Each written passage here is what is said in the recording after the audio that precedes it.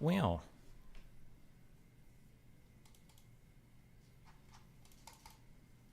How are we doing today, guys?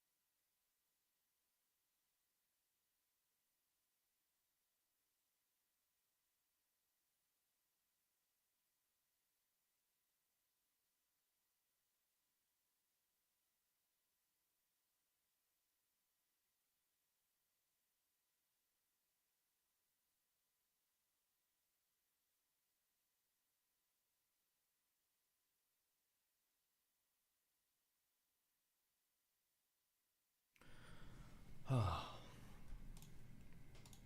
we have something to watch? Link it.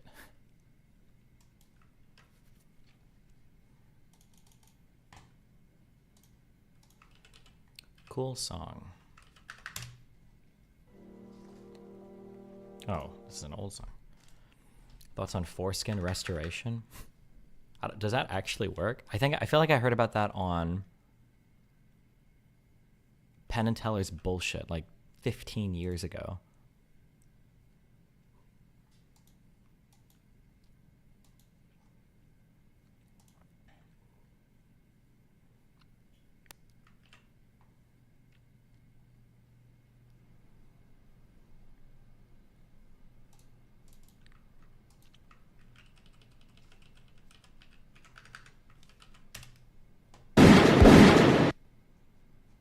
Wait, I thought you guys were watching something. Am I crazy? What is foursome watching?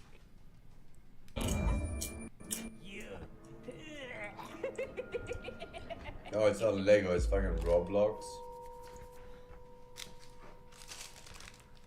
Oh my god.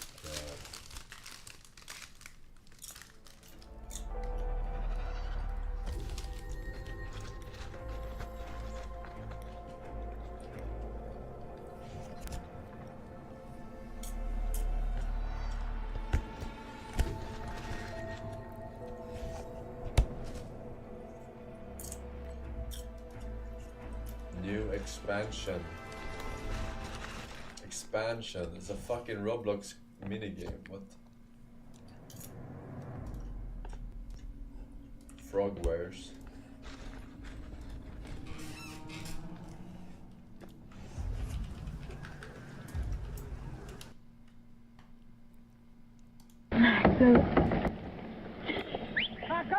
Oh god.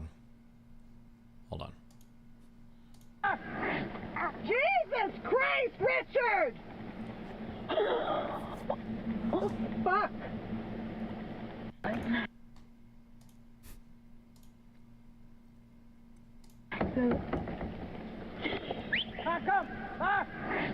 Jesus Christ, Richard!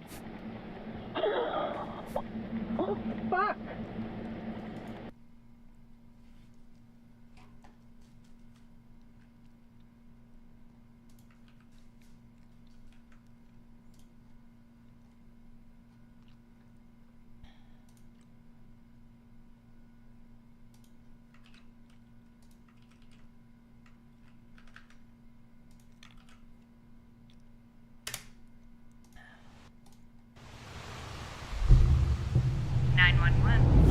I'm walking my dog on Brookside Lane and I can see some girl's body lying face down on Abner Farm. Oh, my Lord. Please send help.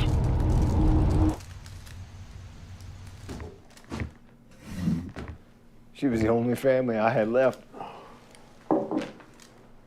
I couldn't even bring myself to look at her body after what they'd done to her.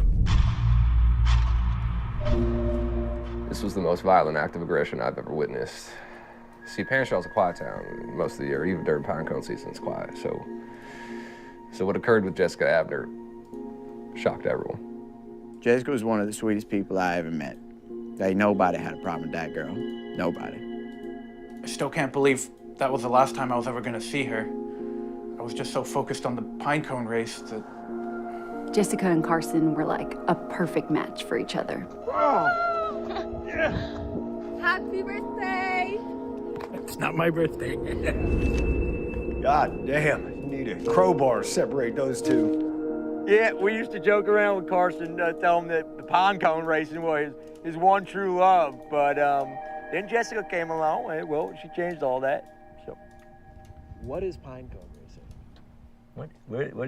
where the fuck are you from? To a lot of folks, Panshaw is pinecone racing. Essentially, it's a 14.3-mile race from Top Mount Panshaw to Water's Edge Treasure Point. Racers are called sweepers, and each sweeper has got three things: a pine cone, a regulation broom, and a tank that they carry on their back. Now, in order to advance their pine cone, the sweepers must swing a broom at it, but the regulation bristles are so flaccid that full swing only moves the pine cone a matter of inches. Not to mention, there's no set track. It's not for the weak. Now, it's worth noting, Jessica was dating 5-time Panshaw Pinecone champion Carson Moore, arguably the greatest sweeper of all time. That kid knows his way around a Panshaw pinecone, and it's extremely sexually attractive. This was the first one I won. It was in the women's division because I applied into the wrong category. This is my World Series in 1988. A lot of people don't even know I do Is that Wolfgang? Maybe, guys? charity. This was Tabitha. And there's this guy. The day before the big race, Konapalooza got a little out of hand.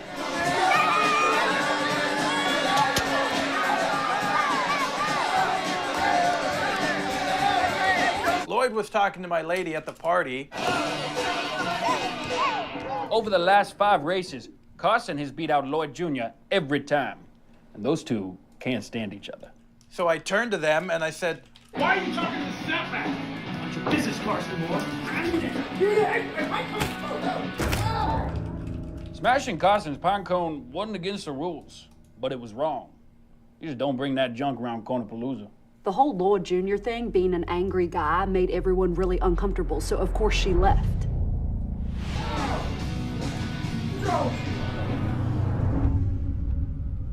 That was the last time anyone saw my baby girl alive.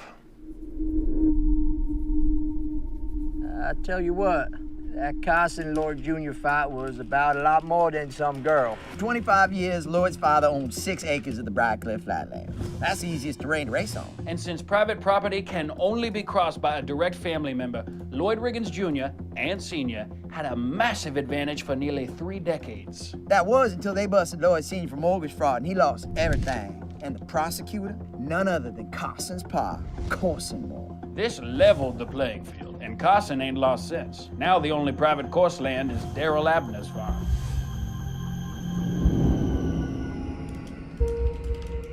Eight hours after the race started, a call came into the station. It was Jessica Abner. Nobody picked up. See, with all the city's resources focused on policing the games, I will admit, the Panshaw Pinecone race is a gaping blind spot in our justice system. Man, what irks me to this day is, what was Jessica doing down by her farm? She was supposed to be manning the sap station at Greenbrier Forest. I'm like, bitch, where the heck are you? Lloyd Jr. got penalized half an hour ago. When sweepers violate a rule, an officer escorts them to the nearest sap station where tree sap is added to the tank on their back in 5 to 10 pound increments. which makes it damn near impossible to glide, carve, or pivot. You don't want a sap penalty. So when Lloyd Jr. gets to the sap station and Jessica Abner's missing, all hell breaks loose. I've been waiting here damn near an hour for my sap. Hello? Because Junior can't proceed until he gets rationed his tree sap. You best believe somebody gonna pay for this. Now I'm getting buried in paperwork because goddamn Jessica Abner ain't where she said she'd fucking be. Obviously now I know there were extenuating circumstances at play. With all that mayhem, that ain't even the story of the race. Ray Buckley was. Ray Buckley. Ray mother freaking Buckley. Look, you guys, it's Ray. Hey, it was carnage. He was whipping it around. He was going nuts. And Ray got greedy. Went for a 900 backside mute grab off a tree stump, snapped his leg like a twig. I'm in his ear and I'm saying, you're being crazy. And he says, no, what's crazy is your mom used to suck my daddy big cock in high school. With all the chaos of the day, I wasn't able to keep track of my score. It's a miracle I wasn't audited. Officials require sweepers to report their score through randomized audits. And if you get it wrong, you, sir, have a date with the Crate of Confusion. The Crate of Confusion is an 8x8 box that's 12 feet deep in the ground, okay, that's filled with 500 beads. You gotta organize the beads by color. There's a light strobing in there to the tempo of a human heartbeat. It's hell on earth. We'd thrown Tommy Cooper in it earlier that day, but with all the controversies piling up, we'd forgot to let him out. When that poor Tommy kid came out of that box, he was completely nonverbal.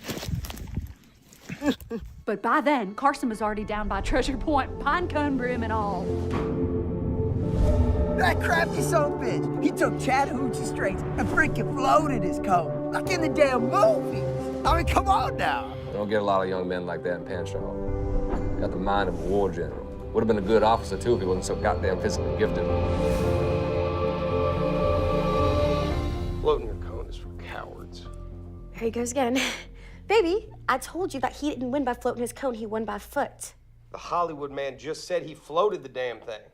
I was working SAP Station 14, honey, okay? I would have seen him. Well, he didn't go through Briarcliff because I would have seen him too, all right? He must have gone through Abner Farm. I mean, he must. Christ, Lord and Savior, oh my God. He had to have been with Jessica. Oh my God. God damn it! I trusted that man! That fucker cheated!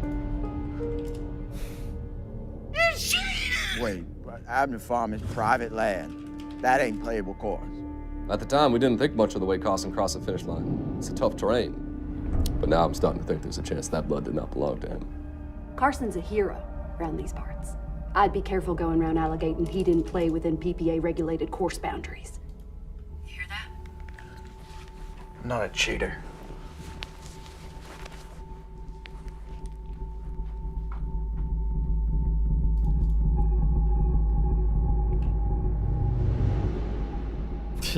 I feel like this was so long for...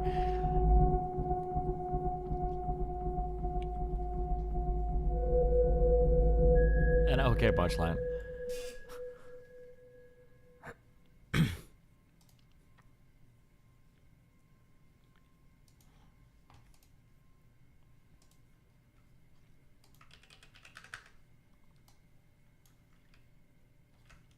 Time to do your dailies. We need to go back to doing these guys, okay? It's important.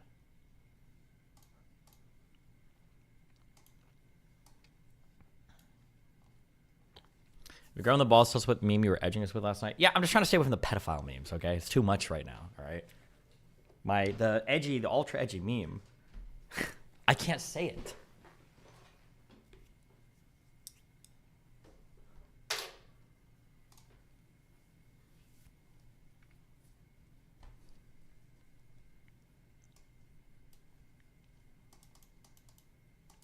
You know what? I'm going to flip a coin. I'll give you a 25% chance to tell you the meme. If I get 2 heads in a row, I'll say it, okay? If I get 2 heads in a row, I'll say it. Okay. One more.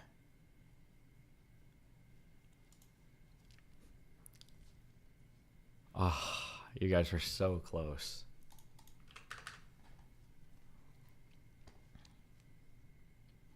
Staying natty, your biggest mistake. I'll watch like 3 minutes. I got like 8 emails and I'm ready to go.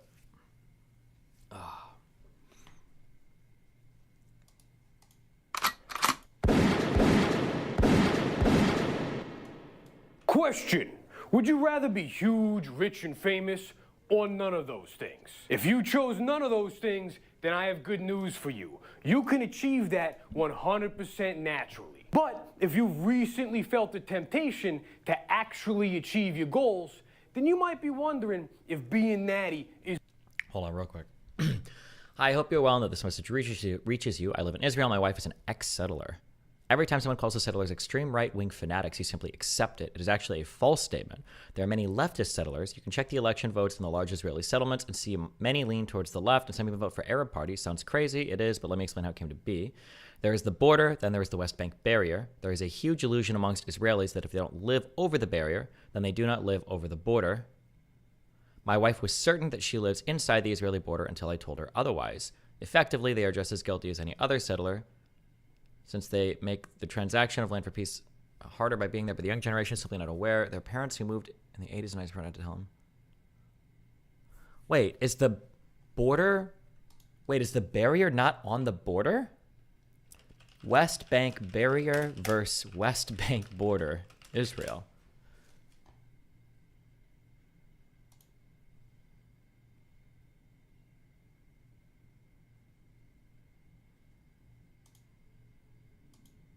Is there a...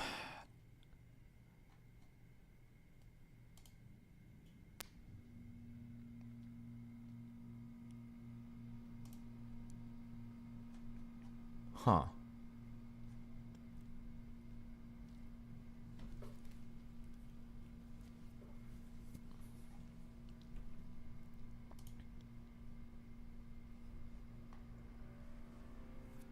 That's... Interesting. So why do they live there? The answer is outrageously simple. It's cheap, or at least used to be when the settlements were formed. Inside the border of Israel, housing is extremely expensive. While on the West Bank, it's cheap, dirty in comparison. My wife's parents wanted her and her brothers to be raised at a home that is larger than a 2-room apartment for a fraction of the price of small apartments. So they built a 2-story house with 6 rooms and a garden in the West Bank.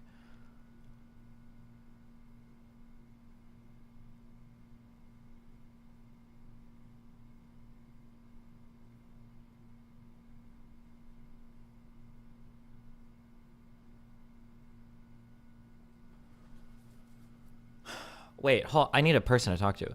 The media only covers the side that lives over the barrier, which is about 75,000. Yet in the same breath, the media also says there are 500,000 settlers. Is he saying that only 75,000 people live over the barrier? Is that possibly true?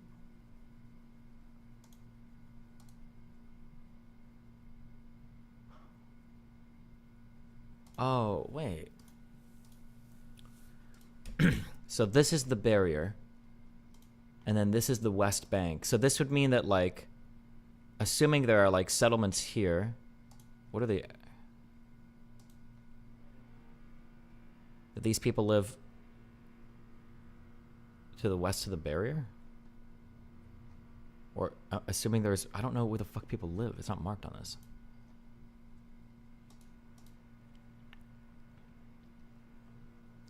Destiny, you should think of any excuse to talk to CJ the X. He's a genius with philosophy, art, and culture. Comment between you guys to be lightning. That's all. I love you. Bye. Okay, I'll think about it.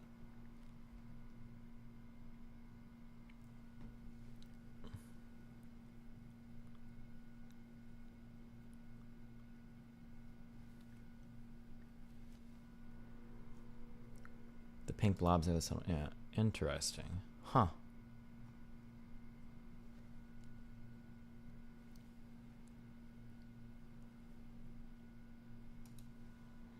How many settlers live beyond the west? There's no way I'm going to be able to find the answer to this. Beyond the West Bank wall.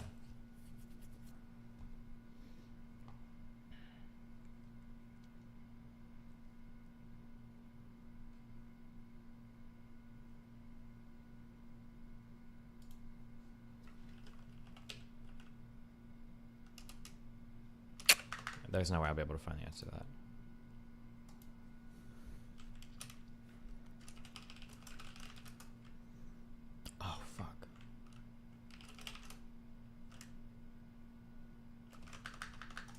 Wait, hold on.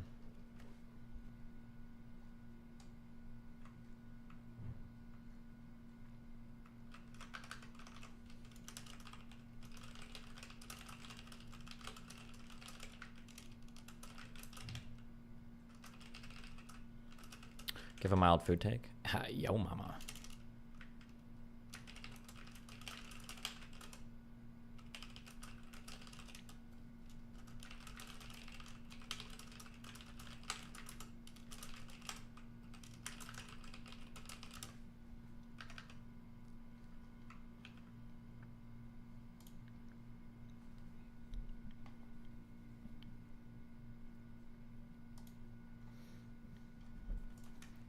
Okay, well, interesting. Thank you for the information. Huh.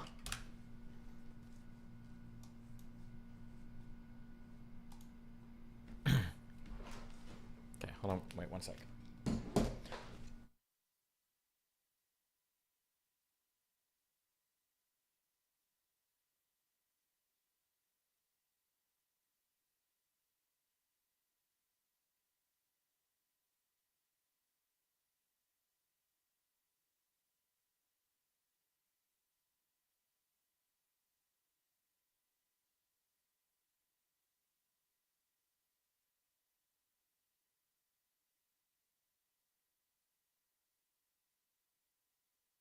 Did shotgun flip directions? Nope, but your mama did. Oh, I flipped her over. Oh, and then I fucked her in her third asshole. Is really worth it. I'm not gonna stand here and lie to you about anything at all, but especially the fact that this is no doubt a Did you see the Twitter clips yesterday about the airdrop food into Gaza? Some threw it away because it was an MRE and not halal. No shot is that true. Stop. heavy at all, but especially the fact that this is no doubt a heavy decision. One that your frail, tender, natural physique couldn't possibly bear on its own. So I am here, thankfully, to help lift this burden. Now, I have here an honest review of the pros and cons of being natty. I have a serious question for you. Do you support Black History Friday? If so, then give your money to this POC. This is the shit America sent to Palestine. Expired army food. You can hear a man saying it's not halal. Shame on the USA. Wait, hold on. Wait, I'm sorry. Hold on. Number one, MREs expire? I thought this shit holds for a long fucking time. Am I crazy?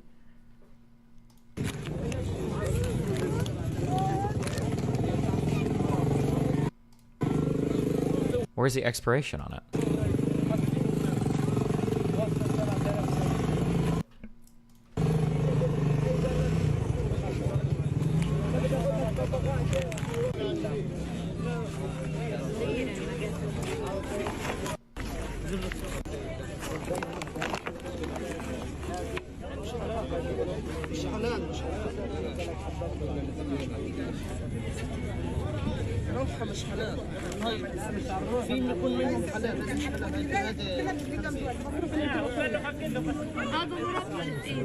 والله لحم خنزير مقدم.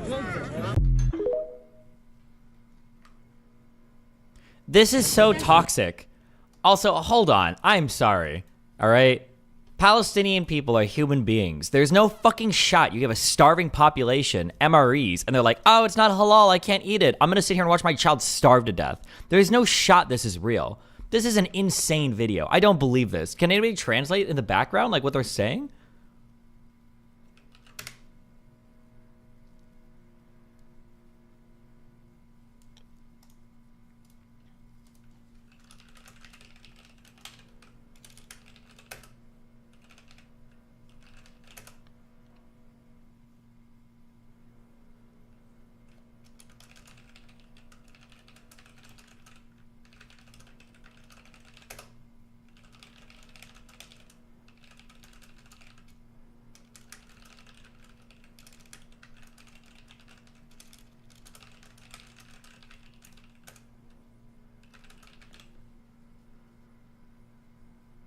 It is literally halal. There's zero meat in those. Also, MREs don't really expire. That take a very long time, and they'd already have given them to Boots. They have an inspection date.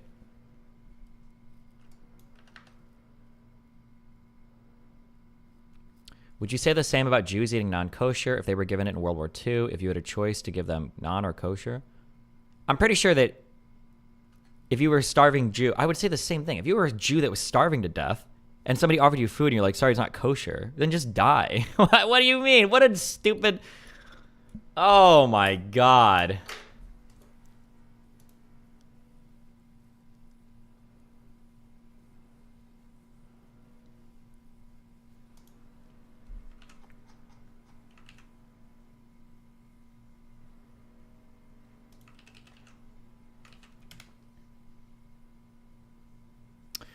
Bas halal is nullified if you have nothing else to eat, if you're starving, and in essence a beggar. That's both fiqh and sunnah. Pork et al. Can be consumed. I've had to live off these MREs for months. Post-catastrophic hurricanes, they don't really expire. The shelf life is years. This is besides the point here. The U.S. sent food to a population without consideration, which does not entirely fit the necessary standards nor requirements of that for a starving population. Bro, these are unhinged. Is this woman, like, born and raised in fucking Holland her whole life? Like, where is this person from? I want to know where these people are. Ever since I found out that Syria girl on fucking Twitter is born and raised and lived her whole life in fucking Australia, I don't trust any of these fucking Palestinian flags anymore, okay? Jesus Christ.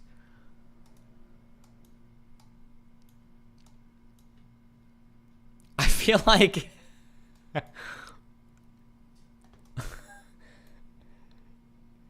I feel like if you're on Team Jew, your foreigners are awesome.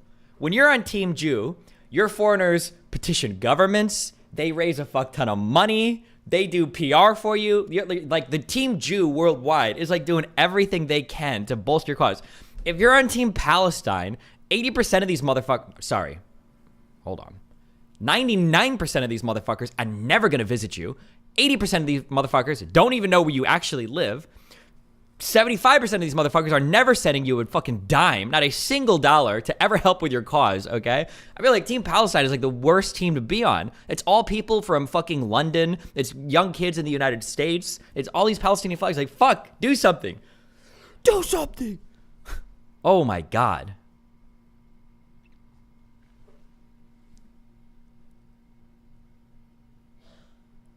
Can I just start a new alt-right movement? We should just copy...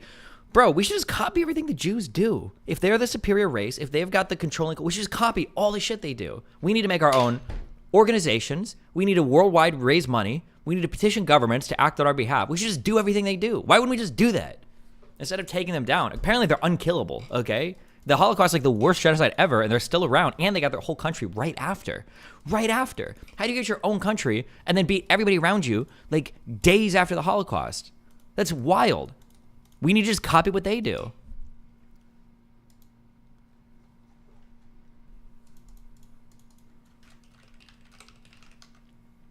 Okay, start with the dick thing, or can we skip that part? Listen. Personally, I think all forms of genital mutilation are bad, but maybe they've got a point. Maybe there's something there.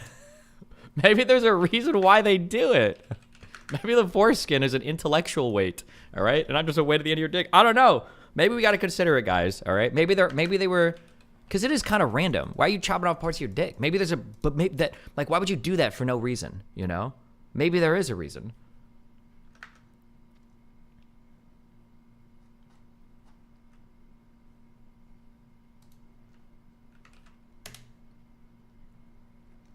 Judith Butler describing the October 7th massacre as an armed resistance. Oh no, don't do it. We can have different views about Hamas as a political party. We can have different views about... Oh no, this is going to be so sad for a reason I'm going to get into right after this, okay? Armed resistance. But I think it is more honest and historically correct to say that the uprising of October 7th was an act of armed resistance. It is not a terrorist attack, and it's not an anti-Semitic attack. It was an attack against Israelis. Occupiers. And, I did not like that attack. I have gone public with this. I have gotten in trouble for saying it was, for me, anguishing. It was anguishing. It was terrible. However, I would be very foolish if I then decided that the only violence in the scene was the violence done to Israeli people. The violence done to Palestinians has been happening for decades. This was an uprising that comes from a state of subjugation and against a violent state apparatus. Okay. Let us be clear. Now, you can be for or against armed resistance, you can be for or against Hamas, but let us at least call it armed resistance, and then we can have a debate about whether we think it's right or whether they did the right thing, whether a different strategy.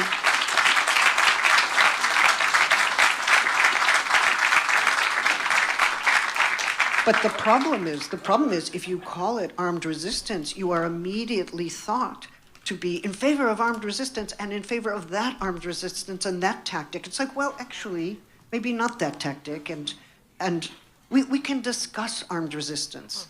You know, it is an open debate. Okay, never mind. I think sorry for the Zionists. I think I completely agree with her. I think that's an okay framing. I was going to be really disappointed because I read, I think we did this on stream. I read a full-on paper on her she wrote a thing on like self-defense, and she goes through a lot of the cases for violent self-defense, when it might be justified, when it might not be justified, like the moral cases for different types of collateral damage and everything. That I thought was a really interesting paper. We read this on stream. I think this is an okay. Because I think that you can, calling it like a terrorist attack, there's a lot of implications to that are not as closely associated with like armed resistance. And she is right that if we view it in the context of an armed resistance, it reframes the conversation in probably a more accurate way. But it doesn't necessarily make it right. It doesn't make the cause for war just. It doesn't make the conduct in war acceptable or legal. But it frames it probably in a bit more of an honest light. Destiny, you're on the rape is armed resistance train? No, but are you on the train that people don't get raped in war? Because if so, I've got like 10,000 years of human history that's going to super disappoint the fuck out of you.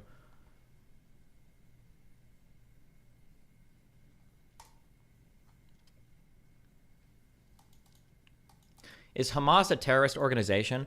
We're dipping really hard into the what is terrorism here. Like, are they a terrorist organization? I mean, they're designated as such. But, I mean, it is a regional government. I mean, like, in every sense, in every de facto sense, Hamas is a regional government. They administer to the region. They run all of the healthcare services, the educational services. They do population level stuff. They distribute money. They hire people. So you can call them a terrorist group, and they might fit that. But I don't think terrorist group and government is necessarily exclusive, or mutually exclusive, depending upon how you define it, right? Destiny, how is it an armed resistance when the target was a festival and not infrastructure military? Okay, I really, I learned these two concepts, okay, and I'm going to drill these into your brains, all right? And because this helped me sort it a lot. I'm an international law cuck. I'm an international law cuck now, okay? I started off thinking international law was real. We did some reading, and I was like, this is all bullshit. But now I am fully on board, at least insofar as the law of armed conflict goes. International humanitarian law and law of armed conflict. These two, one is kind of a subset of the other. Now, other stuff like contract there, I don't know, I'm gonna be fucking retarded. But this stuff I think is really important. It's really good to understand, and it gives you a really good guiding. It gives you a really good framework through which to like analyze or understand stuff. There's two principles. You're gonna get ready because you're about to hear me say this a billion times, and I've probably already said this a billion times on stream. Okay, there's two principles.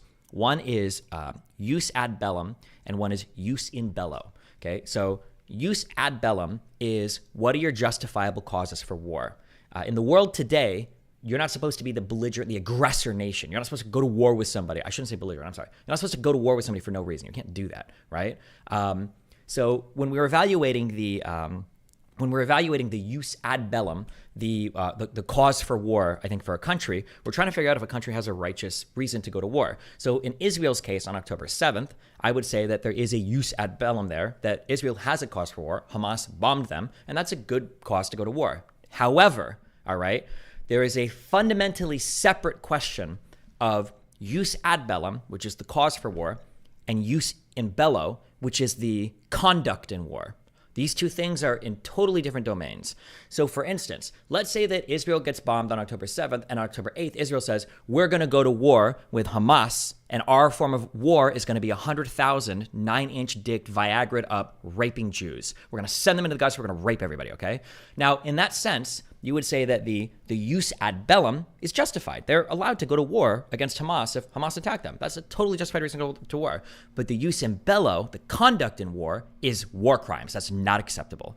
But I think separating these two things out, I think is important because a terrorist group, arguably, never has a jus ad bellum. There's never a justification for it to do terrorism. That's insane. To go for a terrorist group to do anything. They're non-state entities. Non-state entities aren't even supposed to be attacking state entities. You're not supposed to do that. So, one, that would deprive Hamas of their right to attack ever, which I think that they should have a right Hamas or the Palestinian Authority, whoever, should have a right to retaliate or attack if they feel it's necessary to justify the use ad bellum part. But the use in bello would be, sorry, hold on. The way that they conducted their military operations, which involved the slaughtering of a ton of people at a festival, is not okay. That's unacceptable. Okay, yes. Why say you said bellum and not casus belli? I think casus belli very specifically refers to like a cause, like a thing that you do that's a cause for war. So like, for instance, like me fucking your mom in the ass might be your casus belli to come and attack me. Jus ad bellum, I think, refers more broadly to the legal understanding of like what is a legally acceptable reason to go to war.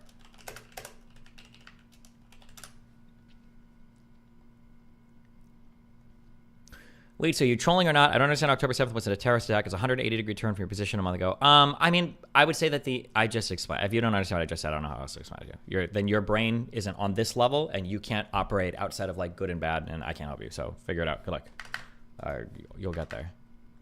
Do you think that's what Shane everyone thinks when someone says armed resistance? I don't know, but she caveated appropriately. She did caveat appropriately, and she said that doesn't mean that the armed resistance was good, right? So we can dissect this a little bit.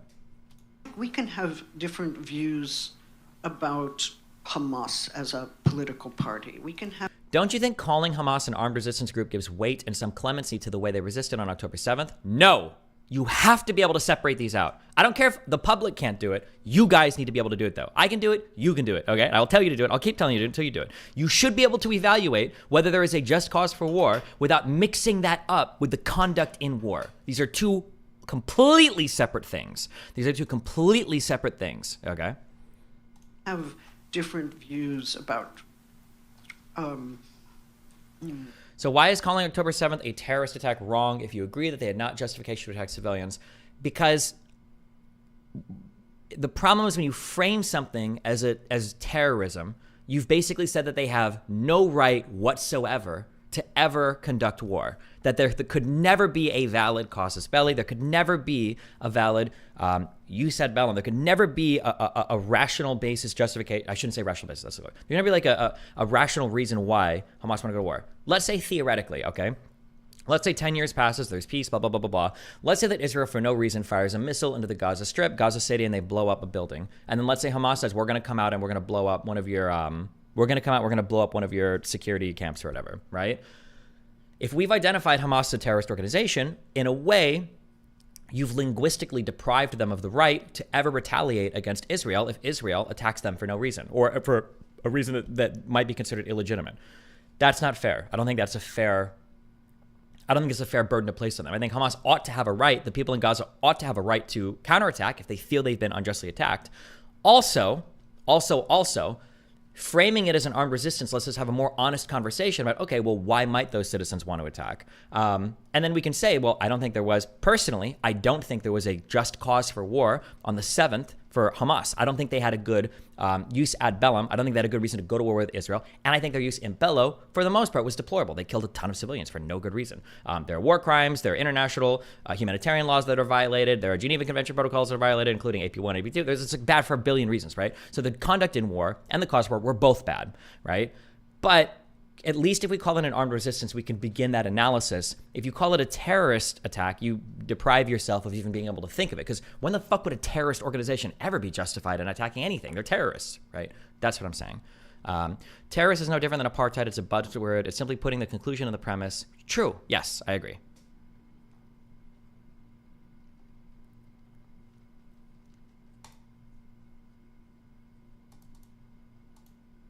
I'm retarded. Compare this to 9/11 for me. Well, in 9/11, the problem is the Al-Qaeda isn't Al-Qaeda isn't a state. They were never a state thing, right? It was always just like they were in Afghanistan with the Taliban who ran the country, but Al-Qaeda was never like a governmental body that was controlling territory, right? Am I wrong? Oh my God, it's been so long. I don't think they were they?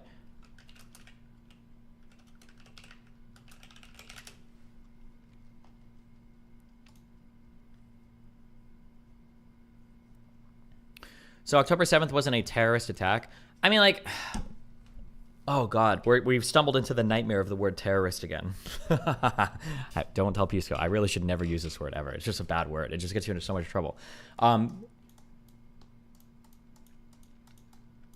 When I say terrorist, I'm using this just like a shorthand for like unjustified attack and blah, blah, blah. But it's the imprecision of the term and the fact that it lends credence to a lot of other dumb ideas means I should be more careful when I use it. Like, when I say like October 7th is a terrorist attack, I'm thinking like you're attacking a civilian population. In some sense, your goal is to literally incite terror. You don't have like militaristic aims or whatever. So like it seems like a terrorist attack. I think on like a what I say layman's or common parlance level, calling it a terrorist attack is like I understand that, and I've said that. I'm pretty sure I've said that a million times.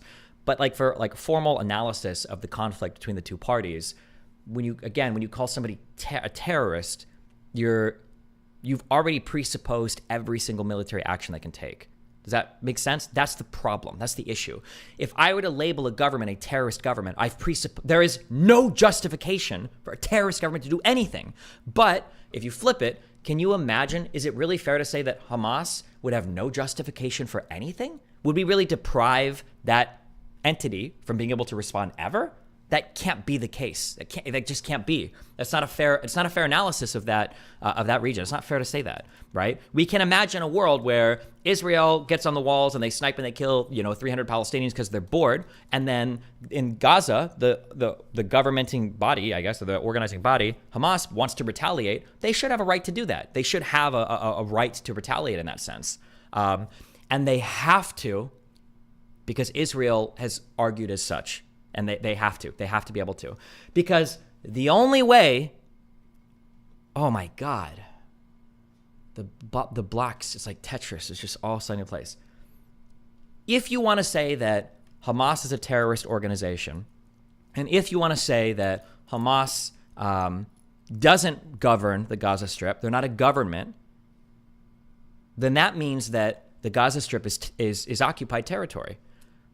And if the Gaza Strip is occupied territory, and if Hamas isn't a governing body, that means that when we evaluate Israel's actions towards Gaza, we can no longer evaluate it under the context of international or international or domestic armed conflict. Now we have to evaluate it as policing powers. And if we evaluate it as policing powers, every single thing Israel has done has been illegal. Most of the militant killings have been illegal. Because if we analyze it from a policing law point of view, this is, by the way, how the UN did their tricky analysis of the Great March of Return, where they said only 1 or 2 deaths were justified. The way that the UN was able to do that is they said, well, we were analyzing this as a policing conflict. No, it's not. That's just an armed conflict between 2 different groups. Why would you analyze it as policing? But if you want to say, well, they're a terrorist organization, they don't govern the region. Oh, okay. Well, if that's the case, then that means you occupy it, unless it's literally ungoverned. That means that you occupy it, and now I have to evaluate you as a police force. Police can't missile strike their own fucking population. Police can't roll in with tanks and snipers and machine guns and start killing their population. That's insane, right? So you can't have it both ways. And Israel doesn't want to be the police force. Israel wants to say it's no longer occupied. An argument that, by the way, I agree with, and I think it's a decent argument, that you wouldn't consider Israel the occupying power in the Gaza Strip for a bunch of other reasons that have to do with occupation and armed conflict and blah, blah, blah. But if that's the sense, if that's the case, then when we look at the Gaza Strip, Hamas would have theoretically justifications to go to war. Again, I don't think October 7th was justified, neither the cause for war nor the actual conduct in war. But yes, okay. Jesus. All right. This makes similar arguments.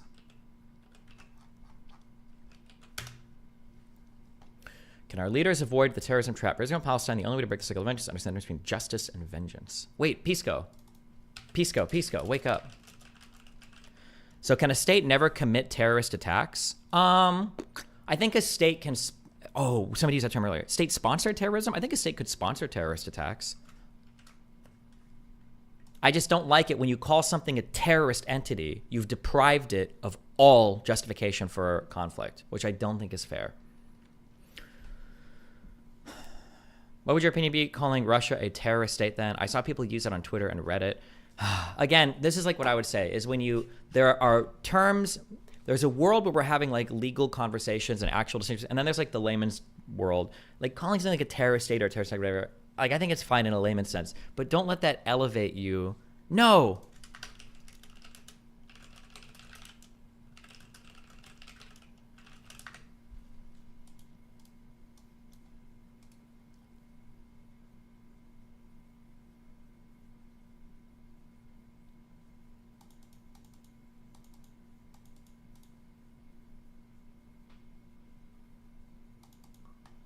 I am ultra triggered if this is true. I need to talk to Pisco about this. I need a legal person. I need a lawyer guy.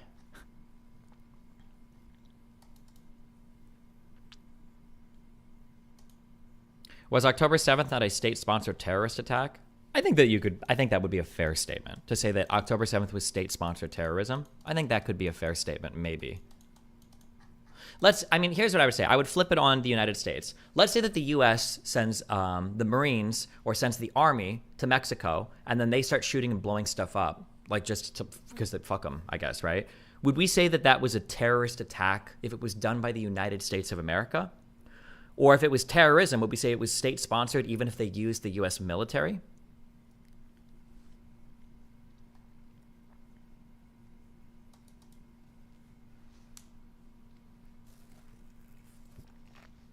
Like, everybody in chat right now is saying yes for the hypothetical, but how many people described Russia's invasion into Ukraine as terrorism?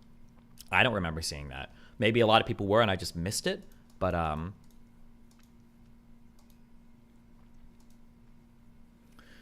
somebody said, is terrorism never justifiable? Let's say the Uyghurs started bombing buildings in China, for example. Here's the issue, okay? I'm not going to say in my opinion. I'm just going to state this as fact because I know that it's true, okay?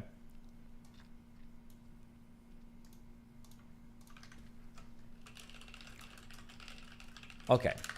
There's a logical fallacy called begging the question, all right? In classical rhetoric and logic, begging the question or assuming the conclusion is an informal fallacy that occurs when an argument's premise assumes the truth of the conclusion, okay? Historically, begging the question refers to a fault in a dialectical argument in which the speaker assumes some premise that has not been demonstrated to be true, okay? So a lot of people use begging the question in the same way as they mean raising the question. It's not the same at all, although in common parlance, but begging the question refers to that particular thing, okay?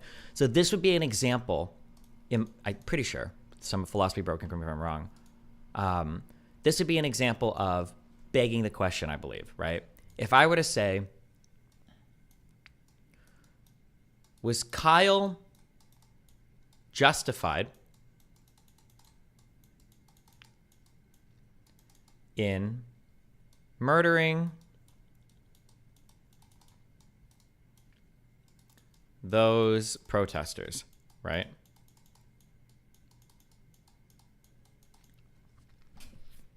In my opinion, I feel like this is a form of begging the question because the word murder is both philosophically and in common parlance and legally defined as the unjustified killing of a person, right? So when we ask, was somebody justified, what we're really saying, if we break this out, is, was Kyle justified in the unjustified killing of those protesters? Well, no, it's unjustified. It's called murder, right? So by labeling everything that Kyle does, and people do this intuitively, by the way, even if you don't know that this is happening. Oh, I wish I could find an example. Was this on the Majority Report? Did Sam do this? Because people won't refer to Kyle Rittenhouse as a killer, or they won't refer to him as having won a self-defense case. I think they call him a murderer. I think. How to make this? I wish I could find an example of this. It would illustrate my point so well.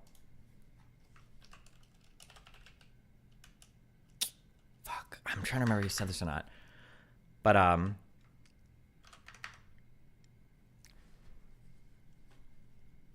he did it when you two debated? Okay, maybe he did, yeah. But anyway, people use murder because they understand the underlying connotation.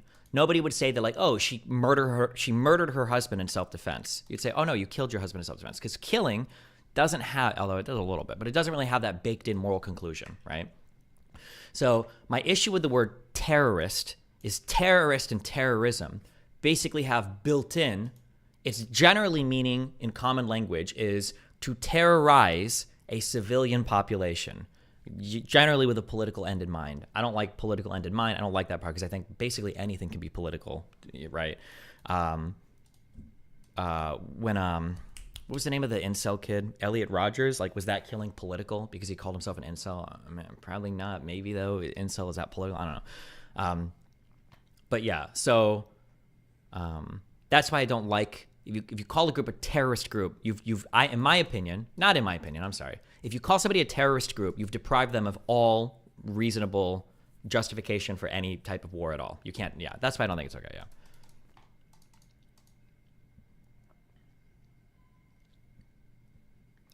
What premise was demonstrated by Russia to justifiably invade Ukraine and attack public infrastructure, raping and murdering citizens? Russia had already recognized their right to exist as a sovereign state. Legally, they have no right to invade. I didn't say anything different. You're doing it. You're doing the thing. I'm not saying Russia ever had a right to invade. I'm just saying, oh, God, you're doing the thing. You're doing the thing. Where if you don't use, like, the biggest word, nothing can be wrong.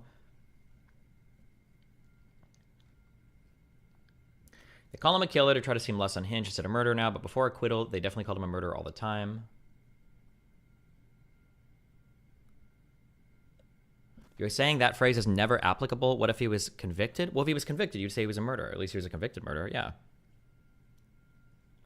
I think the connotation of terrorism fits with the actions of 10-7, but I can definitely see your point about Hamas, a terrorist group. Yeah, but I think armed resistance, I think also fits. And the framing, the mental framing, the psychological framing is a bit more accurate because it is a group that is governing a region that is occupied by another state. And it is an armed resistance. Now, not all armed resistance is good or acceptable. The Nat Turner, what did I read? This stupid shit that, because Finkel Dick brings it up all the time.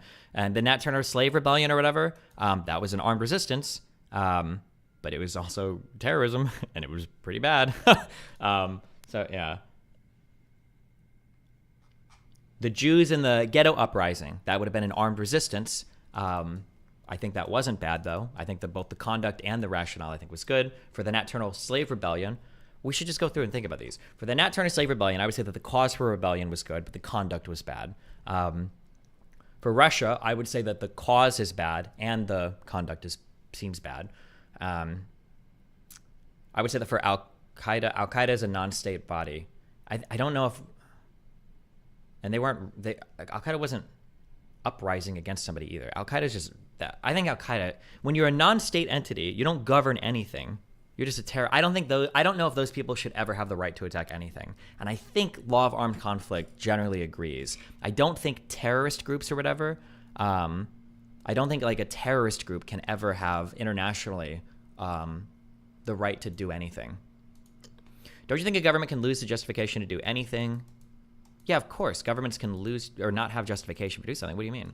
Destiny, how does your analogy of Hamas as not a state actor match with organizations of the IRA, both garnered funding in similar ways, whether organized internationally by terrorist organizations? Wait, no, I'm saying Hamas is essentially a state actor here, a governing thing. Yeah. Is ISIS a terrorist group? So running into, in this analysis, I think that what I would look for is, because when you say ISIS, what I'm thinking of immediately is what I consider the Kurds a terrorist group. What I'm trying to think of is what level of administration or something, what level of administration would I need for a group? Hold on. Holy shit. He has to think about it. You're permaban. You're retarded. Just don't come to my community, please. There are so many other... Okay, listen. If you can't even... Hold on, wait. Okay, shit. Fuck.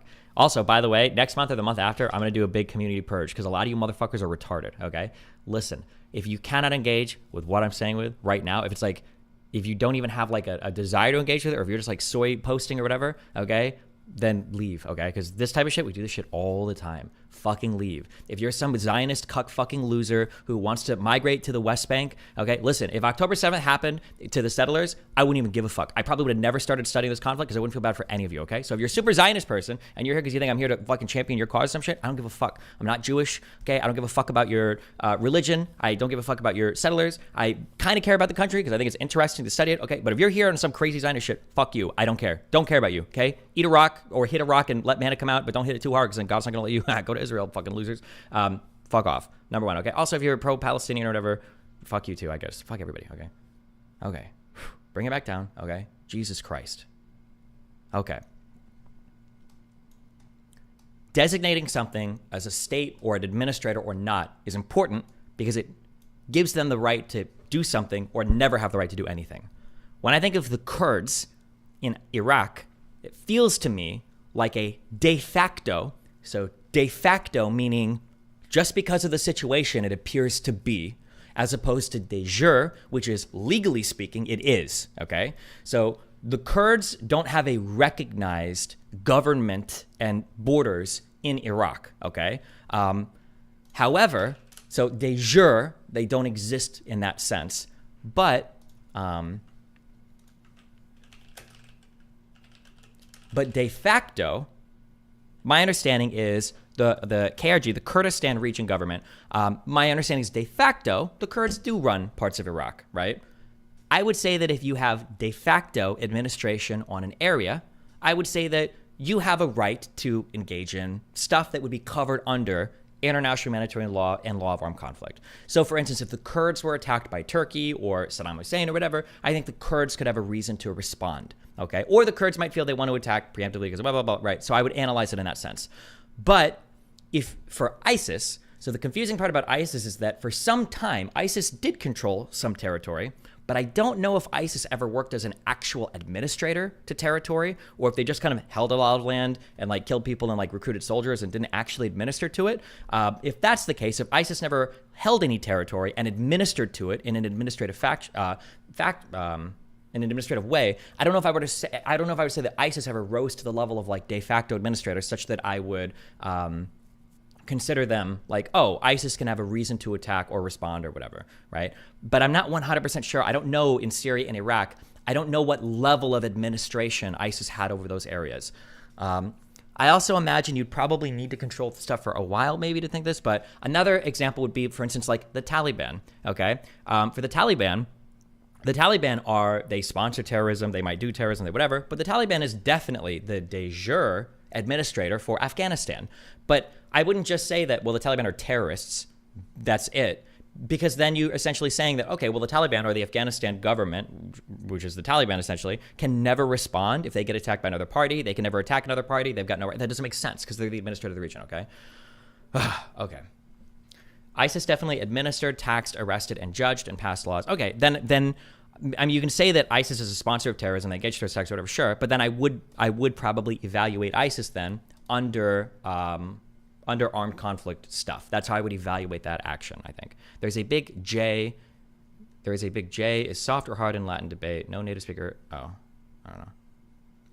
Is it possible that two warring nations can both have sufficient jus ad bellum? It's possible. I guess it's conceivable. I wouldn't say it's impossible. We would have to think of a situation, but... Can you possibly differentiate between Hamas, a de facto government, and its military wing as a terrorist group? And then labeling the military wing as a terrorist organization doesn't necessarily mean that... I don't think so, because that just feels kind of sneaky and dumb to me. Like, I think the United States has identified the international... No, it's the Iranian Revolutionary Guard Corps is the IRGC. Or actually, it might only be the Quds Force. So I think the IRGC is the primary branch, okay, multi-service primary branch of the Iranian armed forces. The U.S. has either identified the IRGC as a terrorist organization, or we've identified the Quds Force, which is like the secret special ops group of the IRGC, as a terrorist organization. It feels weird to identify the military arm of a state body as a terrorist organization, because then again, you're depriving them of basically all forms of warfare.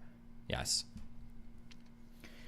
Destiny. IHL in the law of armed conflict applies to situations based on the level of conflict reaching armed conflict and not the actors involved. But doesn't armed conflict presuppose states or regional or administrative things? I wish I could remember. Oh, fuck. What did I read that I was getting this opinion from? Let me think for a moment. I'm trying to remember. I've read so much international law shit. Most of the international law stuff I've read has been off stream, so I also understand why my opinions seem to be coming from out of nowhere. But I'm trying to think of Quds is pronounced Woods. Quds. Is it Quds Force? So at Destiny, now eliminating Hamas is completely off the table. Israel has to negotiate peace with them. I never said that. I think you can have a just cause to totally eliminate a government. If Mexico were to attack us and say we want to destroy the entire United States, I wouldn't say that Mexico is now just a terrorist org. I'd say it's a government, but you have a right to try to, take apart that government.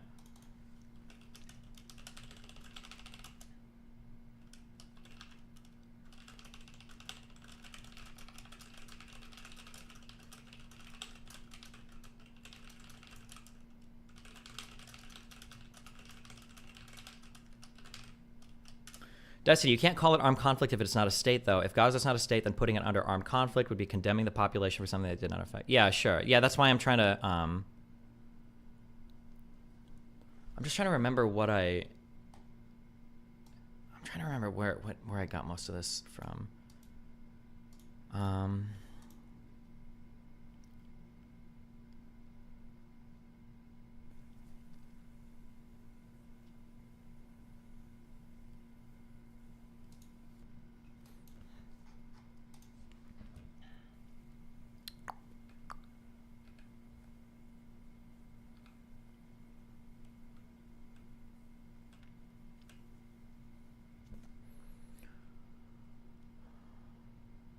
The resort to force is prohibited by Article 2, subsection 4 of the UN Charter and customary international law. If you ever get frustrated, so here are some cheat codes, okay? If you ever get frustrated or you don't know like what international law applies or who's under whose jurisdiction or whatever the fuck, okay? There's a very, very, very convenient shortcut, all right? And it's called customary international law. No matter what you've signed on to, no matter what you've agreed to, no matter who you are, everybody has to play by these rules. So there's, you see me go to this website often, this IHL database.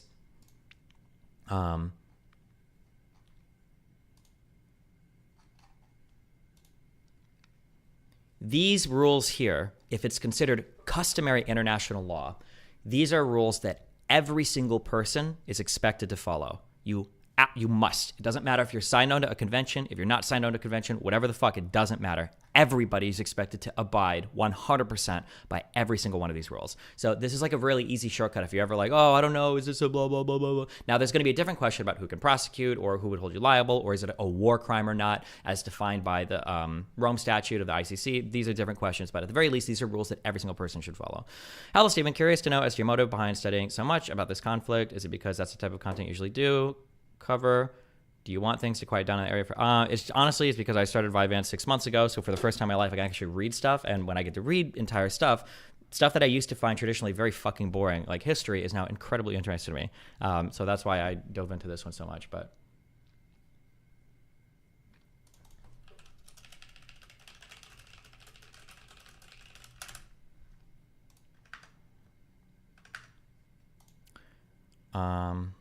I feel like the IRA breaks your modal. Well, I don't believe they were officially the military wing of Ireland. They were unofficially the military wing at the time. Does that change the calculation? I mean, I would have to think about their association, I guess, with everything. I don't know enough about how closely the IRA worked with or without the government or what the ties were. I don't know enough about the Irish conflict. It's almost like this is a complicated situation, and value-loaded buzzwords don't clarify things. In all seriousness, people should ask themselves why they on an emotional level, want to call something terrorism, genocide, etc. Well, because what's happening is the thing that I said earlier. Remember when I pointed this out, and all of us like nodded because all of us were so much better than this, and we're like, oh yeah, all the other retards do this, but not us. We're way too smart for this. Once you've evoked, shut up.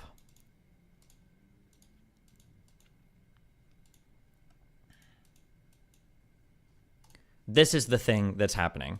Terrorism means, okay, when you call something terrorism, it's because you don't want like innocent civilians to die. So then you connect these two things together. Ironically, this happens on both sides, right?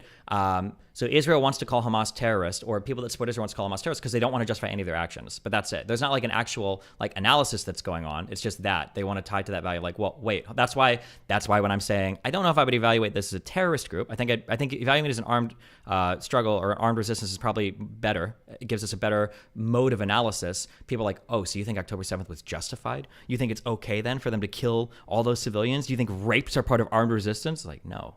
But that's, yeah. And then also on the other side, that's why they call it the IOF, the Israeli Offensive Force. Sorry, let me finish reading this. All members shall refrain in their international relations from the threat or use of force against the territorial integrity or political independence of any state or in any other manner inconsistent with the purposes of the United Nations and customary international law. This is the resort to force. It is a prohibition limited to interstate uses of force unless the forceful actions are legally attributable to a state, as described in the International Law Commission's Articles on State Responsibility.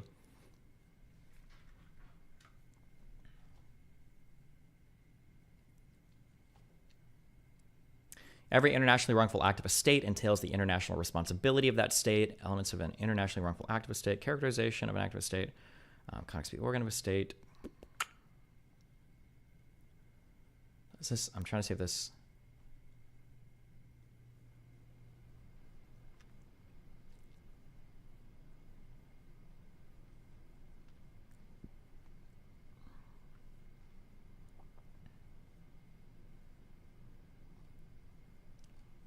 If this ever brings up non-state actors. Okay, I think for the UN stuff, it just assumes, it's always assuming like state actors. Were Avalanche terrorists? Yeah, true.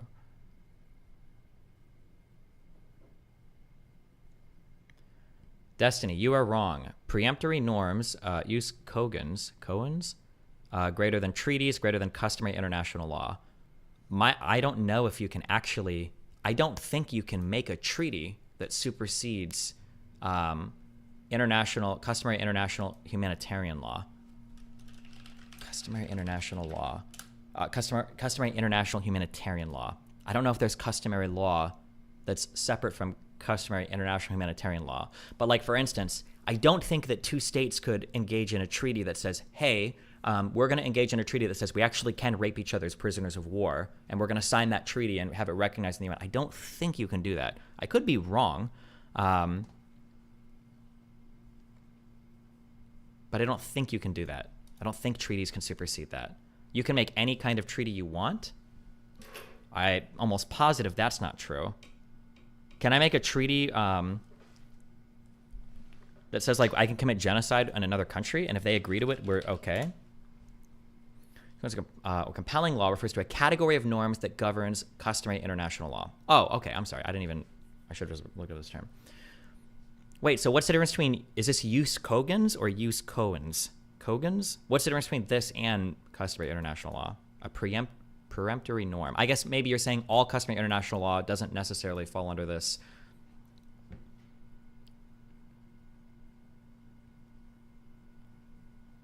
I don't know. Listen, if I see something that contradicts what I said, I'll believe it, but I haven't seen anything that would ever contradict any of the international humanitarian law stuff. I haven't seen any of that ever. But maybe there is stuff out there, and maybe that is possible via treaty or whatever, but I don't know.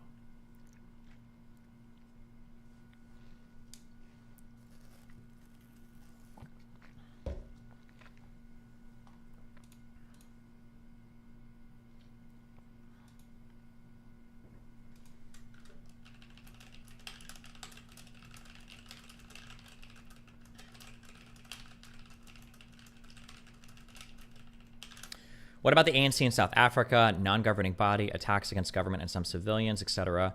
If you're a non-state actor, but if you're acting domestically, then it would be considered. I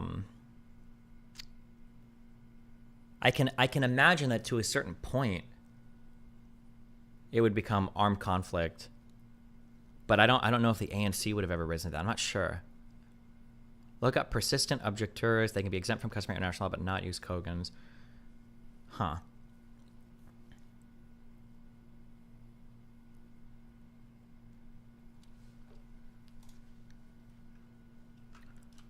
Persistent objectors.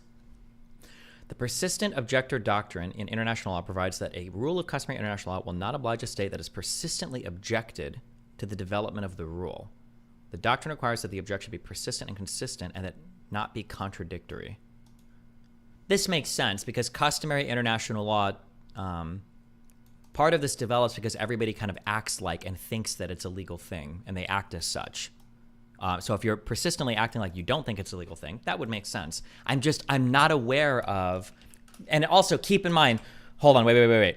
Let me qualify some of what I'm saying.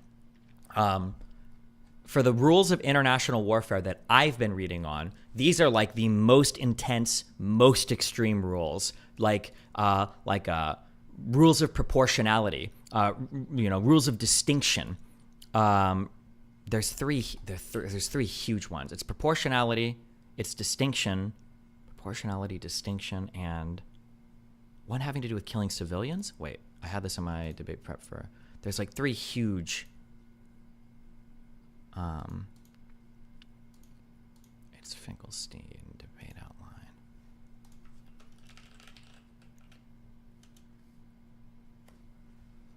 It's the principle of distinction. It's the principle of proportionality. Oh, and the principle of precaution. I think these are these three big ones. And then basically any other like customary international rules that like kind of revolve around these concepts. I've never seen these contradicted anywhere. I don't think I've read anything, because I always read their justification for all of their rules and everything. I don't think I've seen any of these contradict anywhere. Like these are like the 5 or 10 that kind of revolve around these. But there might be other customary rules where actually maybe there are some countries that don't agree with them. That might be the case, and I just haven't seen those. Why is being a state body necessary? Wouldn't using the term terrorism always be reductive, even if it's a non-state body? Why is a state body necessary? I think state bodies are necessary because if you're an administrative body, you've inherited some rights, which are important, like the right to not be invaded, the right, whatever protections would be afforded to nation states ordinarily, and you've inherited responsibilities, like not to violate the rights of other nations, right?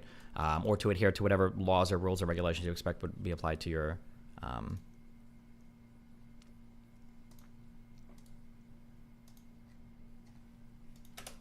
state or whatever. But in the same way the term terrorism has so much baggage, doesn't the term armed resistance imply a justified act targeted at your oppressor? I don't know if... yeah, I think it does load it a little bit the other way, but I think this would be what I would say. I know I'm right on this, actually, and I don't care if you disagree with me. I know I'm right. I think that it would be easier for a person to be convinced that a form of armed resistance wasn't legitimate, as opposed to trying to convince a person that a form of terrorism was legitimate. And my evidence for that would be that if I were to find a righteous cause, and I were to say, I think that it was fully justified when these people engaged in this act of terrorism, I think people would say, hold on, don't call it, it's not terrorism, bro. What do you mean terrorism? I think that people would take issue with the word terrorism. But I think I could look at forms of armed resistance and I could say, this was armed resistance, but like, I don't know if this was justified in forms of like armed resistance. I think it would be easier to convince somebody just on the words there. Just on the words there.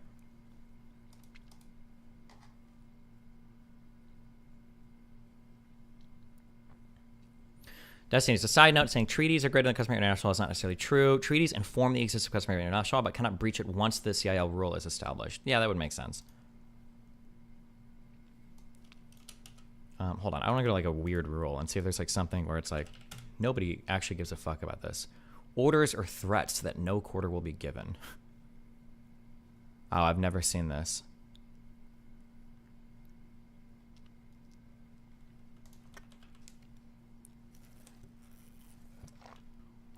I imagine this would play right into the other rule. A lot of these rules are kind of self-reinforcing as well.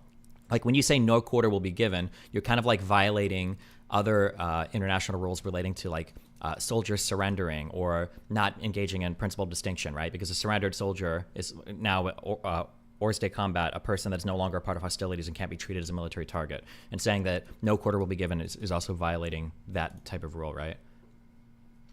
Oh, yeah. The treatment due to persons hors de combat is dealt with in Part 5. The duty to grant quarter is a basic rule that prohibits attacking a person who recognizes hors de combat in combat situations on the battlefield. Yeah. Does the fact that Gaza or Palestine isn't an internationally recognized state get factored in calling to... No. I wouldn't... I'm not... That's why I said de facto. Destiny, you're consistently ignoring that the Hamas charter is to destroy Jews, not to create Palestine. I don't care. It doesn't matter. That's not factoring in. When I'm thinking of like an administrative body of something like that, I'm thinking de facto, not de jure. I don't care if they have like recognition or not. I'm just thinking of...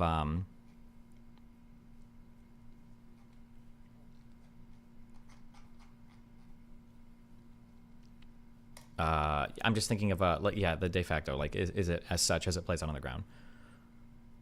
Okay. Wait, let me finish reading. I think I got one sentence through this. We got so... Okay. It is a prohibition limited to interstate use of force unless the forcible actions are legally attributable to a state, and that Hamas is neither a state nor its attacks are likely attributable to a state. It is not violated this prohibition, and neither is Israel, for it is directing its operations against a non-state group. Okay, well, these guys are saying non-state group now. Yet, even if Hamas's actions were attributable, this might be the article I read, but I'll keep reading. Yet, even if Hamas's actions are attributable to a state, Iran or Palestine, for those who consider the latter a state, Israel's response would nevertheless be lawful by reference to the customary international law, right of self-defense enshrined in UN Charter, Article 51. Many states, including the United States and scholars, are of the view that at least since the attacks on 9/11, self-defense is permissible against a non-state group, even if the group's armed attack was not on the behalf of a state or with its substantial involvement therein.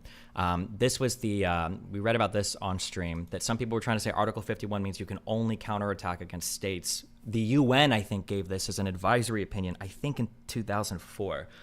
It was a ridiculously retarded opinion. That's part of that wall opinion. I should have prepared my fucking notes on all this. God damn it. I don't have this. 2004 advisory opinion. UN, Wall, West Bank.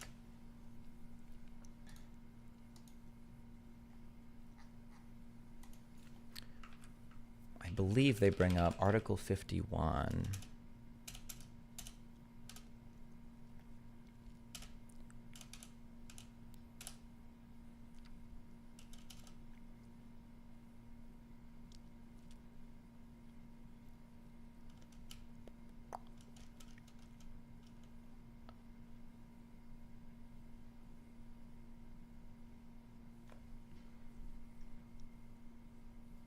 Fuck, they have like one paragraph on this, and it's a wild paragraph.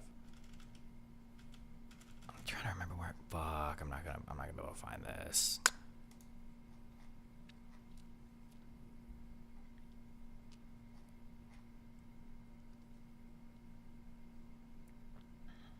Why does Hamas specifically have a right to resist? Can you justify Hamas having that right? Because Hamas is the de facto administrator of that region. They are the government in the Gaza Strip.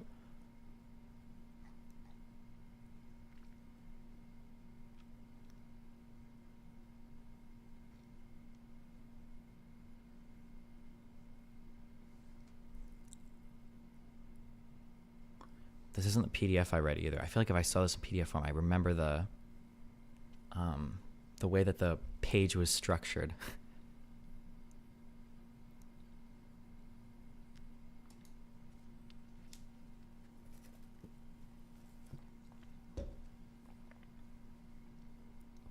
Does an occupation change who the de facto administrator is? De facto means, what is the actual like mean? It de facto just means like facts on the ground. Like what, like if we look at what's happening, like what is existing, right? So let's say, for instance, fuck, I'm trying to think. You remember in kindergarten or like in, you remember in grade school how you would get like you'd have like an assistant teacher sometimes? Was that a real thing? Am I making this up?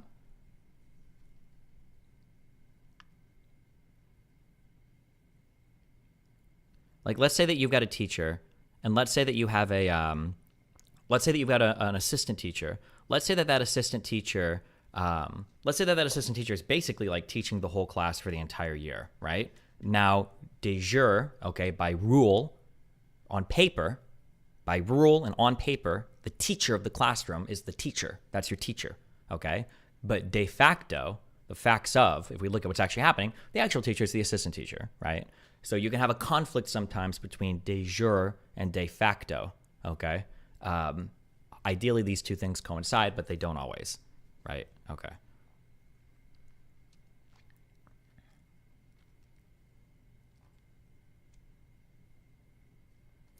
It's been a few months now. Has no one ever told you that in hors de combat is French and not pronounced with a hard T? So hors de combat?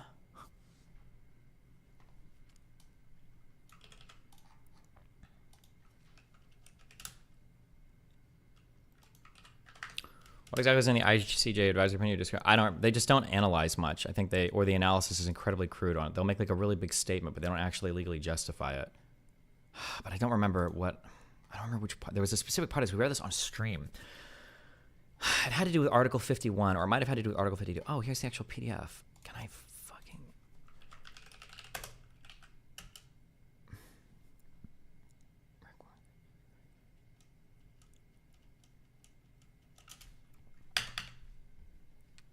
They specifically say Article 51 is not relevant. Yeah, they might. I'm just trying to remember where they say it, but they don't give any justification for it. They just say it. They're like, yeah, it's not relevant. I think it's a way to say that Israel has no right to defend itself from attacks against Hamas or anybody in the West Bank. They say Article 51 isn't relevant, but they don't actually engage in any substantive analysis. They just like give one paragraph where they quote, I think, part of Article, and then they, fuck me. Is it this? Oh, it might be this. I think this is it. Whether Israel's right of self-defense is in play in the instant case depends, in my opinion, on an examination of the nature and scope of the deadly terrorist attacks to which Israel proper is being subjected from across the Green Line. This opinion is from 2004, by the way, so this is going to be in the context of the Second Intifada, not what we're reading about right now, okay? And the extent to which the construction of the wall, in whole or in part, is a necessary and proportionate response to these attacks. As a matter of law, it is not inconceivable to me that some segments of the wall being constructed on Palestinian territory meet that test and others do not. But to reach a conclusion either way, one has to examine the facts bearing on that issue with regard to the specific segments of the wall, their defensive needs, and the related topographical considerations. Since these facts are not before the court, it is compelled to adopt the, to me, legally dubious conclusion that the right of legitimate or inherent self-defense is not applicable in this case. The court puts the matter as follows. Oh, this is a response to this. This is what I was looking for, though. This part in the original Article 51 of the Charter.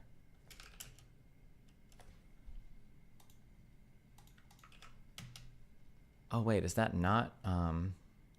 Is this not the 2004 advisory opinion? It is.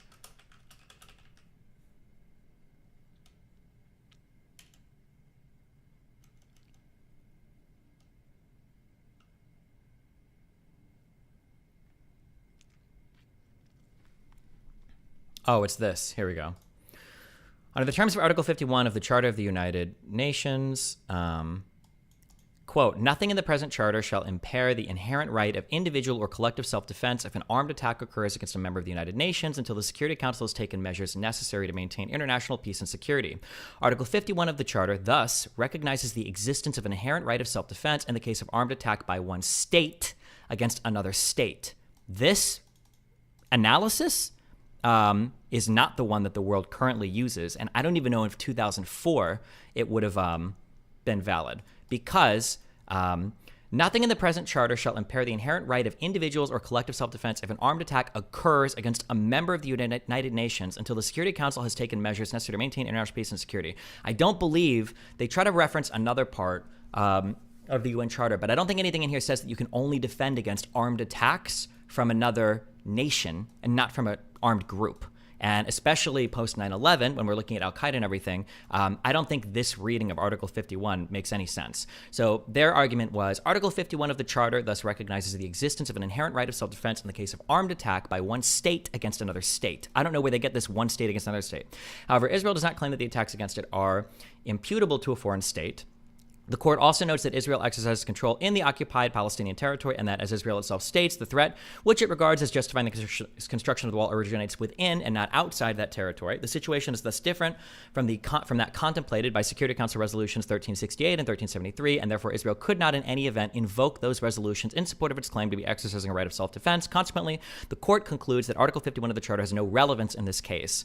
This analysis is very quick. It's done in one paragraph, and I think it's a really extreme, but I get that reading a lot of UN stuff, as opposed to generally Supreme Court decisions or court decisions in the US. The rationale is usually far greater. It's very interesting to me that in a lot of UN opinions, they will engage in really out there exploratory legal analyses in one paragraph, and then they move on from it. Because essentially the declaration here is that they're basically saying that Article 51 of the UN Charter gives you the right to defend yourself, but only against attacks from other states, not against attacks from non-state actors. That's a really radical opinion, in my opinion, and I don't think the rest of the world has rolled with that. And then I think that's also what this is going to refer to. Sorry, Jesus, okay. Sentence 3. Many states, including the U.S. and scholars, are of the view that at least since the attacks of 9/11, self-defense is permissible against a non-state group, even if the group's armed attack was not on the behalf of a state or with its substantial involvement therein. The ICJ's paramilitary activity standard, paragraph 195. I agree. In such a case, the state taking action is subject to the conditions of necessity and proportionality, which limit defensive force to that required to defeat the armed attack and likely follow-on attacks. The argument can even be made that Hamas's attacks are but the latest blow in a campaign against Israel that qualifies as an ongoing armed attack. This is a complex issue beyond the scope of the post. However, Israel certainly enjoyed the right of self-defense when it launched Operation Swords of Iron. Okay. I'm trying to see if there's anything else relevant in here.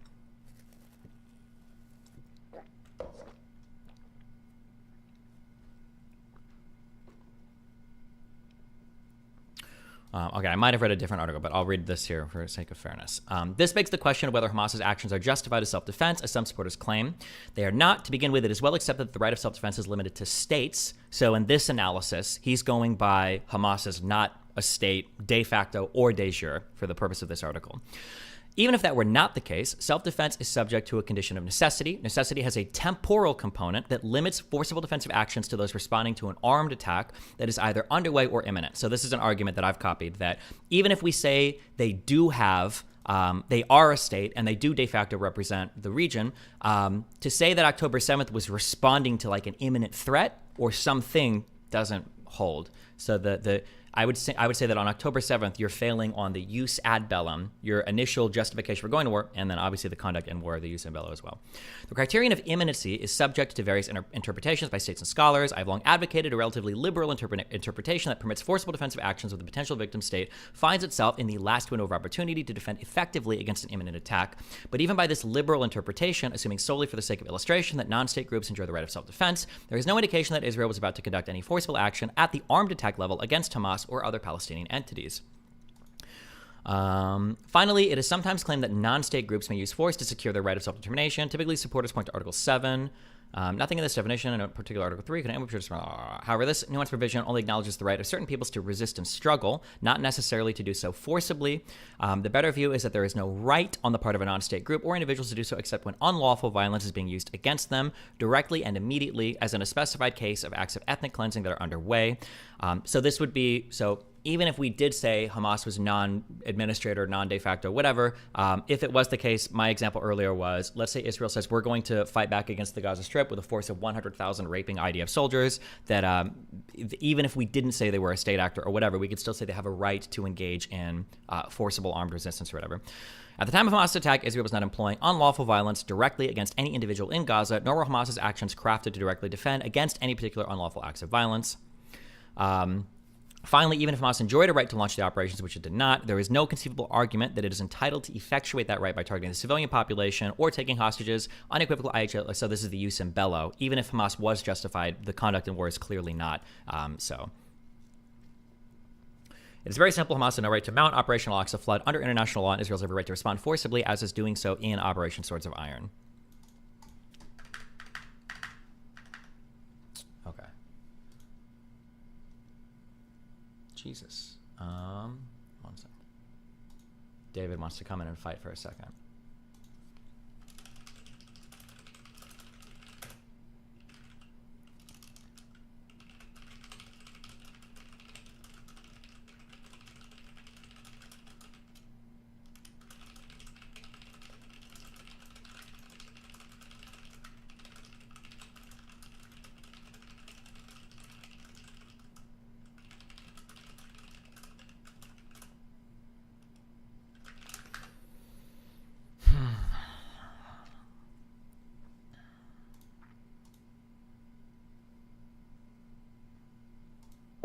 Where are you at, David? Why are you molding so much? He's molding. All right, what do you want? Okay.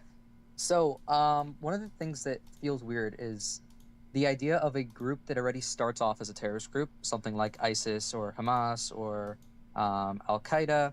Let's say, hypothetically, Al-Qaeda were to... Wait, what about America? We started off as like a terrorist group? I mean, kind of. No? Okay, I feel like when we mean like a certain thing. when you're a terrorist group that is not like recognized by anyone else as like a legitimate force in terms of like ISIS, other terrorist groups that are distinctly known as terrorist groups before they form a state and are able to govern an area and are recognized as doing so. It feels weird to say that the second they are able to administer some territory, that they become the equivalent of like a state actor and they lose their terrorist status. I mean, I feel like that's the case with America and with Israel. Like both people basically, like in America, you had like the revolutionary people or whatever that eventually wanted to declare a state. We had our Declaration of Independence, all that bullshit, and then we fought a war against technically the rightful administrators to our territory, and then we succeeded, and then we fought and won, or we fought, succeeded, and won. And then for Israel, you had like the early issue. What? Usually it's because you're recognized as like a legitimate force. Like, I don't know if the same would apply to ISIS or... What do you mean by recognized as a legitimate force? Like internationally. Do they, like in terms of I don't, well, the United States it's hard for the US because I being- don't know 1776 what the fuck international recognition even means, or if there, I don't think there was any body for that. For Israel, I guess I'm just not, yeah, I don't think I care much about this particular thing. Like, for instance, like, what is like the international recognition right now of Taiwan? I don't actually know. It's like, is Taiwan an individual member of the UN? But, I mean, I'm not going to know that specific case, but I think in general, like, it just feels weird because my main point is like looking at something like ISIS, where they did administer territory, they did have laws. I don't know if we would call them like a state actor with a right to resist. Also, when you're looking at like a right to resist or a right for armed resistance, like who does that apply to? In terms of like you were reading the Articles of War thing, was that saying that like the people had a right to resist, or specifically that the interpretation would be that Hamas had the right to resist in terms of like an actual ongoing genocide or whatnot? I think Article 7 in the UN, I think, says that I think that people have a right to resist if they are deprived of certain like principles of internationally recognized rights, basically, I think. Yeah. So, like, for instance, like if I was in like a country and my government was like, hey, we're going to start genociding and mass raping and murdering all of you, I would have a right to band together with my fellow citizens, an internationally recognized right to engage in like an armed resistance against that government, I believe. Have you like changed your mind on the Houthis as well, of them being like not a terrorist group? Fuck me. I'll just never use this word again. I think the Houthis engage in acts of terrorism, or whatever. Like, they are like de facto, if not de jure at this point, like the administrators to Yemen, right? They obviously are. I feel like that's the best case of like a true terrorist group that has like full control over a region and administers to it. I feel like obviously ISIS and Hamas are a much lower level of control, and how much they control and how much they're recognized as controlling. Okay. And then another thing is like when you have to use we agree that both armed resistance and terrorism are both morally loading, and you think that terrorism is a stronger version of moral loading. I think right? it's easier to talk about unjustified armed resistance than it is to talk about justified terrorism. But don't you also feel like if something is clearly like completely unjustified, and a group has a like distinct record of doing everything like unjustified, that by calling something an armed resistance, you're more obfuscating and more morally loading something in a incorrect way than calling them like a terrorist group? Like the problem is legitimate resistance. Or I think that war? terrorism like closes the door on all forms of resistance at period, and I think that armed resistance gives you a bitter. It's just it's more accurate too. I think, like if we think by armed resistance, you're obfuscating that the idea that that it might have been justified as well. I think that in general, that is like, especially when you have a record of if we can you give me like a justified action that Hamas has done militarily? I'm sure there's some sort of example, maybe. I mean, the defensive war they fight when Israel invades, I would argue that's probably justifiable. Like, you can defend yourself, right? Do they have the right to defend themselves?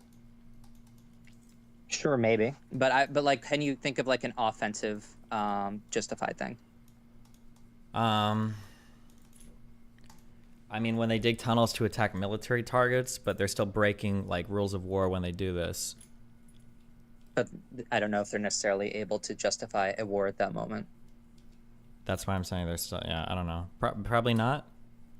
That's why I feel like if, like, I hear you about like the terrorist is kind of like closing the doors in some way, but it doesn't necessarily close the doors.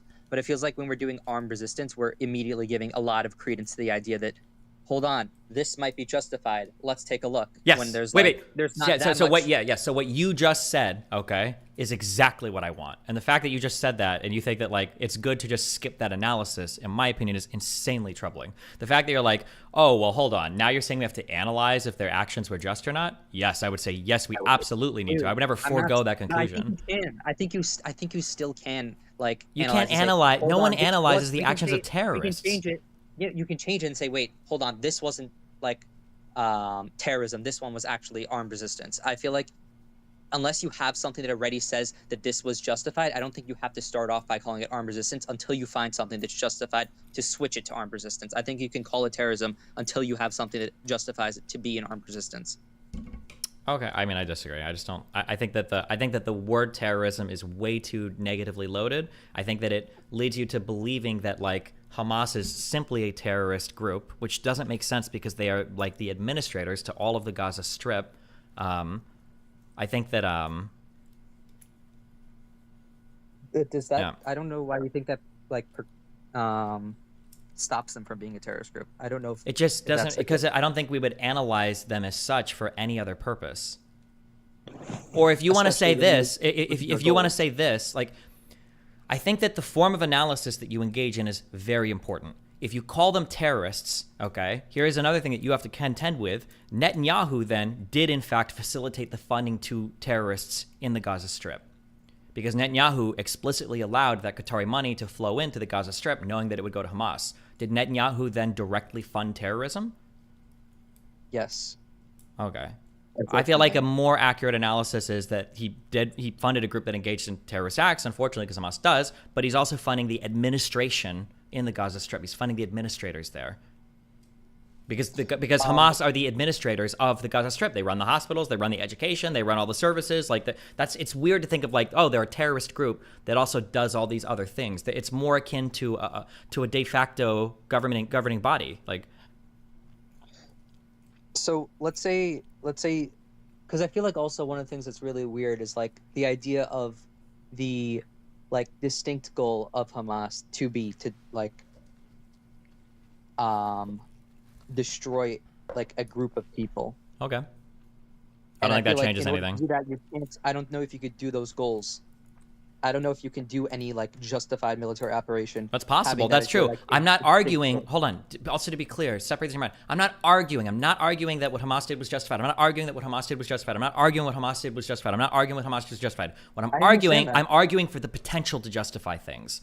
Right? That's all I'm arguing for. I don't know if there's any potential for them to justify anything so long as their end goal is like the eradication. The fact that you just had to give a qualifier means that there must be then. But that is their like goal. That is like yeah. But what if their goal changes? What if they amend their charter tomorrow and they're like, we're changing it. We're actually not focused on the destruction of Israel. We want to. Then they can maybe not be a terrorist group. But I feel like as long as your goal is something that is unjustifiable by any sort of like international law, I feel. Well, sure. Would you call the Germans, the Nazis? Were they terrorists?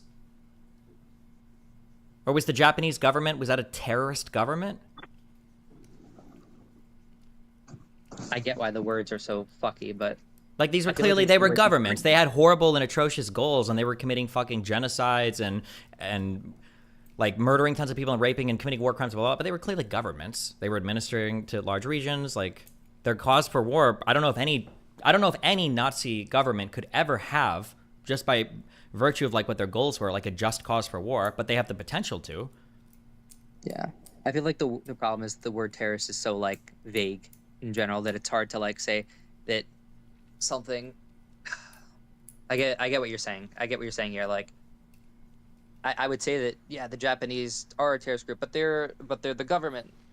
But in like the ways that they are idea was to instill as much terror as possible and to like target civilians to do that. Sure. I don't know. It's weird. I think you can engage in those types of actions. I think when you call somebody a terrorist, it just kind of like loads everything completely out the other end. But yeah.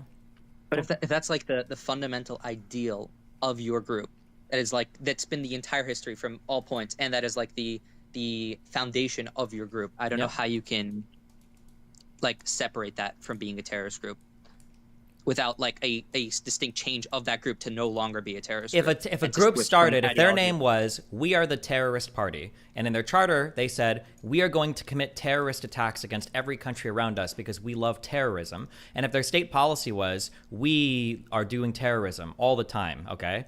But they ran the hospitals, they ran the schools, they administered to the region, they do, whatever ordinary governmental functions. I would say this isn't a terrorist group. This is like a de facto, this is like an administrator. It's like some kind of state actor or it's some kind of like de facto administrative thing that can be evaluated as such. I don't think I would just call them terrorists. Even if they engage in terrorism, even if they want to engage in terrorism, even if their charter says they're pro-genocide, et cetera, et cetera, et cetera, like I think all of these things would have applied to Nazi Germany, right? They wanted to engage in arguably terrorist attacks. They obviously engaged in things like genocide and war crimes, but like Nazi Germany was never that was not a terrorist group. It was the governing body of Germany. Yeah, I guess we just fundamentally disagree on like that idea. If something is like their entire ideology is to be a terrorist group, and then they also happen to like govern an area and also happen to have like humanitarian programs as well. I don't know if they necessarily have a right to do any sort of war. I don't know if they have a right as like a governing force.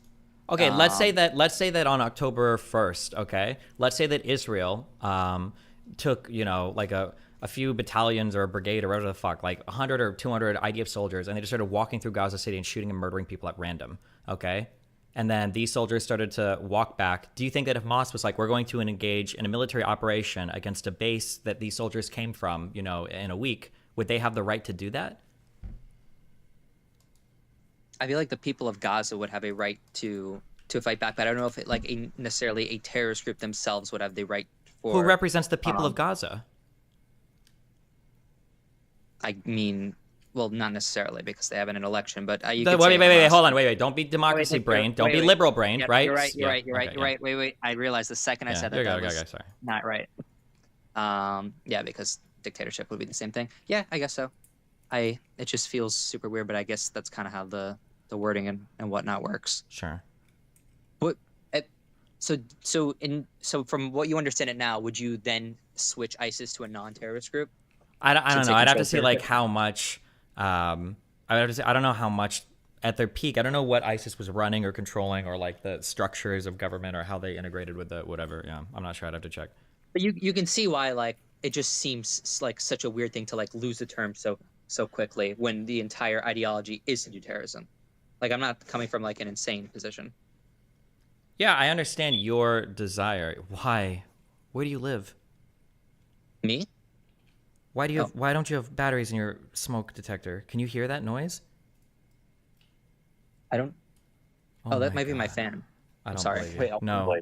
It's no. It was just one beep. Oh my God, you can't hear it. I can't believe it. There are people like this. I'm sorry. Anyway, yeah, I understand that it feels weird. By the way, I missed the part. Did you say that October 7th wasn't a terrorist attack, or it was? I missed that part. I don't know if I'd say it was or it wasn't. I'm not. That's not. Like, I think that by principles of war, I would say it was an unjustified attack, and then I would say that by principle of war, the conduct within the attack was unjustified. It fails on both halves completely. What I call it terrorist or whatever, I don't know. I don't actually even care that much. I understand people have to morally loathe these things because their entire fucking like brains depend on it, but I don't care.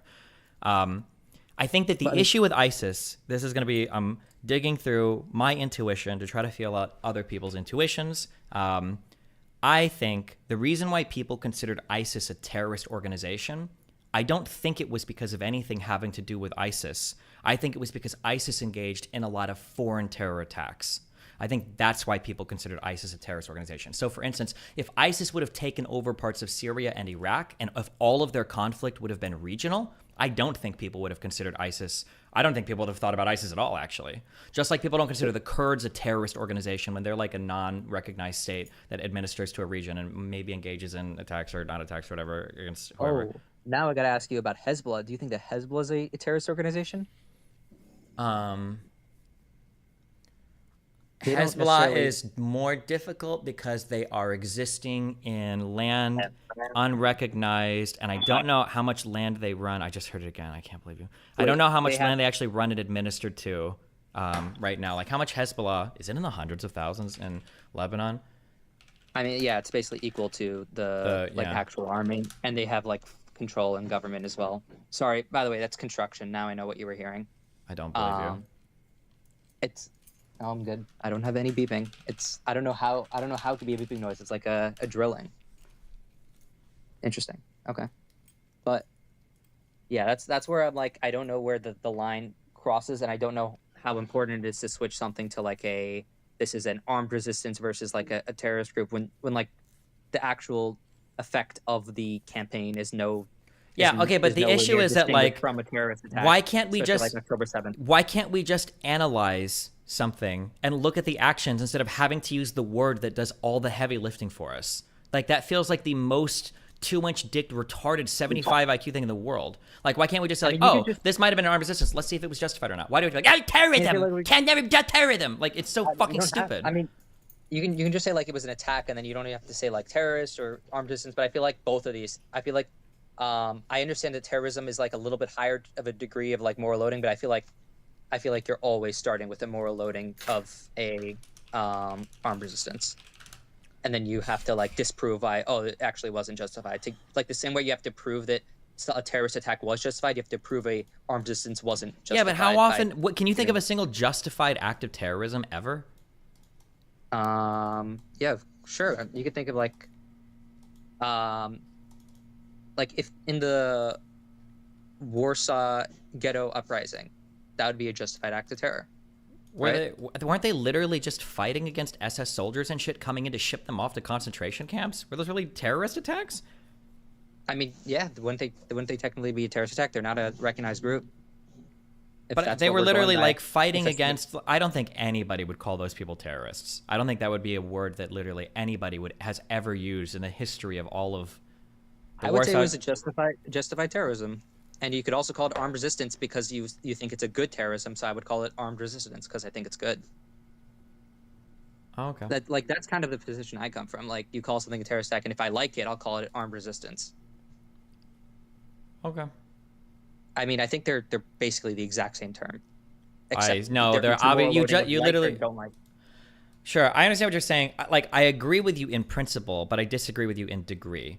I think that I think that both terms are morally loaded, and that terrorism points towards bad and armed resistance points towards good, especially based on your political predisposition. But I think that armed resistance. I think that armed. Well, hold on. I think that armed resistance points towards generally something being good. I think terrorism points towards always bad. I don't think that people ever call. Here's what I'll say. I think terrorism is like the strength of the word is like a 9, and I think that the armed resistance, the strength of the word is like a 7. I would say like a 9.5. I would say like a 4. No, I think armed resistance in general first puts a heavy burden on the idea of being justified. I don't think it's that soft where it's like a armed oh yeah, this was the non-justified armed resistance. If I'm calling something an armed resistance, I'm resisting something bad. I'm resisting here. There's something really bad happening to me, and I have to resist. I think you're super underplaying the power and the good that's being said when you're saying an armed resistance. I don't think I have anything else. I think that's about it. Okay. All right. Bye-bye. Be careful. Nice talking to you as always. Love you.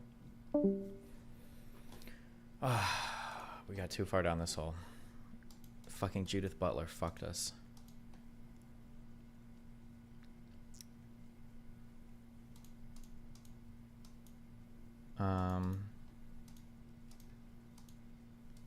Sorry, I'm sorry. Initially I thought her thing was gonna be really dumb, but I agree with this. I'll just explain this and then we'll move on.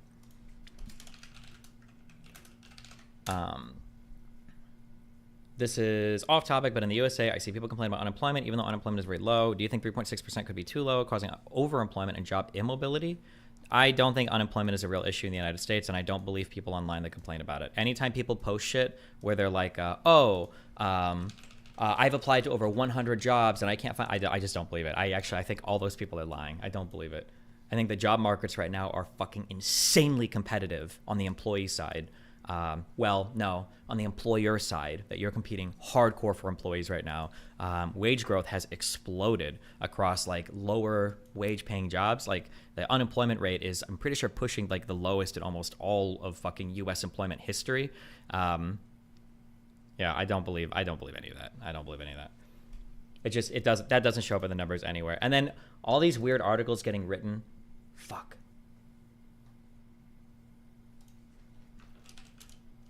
It's me. Oh. I only read the headline for this. Let's actually read the article. I'm curious if it's as bad as it looked based on the skimming that I did through some of the comments, okay?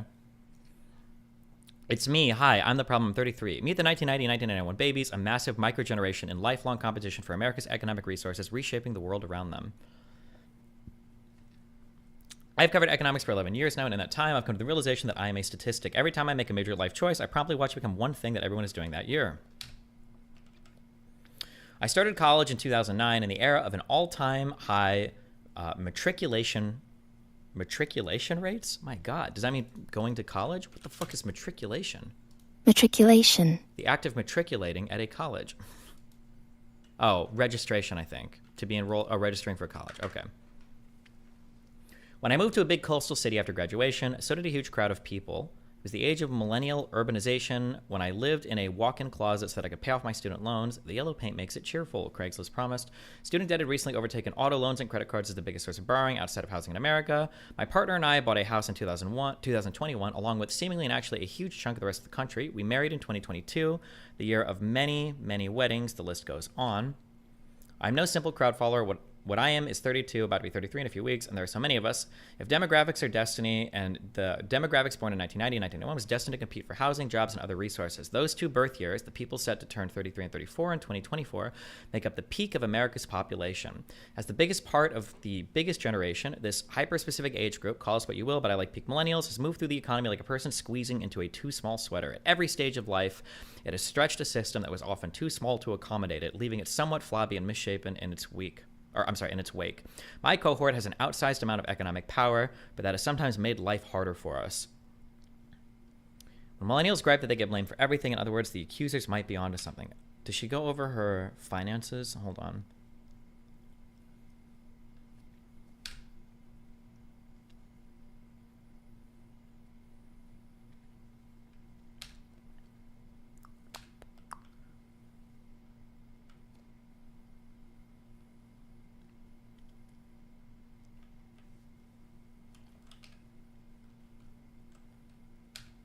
God, this is fucking long. Jesus Christ.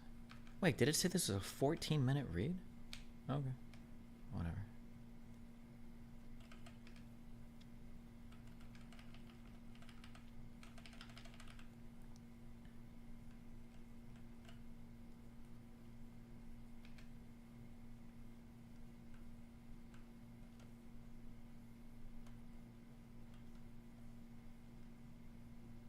Jesus. Why are we going over this? Hold on.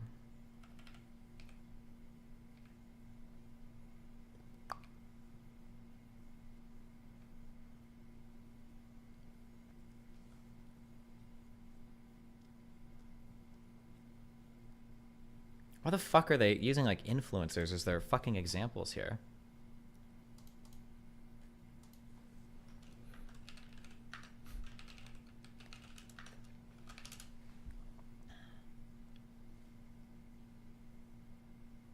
Wouldn't a reasonable definition of terrorism just be trying to affect political change by bullying, i.e. through fear and violence? I don't like that term of terrorism because I feel like there's so much stuff that might fit that. Like technically, it feels like a lot of the America bombing campaign in Japan was terrorism, because I think a lot of that was also to break the will of the people to resist, right? But like I feel like it just doesn't feel satisfying, I think. Do you think you could ever talk to Judith Butler if she wanted to? Yeah.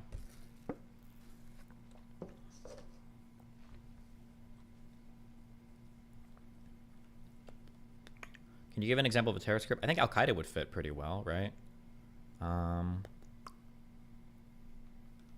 The Proud Boys might.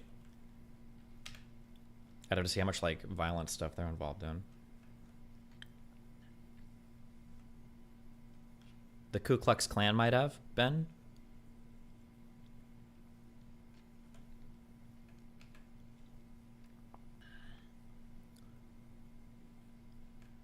Wait, she does. Wait, fuck. What? I thought the Reddit comments went over her finances. Were they in here and I just missed it? Dustin, you should look at the ratio quit rate to fire rate from the BLS proxy used by economists to estimate whether the job market is favoring employees or employers. It's relatively low now. Okay.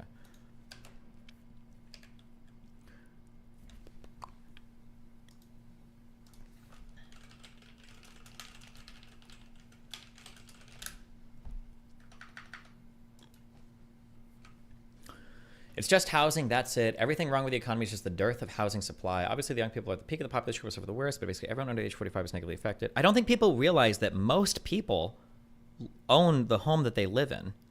Like, I think people think that, like, home ownership is, like, 10% of the population, but I'm pretty sure it's, like, 60 or 70%. It's a way bigger number than people think. Percentage of American home-owned, I think. According to the Federal Reserve, the homeownership rate in 2022 was 66.1%. Like, the idea that the majority of people are, like, stuck renting apartments forever is just not, that's just not. What's the rate look like for people under 35? I imagine it's a lot lower because people under 35 are probably less likely to own homes than people that are older. That's probably literally always been true for all of fucking human history. You acquire and accrue more capital as you get older, yeah. Oh, I upvoted this.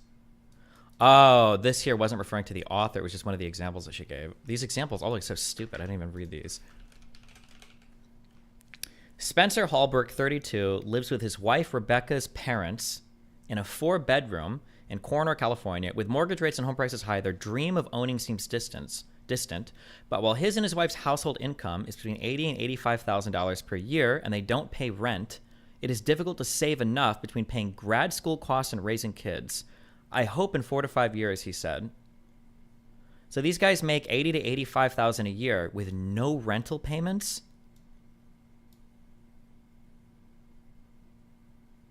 What is happening here? This is why I don't understand when I don't understand when I read like some of these examples. Like, you guys are unhinged. Like, the economy should never work for people like you. You don't deserve to have like an amazing, like, huge, luxurious life where you've got like 50 billion extra, like, because you're living like a retard. Like, I don't know. That's wild to me. Yeah. But I feel like I see so many of these examples. Now, I'm just going off of examples. Well, but I have to because I can't go by the data because the data doesn't support any of the arguments that, like, oh, the economy is horrible, nobody can afford it. So I can't go by the data. I have to go by examples. But then it feels like every example that gets brought up is like so wacky.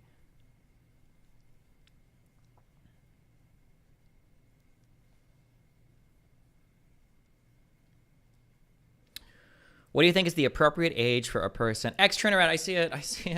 I opened it. I understand. I see it. I don't know why I understand. You've spammed it like 50 times. I see it. Yes, I see it. Okay.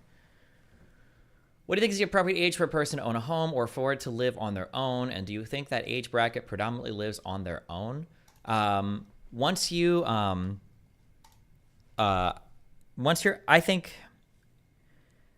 think that you should work and go to school at the same time. I think it's better if you can to just focus on school, like through college. If you have to work a part-time job, I guess. But I think to take advantage of the full college experience, I don't think you should work through college. Once you graduate college, then you have to factor in where do you need to move for work? And then you have to factor in what is your housing cost going to be and your car cost going to be, because those are like your two biggest ones. And then that'll dictate everything, I guess, from there. It's basically once you graduate, what are your payments? Oh, and your payments for your student loans. Like, what are your big monthly payments going to look like? And then your life organizes from there, basically.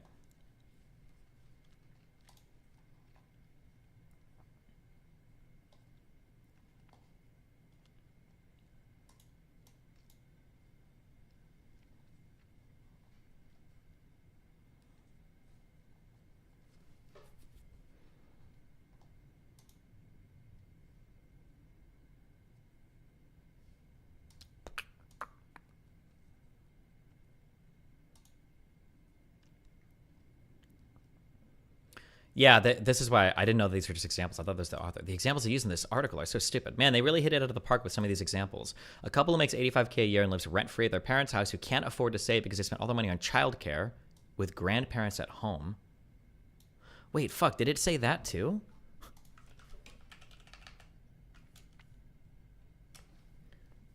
Oh, no, that's right, because they live with their parents. Yeah, wait, what the fuck do they even spend money on? Wait, I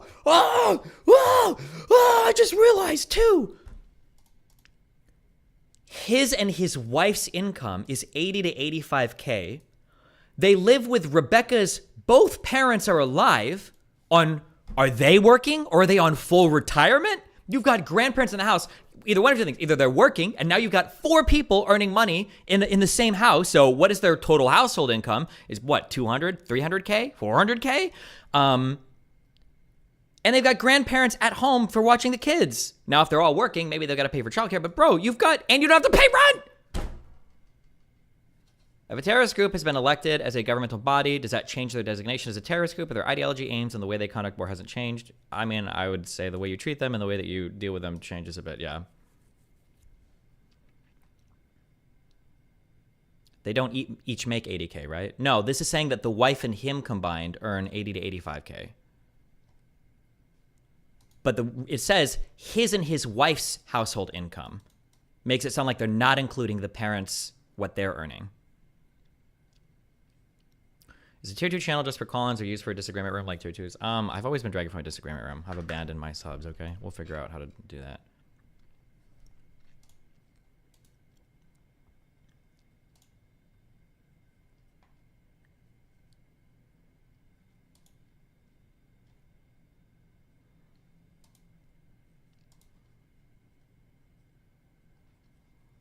Okay, let me break this down real quick, then I'm gonna brush my teeth, and then we're gonna get into what we're actually supposed to do today. Jesus. We can have different views about Hamas as a political party. So caveat number 1, I think, is fair. We can have different views about Hamas as a political party. We can have different views about armed resistance. We can have different views about armed resistance. Should some people be allowed to? Should they not? What does it look like? That's a reasonable caveat. But I think it is...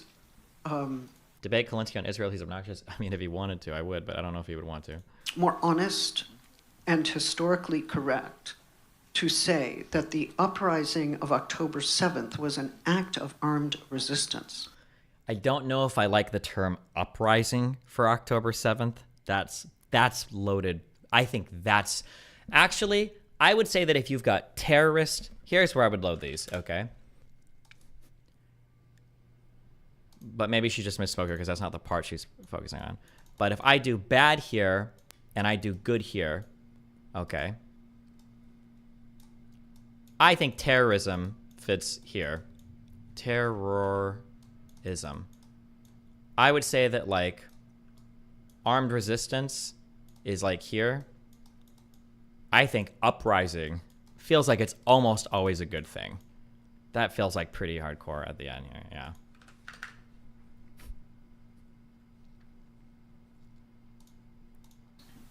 It is not a terrorist attack. Sorry for spamming. I have no idea if you see the message. I see every message that's tagged in the chat. I see every single message that tags me, and I read all of them. I see all of them. Just assume it, okay? I love you. And it's not an anti-Semitic. Armed resistance is not neutral. I didn't say that armed resistance is neutral. David, I understand that your Jew brain and your fierce allegiance to your country, okay, is rotting your brain right now, okay? Listen, maybe I'm not drawn it to scale, but I put, this was my middle marker, and I said armed resistance is more close to the good side than not, okay? This was my middle marker, all right? And I put it right here, okay? Chill.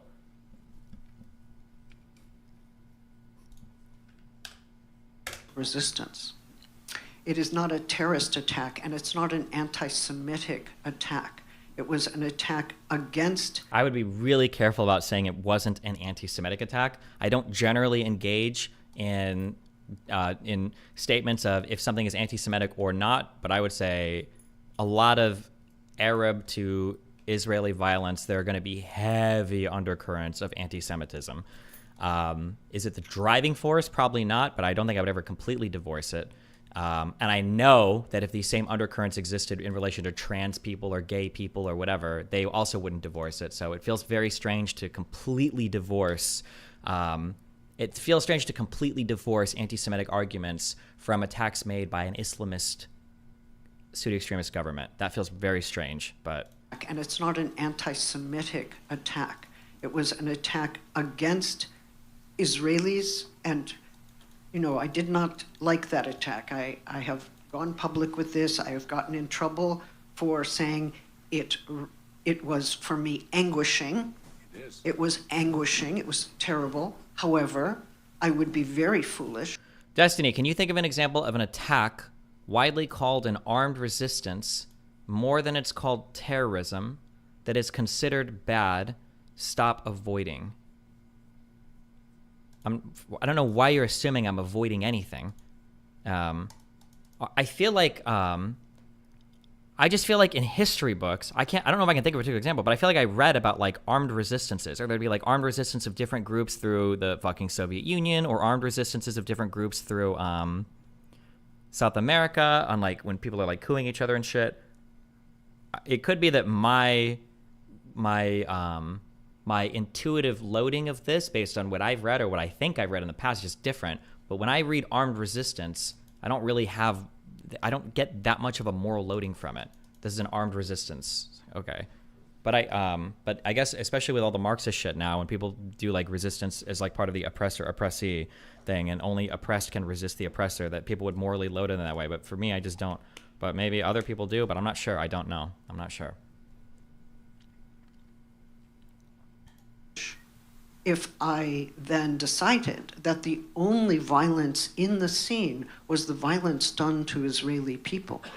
The violence done to Palestinians has been happening for decades. This was an uprising that comes from a state of subjugation and against a violent state apparatus. I think that this part is too loaded on the other side. Depending on how you're defining violent state apparatus. Judith Butler might say that violence can take different forms, like the blockade would be considered a form of violence. Or that, like, yeah, she would probably say that. So this is getting really philosophical. In front of an audience, I don't think I would agree with this phraseology, because this loads it too far in the other direction, but... Okay, let us be clear. Now, you can be for or against armed resistance. You can be for... That's a good caveat. You could be for or against armed resistance. Or against Hamas, but let you us... You can be for or against Hamas. That's a good caveat. At least call it armed resistance, and then we can have a debate about whether we think it's right or whether they did the right thing, whether a different strategy... The audience is probably clapping because they're all soy Hamas supporters because they're fucking retards.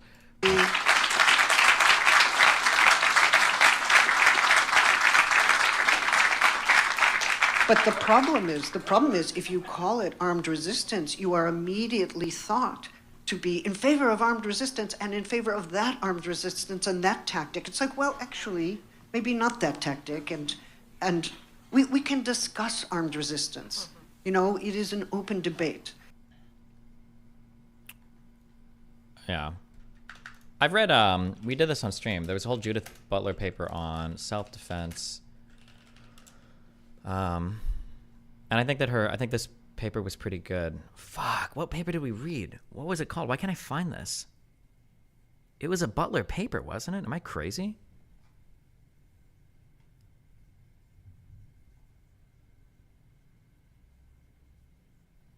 Wait, oh my God, is it in here? We're not reading this paper right now. Fuck, I didn't have it as a term. Oh, wait. Hold on. Am I fucking retarded?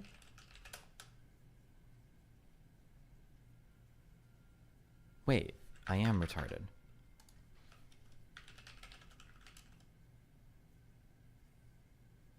I am.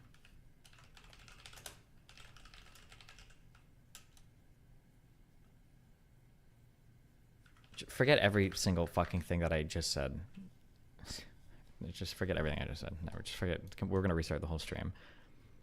I'm mixing Judith Butler and Judith Thompson up in my mind. Probably because I don't see the name Judith that often. Judith Thompson is the one that I was thinking of. she's the one who wrote the abortion paper as well, right? Yes. Okay. My bad. I don't know anything about Judith Butler. I have no idea anything whatsoever about her. Forget everything I said in regards to her other stance on self-defense. I have no idea what her stance on self-defense. Wait, or did Judith Butler do the abortion paper too? Hold on. Maybe both of them did. Wait, Judith Butler, abortion paper.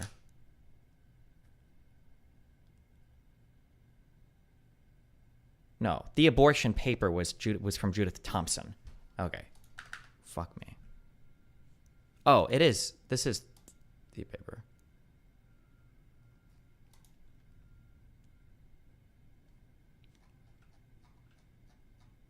Is this the full paper or an excerpt from?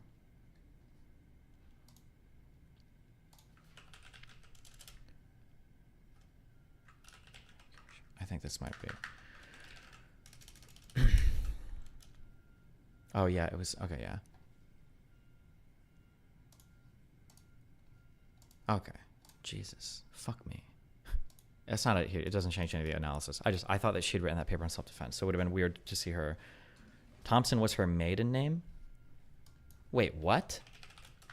No, shut up. You're trolling me. If you published under a certain name, you would probably continue to use it. Oh, yeah, that too. This one is way older than the other one too, right? Maybe? No? Yes.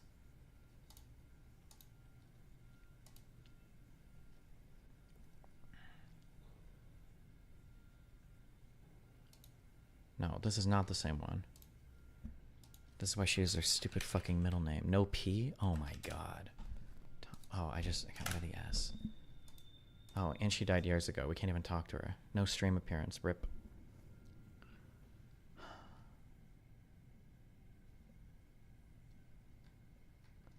Steelman 9/11 was armed resistance using Boeing jets as offensive weapons. I don't know if I would consider 9/11 an armed resistance because I don't think Al-Qaeda, one, I wouldn't analyze them as like the administrator to any region, and two, I don't know what they would have been resisting against. I think the relationship between Hamas and the Israeli government is a lot more tangible than the relationship between Al-Qaeda and the U.S. government. Hamas can be a resistance that conducted an act of terrorism. Sure. That's why I said, like, maybe consider October 7th like a state-sponsored terrorist attack or a terrorist attack by Hamas. Maybe. It's just, yeah. I don't know. This is super, I don't like this conversation. It's very autistic. Like, in the worst way possible.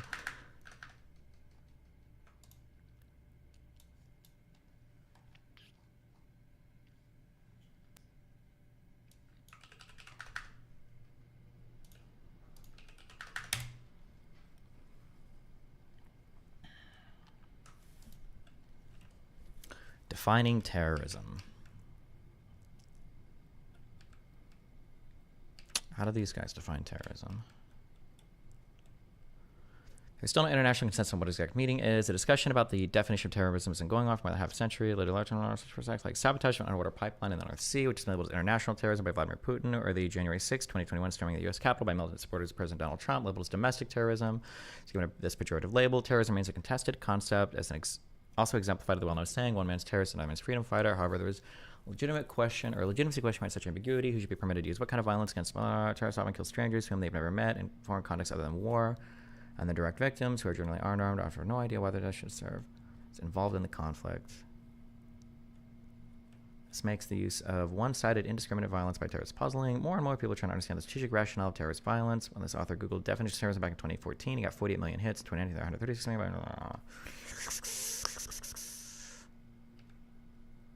A useful definition differentiates one concept clearly from others. The making of a definition in the social sciences involves a process determining content and meaning in a concept. This is unlike the situation of some of the examples. Equation. Oh, Jesus. Okay, fuck all this. It's a 50-page paper on this.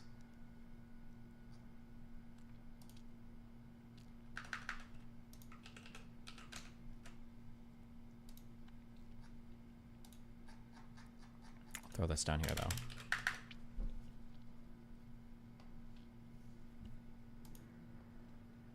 Was the PFLP a terrorist org hijacking planes and shit? Yeah, I would say the PFLP was probably the early PLO was as well, I would say. Okay, I need to put my teeth things back in. Hold on. Armed resistance implies asymmetrical power dynamics that aren't present in acts of war. Yeah, but the conflict between Hamas and Israel, even the way they can conduct war, is asymmetrical, right? Like human shielding and guerrilla warfare and shit like that is asymmetrical, right? Hold on.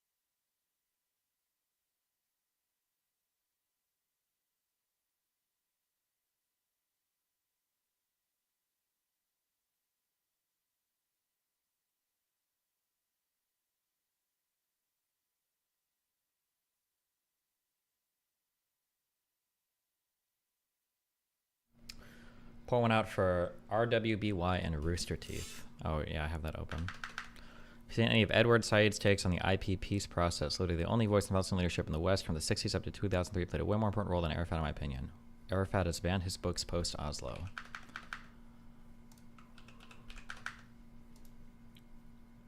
I'll throw them on the thing to look at in the future.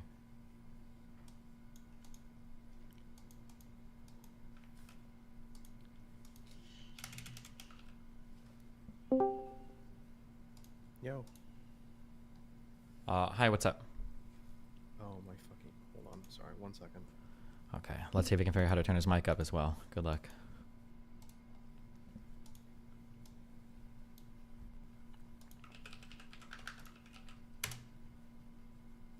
All right, how's it now? It's okay. What's up? So what is I guess when it comes to terrorism, I kind of disagree with some of what you've said about basically saying the designation removes the ability for armed resistance. Okay. Sorry, were you saying something? I said okay. Okay. So a few things. One, you can do armed resistance. I think a lot of, at least the international law that I'm familiar with and read a little bit about. Also, I'm not a lawyer or anything, so if I say something retarded, you know, it is what it is. But when it comes to the international law, one of the big issues, and especially when it comes to designating what is and isn't allowed against terrorists specifically, is the lack of a distinguished military. Just because without a distinguished military, it becomes impossible to enforce some of these standards and laws and codes of conduct at the very basic level. Broader, when it comes to terrorism, one of the other axes you need to consider is what is considered acceptable counterterrorism under a law of armed conflict. So, for instance, I don't know if I sent you this lecture, but in the case of terrorism, the best case scenario is basically attacking a terrorist before they get to commit an actual armed or violent act, which I believe wouldn't be acceptable under certain circumstances of international customary or laws of armed conflict. Really? And it depends. Actually, IHL doesn't really talk about terrorism. More There's of no a international. poli-science thing. Yeah, the terrorism is very ambiguous internationally, and at least legally. Yeah. Yeah, because there's not really an internationally recognized definition of terrorism per se. There's some academic works on trying to establish one, but even amongst like scholars, there's no real disagreement. There's no real agreement about what should be included. I mean, Yeah. it's pretty common to try and use because the main question is whether terrorism can actually be done by state actors and not just by non-governmental groups. Like some scholars argue that it should only be groups and not governments because then you can actually use the like naming and shaming convention against a group. It would be kind of ridiculous to like name and shame the British government for terror attacks in World War II like 80 years later. So Yeah, but for the sake of, I think, this Gaza and Hamas, I'm just going to leave out the like state anything unless they want to attack I Iran. agree. I think it doesn't matter. I think that, by the way, like a government should be like named and shamed if they use a terrorist action. But the main point of terrorism as a definition is to just separate attacks that specifically target civilians, not just ones that kill civilians. That's like the first like principle of IHL anyways, the principle of distinction. So anyone who doesn't really follow that distinction should be shamed as terrorists. So that's why the terrorism definition exists. Okay. Yeah, but the other axis to consider is what would be considered acceptable in terms of counterterrorism. So, for instance, if you had credible information that someone was trying to use a nuclear weapon in an American city, you'd want to immediately kill them without trial, potentially outside of your borders, and potentially without being explicit with either the information that you used or the whether or not the action took place at all. You might want to use entire deniability. Yeah, like the ticking bomb situation. What are you talking about? What? Ticking bomb. It's always that's like the hypothetical that's given Oh, to justify different types of preemptive actions or Yeah, you said someone who's about to torture. commit Yeah. a terrorism act Yeah. against the civilian Yeah, population. That's then, called a yeah. ticking bomb, Yes, right? Like someone who is about to do something that would be like a grave, like a Threat to infraction civilian, against international law, anyway. Okay, so yes, the ticking bomb, which just doesn't really fit with customary international law, and I think part of that is because when it is against non-state entities, and I'm just regurgitating arguments I've heard from from a West Point professor, is that the fundamental incentive for common laws of armed conflict that normally govern between states is that they provide an effective off-ramp and prevent escalation to the point where a conflict is intractable. So, for instance, with states, there's the arms of diplomacy, there is trade, there's an actual government, there's a political body to hold accountable state actions of violence. Well, not all states hold everyone accountable under them, right? Yes. That's kind of part of the problem. I'm saying generally. Yeah, but the way that this is applied differently to different states is part of the main problem of IHL, right? Like it would work great if everybody actually followed it, but some states don't. Yeah, this is about incentives. So terrorist structures and non-state actors just don't have those other levers to pull, and that's why it's just trying to apply international laws of armed conflict to them just doesn't make sense. And I wanted to ask Silly Serious about this, but I'm not even sure it makes sense to apply anything but like some sort of policing standard to counterterrorism and terrorism instead. Policing standards are very, very, very, very, very strict when it comes to what you can do. I don't mean like it's in terms of like taking current policing standards and applying them, but just saying that model, like instead of applying like IHL, it would be like, hey, do you have the acceptable level of evidence to take this sort of counterterrorist action? Yeah, but what would you have to give that evidence up in order to justify it before you actually make the attack, though? It depends. So as it currently stands, we have, I think they're called, Pisca's gonna kill me. I think they're called in DC C courts, which are specifically for counter-terrorist or not covert, intelligence-based operations that the United States and various departments carry out, where they have very relatively good judges, as far as I'm aware. They have select juries, and they are allowed to bring that discrete evidence forward and present their case. And so far, as I understand it, it works quite well. Yeah, but those are U.S. courts, right? Yeah, I don't know what the model would be So it's internationally. basically an internal mechanism. It's not like an IHL mechanism. Yeah, right? I don't know what the mechanism would look like internationally, but laws of armed conflict, I don't think they make sense to apply to terrorism. Because in the general. problem is how are you gonna make Bashar al-Assad make a secret court like that and then trust his word? Yeah, it'd have to be an international mechanism. It depends. It's complicated. But anyways, that's all I got to say. Okay. Wait, so do we agree or disagree, or what was the primary point of this? I'm pretty sure we disagree, but basically, it is possible for a terrorist to terrorist action bad, armed resistance good. I think designating something as terrorist does not remove the right for them to engage in armed resistance. It's just that the way Hamas acts is not responsible for a militia group or militant group, especially when they so aggressively fight against distinguishing themselves. The way Hamas fights doesn't distinguish them as a terror group? Or say that No, last one? sorry. The way they fight is specifically to blend in with civilian populations and to disregard military distinction, which I think makes applying laws of armed conflict to them very difficult. Well, they apply easily. They're super easy, though. They're just violators. Yeah, right? they're just violating. They're just They're committing. violators. But I mean, in terms of is Israel's actions against them responsible within the IHL frameworks of armed conflict? I think that also is very easy. Or can you give me, what do you think is a question that's difficult to answer, I guess? Yeah, sure. So when you ask, is a casualty acceptable? It is much harder to make that determination when you're fighting an opponent that is trying to bury themselves within civilian populations. I agree that it's harder, but I think that international law maps on perfectly here, despite the fact that it might be more difficult.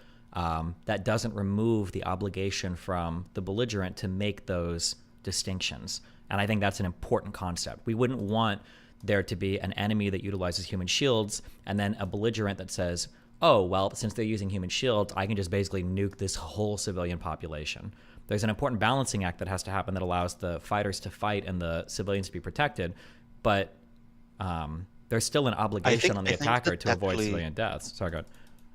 I actually think that you're both right, and I don't want to put words in your mouth or Boy. thought. So, Go ahead. but how I see it is that these are two different problems. Like Destiny is correct that this does map into international law, but the problem, I think, is that because there's no actual like real enforcement mechanism, then you don't actually have a standard for any of this thing.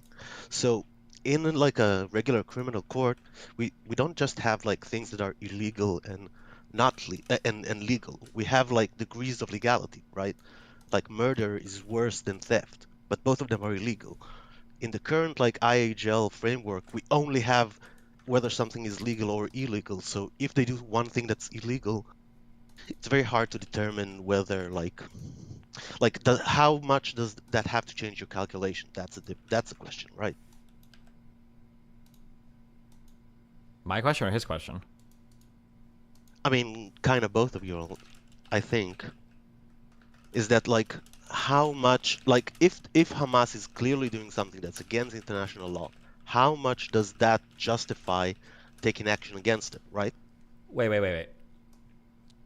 If somebody does something in violation of international law, how much does that justify taking action? Who taking action? Israel? Like say Israel in this example, yeah. I don't. Like say they do 3 things wrong. The problem is that like the problem is that let's stick with the first part, the cause for war. Technically, it's hard to say that like do they have to like any aggressive action against a nation is necessarily a violation of the UN Charter, right? Oh, hey, here's a question. Wait. Let me just real quick. Yeah, go ahead. Right. Go ahead. So when you say like, should they have to break a law or break a rule for the other side to attack? Well, I mean, I guess, but like by definition, you're breaking a rule as soon as you attack somebody. Yeah, but that's the problem because the laws are kind of more designed towards 2 states taking actions against each other, not this weird like non-governmental. I don't know. I feel like I've read in a couple places like, is now. It a rebel group? I think I've read in a couple places now that since 9/11, the idea that charter only applies to non-state actors. I don't think that most people are running with that definition anymore, or that it only. No, applies to obviously state they actors. don't because they can't, right? Yeah. Like that would just empower non-state actors. Yeah, exactly. Yeah. So I think But that yeah, the if problem is somebody that breaks the laws more, are drafted towards like having 2 states fighting. I agree, but I think for the purposes of these laws, I think Hamas very easily and clearly is identified as a state. They've Yeah, I got think it can map out as a- definable like a separate territory. They administer a region. They've got a civilian population, a militant wing, a governing body. Like it's very obvious. I think that it maps onto everything for a state. Just because one side, however, starts breaking rules of war or committing war crimes doesn't mean that the other side is allowed to commit war crimes. I don't think that's ever. Totally Obviously, disagree. yeah, I think I that's totally disagree. Hold on. So I guess fundamentally, the laws of war are for reciprocity. So, for instance, I think that if your opponent started doing indiscriminate bombing, I think it is totally fine to do indiscriminate bombing right back, because technically, How would that even help you? It depends. I guess it depends. Like if Yeah, it I mean, was like a bunch of civilian, especially against infrastructure someone like you- Hamas, right? Like they don't really care. This is hypothetical. Just like Germany versus France, Germans are using a bunch of civilian infrastructure to house soldiers, to ship material and men. Mm-hmm. I think And that. Well, I think that what's happened is, especially because of people using a lot of these terms in common parlance, like war crimes and international law and blah, blah, blah. I think that what happens is that people think that war crimes or people think that international law around conflict is far more restrictive than it actually is. Because every time, Finkel Dick or some pro-Palestinian loser or some UN dipshit or Amnesty International says shit like targeting civilians is a war crime, blowing up hospitals is a war crime, blowing up houses is a war crime, 42% of houses, war crime. None of these things are war crimes. None of them. You haven't engaged in any of the actual legal analysis to see if it's a war crime or not. So for the examples that you gave, soldiers being housed in civilian houses or civilian equipment being used to transport military equipment, all of those things would become fair targets under international law of armed conflict. Now, in the media, they might not be, and people might say war crimes. You know, they might cite that 42% of houses destroyed, blah, blah, blah. But none of that is an actual war crime. That's like a media war crime. Sorry, I wasn't giving a clear example in that case. Okay. In terms, better example.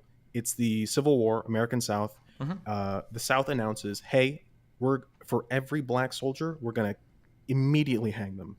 And Lincoln responds, "If you hang a black soldier, we will hang one of your officers." I think that is, I believe at the time, a war crime and totally acceptable.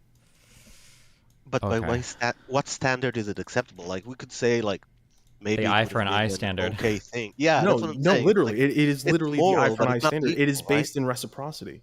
If you say no, we're not going to follow any of your laws, you're not obligated to follow them beyond a certain point. But a legal system isn't usually based in reciprocity.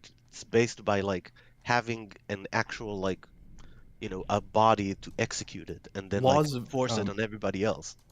The customary laws are basically those like codified systems of just basic reciprocity that they had over time, like not executing your prisoners. That wasn't law before it became before we started. Arguably not law now, right? I mean, it's just custom. No, I mean, it wasn't codified. It can't change, right? It wasn't codified. Well, and also, hold on. I would also say, wait, real quick, because correct me if I'm misunderstanding. I'm sorry. You said that's not law. It's considered customary. My understanding is that's considered, not you, I'm talking to ASCODs or whatever. That is considered, customary international law is considered law. Like, you can. It is law, but I mean, like, but again, it's not. The problem is that the international legal system doesn't really have a legislature.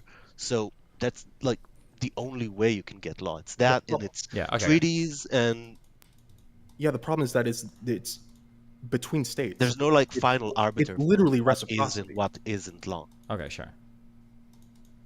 I think you guys agree on reciprocity. Yeah, we do. The way, we agree on this. But the question is, what do you do against people who don't reciprocate, right? Ideally, the international community fucks them up because once the rules start breaking down, But they don't. That's the problem. Yeah, they don't. I disagree. I think that when you start breaking, here are the things that happen. I think. Okay. It feels like there's no global enforcement of rule of law when it comes to especially customary stuff. But my feeling, okay, based on Israel-Palestinian analysis, and I'm sure it's true for other historical things as well that I haven't analyzed, the reason why it doesn't come up that much is because states will try to roughly conduct themselves within the boundaries of that law because they know that if they step too far outside the boundaries, the international condemnation is going to be huge. I think But is it though? That is consistent with historical. Well, you can say that it's not, but I'm pretty sure that the Soviet Union, on at least one occasion, restricted. I don't remember if it was Egypt and Nasser, or I don't remember. It wasn't Sadat because he did the Yom Kippur War. But I think the Soviet Union, on more than one occasion, was holding back Arab states from attacking Israel, where they were like, if you do this, like you don't have any rights for it. But I'd argue that that's more of a, geopolitical, realpolitik reasons. Correct, but I think that the realpolitik stuff, in a way, runs along parallel with a lot of the international law stuff. I think a lot of it does, but that's because international law is downstream from the interests of the dominant forces in the international community. Correct. Right? Yep. And then the support they can garner from other states, right? Yeah. So the real question is, what happens when you try to enforce these rules, like against in a way that's disingenuous? Sure. Right? So real quick, what is your background on this? I'm not like an expert in international law. I am like a lawyer, but I do real estate. So. Oh, okay. Because I might say something really retarded, so I don't know if you're going to correct me right now. I'm just curious. I feel like they'll be retarded together. I think that there are two venues or two large arenas for international law. Unfortunately, I think you have international law as it applies to superpowers, and then I think you have international law as it applies to everyone else. I think that international law, maps on pretty cleanly to basically the entire world, except for the superpowers. I think for the superpowers, it is almost non-existent. Wait, so you think that the U.S. is less affected by international law than, like, Iran or like the Saudis. Correct. Or whatever. Yeah. But as upholders of like that particular international standard, I think we try kind of to adhere to it. However, I mean, like, I don't think there's a better example of this than, I don't know if it's an official law, but like, I'm pretty sure the United States has it as policy that if the ICC were to try to arrest any U.S. soldier or whatever, I think the U.S. has said blatantly, we will go to war and destroy the Yeah, Hague. there's and, an act on it. Yeah. There's like a, and I mean, like, an what act passed in Congress. Yeah, and what bigger contravention of international law can there be than saying we do not subject ourselves to the authority of the International Criminal Court that talks about war crimes, right? Yeah, go ahead. Watch out, because the ICC is not like the fact that you're not like a party to the Rome Convention doesn't mean that you like forsake all of the rest of the international legal apparatus, right? Well, right now I'm talking specifically humanitarian law and armed conflict for diplomatic or for part of that is economic. outside of the Rome statutes, right? Like Yeah. the Geneva Accord and whatnot. Another example in terms of superpowers, I believe Putin is like considered convicted of like certain crimes, and other countries won't arrest him and enforce that. So yeah, it's the law. And like the laws are different for us. who's enforcing? But are they arresting anybody else? Like yes. What world leader is arrested except for a few like African warlords that got like that basically got arrested by Western forces and sent there afterwards, right? Weren't there random Egyptian dudes? Like, you're talking. Egypt is technically in Africa, so. Okay, so those countries don't count. Which countries count? No, they do count. I'm just saying that the application here is very. It's not even narrow. It's basically non-existent. So it's not like the Putin is getting like any special treatment. Nobody else is getting arrested either, right? Like what head of state get arrested? That never happened. 1 second. I mean, Milosevic, you could argue, but that's after like the U.S. like fucked him up, right? Also, keep in mind too, I think it's within. I think maybe it might be within the ICC's charter, but I think that for a lot of this international law stuff, it's considered acceptable if it's domestically prosecuted as well. Correct. Yes. Okay. Yeah. So, Yeah, like the for instance, ICC Saddam is only Hussein. supposed- I don't think Saddam Yeah. Hussein was ever arrested by the ICC, but he was tried by his own people and hung. Right. Yeah, because supposedly, like, if the regional courts are credible, then they are supposed to handle all of this. Even Yes. if you do war crimes, right? Mhm. If an individual does war crimes in, say, the U.S. Courts can prosecute him themselves. They don't have to send him to the ICC. Correct. Yeah. The ICC is only like in a failed state situation, or there's some kind of political reason that you can't prosecute someone in their own country.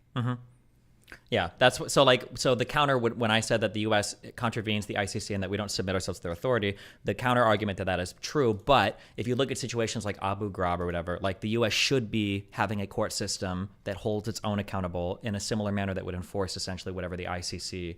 But it does regardless of international law, right? That's their own moral standard.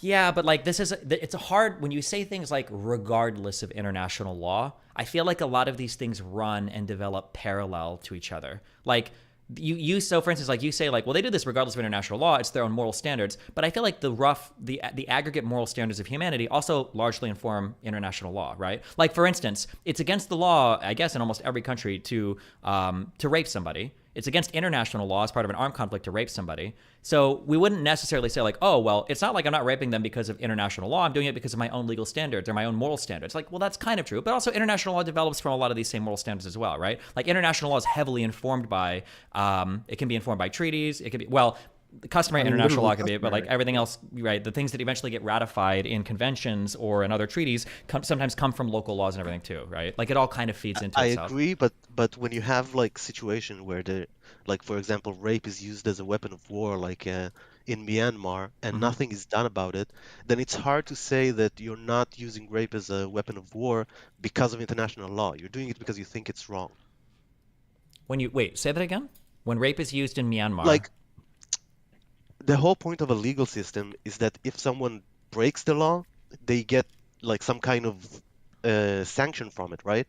But we see over and over in smaller conflicts, for example, in Myanmar or what was happened in, for example, in Yugoslavia, that states do horrible things to their own population, to other populations, and they basically get away with it from a legal perspective. Sure, So okay. it's hard to say that Yeah. When the U.S. doesn't use that as a weapon, they're doing it because of IHL. They're Sure. doing it because they think it's abhorrent, right? I understand what you're saying, kind of. Okay, I maybe agree, maybe not. So this is my perspective on international law. This came up a lot in my debate with Twinkelstein, and I think I've used this line as much. When I look at international law, I view international law as kind of like it's part of a debate tactic. It's not like conventional law, where law is a set of rules that apply to a particular jurisdiction that have a body that administers justice to people that violate said rules, and then some like enforcement or punishment arm. If I think of like conventional law, that's what I'm thinking. Is there a set of rules? Can somebody hold me accountable if I break a rule? Do I get like a court date? Or like a trial, and then do I go to jail or have a punishment, basically, big things, right? Yeah, it's procedural. Yeah, correct. I think procedurally, I think that makes sense. But I think that for international law, I think that what international law does is I think international law helps to inform the conversations that you have when it comes to negotiating stuff with other states. So I think that when states I totally agree. Yeah, so when states are acting in contravention of international law, the reason why they're doing that is less because they care or don't care about it. I think what they're really saying is, we actually don't care what anyone else says. We're not going to negotiate with anybody else, so we don't actually care about any of these arguments that we could or couldn't use for a particular thing. But if you are trying to build coalitions or negotiate treaties or whatever, those international law things will show up in those negotiations. We'll be referencing, well, because of UN Resolution 1864, and because you did this and that, thereby, we're going to negotiate this or that. These are things that you use to build on arguments to argue, I think, your treaties and negotiations. But yeah, if somebody doesn't care, I they don't agree care. with that, Okay. but the problem is that only works if the whole system is kind of developed in good faith. But once the system is like informed mostly by the UN, and the UN is mostly controlled by dictatorships and not democracies, and dictatorships know that they're not gonna actually, like, they don't actually care what IHL is gonna say, they're gonna do whatever they want. Sure. Then it becomes kind of a cudgel that's used only against specific actors, and it's almost like, I mean, But do you it is think used do you think against others, dictatorships but don't nobody really cares, right? Do you think dictatorships don't ever or don't broadly follow international law of armed conflict? When they are no, I think they don't. I mean, not against their own population, not against other population, against minorities. I mean, the rule is that they usually mistreat people pretty badly. They might mistreat them, but like, I mean, let's say, most like, if I look democracies at also do that, by the way. Sure, I mean, but if I look at like dictatorships do that even more. if I look at like Arab versus Israeli wars, and I could have missed this, or maybe I'm forgetting, but I feel like there weren't all these things of Arab armies like en masse executing and murdering all of these Jewish prisoners of war and shit. I feel like that wasn't really happening, even though these two sides fucking hate each other for a variety of reasons. Actually, like those kind of things actually did happen a little bit in '73, but mostly you're right. But that's more of a discipline thing, right? Like better disciplined armies usually don't want their people to like run amok.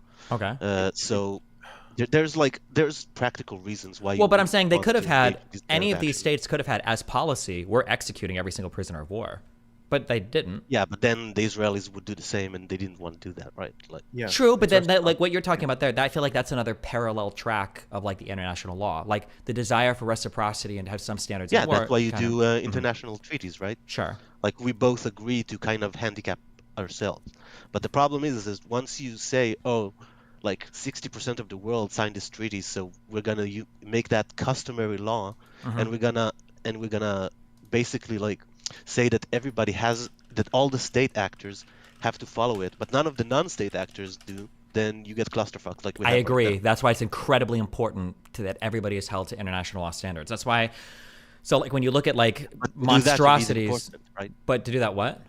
You need enforcement. Well, You at need the very something least, that even if you don't have can hold them accountable. enforcement, you have to have at least like equal-handed criticism. Like the fact that, for instance, are you familiar with like the Goldstone report?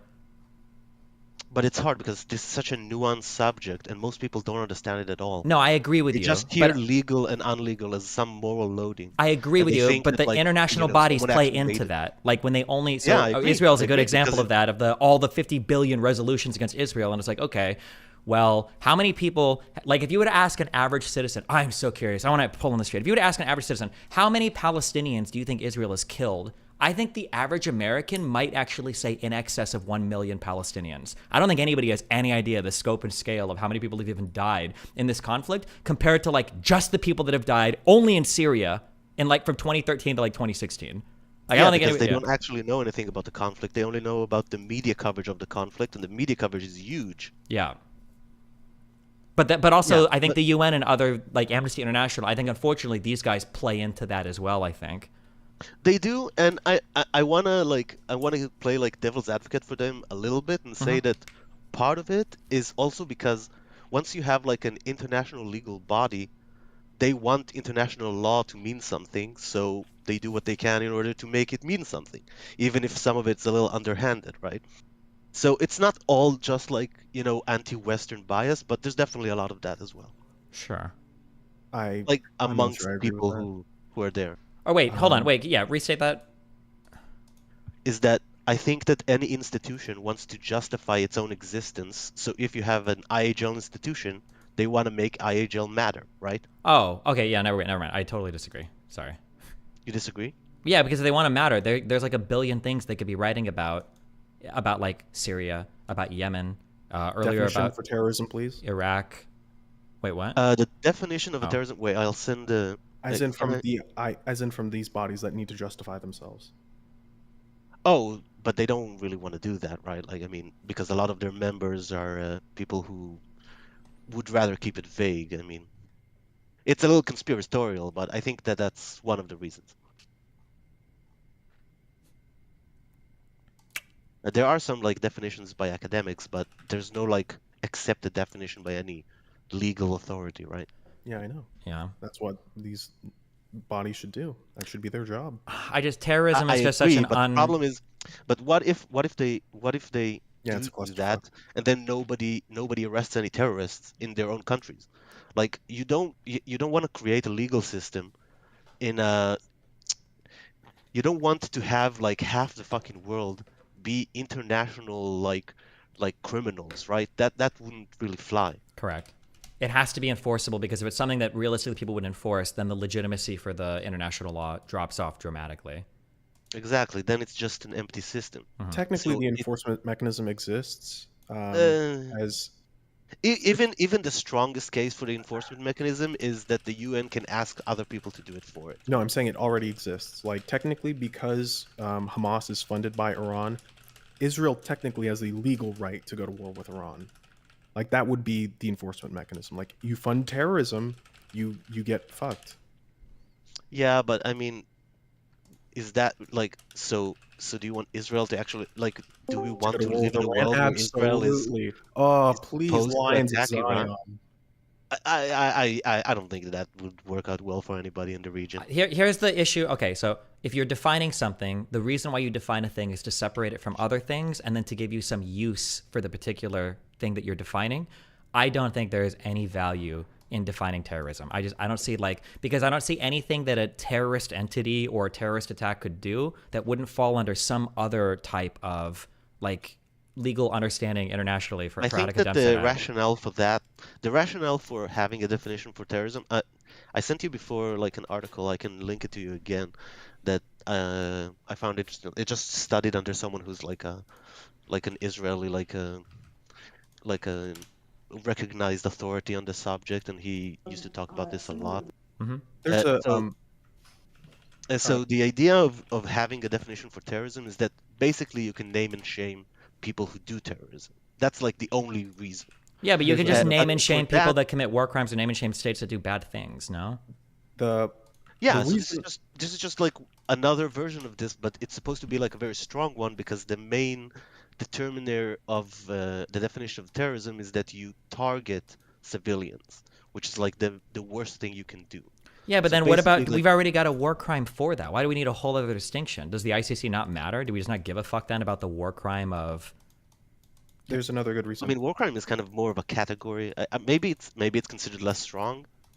So a reason to have a definition for terrorism is to be able to build, at the very least, a legal framework for what is acceptable for counterterrorism, because a lot of terrorist action isn't strictly as like an armed military. It's just usually rogue actors committing acts of violence. And usually, in order to intervene, in order to prevent them from actually achieving their goals, you might take actions that would otherwise violate normal international armed conflict law. So, for instance, that assault on the hospital in the West Bank is a really good example of that, of like how Well, killing perfectly. Osama is even a better one, right? No, well, it's not one people would Well, really know. I mean, the U.S. did like go in like To under Pakistani Pakistan's radar terror. to do that, right? Yeah. Yeah, but that's like totally, that's considered like conventional and like an acceptable target. There's some ambiguity there, but like in terms of perfidy, like dressing up as a nurse in a hospital to kill a terrorist would absolutely violate international law. But that does it make Well, sense that that would violate international I don't know law? if I don't actually know if that's true. That's a very hairy subject. We'll just like put that on the side. Like, You pussy. well, I think it is because there's questions about special operations units that use non-standard uniforms and whether that counts as like violation of law of armed conflict or not. And then it's also even hard to figure out like what armed conflict are you even, or like what laws would you even be violating? Like for instance, like let's say that you dress up as an enemy civilian and you're in a civilian crowd. Are you using those civilians as human shields?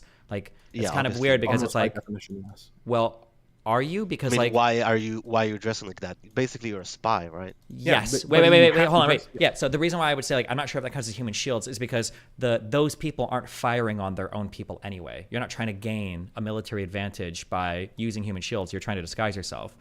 Like you're not using them to like protect you from Yeah, attacks. but if for example they know that some Americans are there, but they don't know whom, then you kind of like moving amongst civilian population means that they have like to either like question everybody or whatever. Like it gives you a Sure. military advantage, right? Potentially, yeah. But the other thing that I've heard was the counterbalance on this is that if somebody was caught in like a special forces operation like that, essentially, that I think that Yeah, they have less protections. Yeah, they have they're no, not they considered could a be prisoner of treated as war. like a they could be Yeah, prosecuted they're by considered the a spy. correct, yeah.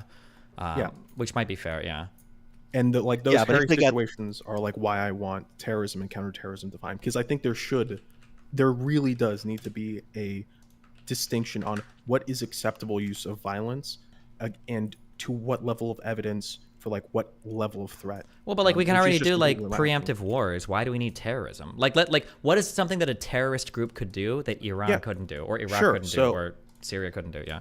It's not about like whether or not what we can do. It's about like what the rights are of states and of people. So, for instance, a state doesn't have a right to a trial. Like it doesn't. It doesn't. I mean, need it to Well, it attack depends on. everybody. I mean, Like the human ICJ beings they do. the but- ICJ, right? Well, wait, like here's my question. Like, let's say that there is a rogue group of terrorists. Okay, Al Qaeda wants to nuke the United States, and then Iran wants to nuke the United States. Why do I need a different? What do I need to define Al Qaeda as a terrorist group to take action against it? That No, doesn't- the problem there is that if Iran is doing it, then you have a justifications to do military action against the entire nation of Iran. Like including like for example bombing a plant that's like nowhere near any of the Iranian forces. But if Al Qaeda does it within Iran, well, then it becomes more hairy, right? I don't know if that's the case, though. I think that your military objective, I think, has to be in line with the response of what was done militarily to you. No, But I what don't. if you kill like But if nothing civilian has been population? done, What if you kill nothing's what? been done. Oh, go ahead. What if you kill what?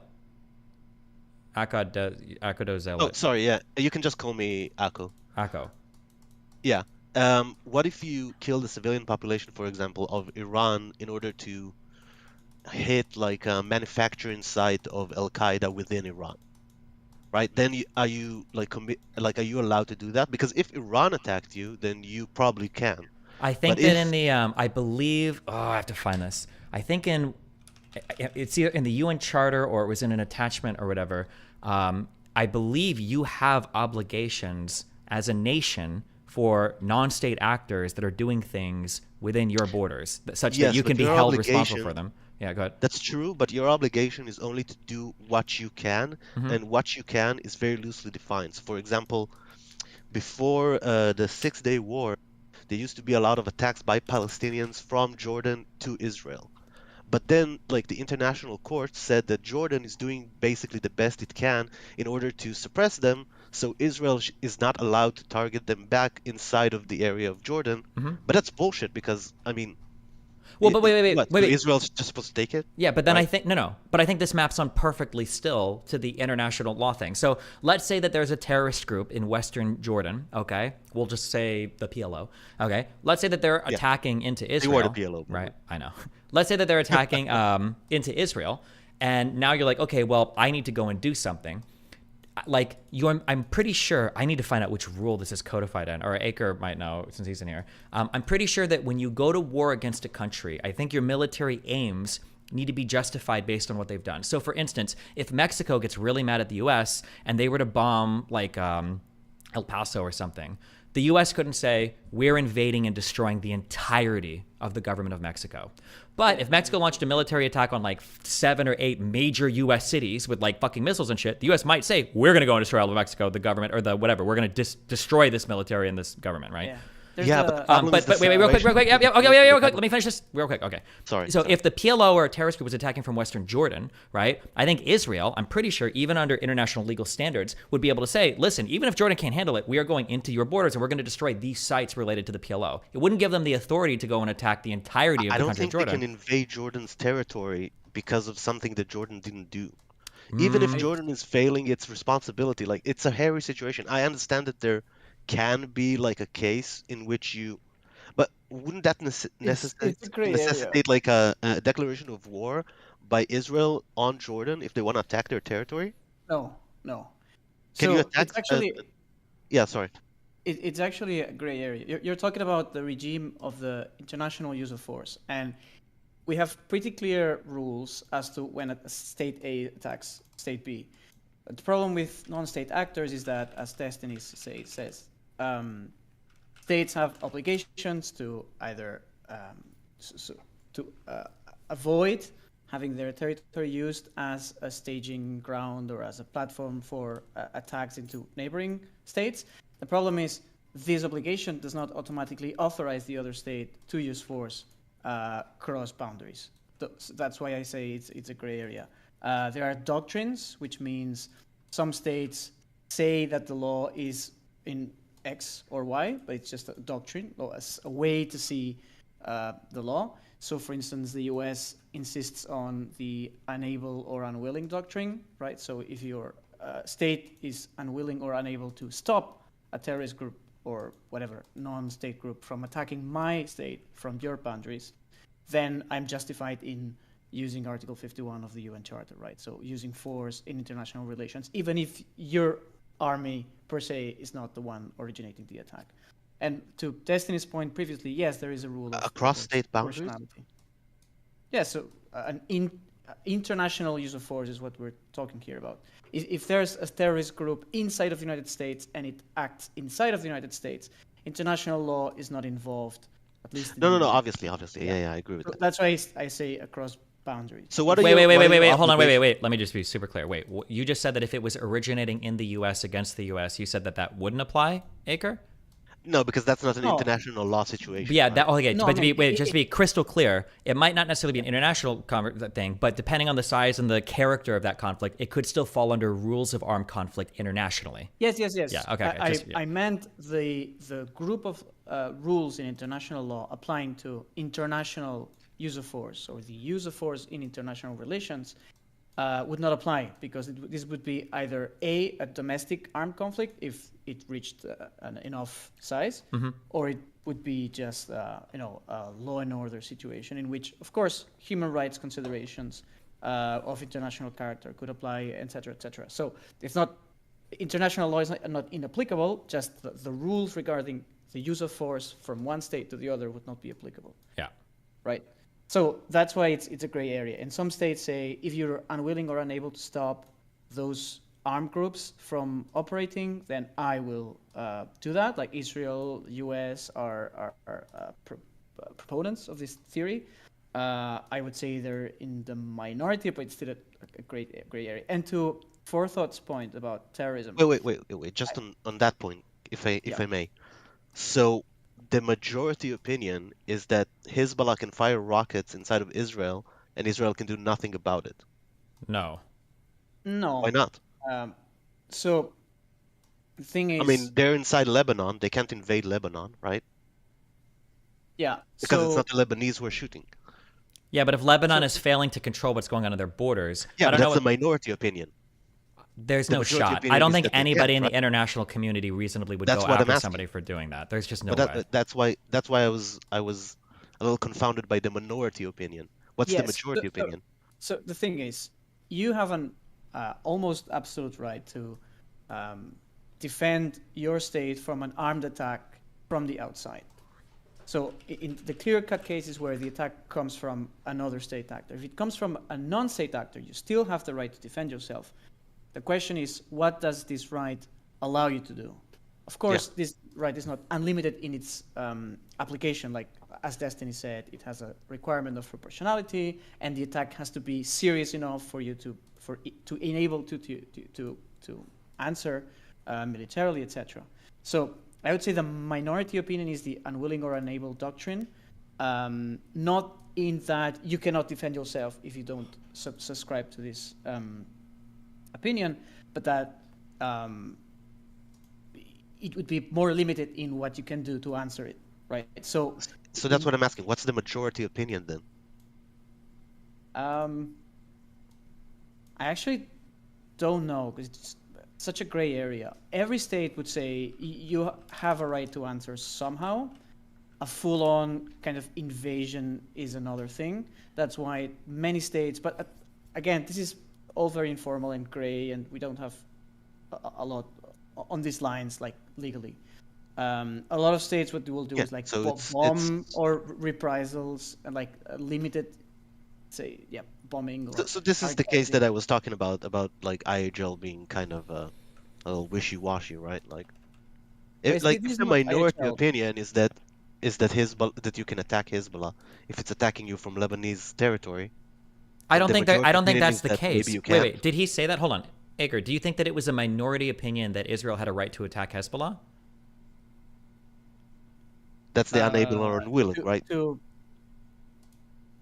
No, but this is like more extensive. Like Israel, I would say most states would say Israel had a right to defend themselves. Like what the word defend themselves entails, I think would be where the differences will begin to occur. Like, could you invade Lebanon so as to control parts of the territory of Lebanon and militarily occupy Lebanon in that situation, right? We want want them to invade Lebanon. Well, what I want is irrelevant, I think. So the thing is, no, I mean like we as like the international community, whatever, right? We would not want Lebanon to, like the Hezbollah, to be able to fire rockets into Israel and not face any reprisal, or even face like limited reprisal that it can like manage or whatever, right? We wanna disincentivize that. Yes, so we want to disincentivize two things. One, we want to disincentivize non-state actors from attacking people, endangering international peace and security, like, right? One, so two, we want to avoid states sponsoring or allowing for that. And three, we want to avoid states being tempted to use this kind of pretext or as a justification to invade their neighbors, right? So all of these things have Why potential. Do we want to do that last one? Oh, because I mean, if it's unjustified, then we do. But if it is justified, then we actually want them to invade. Wait, what? Wait. What is the justification for a non-state actor to invade a neighbor? No. For the state to invade its neighbor in order to take down the non-state actor. Like what basically is saying is that like you don't want like a couple of like militias in Ukraine shooting into Russia to be used as a casus belli for attacking the whole of Ukraine. Oh, right? Yes, but you also wait. But you also don't want nation states using individual actors within borders as reasons to invade the country, because actions within a state are considered generally against a state, right? Like if Russia starts bombing people that they've identified as bad actors in Ukraine, arguably that was part of their rationale for war in the Donbass, where they're saying we need to protect our people because there are bad Ukrainian elements here, so we're going to go to war with the whole state. But it was a terrible casus belli, right? It doesn't matter. Even if that was true, it was a terrible casus belli. Even if there was a genocide going on, it would be a bad casus belli. They don't have a right to invade that. No. If there were attacks against like Russian ethnics and from Ukrainians and the Ukrainian government didn't do anything about it, I think that casus belli would improve. I don't know if it would be like Oh, it no. would justify all this, but No, it would be no. better. You would need This like. is Sorry, go. not a casus belli at all. Yeah, it's not against Well, your actually- citizens. You don't have the right to go to war in another country because you don't like bad things. There might be horrible things going on there. That gives you the right to pursue things with a Security Council, with like a coalition force maybe, or with a Security Council resolution that's like blessing or enabling an attack or whatever. But you can't as a country just invade and go like, oh well, I don't like what they're doing with their civilian I'm population. talking like, Yeah. all right, I'm talking about what we want to happen. So yeah, maybe you want them to go through like some kind of international body to review the fact that this is actually fucked. But if like someone wants to invade Myanmar now and like save the Rohingyas, like are we gonna say that you would be don't. bad? No. So the point. Wait.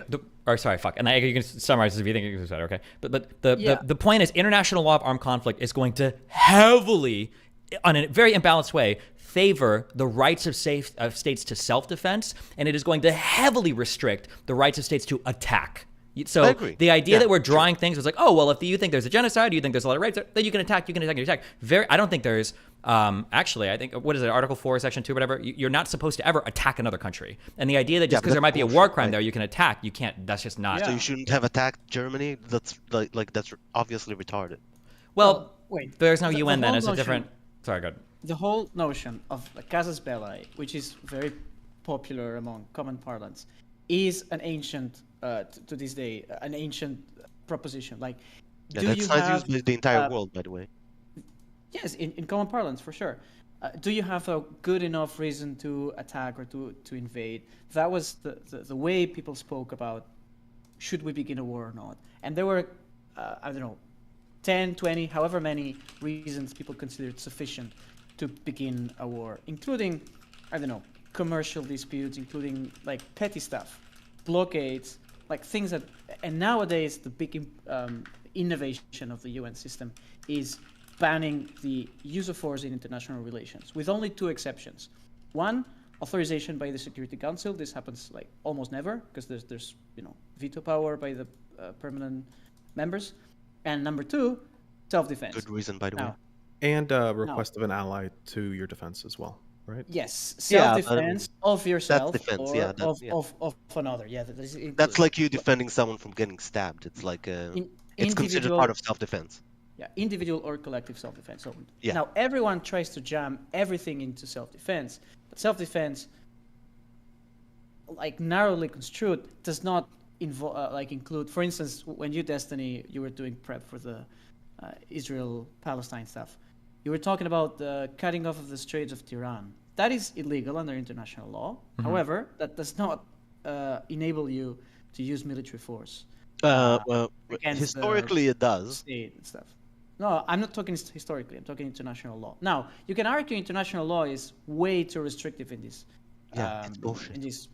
Wait, hold on, Yeah, stop that's- saying that. that's Wait, something- hold on, wait. You're saying that if you were to blockade or if you were to cut off that's transport exactly what he's through maritime, whatever bullshit waters, trade waters, you don't think that doesn't instantly trigger an act of war? If one military vessel of another country attacked one of your vessels, military or civilian vessels, Yep. in international waters, that would enable you to respond, of course. But the mere blockade, so placing of whatever means on land or on the sea and saying, do not proceed, if you proceed, you will be attacked. Uh-huh. That is not a use of an armed attack, quote unquote. So you have to wait until one of your ships get destroyed before you attack them back for it?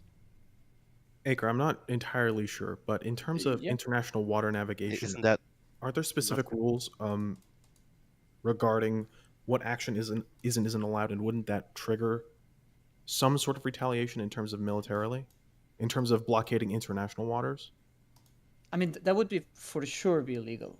mean, There's no question about that. Not The- illegal, but like allow Yes. military intervention. So I don't know what I when think you most mean international military powers would intervention. disagree. If you mean an armed attack, so using military force in order to combat that, well, only if there has been a previous armed attack. So that's the operative word in international law here is armed attack. Basically, in international law, they only allow you to attack when it's self-defense. So unless you've been attacked before, you can't do anything, right? They can do everything but attack you, and you can't. No, they you cannot. Can't attack them back for it. No, they cannot. So again, one question is it illegal? And another question is it an armed attack? But There are isn't plenty legal of doesn't things. really matter here. I'm asking like whether you have justification for attack. No, I but don't care again, if you're it's illegal. saying they can do anything, and my Yeah, answer they is can like blockade. cannot. They can, for example, use economic warfare against your country, and as long as they haven't fired a shot, then you're not allowed to respond in any way, or You are allowed militarily. to respond. Militarily.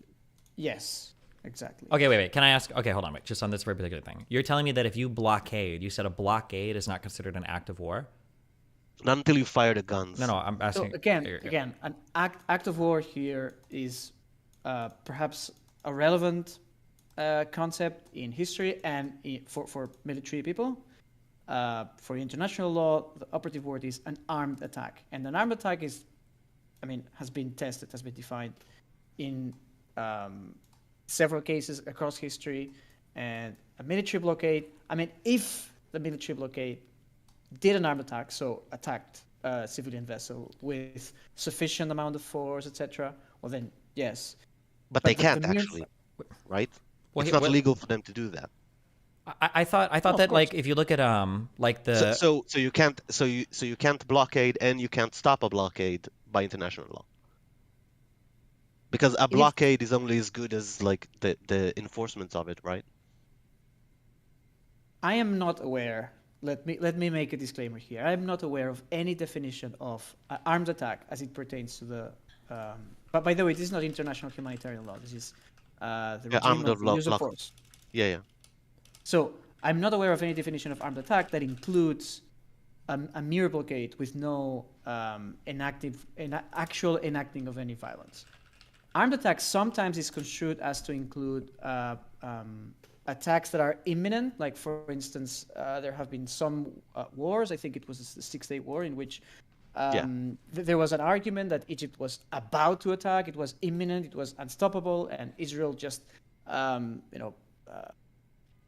defended itself preventively for like but you're some saying hours, that's not whatever. kosher, right? But yes, but you would have to argue that the blockade is actually a attack that is imminent somehow to your state. Just or curious, your how vessels or- how confident are you of this opinion? Is your conviction very high or kind of like middling or? This tracks totally to what I know about IHL. Middling. Well. I'm not an expert on this. Okay, because I'm almost positive that a blockade is considered, if it's not a cause for war, it's like a thing that you already do when you're in war. I don't think you can block people's waters. No, you cannot. You cannot, no. But like if somebody blocks your waters, I'm almost positive that you can use that as a justification for military action against said country. Historically, that's how it was used. But Yes. then again, like Well, I'm not asking like historically. I'm saying even today. I'm saying that if somebody were to sail ships through the Panama Canal and say, hey, we're going to block U.S. If Mexico were to do ships in the Panama Canal and say, we're going to block the United States, you're not allowed to have ships in here, we're going to blow them up, that singular action, if they announce that blockade and it's in effect, even before they've attacked any ship, the United States has a legitimate cause for war against Mexico at that so point. what would probably happen in practice is there would be nation A would be blockading with military vessels. Nation B would be told not to pass through that blockade. Yeah. Nation B would attempt to go through said blockade because it would say this blockade is against international law, it has no effect, this is completely illegal. And when they try to, Nation A would have two options. A, let them through. B, shoot. And when they shoot, that's an armed attack, and now But we have that's the right so to stupid. Why would you want Wait, them hold on. to Yeah, I understand attack that's stupid. before I don't think that, but hold on. I would be curious to see some writing on that. I don't think that, I doubt that that's how it would go. I think the announcements of the blockade itself and then the means to enforce it. That's how it works. No, and I don't. You IHL keep lives saying that, in but I don't think debate that is how it works. I'm pretty sure that if you were to announce a blockade, I think that that's seen, period, as a legitimate cause for war, assuming that you have like the means to enforce it. I don't think you have to wait for an attack right now. Yeah. Would that be seen as an extremely hostile, illegal action that would probably trigger a war in many instances? Probably yes. Again, Like I'm not even terms of sure. international law, and I don't even know if the blockade is like a part of a provocation. That might already be considered like you're already in a war. Like once you've blockaded somebody, you're already engaged in military conflict even. But yeah, again, it's a military action, right? Well, what is a military action? That's not a legal term. The legal term is armed attack. Attack means I agree. actually That's the problem, using. right? Yes. No, but the problem is that the only way to use military is in the process of defending against an armed attack, which is a ridiculous standard. Again, you can see it as a problem, but you can see it as a feature. Like, listen, hear me out. So the thing is, if you start considering other military actions or hostile actions not constituting an armed attack as sufficient justification to trigger your right to self-defense, well, then you're opening a very dangerous door, because then military actions, quote unquote, or hostile actions, quote unquote, there are many things here that do not, you don't need to fire a shot for states to say, well, I have been attacked now, so now I'm going to respond militarily. And that's, a threat to the whole rules-based systems we have.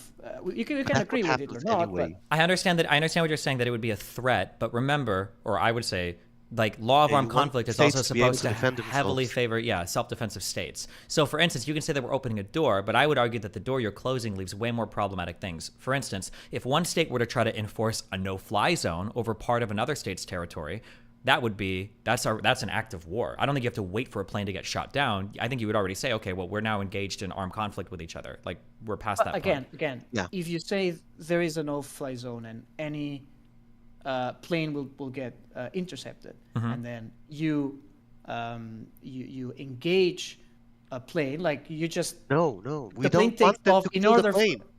I don't think you have to do the action. I think announcing the no-fly zone or I don't think you have to wait till something gets shot down. Yeah, it's like saying that until someone murdered someone, if he says that he's gonna murder him, you can't arrest him. Of course you can arrest him. You can investigate him. You can even try him. The analogy doesn't work.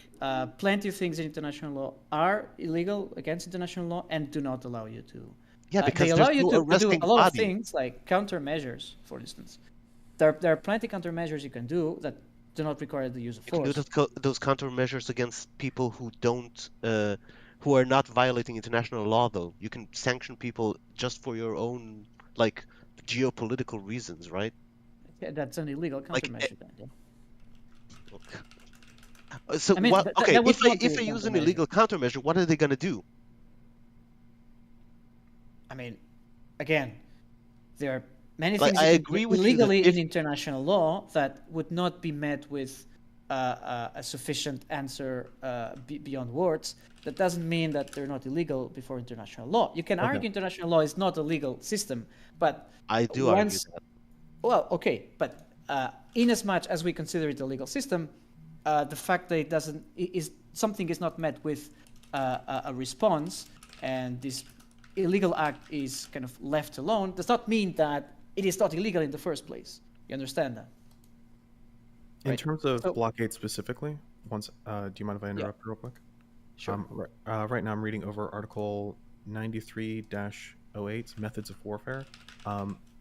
As far as I can tell, it seems like... What document? I can just link it here. 1 second. All right. Please do. It seems that a blockade is just considered a act of war and is a belligerent act at the very least. Where did you set this? It's in the... What's the question I'm asking is, what type of document is it? Is it an international treaty? Is it a guideline? Or This is the IHL under Treaties and State Parties, the San Romano Manual on International Law applicable to armed it's the San conflict Remo one? at sea. Yeah. Right, so that's some guidelines that are additional to the Geneva Conventions, or that are intended to interpret the provisions in the Geneva Conventions. I thought these were specifically guidelines for laws of war at sea specifically. Right, so either additional Yeah, isn't it a or treaty, the San Remo interpretive Treaty? Is that what you're talking to- about? Wait, where did you link it? It's in this room. So you click Destiny's room, you click the open chat, it's in there. Oh, okay, thank you. What were you saying, Edgar?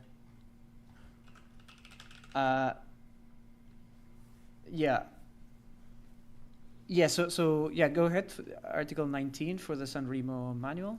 I'm sorry, 93 to So 1. it's a manual. It's a manual, okay. Yeah, I mean, I read that.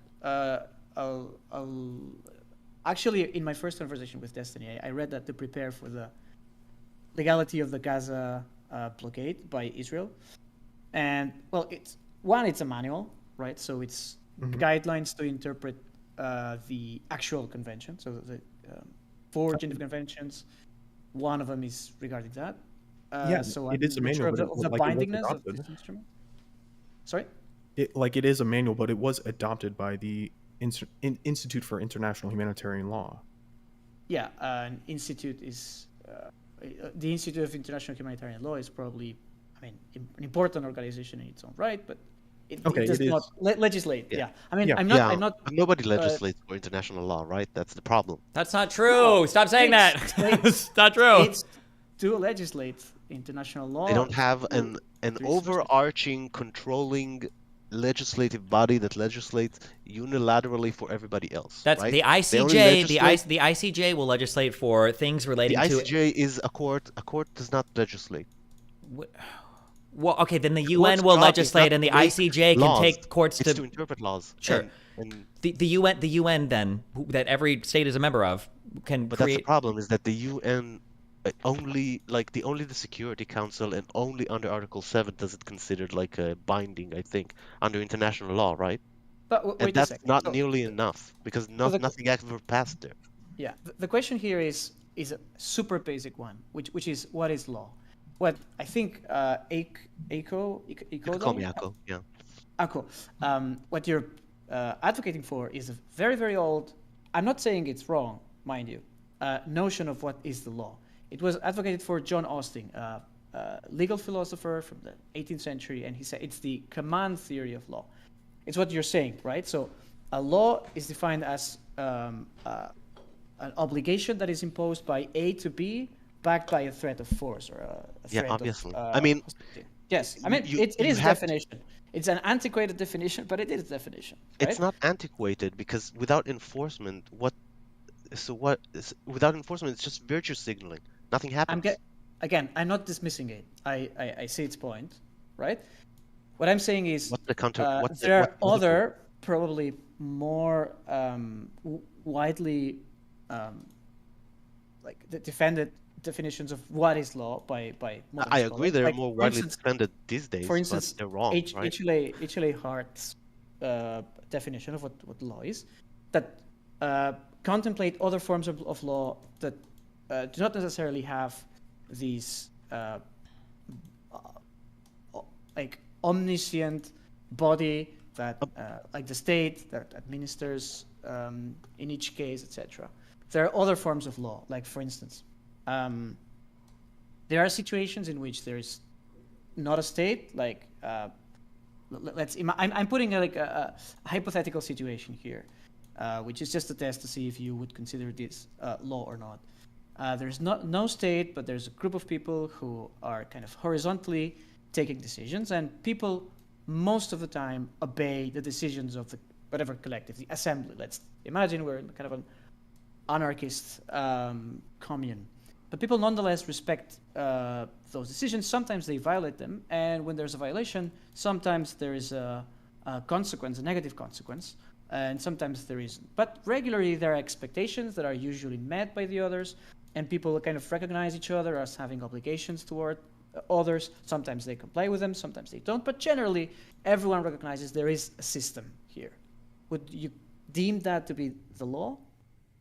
Like a system of laws, or are there obligations? What happens when you break the law, right? Well, sometimes there are consequences, or sometimes there are not. If there's no consequences, then no, I wouldn't consider it a law. I would consider it maybe like a custom, right? Like it would be nice if people do it, but it's not a law. But when I say sometimes there are consequences, sometimes there are none, I mean not like certain categories of things have absolutely no. Yeah, it's certain actors don't have, which is worse. What are we? Hold on. Wait. Hold on. Wait. I don't want to live on this for 12 hours. What are we arguing about right now? We're arguing whether international law is law. Wait. Okay. My position was, and then if you agree or disagree with this, then move from here. Okay. My position was international law doesn't function as like traditional law in a sovereign state that has like jurisdiction, exclusively over a topic that it can like legislate and then have people arrested and thrown in jail, blah, blah, blah. Okay. But international law, broadly speaking, internationally informs treaties, negotiations, and roughly provides contours to how states ought to act. And if you fall too far outside of those boundaries, people are going to probably check your shit. If you want to cooperate with anybody, at least. That's my view of international law. Egger, do you agree or disagree? Broadly speaking. Sure. Okay, Echo, wait. Do you agree or disagree, broadly speaking? The question is, what does it mean to actually like check your shit? Like Check your shit means that if you do stuff that everybody sees is clearly bad, nations are less likely to support you. That might mean economically, that might mean militarily, it might mean with actual like military like troops on the ground, or in worst case scenarios, you're going to get sanctioned in the UN, meaning that you're going to be people are going to embargo your shit, or they're going to like say, oh, you can't trade with them, or you might have like in the worst case scenario, there might be a UN peacekeeping force or UN force or army that comes and fucks your shit up.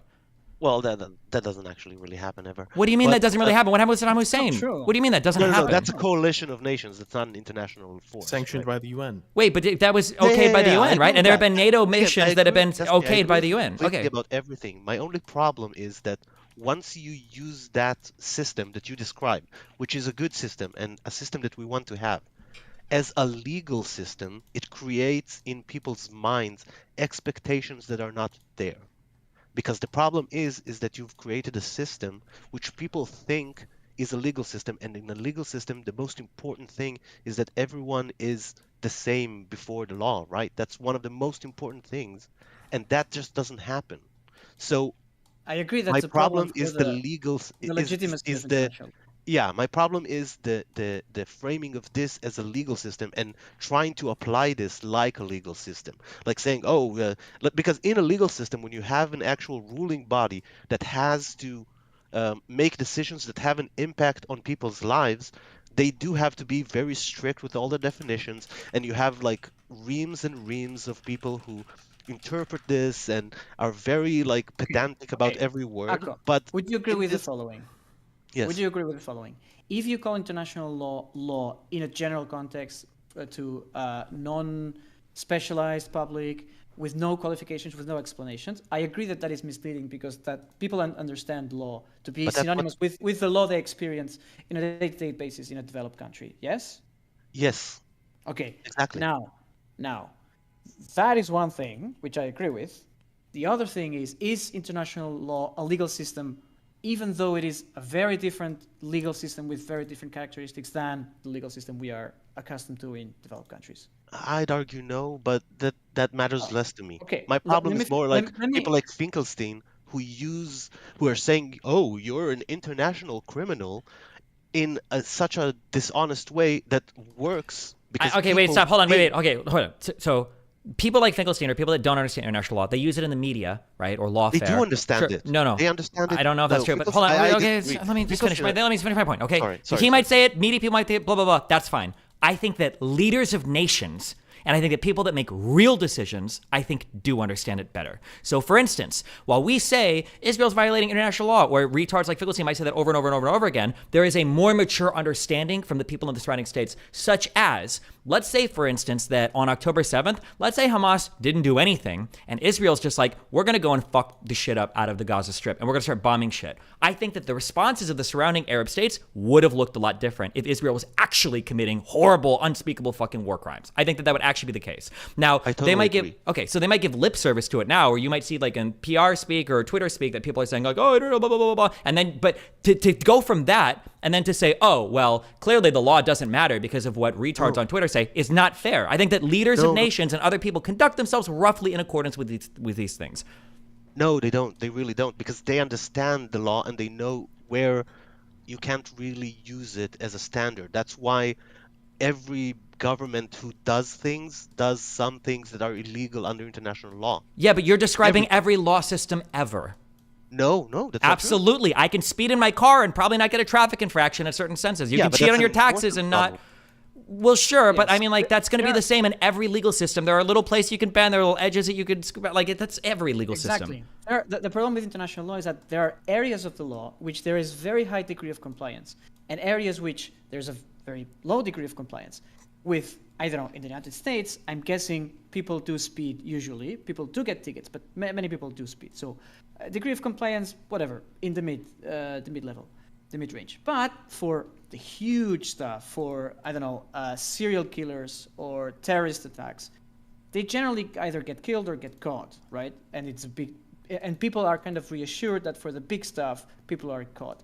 The problem with international law is like, quote unquote, the big stuff is precisely where the level of compliance is, I mean, leaves something to be desired. But if you check other areas of international law, like the Basel Convention, the Convention for the Management of Hazardous Waste, high level of compliance. Some conventions relating to internet protocols, to the International Postal Union, to telecommunications, to the World Trade Organization, super high levels of compliance. But here, we don't care about it. It's like, oh yes, but we take it for granted. But there's a high I level of agree compliance. that those are good, but those are usually the things that are made by agreements between nations, which is something that happened even before international law and has nothing to do with law, right?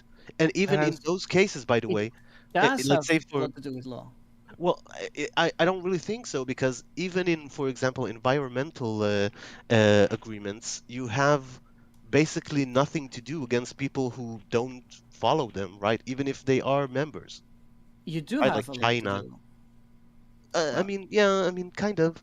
Of course, there is You a can sanction relationship them, here. which is something you could have done even without the law. So the legal part basically adds nothing. Okay, I think it really does. But for thought, please. Yeah, just two things real quick. One, I think the equality standard you're applying makes no sense in terms of international law. Nations aren't the same. They aren't people. I want different laws for nuclear powers than I want for random islands. And two, tradition absolutely informs our law. That's what much of our customary law is based off of. It is that basic, I guess, actual over time American. evolved law and standards that we all have agreed loosely without codification that these certain guidelines, these principles that we follow are incentive, are great for all of us, and so that we eventually just codify that into law, so that it's just written down somewhere and we actually follow it. In terms of whether or not this legal system, I don't even know what you're arguing about. Like, the law isn't real. I don't know. No, I'm arguing that using this as a legal standard instead of just a moral standard What does that is mean? problematic. Saying that the problem with Israel is not what it's doing is immoral, but what it's doing is in contravention to whatever bullshit like rule number 134 is playing into the hands of people who want you to believe that, oh no, because all the other nations are acting exactly in accordance with that law. Okay, right? so is your problem it's your a problem way, the law, it's a way or is it people's PR? Like, I it don't know is a what the issue PR is. problem, but the entire then system is a PR system, right? No, It's- No, it's a- wait, hold on, wait. The law is a PR system for diplomats and leaders, not for people on Twitter. It's important for them when it comes time to shaping like what negotiations look like. It might, but it'll look a lot different between randos I agree, online. it's basically a tool for disinformation. That's the problem, right? I totally. How is it a tool for For a lot of disinformation? people, If leaders are citing these things in resolutions or bilateral agreements, how is it a tool for misinformation? People think this stuff is important. Yeah, like for instance, whenever a leader of a state that usually does not comply with international law, like even, I don't know, Omar al-Bashir in Sudan, or like even sometimes North Korea, so they will not appeal to the correctness or the wrongness of a particular norm of international law. They will say, we are in compliance. Even if they're not, really, they will try to justify that they are in compliance. What does that tell you about the law? They are not appealing to morality. They are appealing to, we are in compliance with the standard that we want to be seen as being in compliance with. Yeah, but they are even not if they're in not. compliance. They're using Okay, this as but disinformation. But do you see the importance as to whether it is a norm that they are trying to appear as if they are in compliance? If they really didn't care about international law, they would say, well, oh yeah, I'm not in compliance, so fucking what? But leaders, But they just tell people who are uninformed that they are in compliance with international law. They say, why would show they me do where, show me who says that I'm not. And then when nobody it says that they're not, because there's no actual like anybody who can actually make those decisions on the ground for a fucking nation state, then they say, then some people who are uninformed think that they are doing what is Here's a right question. by the law. Let's say that Russia invaded Ukraine because Ukraine was shooting missiles into Russia. Do you think Ukraine would have backing from Europe and the United States militarily? Regardless of international law, yes. You keep saying regardless of international law, like these two things are completely and totally independent of each other instead of both informing each other. Well, I think that in that actually won't you agree that that before the start of this international law regime, like states still had kind of rules that they followed when There were dealing like, with yeah, other but it states? wasn't as formalized. But there are still rough I rules agree. that people follow. But international law is just like the next evolution of like trying to codify or formalize some of those rules. But these rules are kind of important. What do you think if Ukraine would have immediately come out as soon as that Nord Stream pipeline was blown up? If Zelensky would have been like, yeah, we blew it up, fuck you guys. Do you think that that wouldn't have caused a major stir for support in Ukraine around the world? Why do you think it was Of so course it important would, for but people? it's not because they broke the law though. It's because they did something wrong. Okay, so in your mind, Like, there has to be like, hold on, wait, because this conversation is pointless. You're just saying that Yeah, like, I'm sorry. if somebody doesn't arrest you and convict you and put you in jail, nothing matters. That's what you're saying. I'm saying that has at least to be an option on the table. Okay, I think in we order just, for I it- think that's the only point of disagreement because then. of reciprocity, right? Like No, because none then- of that matters. You just need the person to arrest you and put somebody in jail. If that's not there, then it doesn't count as law for you. That's the only thing that matters.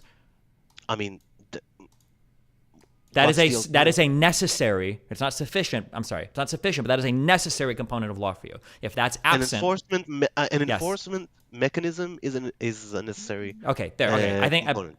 I think I would probably disagree with that. I'm guessing Aker probably disagrees with that. I don't know where Forthought's at, but then that's it. There's no point in arguing any of this other stuff because everything is going to run concurrent, right? Where if somebody murders somebody and somebody else, counterattacks and kills that other person, it's like, okay, well, yeah, obviously they broke the law, and you're like, well, they didn't. It's not that they broke the law; it's that they broke the morals. And it's like, okay, yeah, but like the laws on murder are obviously very heavily informed by our moral standards too. So it's like this is like a circle that we're running around that we're never going to find a solution to because the law and the morality are always going to run concurrent with each other roughly.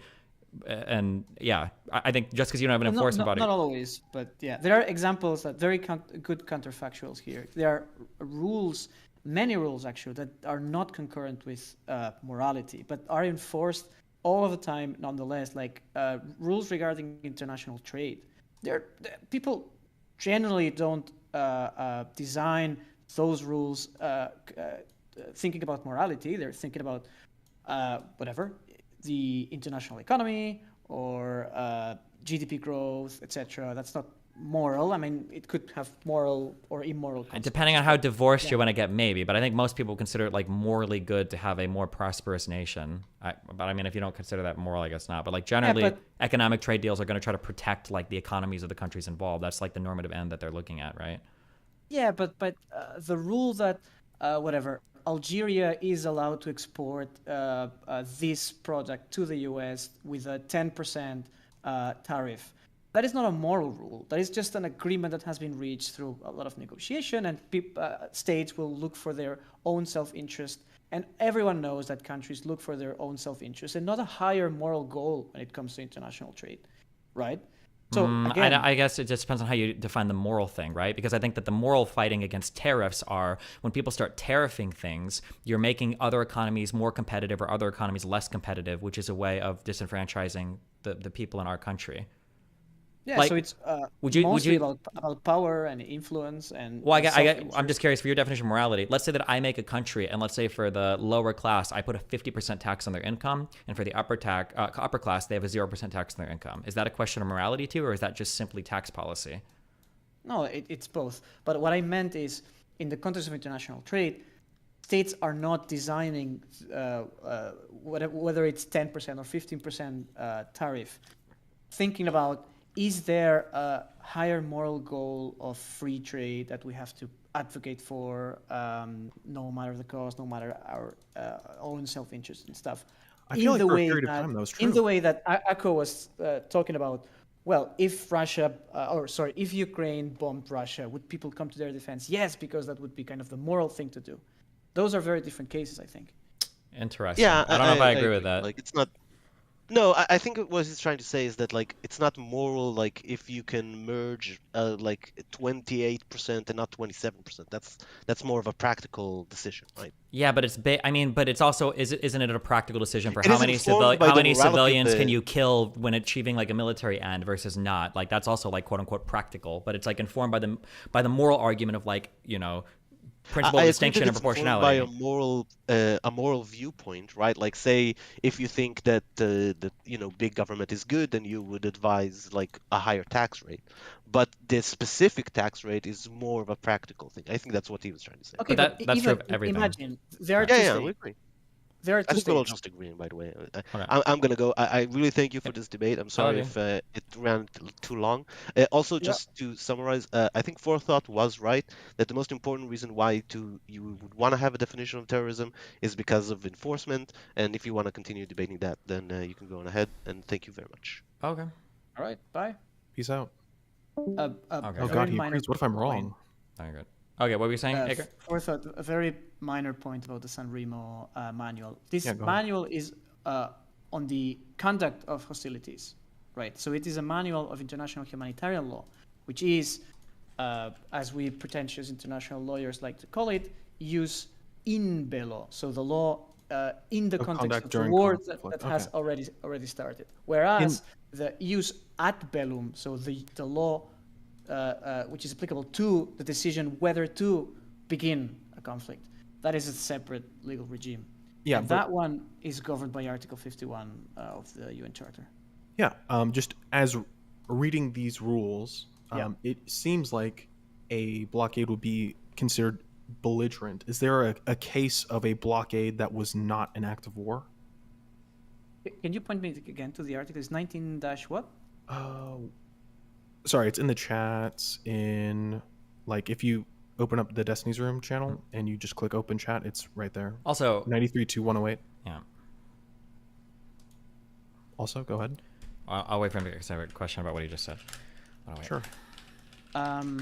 Yes. So I think I know what the confusion is here. So the word belligerent act or belligerent power is used in the context of international humanitarian law to ascertain whether someone has the character of being a combatant, right? A person or an organization or a situation, so that you can dispense with all of the protections that are owed to civilians, right? So that's where if you were engaging in a blockade, as per, if this San Remo manual, I haven't read it in a while, says that is a belligerent act, you would be considered a combatant, right? That is a different thing than whether the blockade itself constitutes an, quote, armed attack as per the definition of the use ad bello. So the law governing the use of force, so the beginning of an international armed conflict. Yeah, sure, but as reading this, I'm just not I'm not seeing any carve out for where, hey, this is where a blockade becomes a act of war, or where it would be considered a non-aggressive act, or at least a non-armed, or I don't know what the word is. I don't have the legal. Or can I? Here's I don't understand this. For what you just said, Edgar, what could possibly be an action justified use in bello that wouldn't mean that you're already involved in an armed conflict? So the thing is, the definition of armed attack has two requirements. One is it must be done by the armed forces of your state, although, again, there's a gray zone about non-state entities, blah, blah. And the second is there's a minimum degree of severity. So if two drunk French soldiers crossed the Spanish border and shot a couple of shots, that probably would not constitute something severe enough for an armed attack that would justify Spain's response. And then Spain's response, even considering all of that, should be proportional, as you said, right? Again. Yeah, but I'm just saying that use in bello, right? If we're talking about things that are regulating actions in an armed conflict, it feels strange to say that blockades would be evaluated under these use and bello standards, but these standards are only applied after an armed conflict is existing. No. Well, because the only time in which you need to differentiate between a combatant and a non-combatant and a civilian and a combatant that is an irregular combatant, blah, blah, and all of these distinctions that are in international humanitarian law is in the context of international or non-international armed conflict, right? So after the hostilities have begun, a separate question is, have the hostilities between two states begun? Not hostilities, sorry. Has there an armed attack conflict occurred? Yeah. Between rights? Because you could argue, well, the armed attack has now occurred, and now we should consider whether the blockade is a legitimate target or not. Okay, hold on. I don't know if I'm illustrating. When you say use in bello, okay, my understanding is these are actions that we're interpreting through the lens of an already existing armed conflict. Yes. Okay. So if a blockade is a thing that we analyze jus in bello, that necessitates the existence of an armed conflict. How can there be a jus in bello analysis of something that isn't happening within the context of an armed conflict? I don't understand that. So there are rules that begin its application after the beginning of the armed conflict. And in those rules, it says, well, a blockade, then it becomes a legitimate target, blah, blah, blah. This does not mean that the blockade itself constitutes an armed attack, which is a concept that is independent from the international humanitarian law. This is the concept that pertains to jus ad bellum, so the law governing when a state is justified in using military force against another state. And for this, again, every single manual that I've read, every lesson that I've read for and taught at university, etc., only two exceptions, and the one that we're interested in here is self-defense, and the operative word is armed attack. And you go and see all of the cases before the ICJ, before international arbitrations, all of the scholars, all of the cases they analyze are very clear in that. Like, for instance, the Iran attacking oil platforms. Well, that is an armed attack, even if it's not against the territory. It's an oil platform. But there's an attack. There's shots and missiles and explosions. I'm just giving random examples here. I understand. I think we're not connecting at this point. Okay. Let's say that I have let's say that we have two concepts. Okay, jus ad bellum. Okay, this means like, can I fuck somebody? And then we've got jus in bello, and that dictates how I fuck somebody, okay? And we're trying to figure out, like, are two... And then the question is, we're in the jus ad bellum, can these two people fuck? But the thing that we're talking about is, right now my penis is 3 inches in somebody. Can I push it 5 inches in? I don't know how we can have that conversation without already presupposing that fucking is happening. Does that make sense? Because there are things that happen simultaneously in the context of a war that if you did that outside of the war would not mean the same thing. Right. That's what I'm trying to understand. Okay, that point makes sense. But I'm asking you, is there anything else, jus in bello, that would get that analysis outside of a war? I don't understand what those things could be. Okay, for instance, there is a barracks. There are two countries that are at war, and there's a barracks deep inside the territory of one. And in the barracks, they're just sleeping, eating, doing nothing that is remotely threatening to State B. But State B is fully legitimate in the context of an armed conflict, since they are combatants, they are regularly listed people who have access to arms, etc. They are deployed in or around the zone of hostilities. They are fully justified in bombing that barracks. Correct. And killing all of them. Correct, yes. Outside of the context of war, that would be a big time yes, okay, hold on. I understand 100% what you're saying, but this is furthering my argument. I'm asking for something different because what I'm saying is what you just gave me, okay, you wouldn't analyze that jus in bello. You would say, this is an act of war. You're doing things that you do during war and you're not at war. You can't just attack even military members when they're not parties to an armed conflict, when you guys aren't at war with each other. That would be let me give you another example then. Okay, espionage. Okay. No, wait, not espionage. That's like the most confusing. That's a really complicated topic. Okay, let me give you another one. Yeah, okay. Let me give you another one. A cyber hack, right? Okay. If you hack another state's computers in peacetime, that could be legal, but that does not constitute an armed attack. Whereas in times of war, you could well apply international humanitarian law to that situation because it is being done for the purposes of enhancing or furthering that hostility that is already going on, and then you can apply international humanitarian law to that. Like, what happened to the hacker who hacked in the context of a war? Whereas outside of that context, no. Sorry, for that hypothetical, if a hacker got into a nuclear substation and just caused a meltdown, would that be considered an act of war in your mind? Or a hostile attack? Yeah. I mean, that's an untested, of course, hypothesis. So I would have to apply analogy, right? So going from the cases in which we are sure this is an armed attack and applying it analogically. Probably yes. So there's one element that would be absent here, which is a traditional element of an armed attack, which would be, physical... Kinetic, I assume. Explosion, yes, kinetic action. Of course, I don't think that has been indispensable so far, but the technology is advancing, so you could make a case that you could dispense with that. That's one. And number two would be in the territory of the other state. That's it's present. And number three would be the sufficient degree of severity. A meltdown could be way more damaging than whatever a border shootout, right? So the severity is there. So here there would be probably a fourth element, which is what sometimes is referred to as the Caroline test, which is what is the way in which this armed attack occurs so that you are justified in responding with military force. And the Caroline incident is something that happened between, I think it was a British and American vessel in the 1800s.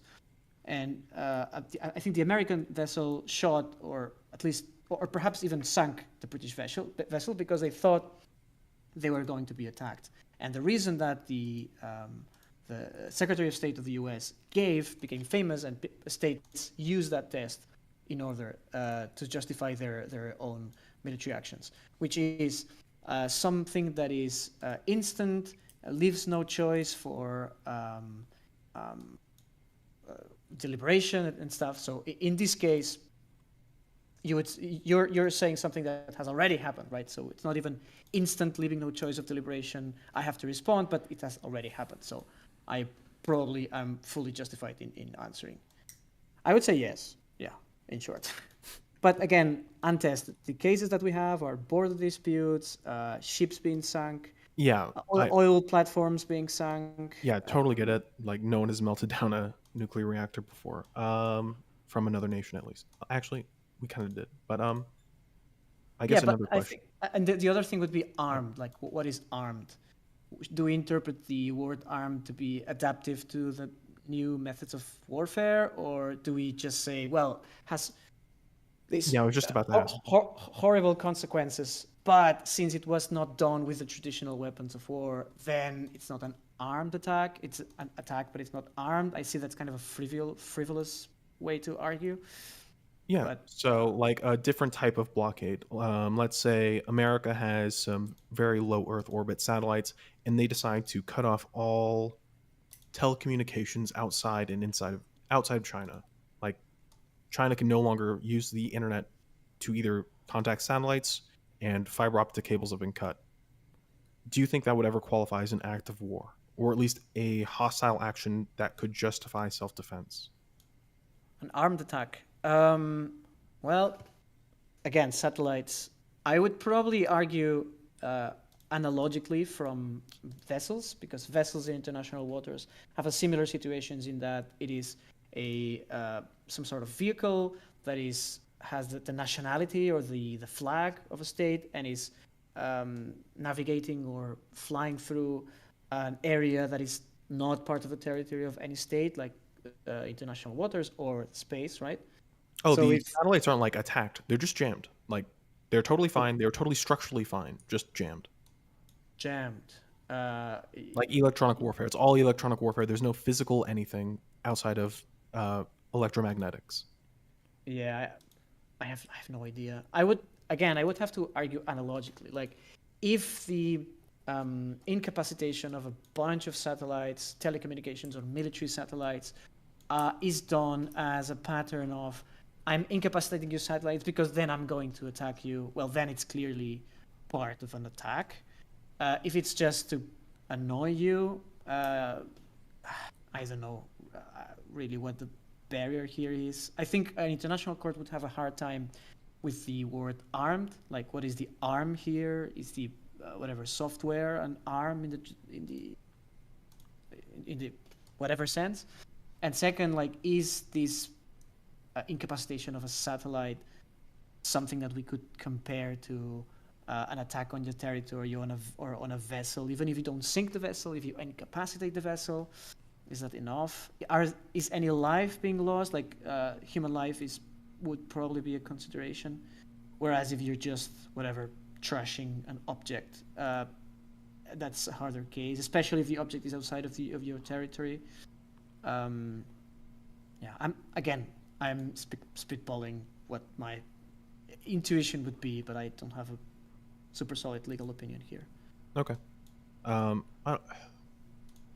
don't know. It feels like the armed part, the kinetic part, is just less and less relevant, and now I see it as a just a litmus test for threats to the, I guess, territory sovereignty of a nation and the, I guess, monopoly of violence and safety and security of a nation's citizens and military. Yeah. Like over time, I don't think the armed part is going to be very relevant to what we consider a violation of international law. Probably yes. I think a lot of people have written that there's a lot of questions around cyber attacks and how that constitutes. That's a huge thing between like Iran, China, and the United States in terms of, and Russia, in terms of what constitutes like. I don't know if anybody said their acts of war. The problem here would be defining this new definition of armed attack, so that if you said, as Forethought did, that in reality we're interested in an attack on the sovereignty or independence of a nation, well, then you could construe a lot of things as being an attack on the sovereignty of a nation. And again, this is a door that the number one value and goal of the international community, even if they speak, rightfully so, a lot about human rights, about climate change, about a lot of stuff, the number one thing the United Nations was set up to do was the maintenance of international peace and security, i.e. world peace.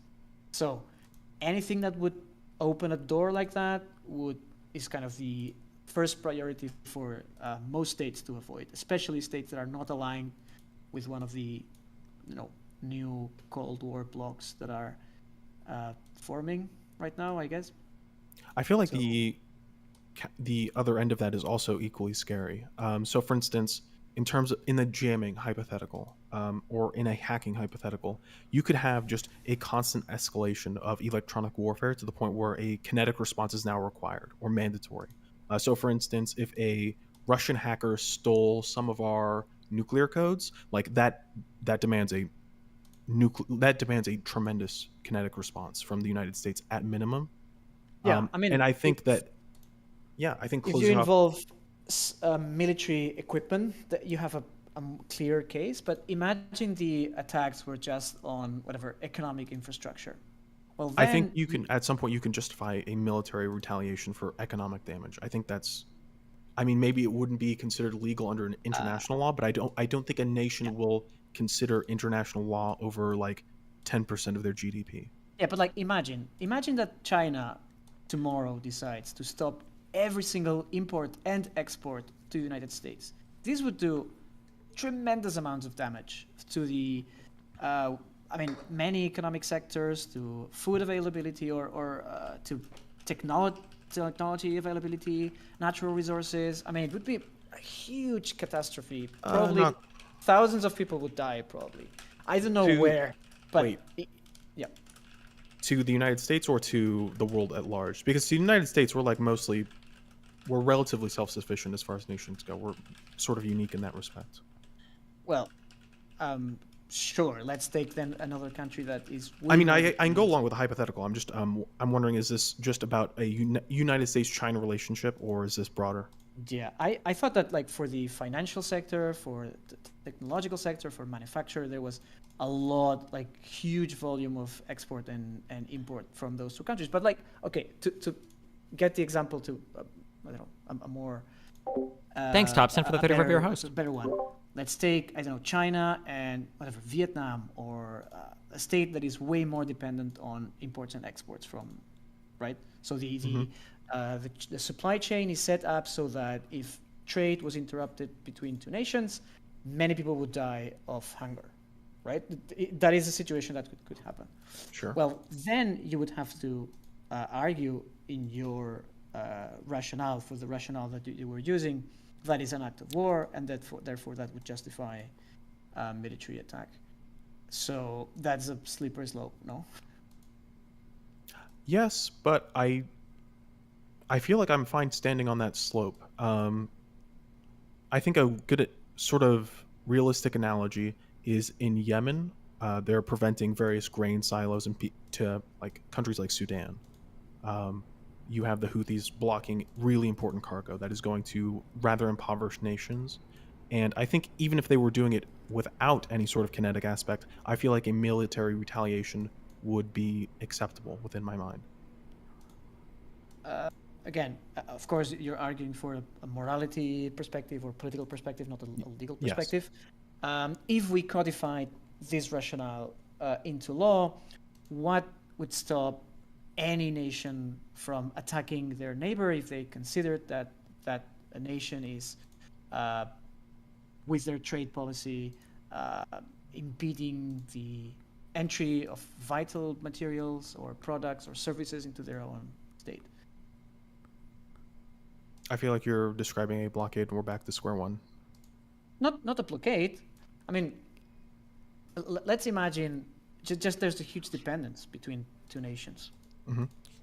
And the fact that perhaps the nation B that is being interrupted trade from nation A could recover, right? They could re-establish supply chains with other states rather than the first one. But this would take, whatever, 6 months, a year, and in that interim, huge economic collapse happens. Would you say that would be a... Because in the case of Sudan, you're saying they're impeding the entry of whatever humanitarian assistance, which is even more dramatic, right? Yeah, I think, I guess their internal standard in my mind is effect on sovereignty of a nation and threats to the human lives of a nation. So I guess it depends on how extreme that economic deprivation can be. So for instance, I believe when I was looking up our sanctions and the effects they had on North Korea, I believe it was like 7% of the deaths could be directly attributed to like lack of fertilizer and lack of modern farming equipment that is led to a lot of starvation in the nation. Mm-hmm. Like that feels totally justifiable as a reason for military retaliation at the very least. From the eyes of North Korea? From the eyes of North Korea in this case. But in terms of like what threshold is acceptable in terms of military retaliation, I couldn't put a number on it. Like I couldn't codify this, but this is just my sense, both in terms of what I think most people are comfortable with morally, and in terms of what nations would actually do should any of this actually play out in reality. I agree that. Yeah, go ahead. I agree that the emphasis on the military side of things is sort of arbitrary in that economic warfare can have way more deaths as a consequence than actual warfare, right? So that our focus on ruling and preventing and actual war would probably look like, to an alien who doesn't know, is not familiar with human history, could look like hypocrisy or an unjustifiable asymmetry. The thing is, pragmatically, this is way more. You're balancing what you're saying about saving human life and protecting sovereignty, economic prosperity, whatever, with the other big value of the international community, which is the preservation of international peace and security. Yeah, and in terms of precarious balance. Okay, last roundabout, and then what did you have for me, Edgar? And then I've spent like 4 hours on this.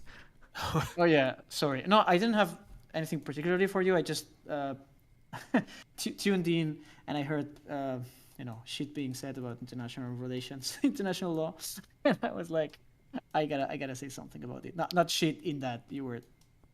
Gotcha. It was me. I was shit. Okay, I get it.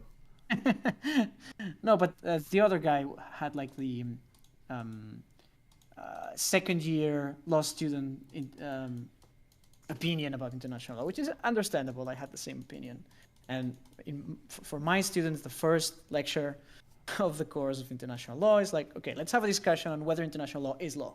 Mm-hmm. But from this point forward, let us assume that it is law, just for the subject's sake. But again, if anyone is interested in this, which is, I know, a big issue for many people that struggle with this, read about HLA Hart's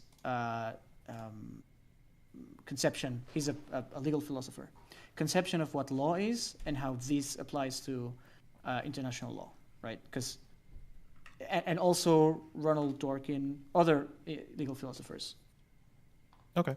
And one last quick question before you go. Actually, not quick at all. But in terms of counter-terrorist attacks, do you think Oh there is yeah, I a? remember what I want to say to you. Sorry Oh yeah, about go ahead. terrorism. I think it would be unwise to regulate it. First, because the war terrorism is charged with a lot of, it's loaded with a lot of moralistic connotation, right? No one ever has admitted that they have engaged in terrorism. Like non-state actors would say they are liberation groups or whatever, and state actors would say there's no such thing as state terrorism, blah blah. So no one would agree to regulate it with the war terrorism. That's one. And then number two is, well, we could regulate the substance of it via a better, an amendment to the Geneva Conventions, right? So why do we need to put the word terrorism in it, which is kind of a moral condemnation that no one would like to A, regulate it, and B, if it's regulated, no one would ever, it's so messy a word, no? Okay. And so, in terms of like a new regulation about the, specifically for what would be considered like special operations that would be classified as counterterrorism, how do you modify the Geneva Convention to only be those carve outs for specific counterterrorism and not apply to broader armed conflict? Well, I'm guessing you're talking about special operations that happen outside of the context of war? Yes. So, for instance, in the West Bank, there was a special operations team that dressed up as I believe, patients and nurses, and Oh, yeah. yeah. So you have the example in mind. Yeah, yeah. I remember I had a very long discussion with. I'm in this Pisco's Discord server, and I had a jolly conversation about that with the lawyers there.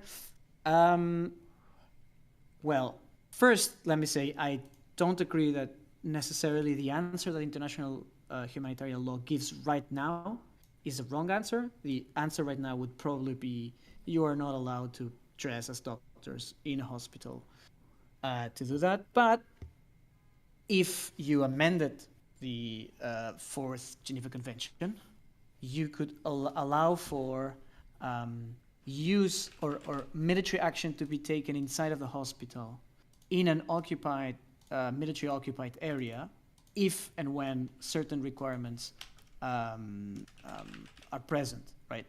Which actually international humanitarian law is very close to doing right now. So we wouldn't have to change a lot. So one thing would be to consider the Hamas or the alleged Hamas terrorists in the hospital to be actually engaged in hostilities, even though they are outside of the battlefield. So if the battlefield right now is in Gaza, these people were in the West Bank, international humanitarian law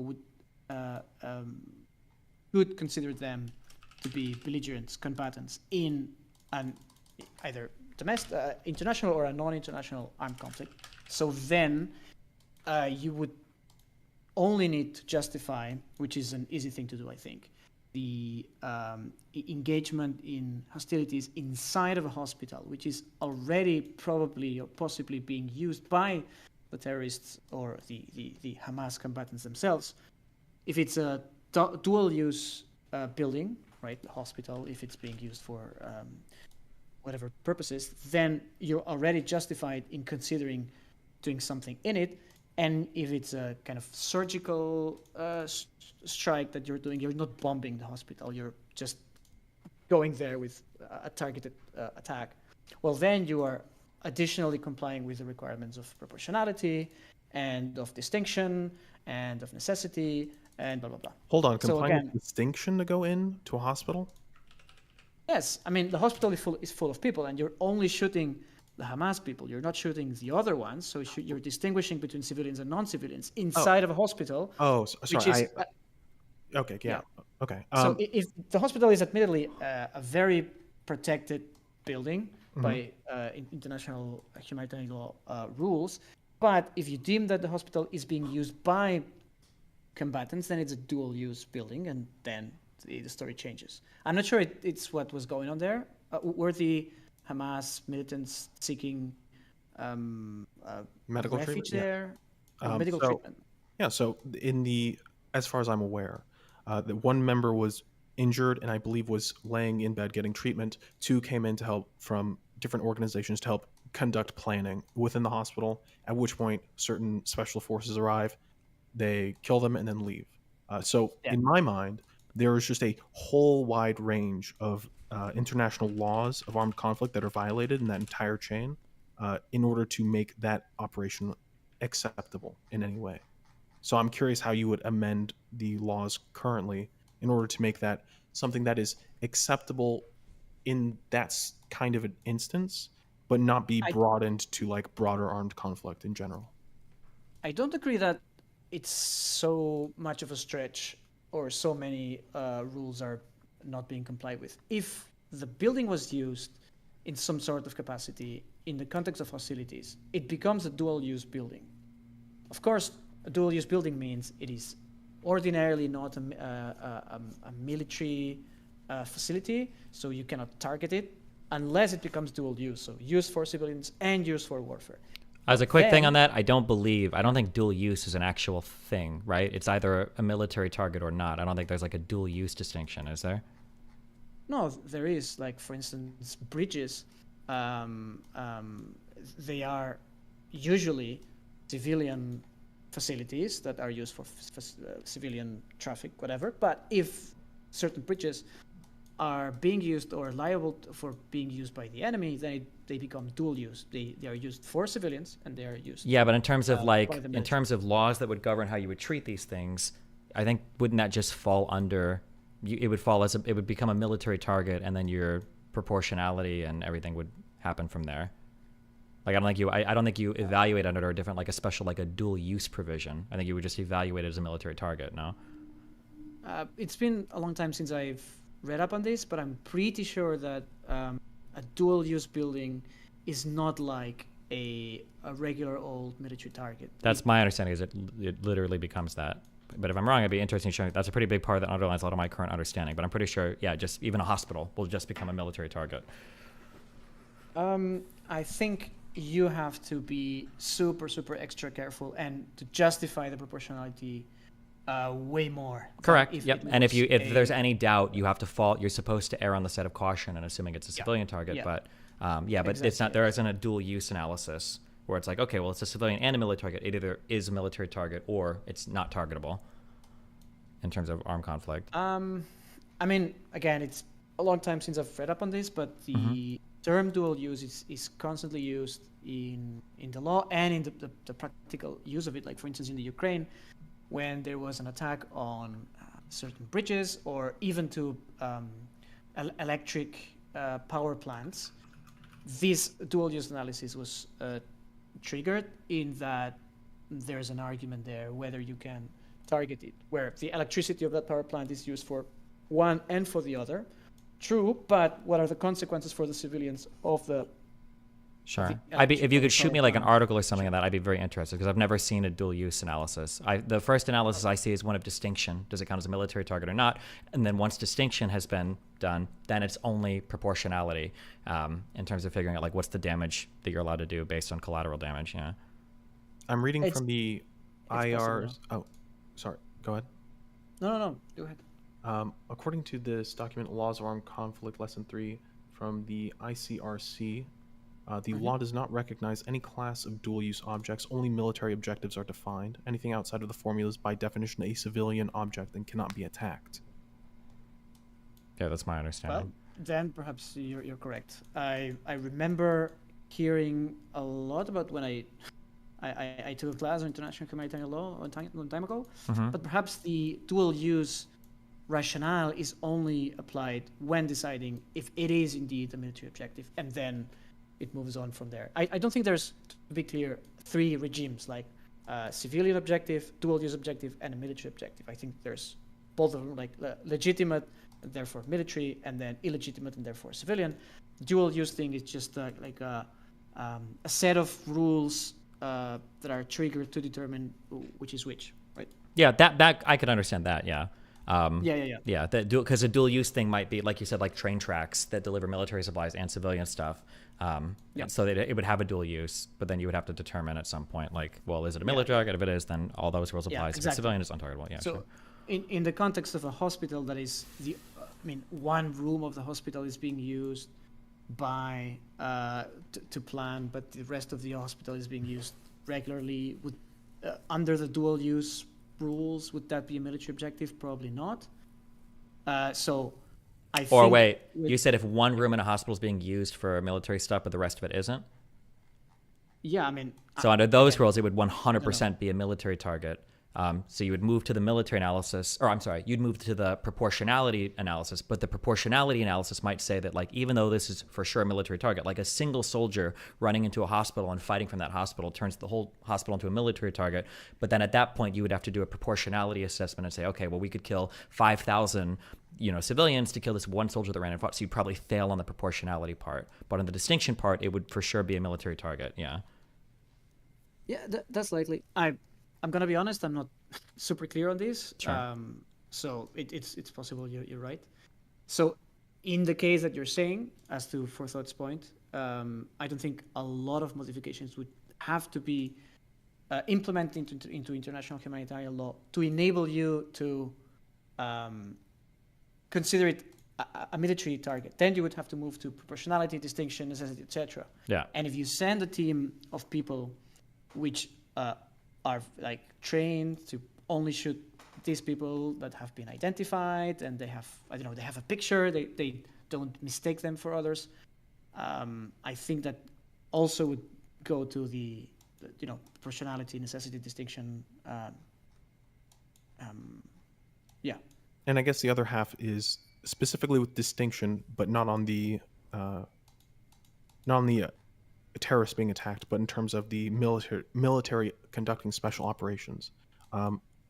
How do you modify the current laws to allow for special forces to, I guess, pseudo blend in and use human shields essentially in order to maintain coercion, I guess at the very least? Yeah, I mean, I think the rules prohibiting that are there for a good reason, and I don't see a good way to remove those rules in the case of special forces, but keep them in place for other situations, right? So I think I don't see a good way to do it. So it would either go to eliminate the whole rule about perfidy and about dressing yourself as a civilian in order to blend in, etc., which would have very undesirable consequences, because then if anyone could be a combatant, because anyone could blend in as a civilian, then you are more justified to kill indiscriminately than otherwise, or you just maintain the rule and you have special forces use other methods. But otherwise, like, how do you carve out, I don't see how you carve out the provision for special forces, but not for regular ones, or only for state, regular state militaries, but not for non-state actors or regular militias. Like, how do you justify that distinction? I don't think it's... Stephen, do you care if we go over this, or are you like trying to do something? Trying to do something. I'm like, we're 4.5 hours in. I haven't started what I was originally going to do today, so. Yeah, sure, no problem. Aker, I can DM you later where I'm getting my thoughts from, and you can just go over that. Yeah, great. All right. By the way, as a longtime Destiny watcher, is Forethought here still? Or Yeah, I'm here. Yeah, I remember your role in the whole Mr. Girl drama, and I just wanted to say it's kind of an interesting thing to be speaking to you. Are you fangirling right now? Is that happening? Well, not fangirling, but like, imagine you've seen a soap opera for a long time, and then you magically happen to talk not even with the actors portraying one of the characters, but one of the characters themselves, where even one of the characters as you that was kind of behind the scenes, you don't speak much, at least in the channels that have been uploaded to the main channel. You're just kind of behind the scenes bullying Mr. Girl, I guess. That was very funny. Yeah, it was a blast. It was great meeting you. Yeah, same. Yeah, peace out. All right. Well, good night for me, Yeah. Steven. Did you have any Wait. Oh shit. Okay. I've got hold on. A couple questions. Are you familiar? Oh fuck. I don't know if I asked this in the past. Are you familiar with the 2004 advisory opinion that the UN issued in relation to the wall? Yep. Okay. Sometimes when I read UN things, I notice sometimes that they will engage in a legal analysis where they'll put like a paragraph and then they'll write a sentence and then that's it. And sometimes people cite to these things as incredibly authoritative. And then when I look back on what they're citing to, I feel like there was like no legal analysis given.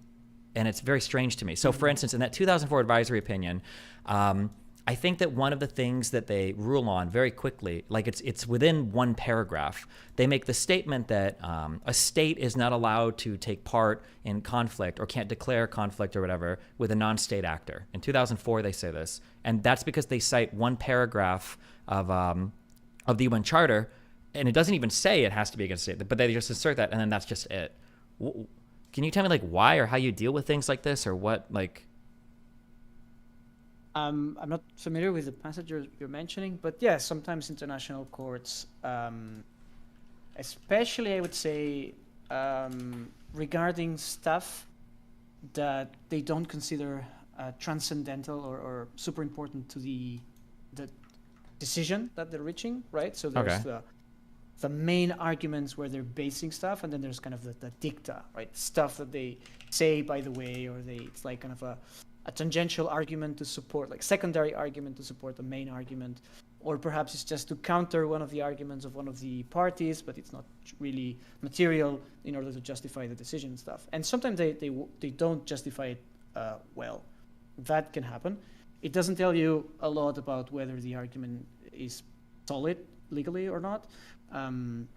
It just says it's not very well justified. If you want to look for a clue as to whether it was kind of contentious at the time or not, or if it someone thought this is not very well justified because it is wrongly decided or arbitrary, whatever, usually the dissent by other judges will point that out. Okay. But in this case, is that the thing you have in your screen? Yeah, that was one thing. Yeah. So it says, so in 139, under the terms of Article 51 of the Charter of the UN, because I think Israel is invoking UN Security Council resolutions that reference Article 51 for their right to self-defense, they quote Article 51, and then they go on to say, Article 51 of the Charter thus recognizes the existence of an inherent right of self-defense in the case of armed attack by one state against another state. So they add that another state in there, which is a hotly debated thing in the international community, especially after 2001 with the 9/11 attacks and everything. So then they say, however, Israel does not claim that the attacks against it are imputable to a foreign state.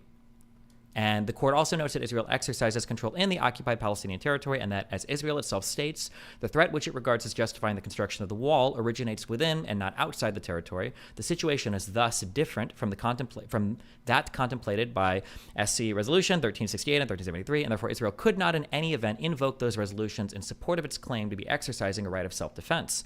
Consequently, the court concludes that Article 51 of the Charter has no relevance in this case. So I feel like this is a thing that you could blow up into like a whole ass paper legal analysis. Oh yeah, into a PhD dissertation even. Yeah. I think that there are two steps here. The resolutions here, if I'm not mistaken, relate to the September 11th attacks. And correct. I believe they do. Yeah. Yeah. So essentially, what they're saying is, this situation is not analogous to a terrorist group or a non-state armed actor from Afghanistan attacking the U.S. Yeah.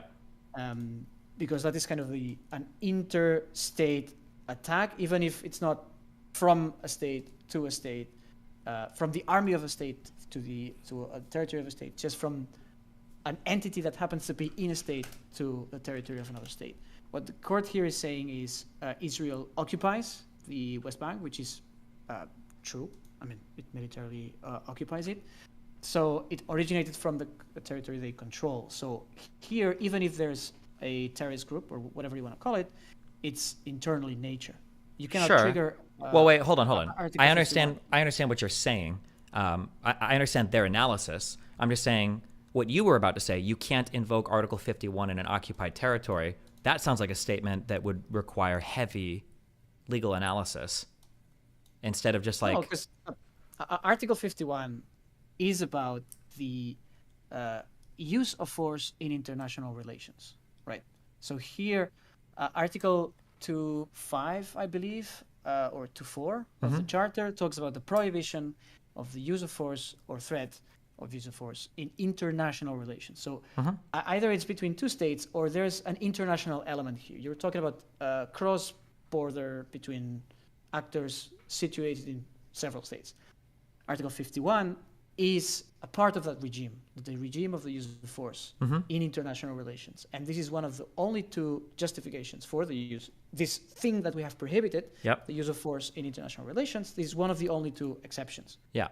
So Article 51 is understood by everyone as applying to international relations. So there must be an international element here to invoke this, the right to self-defense. If I were to go by that definition, though, then that would mean that Israel has no right to defend itself in a military context against Hamas. No? No. Why? No.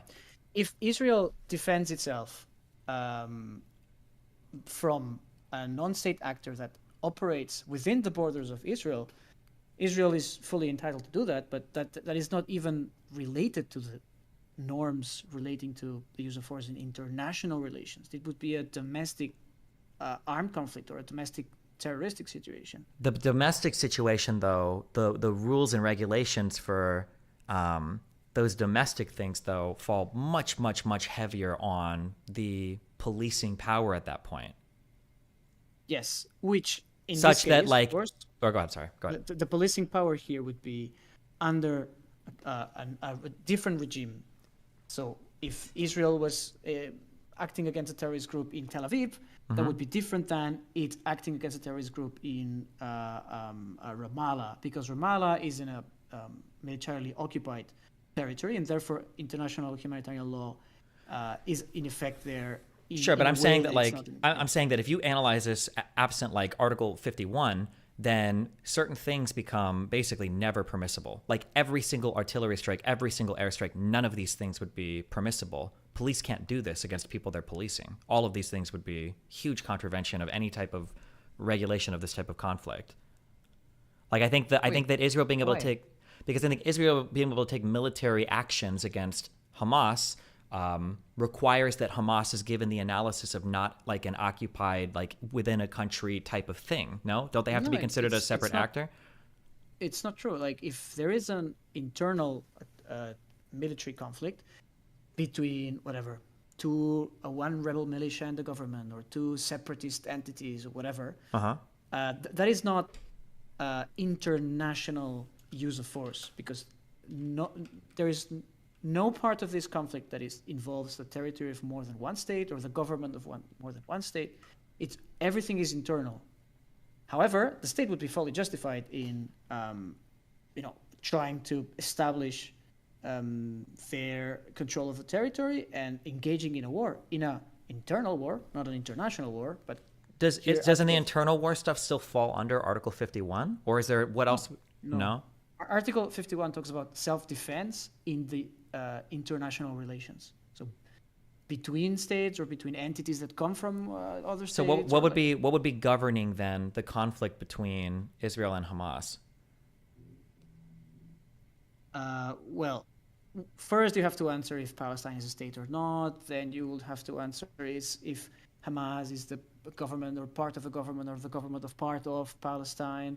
And if not, so it gets complicated because Gaza is not military. Well, sure. So my understanding is that, like, whether Palestine was a state or not, or whether that actually doesn't matter that much, even if it was like a territory or whatever the fuck else, or like a huge thing, a huge armed uprising or whatever in the country, maybe not. Like that, these things don't actually matter as much. What really matters is whether or not it's considered. Like my understanding is, so you can have international conflict with other states. You can have international conflict where you invoke Article 51 with other states or with other terrorist groups in other states. And I think with groups inside your country, But if it's not considered like an independent group or whatever, then it's evaluated as like a policing conflict. And then at that point, so for instance, one huge change would be police generally aren't allowed to kill somebody unless there's like an imminent threat to life or something like that. So like, for instance, for the Great March of Return, when the UN did an analysis on Israel there, the UN had decided that only 2 of like 200 deaths were justified. But the reason why that determination came out was because they concluded that that conflict, that was a policing issue. That wasn't like an armed conflict issue. Therefore, every single person that was shot and killed, that Israel would have said, well, this is a military target, they're doing this with Hamas, blah, blah, blah. Yep. All of that was illegitimate. They said, no, you're the police force. You should have arrested these people. But you're confusing just two considerations here. Okay. One is there military conflict? Yeah. Which there can be an internal military conflict and an international military conflict. And 2, is there an international element to it? Okay. Right? So, for instance, in the Syrian civil war, like if you eliminate, Western bombings and Russia, etc., if you just take Assad versus ISIS versus the Kurds versus the rebels, that is an internal military conflict. Mm-hmm. So Bashar al-Assad, his government was entitled, I mean, he committed a bunch of war crimes and nasty stuff, but he was entitled to fight that war within the parameters of international humanitarian law for the law of non-international armed conflict. Right? Yeah. Well, What here's my question. Go ahead. Yeah. So you're asking, what is his authorization to do that? Well, the principle of sovereignty. Bashar al-Assad is as the government of Syria, is entitled to enforce the laws of Syria and to try and establish the sole monopoly of the use of force inside of the territory of Syria. Mm-hmm. And if there's an entity that is not just 2 robbers in a bank, but it's generally engaging in a non-international armed conflict, then it is entitled to act as a belligerent within the laws of war. That is different from a policing situation, of course. I guess my question is, how do you draw a distinction between internal military conflict or armed conflict and like a policing situation? Because I believe that there are different rules that apply. Yes. Yeah. For sure. I mean, I'm not an expert on this, but there is a definition in the what is the additional protocol for the Geneva Conventions pertaining to 1 or 2? Do you know which one? Armed conflict. I don't remember. Probably AP1. But okay. Essentially, there is a definition of what is a non-international armed conflict. It's probably not very precise. Like, what is the number of deaths? I don't think they provide for a number of deaths in which you can trigger that. But yeah, I mean, probably there would be a discussion as to whether perhaps there's a gray zone. Is this just a big criminal group or a small civil war? Probably there's a gray zone there. Mm-hmm. But at some point, the regular rules pertaining to international law of human rights would transform into the international humanitarian law in the context of armed conflict, which there's a discussion as to whether they're the same thing, or whether international humanitarian law is the special regime for human rights applied to a specific circumstance, which is armed conflict. But essentially, there's a point in which you stop applying regular human rights and you start applying international humanitarian law for belligerents and all of these people, whereas you should still apply human rights to everyone else, even if it's military situation and stuff. Again, super complex. I'm not an expert on this, but that's my understanding. So in this case, what would be your right when you say right to sovereignty to like fight, like if Bashar al-Assad wanted to fight against an uprising in his country as more than a policing power? What part of like the UN Charter would you be invoking there, if not Article 51? So the UN Charter regulates many things, but the main thing it regulates is international relations between states. Okay. Anything else, so either it regulates directly, so there's a bunch of regulations regarding human rights and other things that don't have to do with strictly one state acting towards another. Anything else you have to regulate specifically. Otherwise, there is a general assumption that the principle of sovereignty and exclusive jurisdiction, exclusive territorial jurisdiction, every state does whatever they want unless it's prohibited by international law, right? So in the case of the use of force in international relations, there's an explicit prohibition, and then there's Article 51, which is which carves out an exception. Yeah. Yes. Everything else, if it's not prohibited by rules of human rights or rules of international humanitarian law, states have exclusive territorial jurisdiction, and if it's not banned, it is allowed. Again, we should be very careful with this because there's a lot of regulation regarding. Sure. Okay. So like, stuff, if I was just trying to figure out like, how do I know if a state is allowed to engage a domestic dispute as a military one or a policing one? What body of law or what treaty or what convention or where would I find that distinction, like spelled out? I'd say look for either in the Geneva Conventions or on the interpretation of the Geneva Conventions as to when do we consider a non-international armed conflict to have started, and therefore when international humanitarian law is applicable, as opposed to it just being a criminal issue. Even in cases of like the regular policing power, quote unquote, you have to apply general rules of human rights, but that doesn't say you are not allowed to kill people in self-defense or defense of others, or like if there's a super violent gang that's constantly killing people and there's this, I mean, the state is entitled to use a lot of force. I think there's heavy restrictions on use of force compared to if it's an armed conflict. Like, let's say we take that same mafia example. Let's say the mafia is engaged in violent acts against a civilian population. Like, the police is required to investigate, have warrants, go through some kind of like court system. They have to serve these warrants. They have to use a purpose force. If this was a military conflict, I might say the mafia houses itself here and here, and they store supplies here. Let's bring in F-16s and bomb it. You can't do that in a policing operation, right? True. Yeah.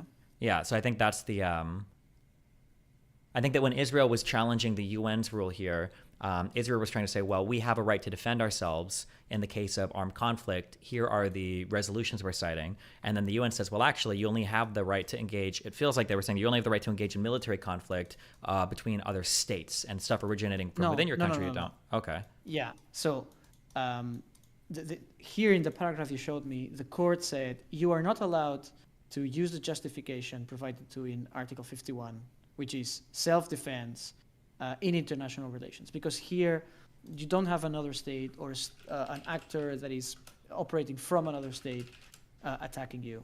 Therefore, this is a non-international armed conflict, probably. If it even is a non-international armed conflict, if it is, then the international humanitarian law still applies.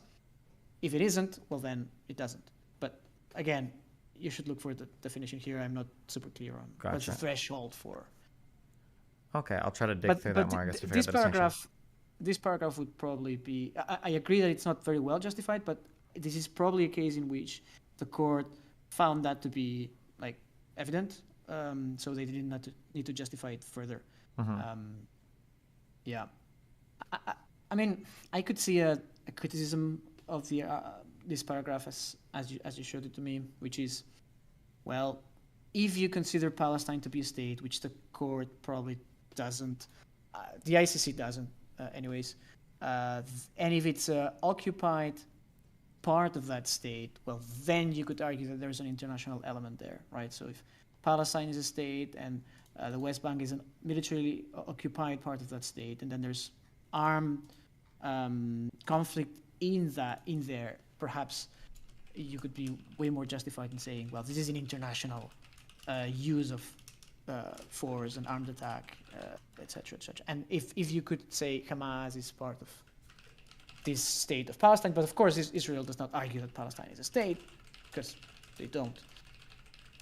So that's probably why. Israel-Palestine is not only complex politically and diplomatically, it's also complex in the legal front of things. Yeah, I can understand you. Okay. All right. Yeah. Well, hey, listen, I love it. Yeah, what's last up? things. Last thing, are you going to Israel? Maybe. I have a meeting tomorrow with Loner Box. I stayed up too late last night doing dumb shit, so I'm talking with him tomorrow. We'll see. Oh, We'll talk about it. But I think interesting. I'm like 55% sure that we'll do it. Great. Do you though, if you decide to go around which time or? I don't know why. You trying to set me up? You trying to kill me? No, man. I don't know. Well, you think like you might be there at the same time, or are you just curious? No, I mean I'm curious. I travel a lot, and perhaps. If we do it, it'll be within probably a month or two. So. Okay. There's no chance then. Okay. All right. No, I mean if you want to do a meetup or something. Okay, I'll think about it. I love you. Yeah. All right. Bye. Be careful.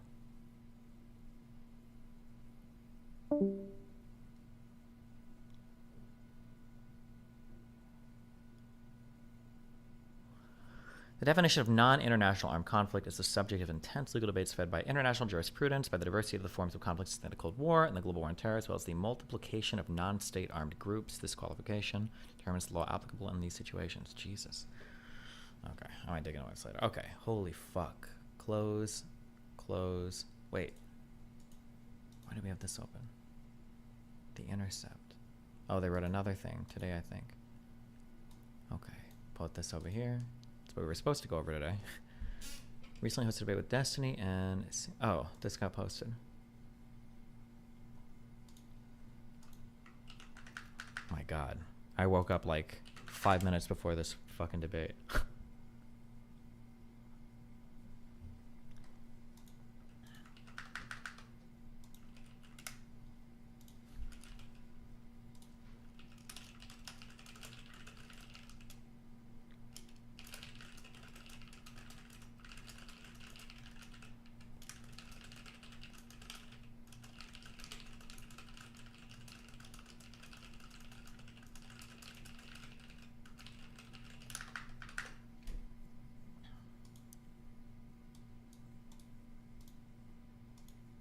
How unhinged was that guy? I don't know if I would say he was unhinged. I mean, I disagreed with almost everything he said, but...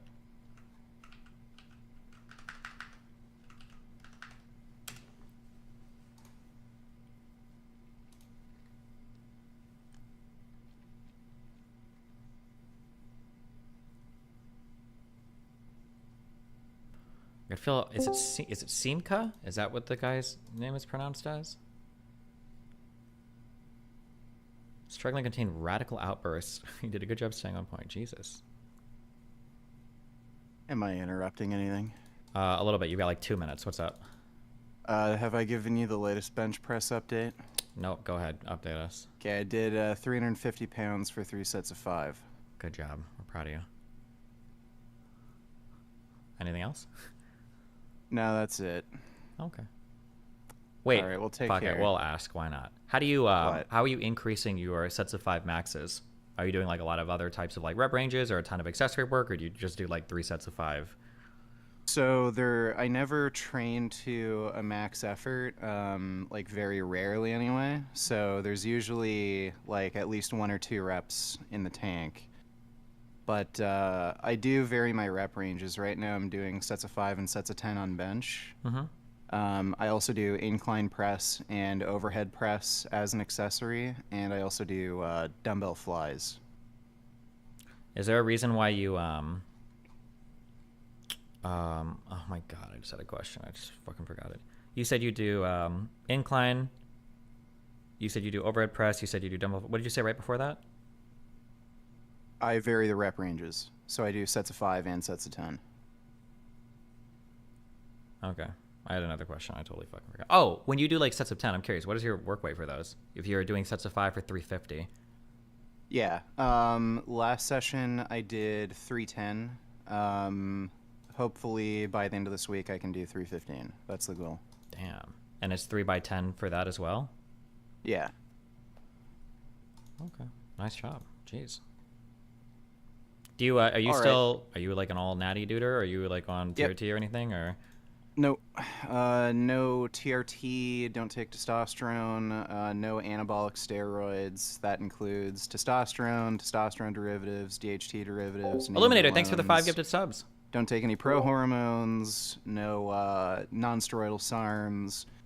The only thing that I've taken that's technically on the WADA banned list would be TB500, which is it's like a healing peptide. I took it for, I think, 4 weeks. Do you know what your T levels are? Do you ever get that measured? Blood work? You must, being a vegan and all that, right? No, I've never gotten it measured. Oh, damn. There was never a time period where you did like blood measure leveling because people claim that like vegans are vitamin deficient or whatever. You never got all those checked out? So I've gotten my vitamin levels checked. I've literally never been deficient in any vitamin or mineral in my entire life. I think the last test I did was like about 6 months ago, and everything was fine. Okay. Never got my hormones tested though. Damn. And what does your like weekly volume look like? Like, are you benching like on Monday, Wednesday, Friday, or are you doing like 5 days a week, some type of like benching stuff, or? It's 3 days a week, so my volumes aren't particularly high. I respond really well to training, so I just if I train too much, it just makes it very hard for me to recover for the next session. So in terms of direct volume for the chest, I think it's about 12 to 15 sets an entire week, which isn't terribly high. Yeah, damn. And you're not like doing any, it sounds like you're literally just like progressively overloading. You're not doing any like crazy like 5-3-1 calculus, whatever bullshit, like adding and blah, blah, blah. You just add a little bit more every time you work out, or what? Yeah. There's no need to overcomplicate things, really. I think that's true for beginners, but when you're benching like 350 for 5 over 3 sets, you can still just like, you're just like a genetic god. I would say I'm really genetically gifted when it comes to building size, not super gifted when it comes to strength. How much do you weigh right now? I think I'm about 270. Oh, okay. Yeah, but the reason I'm able to get my bench so high is just because I can just keep building muscle, and that compensates for the, I don't know. I wouldn't say I'm super genetically gifted for strength, but if you're able to build enough muscle, you can pretty much lift anything. Okay. Well, sick. Awesome. All right, well, take care. Yeah. If you have any more training questions, feel free to ask. Sure thing. Wait, how tall are you? I'm 6'3". Damn. Okay. All right. Well, have fun. If there's anything else, feel free to All right, take care, man. Yeah, be careful. Jesus Christ.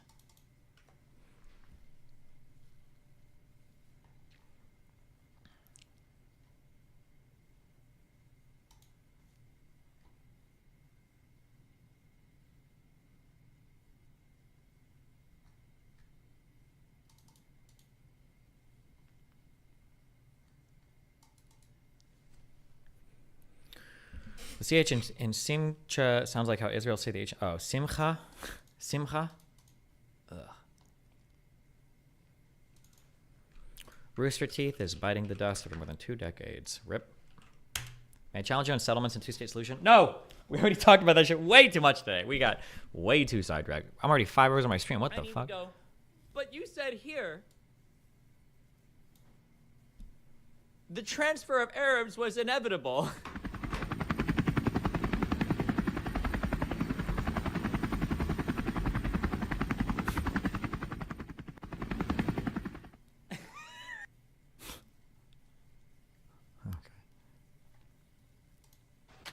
هذا الباكج من مساعدات الإسقاط الجوي.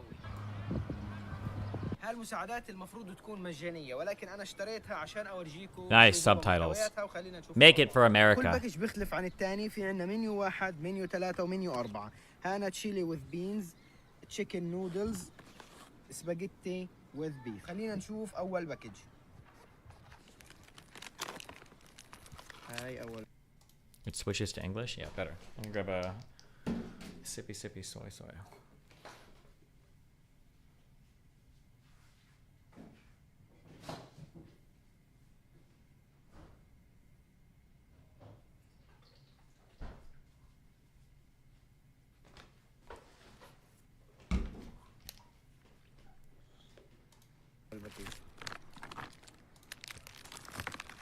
هذا فيه أحسن. هذا شكله يا جماعة، هذا ليدن، مش عارف شو المستويات كاملة، مش عارف شو هي أساسا. ونشوفكم في It doesn't switch to English. You fucking lied to me. Fuck you.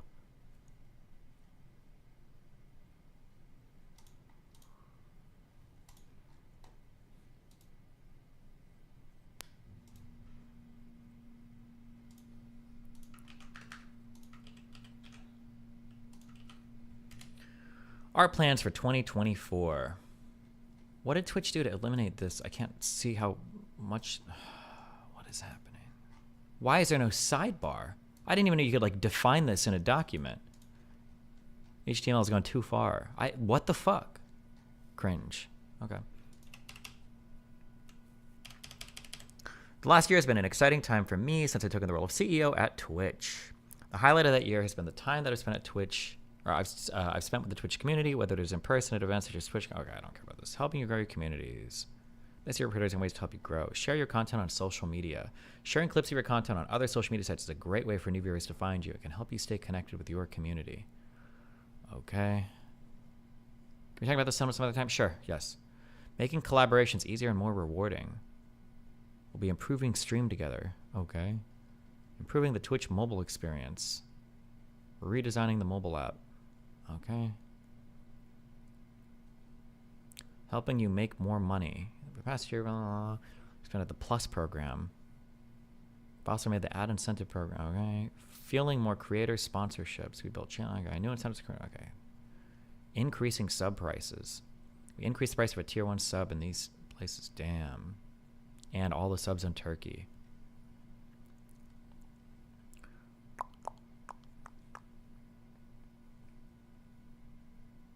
Oh, okay. This is... Trevorson, thanks for subbing, buddy.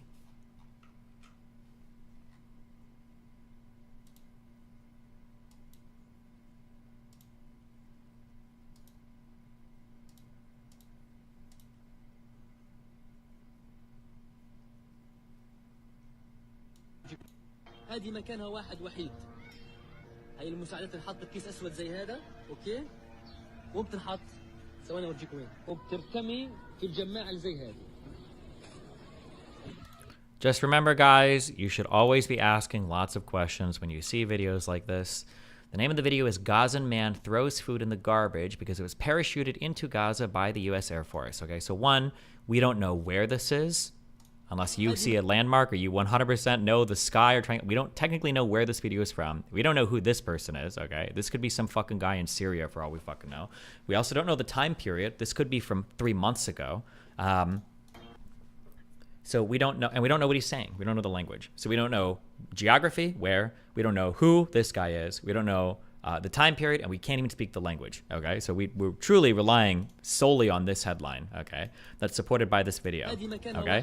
Now, when we watch the video, it looks like he has, it looks like an MRE, I guess, maybe? I can't tell. It looks like this was open. I'm not sure. And then it looks like he's throwing it away. But again, like, was this eaten already? There's a lot of cuts here. Is this where we think it is? What is he actually saying? Maybe this one. What if he was saying like, oh, there were worms in this MRE, so now I'm throwing it away right now? We don't know. We don't have a figure, but just saying, okay? Be super, super, super, super, super skeptical when you see random fucking clips like this. We have no fucking idea. We have no idea what the fuck any of this shit is, all right?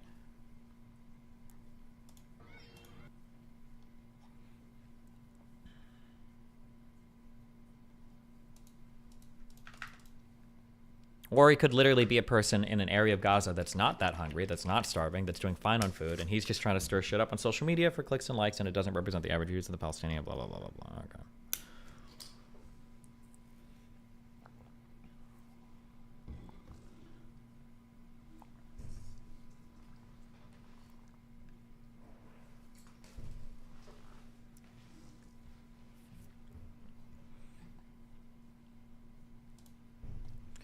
I entered a mosque today in London. There was, oh, this one woman was from London. Nice. Judith Butler says this. How long ago was this? I don't know. Similarly, I think, yes, understanding Hamas, Hezbollah as social movements that are progressive, that are on the left, that are part of a global left, is extremely important. That does not stop us from being critical of certain dimensions of both movements. It doesn't stop those of us who are interested in nonviolent politics from raising the question of whether there are other options besides violence. So again, a critical, important engagement. I mean, I certainly think it should be entered into the conversation on the left. I similarly think boycotts and divestment procedures are, again, an essential component of any resistance movement. I think we have to close right now. Let me just, a couple of things. Please watch out. I don't know what she means by on the left, and I don't know what she means by progressive. If this is like a 20-year-old clip, progressive doesn't mean the same thing then that it means now, because we didn't really use that word back in the day. I'm being pretty charitable, but yeah, I don't know. I don't like these 1 minute cut ups. She clearly likes Hamas. Maybe, I don't know. I don't like these like 1 minute cut clips. I don't know what the fuck the context of anything here is.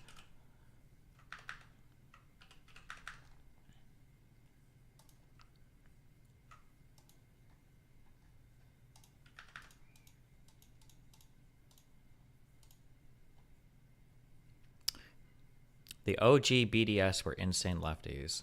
Oh, maybe, yeah. Oh, this was cute. The ADL put out a statement about anti-Israel activists applaud Houthi violence, and they reference our good friend Hassan Piker, a popular Turkish-American streamer who has justified the atrocities of October 7th and has more than 3 million combined subscribers on Twitch and YouTube. Recently hosted on his social media platforms a Yemeni TikTok influencer who goes by the name Rashid Al-Haddad and refers to himself as Pirate King. While Al-Haddad's relationship with the Houthi movement is unclear, he's defended the Houthis' actions, expressed support for terrorism against the state of Israel, and shared propaganda from Hamas and Palestinian Islamic Jihad. Based.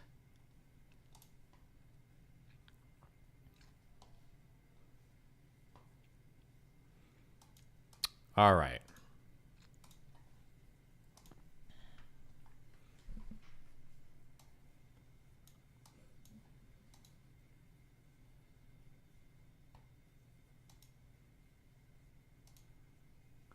Let's see. Just make sure I have all the relevant articles here.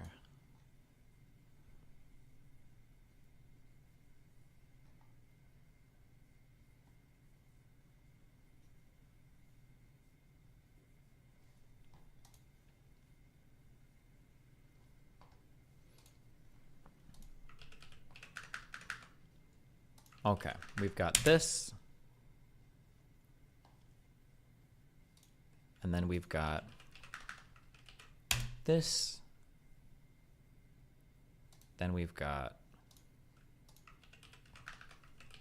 this. And then we've got this. Okay, do I have any of these open already? Oh, Jesus Christ. Okay, all right.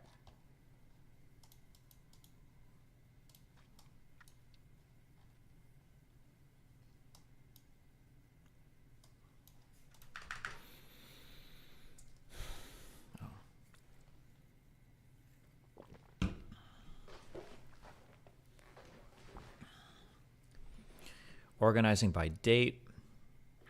This was published on December 28th, 2023.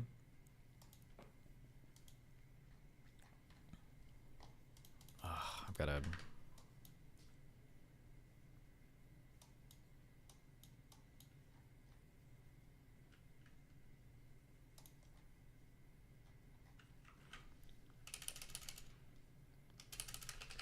The Intercept. Probably need a fucking account here.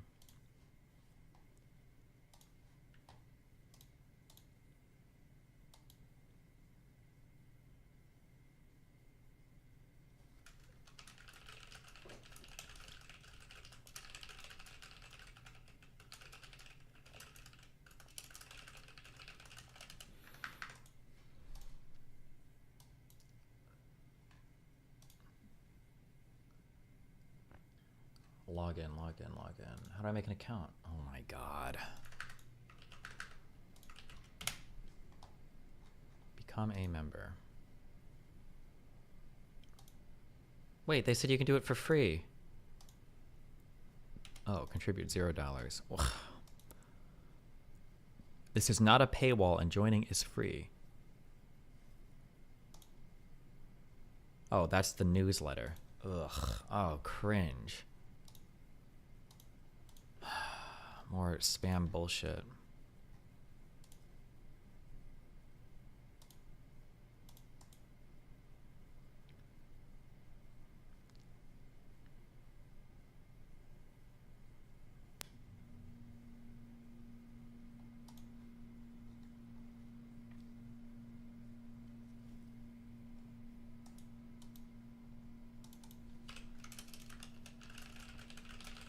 Thanks, Askell, for the 5 gifted subs.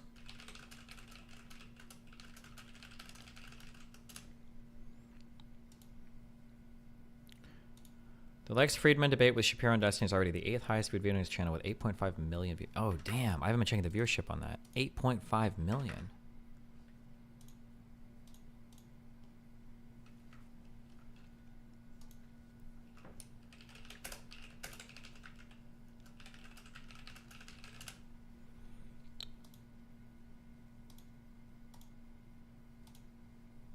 Oh, shit.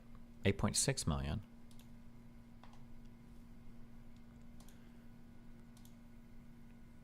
Oh, damn, look at it go. If we could get to 10 million, we could be... This is only a month ago. Do you think we get to third most popular view on Lex's channel? Because this was a year, 1 year, 1 year, 2 years, 11 months, 3 months. Oh, this guy was really popular. 3 months ago, 3 years ago, 1 month ago. We've got to pass the C Donut, Elon Musk, and Paul Russoli. Joe Rogan said that if I get to third, if I pass him, he'll invite me on his show. Tucker Carlson is almost 7 million views at 8 days old, though. Oh, he's going to be coming for us as well. Fuck. Oh, God. Not good.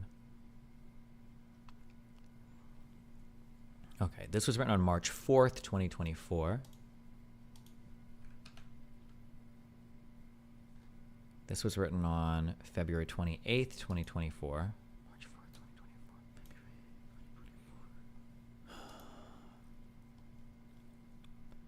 2024. 28th, 2023. 28th. Wait, are these the same article?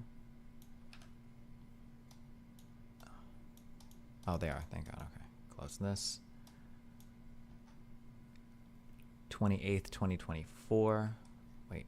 February 28th, 2024. Oh, this is the same article too. Okay. All right. Oh, okay. Okay. So we've got these 5. All right. I watched that vid on Lex's channel 50,000 times. Thank you.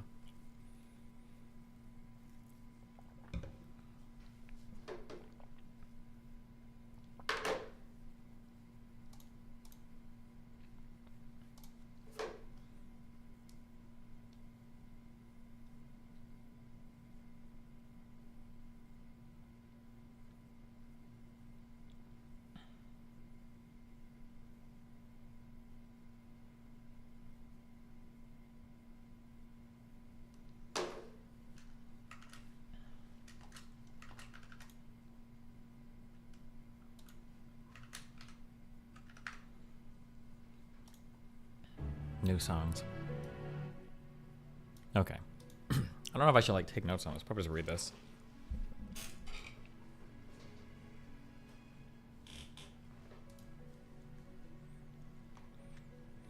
By Jeffrey Gettleman, Anna Schwartz, and Adam Sella. I thought you were going to start with the report first. Well, the report came out on... When was this report published? It was a few days ago, right?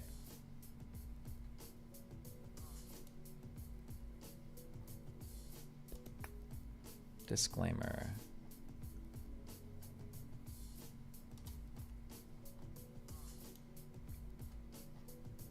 Okay, March 4th. So I think it probably came out right before this article was written, because it looks like they wrote that in response to it. So we'll throw this right here. And then Hassan, I think, interviewed these two guys after they had written So that's here. This is the full timeline.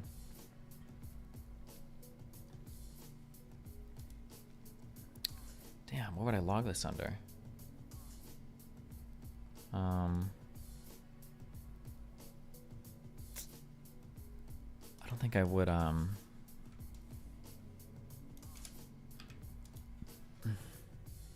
Oh, actually, war crimes.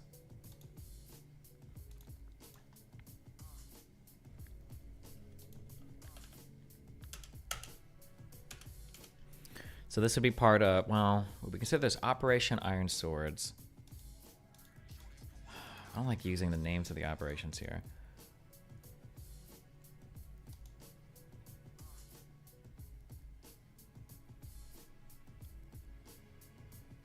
Israel, okay, how am I organized? Israel, Hamas, okay.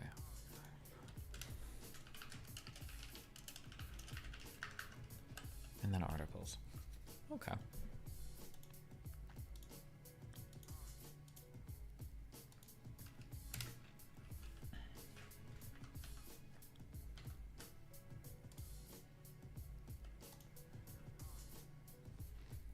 What do you think of the name Iron Swords? Based.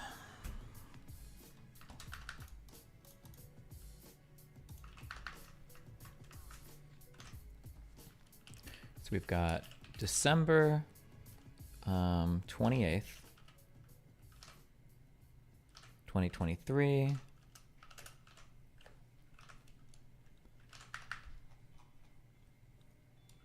Screams without words.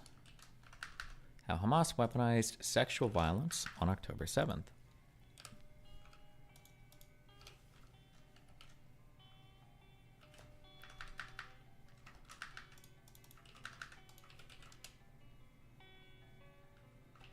Who is Shukat? Is this like a meme that this guy keeps saying? Like, you Shukat my dick? Or why? I feel like you've asked this like 15 times. Why do you keep typing this? Or Shuk?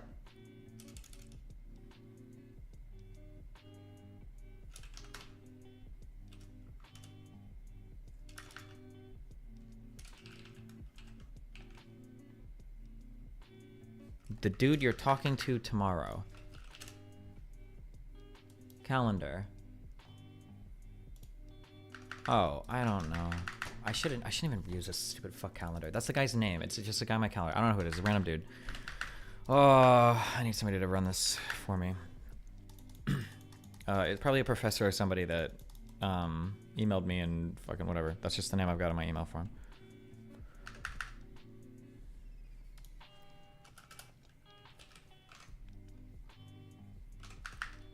By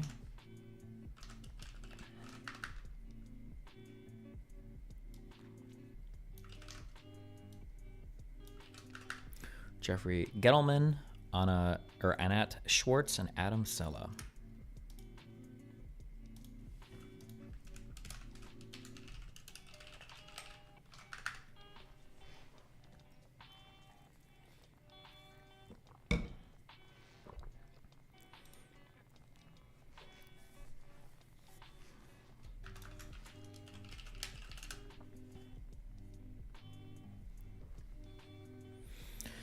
At first, she was known simply as the woman in the black dress. In a grainy video, you can see her lying on her back, dress torn, legs spread, vagina exposed. Her face is burned beyond recognition, and her right hand covers her eyes. The video was shot in the early hours of October 8th by a woman searching for a missing friend at the site of the rave in southern Israel, where, the day before, Hamas terrorists massacred hundreds of young Israelis. The video went viral, with thousands of people responding, desperate to know if the woman in the black dress was their missing friend, sister, or daughter. One family knew exactly who she was, Gal Abdush, I think, mother of two from a working-class town in central Israel, who disappeared from the rave that night with her husband. As the terrorists closed in on her, trapped on a highway in a line of cars of people trying to flee the party, she sent one final WhatsApp message to her family. "You don't understand." Based largely on the video evidence, which was verified by the New York Times, Israeli police officials said they believed that Miss Abdush was raped, and she has become a symbol of the horrors visited upon Israeli women and girls during the October 7th attacks.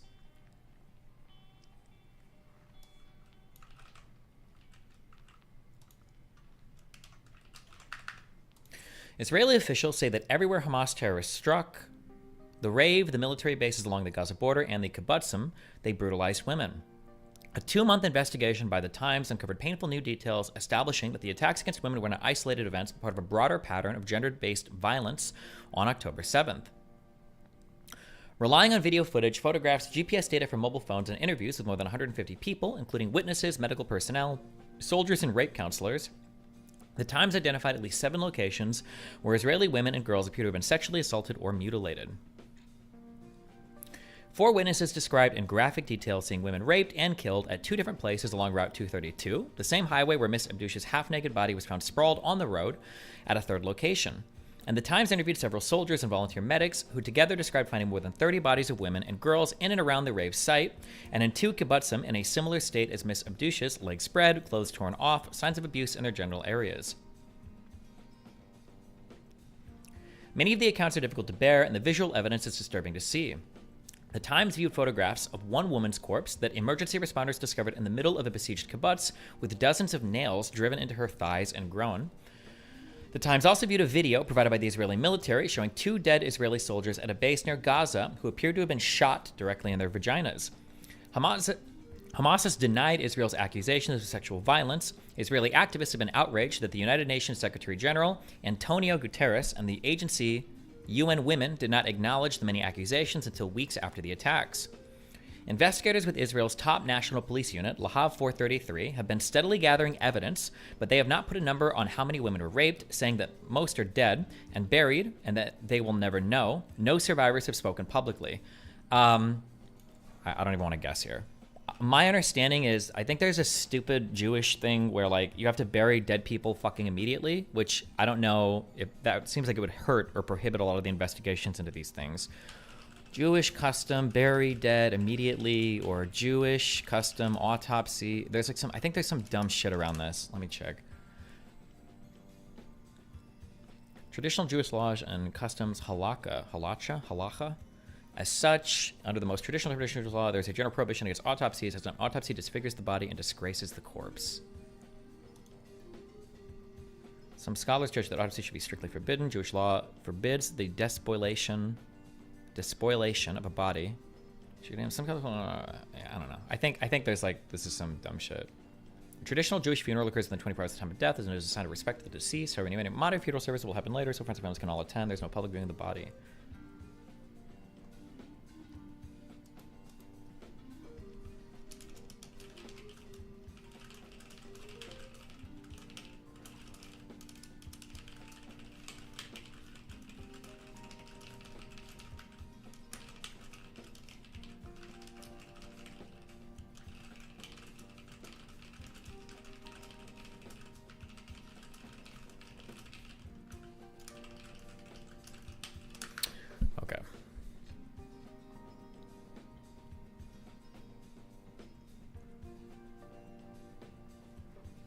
www.hamasmassacre.net.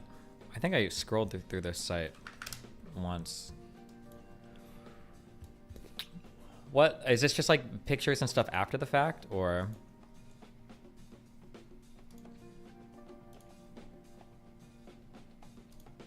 There's no way I can watch this on stream. Jesus Christ.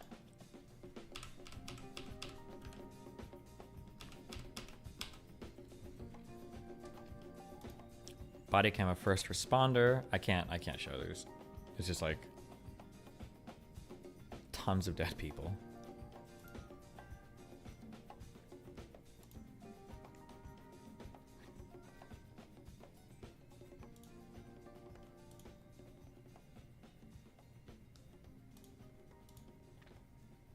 Israeli youth running away while terrorists shoot at them.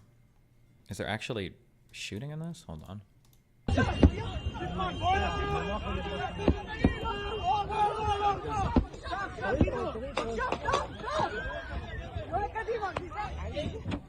Jesus fuck.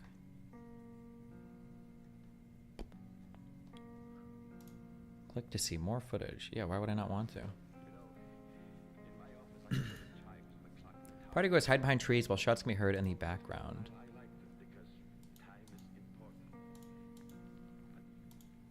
This video is so quiet. partygoers, some of which injured, running away in their car while shots and detonations behind the background. Bro, we need Hunter Avalon at this fucking Nova party. That guy captures Kino footage when his life is threatened.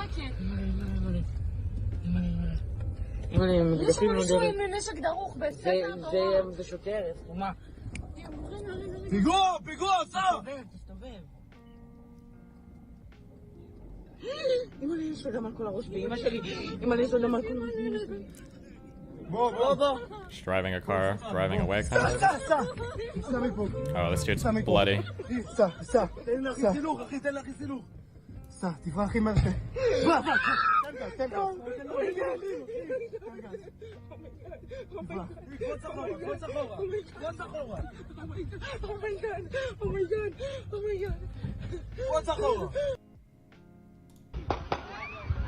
Partygoers running through a field in panic while shots can be heard in the distance. Oh, this is similar footage, I think, or a different angle of the one.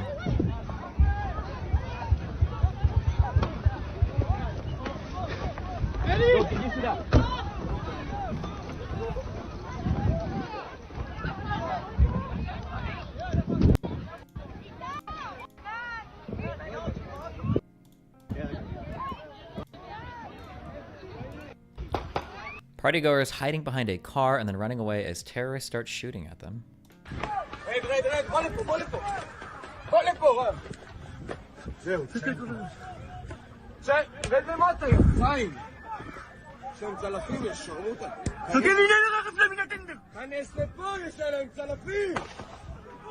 They're just like looking down the street, the PewDiePie street.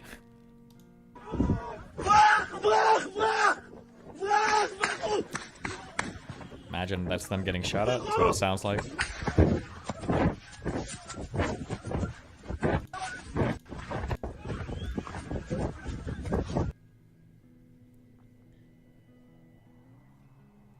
The back of a truck filled with bodies burned beyond recognition. The back of a truck filled with bodies beyond recognition 2. Back of a truck filled with bodies burned beyond recognition 3. Toilet at the Nova party filled with blood of a killed partygoer.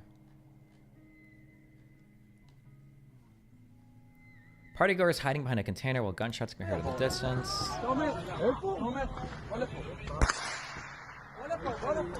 Here's a question. So all of you guys in Israel, or at least the Jewish ones, you guys all do armed service. Do you not have a big culture of like concealed carry or like carrying weapons?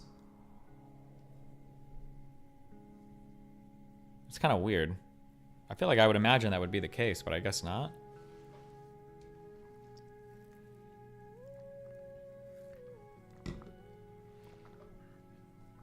But also, it's like a fucking festival, so I don't know if these people would have been the kind to carry weapons. I'm at Hamas-massacre.net. That's what I'm looking from. Here's a ton of bodies laid out. I imagine these people are pretty dead. Partygoers, some injured, hiding in the bushes from terrorists.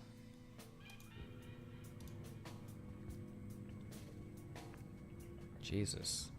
I think one of them's maybe been shot. Oh god, yeah, they're all just like... Whew, these guys are traumatized. Partygoers running away from terrorists while gunshots are heard all over.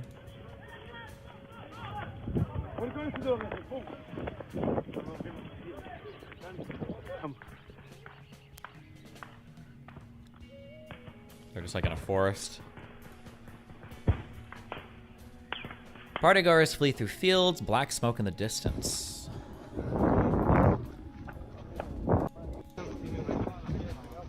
Partygoers being hunted down and killed by Hamas terrorists. Ready.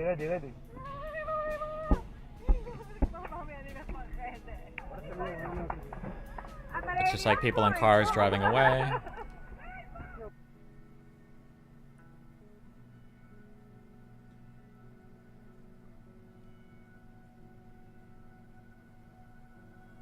Oh, Jesus Christ. One of these videos is dash cam footage of, it's two guys. Are you allowed to watch this on YouTube? I don't think so. It's two, I guess, party goers are running away. One guy hides behind a car. It looks like another guy gets shot as he's running. I'm guessing he's shot in the waist or leg or something because he falls. And then what I'm guessing is some Palestinian comes up with a rifle, walks up to the guy on the ground, shoots him, kills him. He thinks about going to the other dude, but that guy's just laying there. He doesn't go up and kill that guy. Maybe they assume he's already dead.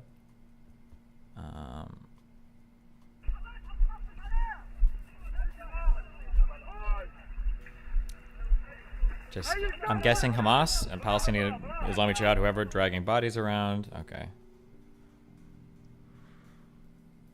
Let's see. Partygoers being hunted down and killed by Hamas. Oh, we were doing this. Or I watched this one, sorry. Partygoers fleeing the site while explosions heard in the distance. Okay. Partygoers in disbelief with explosions heard in the difference. I'm skipping through, so I'm probably missing the explosions, but... Partygoers hiding under a stage and in the bushes. Partygoers hiding from terrorists among parked cars, hiding from terrorists. Hiding, attendees hiding, gunshots heard in the distance. Explosions, gunshots. Oh, corpses scattered throughout the woods. Hold on. Oh, these look like first responders? Oh, rip.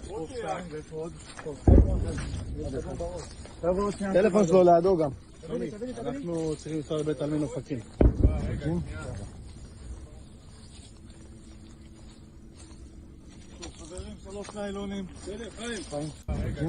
That when you see like I'm such a millennial.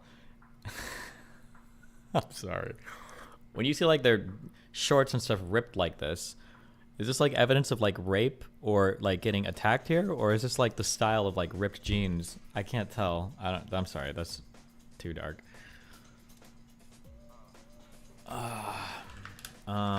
I just can't tell on these. They're like ripped on the side. I don't know. But there's also like a wound there, so they might have just gotten shot or stabbed there. I'm not sure. Okay. I'm not looking at like a vagina fucking rip. Okay. I don't know. Drone Festival, the Nova Music Festival Massacre Aftermath. Israeli officer looking for signs of life. כיוון, כיוון. אני פותח את השער. אני פותח, חפות. משטרה צה"ל. משטרה צה"ל.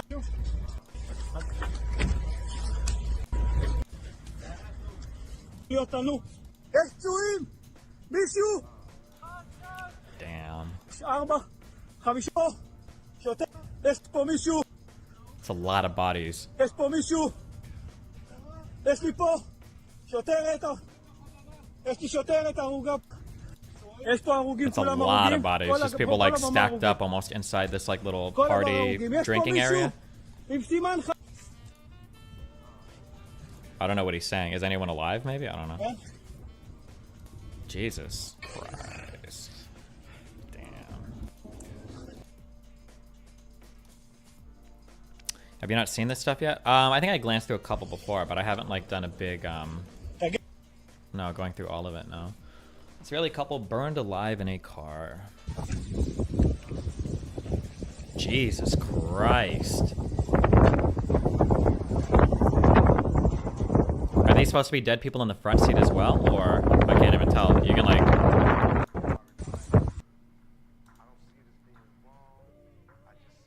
Also, I wonder how they know if they were burned alive.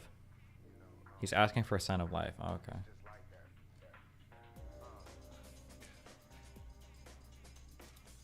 Jesus, these bodies. Charred. I can't believe Hamas attacked these people. They literally... They're killing model Palestinian protesters. I'm sorry, that's the only one of those I'll make. My bad. Okay, that's the only one. Oh, this is the same area. I've already seen this one, I think. Terrorists paragliding into the party. Oh, Jesus, this is so wild. Imagine being one of these people sitting here and you see this shit.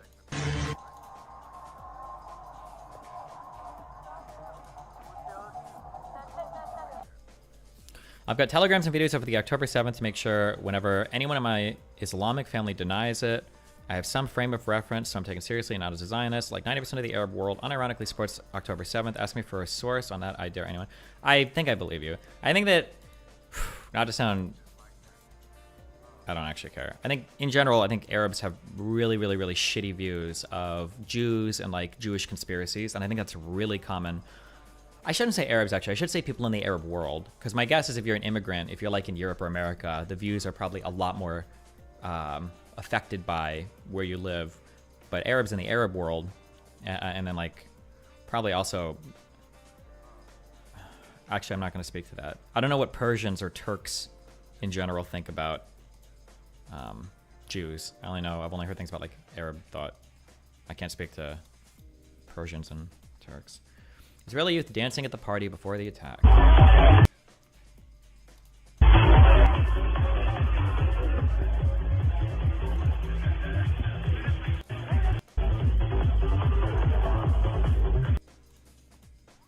Israeli youth celebrate a day before the massacre. Police protecting Israeli youth from terrorists while the youth frantically flee. Sorry.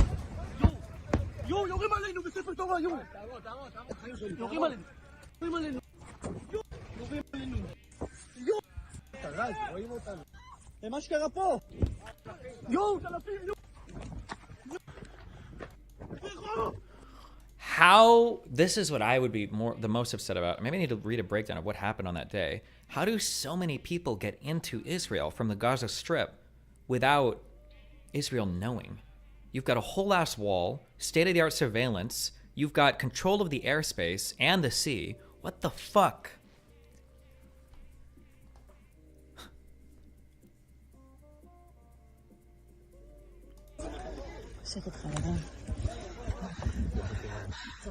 These people are hiding in a dumpster. Jesus.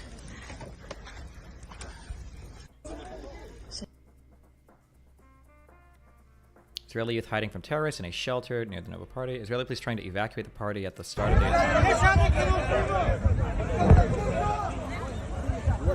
Is there a name for the Israeli police force? It's not all the IDF, right? They, like, what is the domestic police called, or do they have a name? So he's going away, terrorists shoot at them. We seem like this.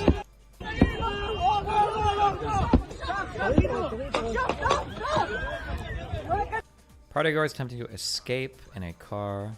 They just call the police. Yeah, okay. Dashcam footage of terrorists killing and abducting partygoers trying to escape to their cars.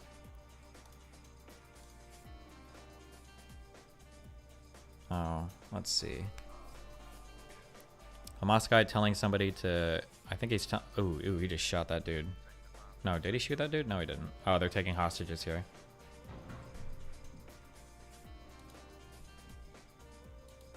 Also, how did they get the hostages back to,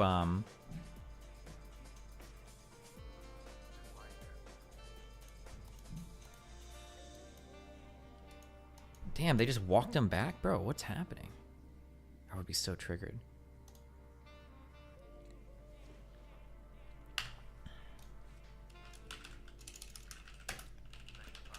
Let's see. Militant. What is the name of the, militant arm of Hamas again? It's the Al-Qassam Brigades, right? Is that this green headband thing I see? Is that what this is? Yeah, this shit. It is. Yeah, okay. Just checking. Does the... And then Palestinian Islamic Jihad. Military wing. What is this called? Al-Quds... Is it Quds? Al-Quds Brigades? Okay, it's in yellow. Gotcha. Okay. I see a lot of these, the green headbands. Go back to the top link. Go back to what top link? Where to find Al-Qassam headbands?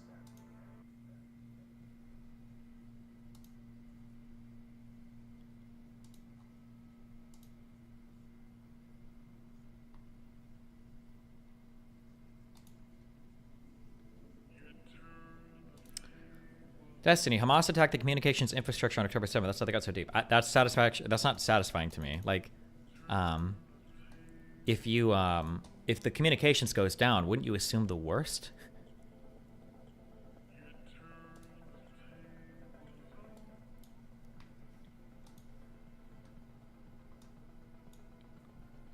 I feel like in retrospect, I think that if you participate in big battles in EVE Online, I think it actually gives you a really interesting perspective on how, like, I would say maybe even like a realistic military perspective in terms of how battles work on the ground, like the importance of layered types of defenses, the unfathomable importance of like electronic warfare, things like controlling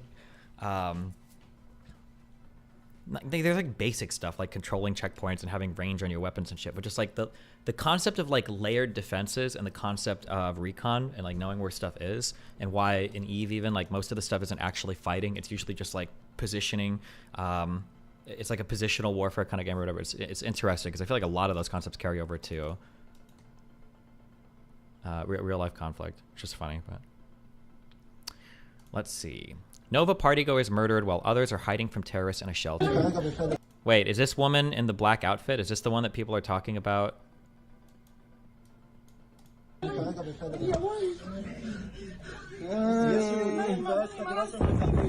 Nope.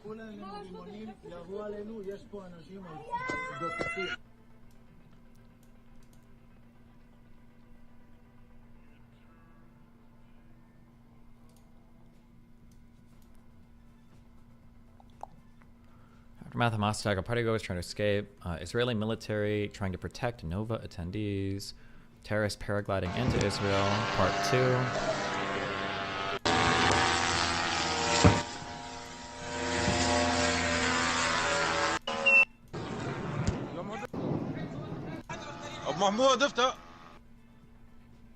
Jesus, how many fucking videos are here? Terrorists walking through the desert. Oh, this is their videos.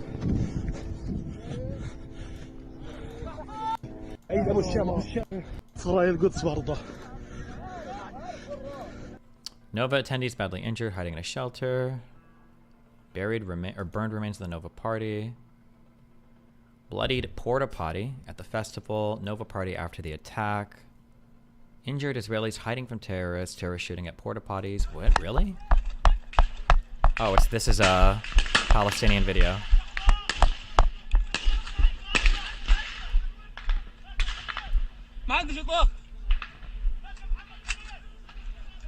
No shot. Really?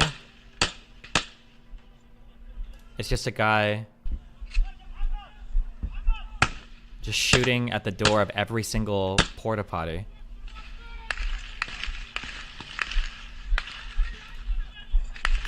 Okay, Jesus.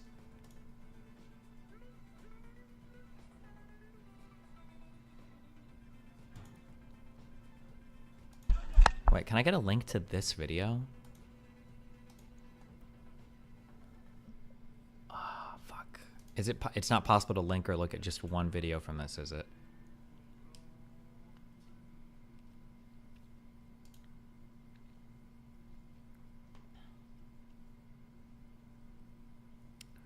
Young woman executed in a car.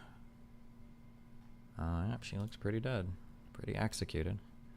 Party attendees hiding from terrorists. Woman who was raped and burned to death. Shit, that's yikes. Okay, that's a pretty yikes one.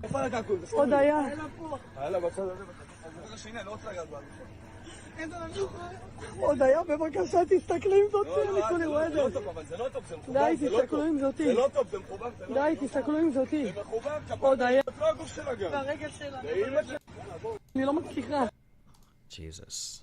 That's her? Oh, yeah, she's super raped. Bodies of civilians murdered at the Nova party. Nova, Hamas terrorists paragliding into Israel. We saw this. Terrorists invading by truck. Jesus, that guy had a full-on fucking RPG. Oh my god. Why do they wear masks covering their faces? Some do, some don't. Is it just? I guess to hide identity, right? That's why you do it. Okay, makes sense. I guess. But some don't care, I guess. I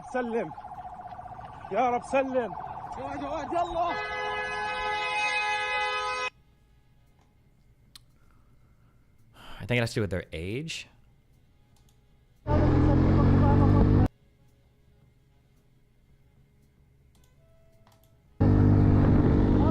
Terrorists on motorcycles.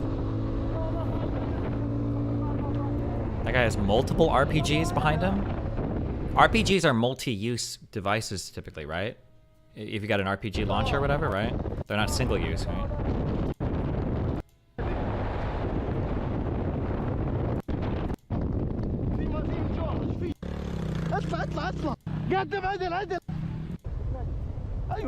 Oh, is this in Gaza? Is that where they're starting from here?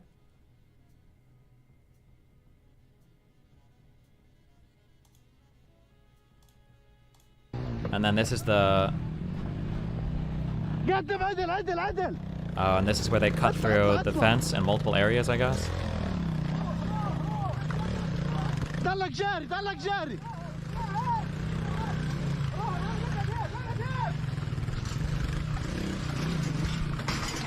يلا يلا امشي امشي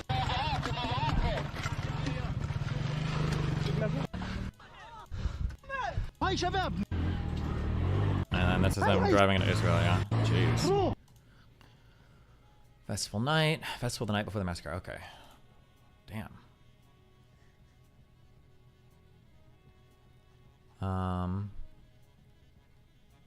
Oh, that was just one section. Then we have a mass rape section. Let me use the restroom real quick. Jesus, 1 second.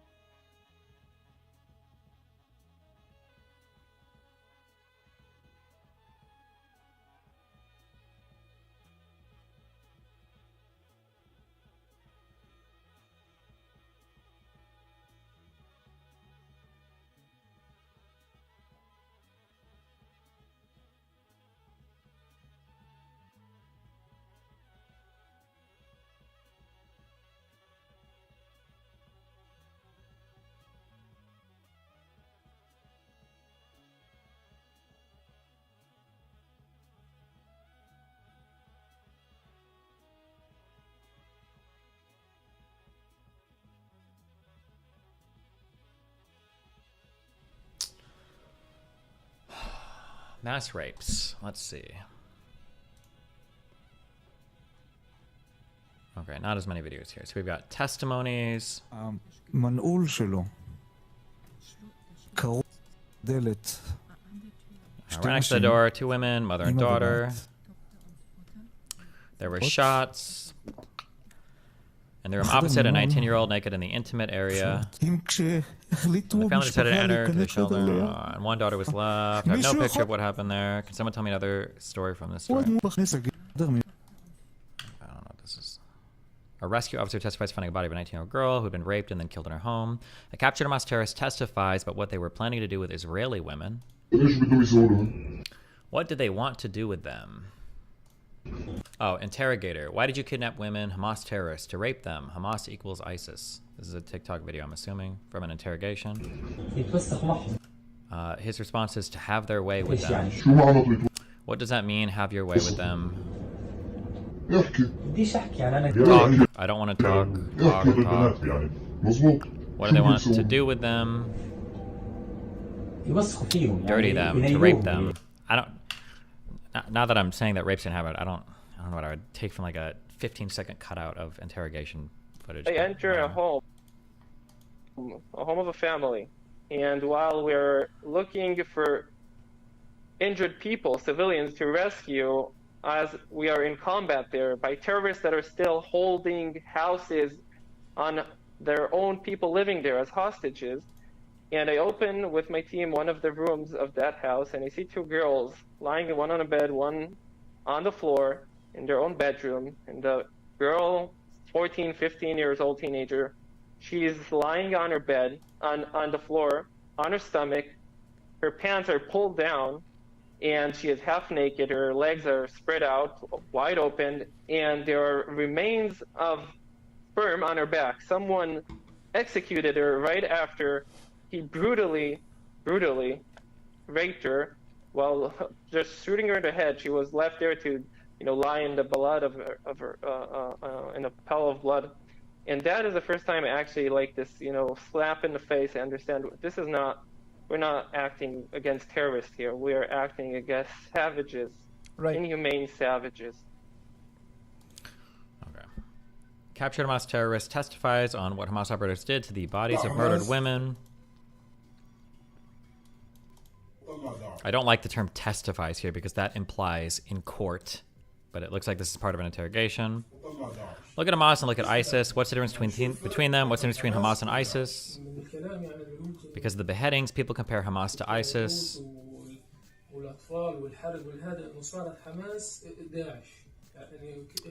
Hamas became ISIS.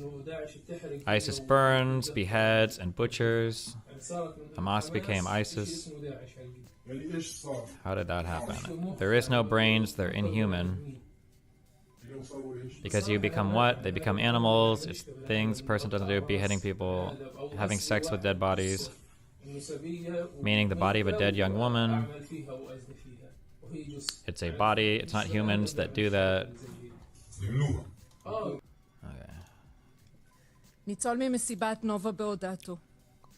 Survivor testimony. Okay, I don't know if I care as much about. There's a lot of gun wounds there. This is testimony of a woman who was at the party, I guess. Shooting was targeted at sexual organs. We saw that a lot. They had a thing with sexual organs, both in women and in men. The women we received, they were civilian. We mainly saw either breast amputation or gun shoots. Just to the breast, simply shooting from one side of the breast to the other. They were conscious when they got to us. As for man, they were also shot in genitalia. They had a thing with that, either amputation or shooting targeted to there.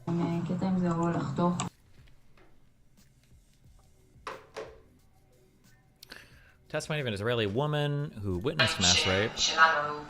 The two we had, they had been bounded by their hands. Their hands were behind their back tied. There was a body of a woman. They had a blood stain on her genitalia. At first, I thought she might have had a mishap out of fear. When we picked her up, we knew for sure that it was blood.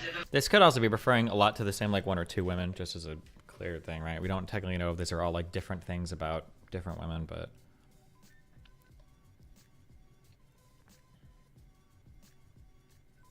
What is this? We've got Hamas terrorists telling others to keep an Israeli woman in place, calling her Sabiyeh, which may be convoking a classical Islamic reference for a female sex slave.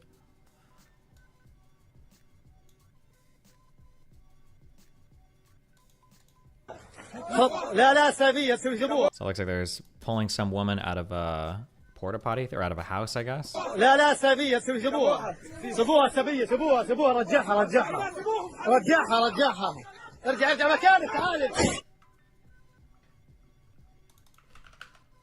Sabaya means girl. I don't know what this is.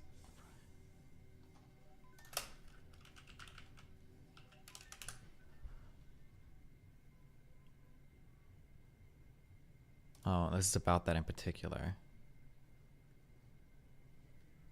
Recently found this video, but I'm unsure if that girl at the end of the video survives or not. It seems like the Hamas fighters say, take her back, she's a woman, or something along the lines of that. Does anyone else have full footage or some sort of confirmation if she's dead or not? Just really badly for that girl at the end. As there's also a shot, which I think is the cameraman's gun, but his gun is pointing at the ground, so it was a sort of warning shot. It's unclear what happened to her, but in the video, the guy calls her Sibaya, which means female prisoner of war. There was a discussion about this on another subreddit, and some people said that the word implies rape in this context.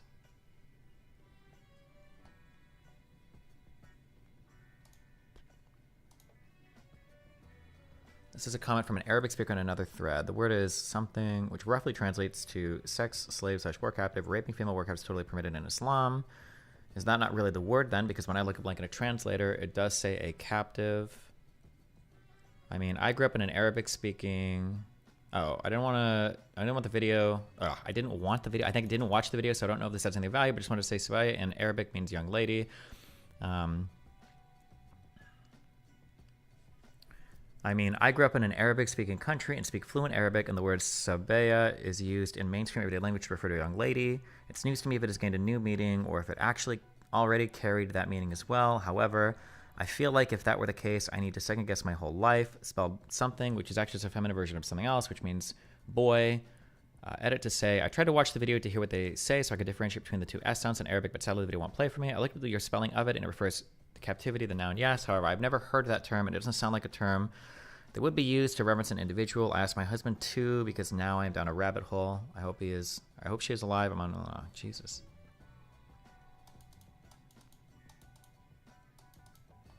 The phrase I've heard was she's a young girl, leave her, return her.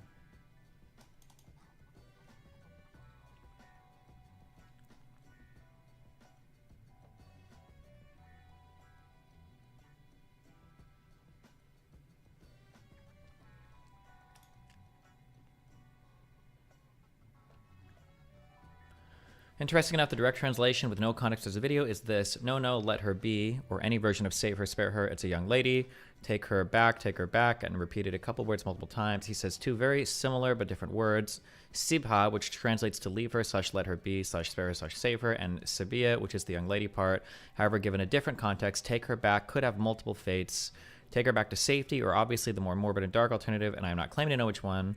I will say, though, from the tone of his voice, I'm leaning on the side of the more optimistic alternative. The tone of his voice was more so indicative of it being a no, let her be, she's a young lady, take her back to safety, etc. Anyway, well, here's that.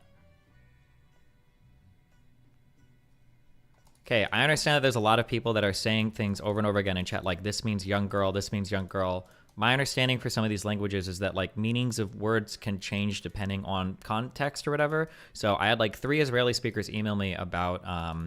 there's a video of some IDF soldier saying that when a class of people came to me, I murdered the school children or something. And I got 3 different emails with people saying that word that the guy uses, class or whatever, could refer to school children, but that word in different contexts also refers to like military units or whatever. But the word is the same, but depending on the context, it means something different. So I don't know. I don't know if like just the I don't know if just like the word itself is enough, or if you need like context around it. I don't speak any of these languages, so it's hard for me to say. Oh, it might have been squad or something. Or class is in rank? Yeah, I don't know.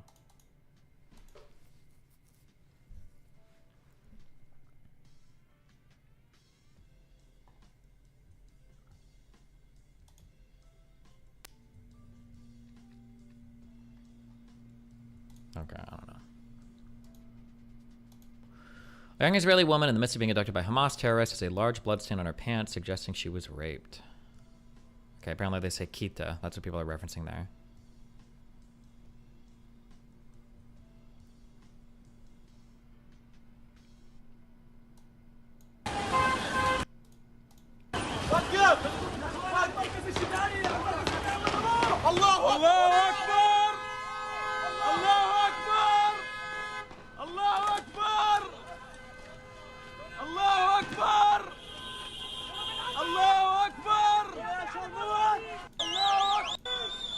I'm guessing you don't know like the ultimate fate of a lot of the people in these videos, or...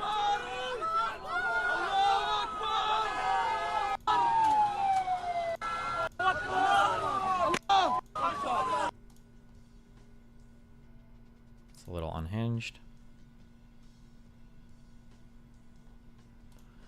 People say over 70% of people support Hamas. Is this accurate? Anyone know official polls? It's complicated. Like, I think Hamas and the October 7th attacks were generally supported, but also people say that, well, people in the West Bank and the Gaza Strip don't actually know what happened. So when they support the October 7th attacks, they are not supporting rape and murder. They just don't know. Other people say that they do know, and they just, I don't know. I don't think I could. That would be an interesting question to ask if me and Lonerbox do interviews, I guess. Families murdered in their homes.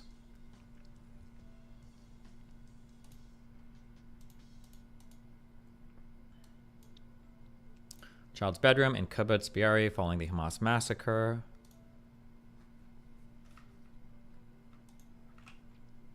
Bedroom where a toddler was murdered. Jesus Christ. Aftermath of a Hamas ambush showing bloodied infant car seats.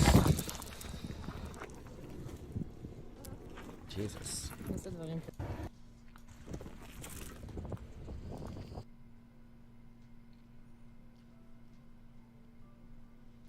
Click more to see footage. Civilians murdered. Ooh, nice. Dead link. Dipshits. Abductions. More than 240 women, children, elderly, and okay, just people. Israeli hostage Noah Argamani in captive.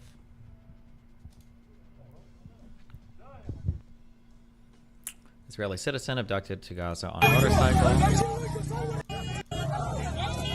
Young Israeli woman. We already saw this. Jesus Christ, how many fucking videos are there? Rockets striking civilian areas.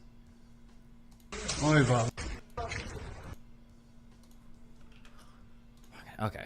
All right.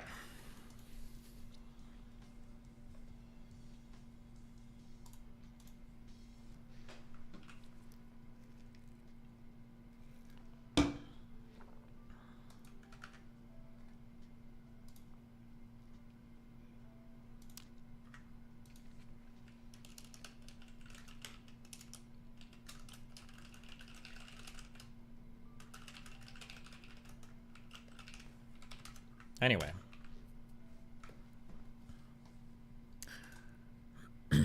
No survivors have spoken publicly. The Israeli police have acknowledged that during the shock and confusion of October 7th, the deadliest day in Israeli history, they were not focused on collecting semen samples from women's bodies, requesting autopsies, or closely examining crime scenes. At that moment, the authorities said they were intent on repelling Hamas and identifying the dead.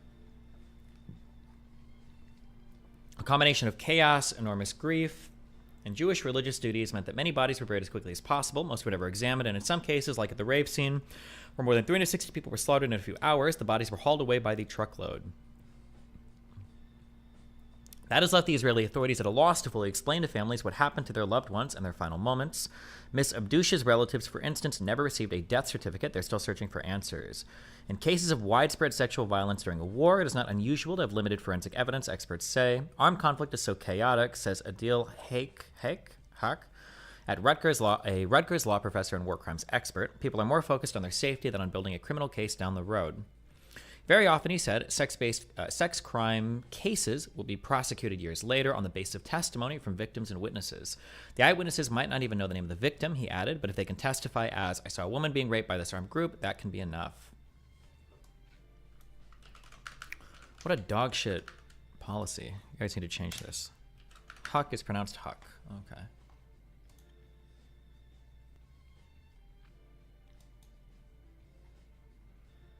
Limeo. Why did August Limeo this? Hold on. More terrorist attacks. Palestinians are clear. The situation is untenable as a status quo. It will not work. There will be more terrorist attacks. Palestinians are clearly not happy living in occupied territories. The situation is highly unstable. There has to be some effort taken to move things to a final solution. And I feel like final solution. As has been demonstrated, I feel like there isn't an appetite right now, at least in the right, in Israel, for any final solution. That's a really unfortunate phrase. For any like final settlement to the Palestinian problem, for any final... also, you know what that guy likes.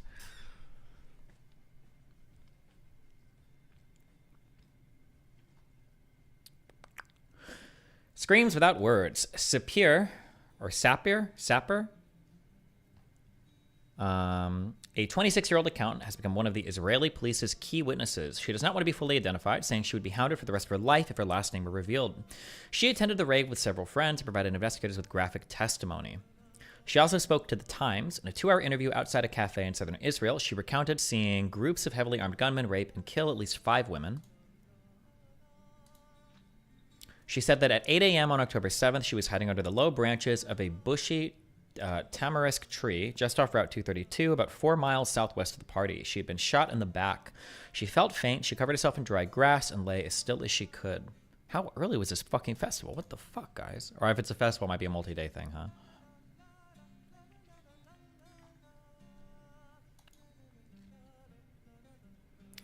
This is the guy he was talking to. Wait, has he said unhinged shit? MK claims libel over report that he said settlers' blood worth more than that of October 7th dead. Channel 12 says Simcha Rothman shocked attendees at Knesset hearing with his words. He insists it never happened. He said that settlers' blood worth more than that of October 7th. Oh, nice, good one. Destiny fake news. Okay.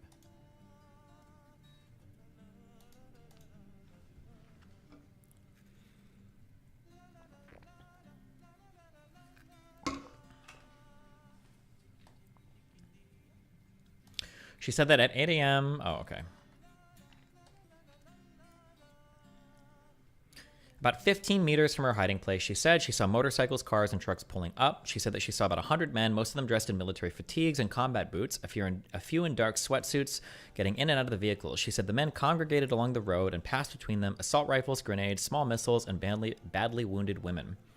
It was like an assembly point, she said. The first victim, she said, she saw was a young woman with copper color hair, blood running down her back, pants pushed under her knees. One man pulled her by the hair, made her bend over. Another penetrated her, Sapir said, and every time she flinched, he plunged a knife into her back. She said she then watched another woman shredded into pieces. While one terrorist raped her, she said another pulled out a box cutter and sliced off her breast. One continues to rape her, and the other throws her breast to someone else, and they play with it, throw it, and it falls on the road, Sapir said. She said the men sliced her face, and then the woman fell out of view. Around the same time, she said she saw 3 other women raped and terrorists carrying the severed heads of 3 more women. Sapir provided photographs of her hiding place and her wounds, and police officials have stood by her testimony and released a video of her with her face blurred, recounting some of what she saw. Your Carroll, a 22-year-old security consultant, said he was hiding in the same spot, and he can be seen in one of Sapir's photos. He and Sapir or Sapir?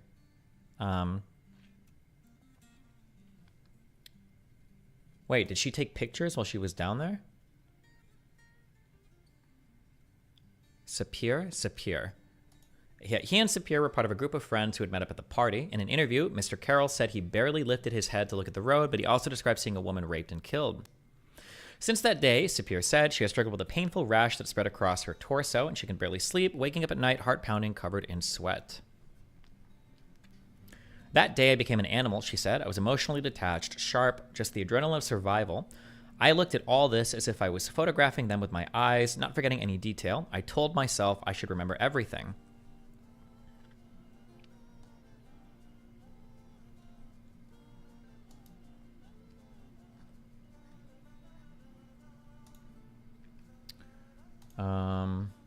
That same morning, along Route 232, but in a different location about a mile southwest of the party area, Roz Cohen, a young Israeli who also had attended the rave and had worked recently in the Democratic Republic of Congo training Congolese soldiers, said that he was hiding in a dried-up stream bed. This is January, February, March 6th. We'll add this one on here too. 2024.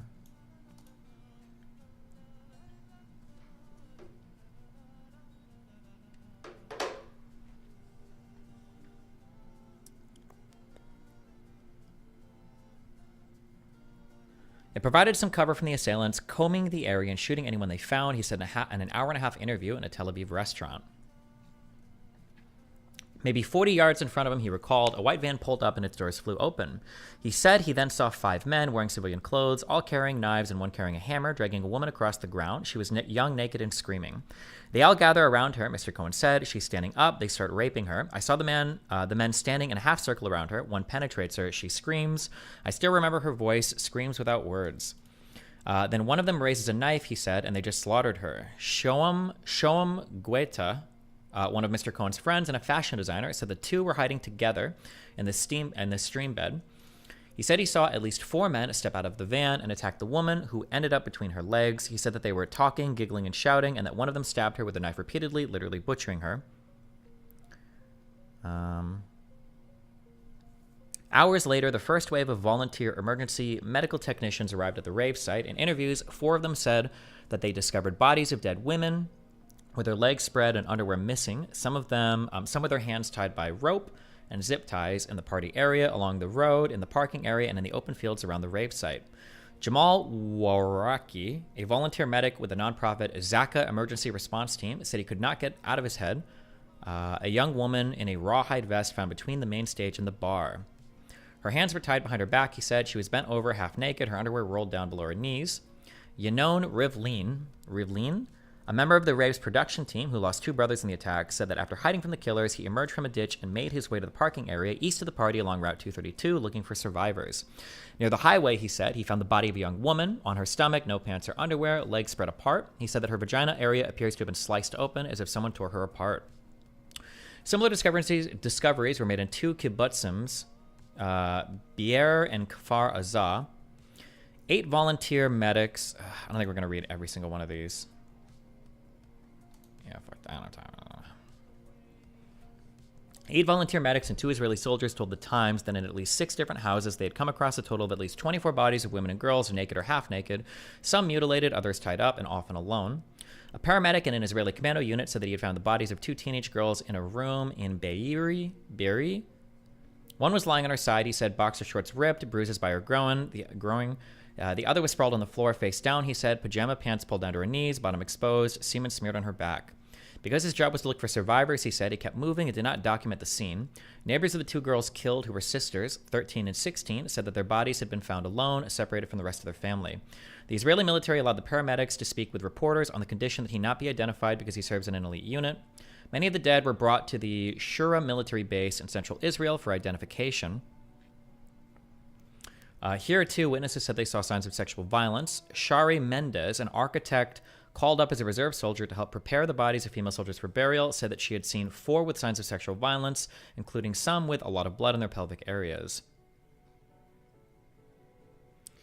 A dentist, Captain Mayan, who worked at the same identification center, said that she had seen at least 10 bodies of female soldiers from Gaza observation posts with signs of sexual violence of female soldiers.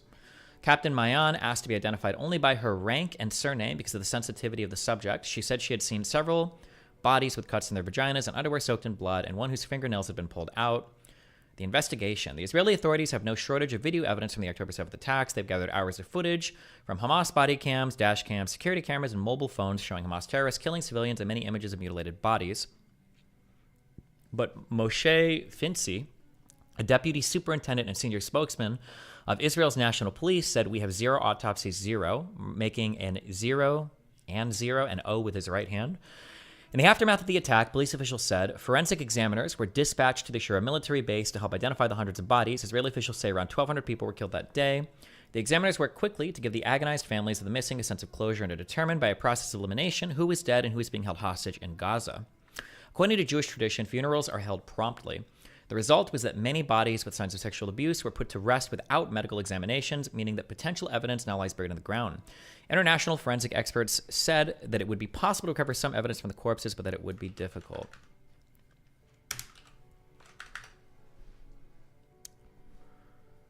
Mr. Finzi said Israeli security forces were still finding imagery that shows women were brutalized. Sitting at his desk in an imposing police building in Jerusalem, he swiped open his phone, tapped and produced the video of the 2 soldiers shot in the vagina, which he said was recorded by Hamas gunmen and recently recovered by Israeli soldiers. We don't have this video footage, right? I don't know if anything that graphic has been released or would be released.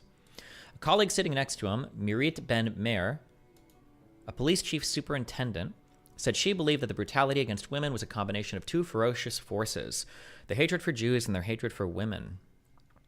Some emergency medical workers now wish that they had documented more of what they saw. In interviews, they said that they had moved bodies, cut off zip ties, and cleaned up scenes of carnage. Trying to be respectful to the dead, they inadvertently destroyed evidence. Many volunteers working for Zaka, the emergency response team, are religious Jews and operate under strict rules that command deep respect for the dead. I did not take pictures because we were not allowed to take pictures, said Yossi Landau, a Zaka volunteer. In retrospect, I regret it. There are at least 3 women and 1 man who were sexually assaulted and survived, according to Gil Harev, a spokesman for Israel's Ministry of Welfare and Social Affairs. None of them has been willing to come physically for treatment, he said. 2 therapists said they were working with a woman who was gang raped at the rave and was in no condition to talk to investigators or reporters. The trauma from sexual assault can be so heavy that sometimes survivors do not speak out about it for years, several rape counselors said. Many people are looking for the golden evidence of a woman who will testify about what happened to her, but don't look for that. Don't put that pressure on this woman, said Orit Sulit Zinu, executive director of the Association of Rape Crisis Centers in Israel. The corpses tell the story. The woman in the black dress. One of the last images of Miss Abdush alive, captured by a security camera mounted on her front door, shows her leaving home with her husband, Nagy, at 2:30 a.m. on October 7th for the rave. He was wearing jeans and a black t-shirt. She was dressed in a short black dress, a black shawl tied around her waist, and combat boots. As she struts out, she takes a swig from a glass. Her brother-in-law remembers it was Red Bull and vodka and laughs. You've got to live life like it's your last moments. That was her motto, her sisters said. At daybreak, hundreds of terrorists closed in on the party from several directions, blocking the highways leading out. The couple jumped into their Audi, dashing off a string of messages as they moved. We're on the border, Miss Abdush wrote to her family. We're leaving. Explosions. Her husband made his own calls to his family, leaving a final audio message for his brother, Nisim, at 7:44 a.m. Take care of the kids. He said, I love you. Gunshots rang out and the message stopped. That night, Eden Wesley, a car mechanic, drove to the rave site with 3 friends and found Miss Abdush sprawled half naked on the road next to her burned car about 9 miles north of the site. She did not see the body of Mr. Abdush. She saw other burned cars and other bodies and shot videos of several, hoping that they would help people to identify missing relatives. When she posted the video of the woman in the black dress on her Instagram story, she was deluged with messages. Hi, based on your description of the woman in the black dress, did she have blonde hair? One message read, Eden, the woman you described the black dress, do you remember the color of her eyes? Another said, some members of the Abdush family saw the video and another version of it filmed by one of Mr. Wesley's friends, or Miss Wesley's friends. They immediately suspected that the body was Miss Abdush, and based on the way her body was found, they feared she might have been raped, but they kept alive a flicker of hope that somehow it wasn't true. The videos caught the eye of Israeli officials as well. Very quickly after October 7th, they began gathering evidence of atrocities. They included footage of Miss Abdush's body in a presentation made to foreign governments and media organizations, using Miss Abdush as a representation of violence committed against women that day. Deluge? A week after her body was found,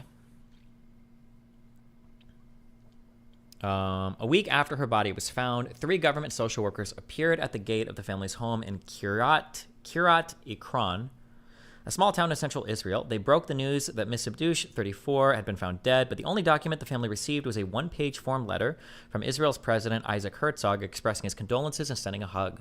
The body of Mr. Abdush, 35, was identified 2 days after his wife's. It was badly burned, and investigators determined who he was based on a DNA sample and his wedding ring. The couple had been together since they were teenagers. To the family, it seems only yesterday that Mr. Abdush was heading off to work to fix water heaters, a bag of tools slung over his shoulder, and Miss Abdush was cooking up mashed potatoes and schnitzel for their 2 sons, Eliav, 10, and Raphael, 7. The boys are now orphans. They were sleeping over at an aunt's the night their parents were killed. Miss Abdush's mother and father have applied for permanent custody, and everyone is chipping in to help. Night after night, Miss Abdush's mother, Eti Braka, lies in bed with the boys until they drift off. A few weeks ago, she said she tried to quietly leave their bedroom when the younger boy stopped her. Grandma, he said, I want to ask you a question. Honey, she said, you can ask anything. Grandma, how did mom die?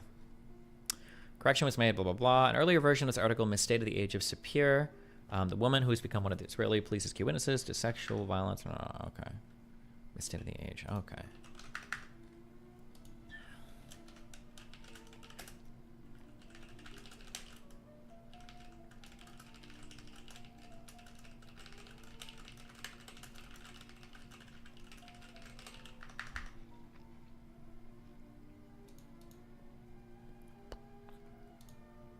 One, two, three.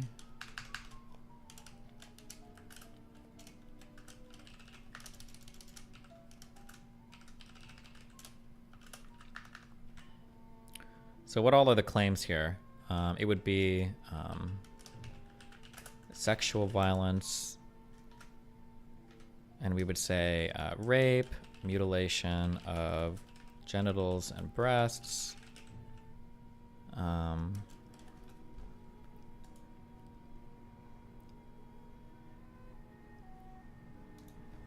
fuck is this hard? Does gang rape get its own category?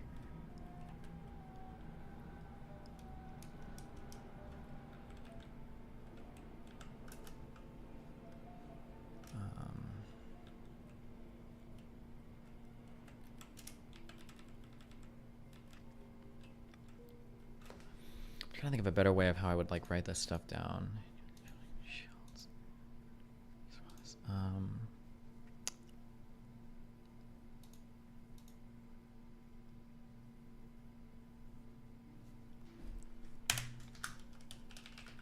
And then hostage taking.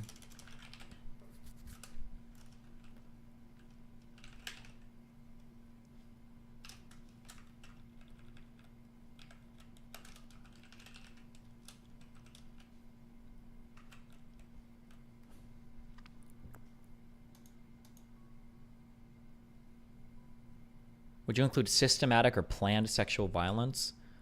Systematic, maybe. Planned? I don't know if there's evidence that it was planned. I'm not sure.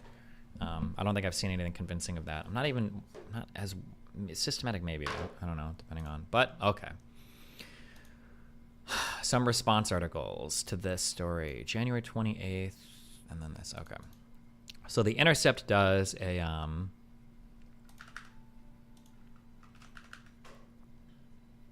oh, we would also say like just murder, like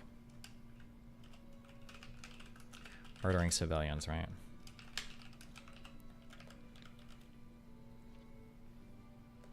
Is torturing civilians, is that a separate thing?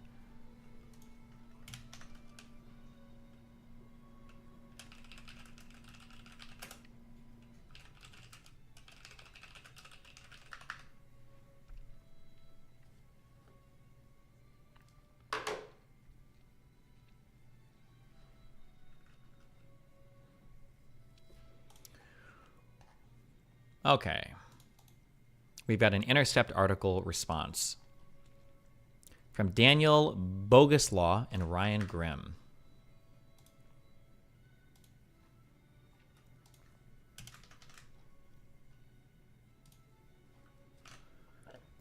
(2024) January 14th.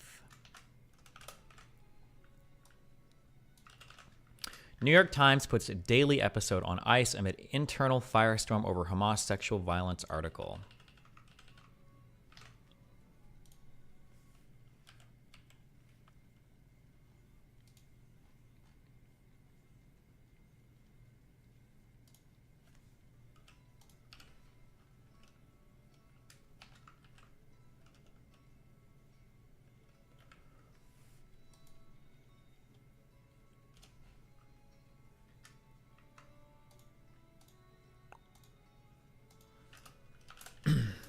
By Daniel Boguslaw and Ryan Grimm.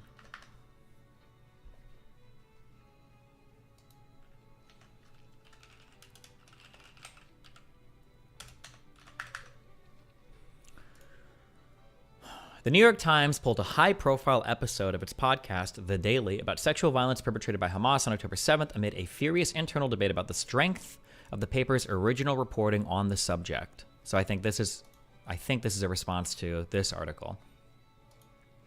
Times newsroom sources told The Intercept. The episode had been scheduled for January 9th and was based on a prominent article led by Pulitzer Prize winner Jeffrey Gettleman, who is one of the, I think, the lead author on this. Fuck. Hold on one second.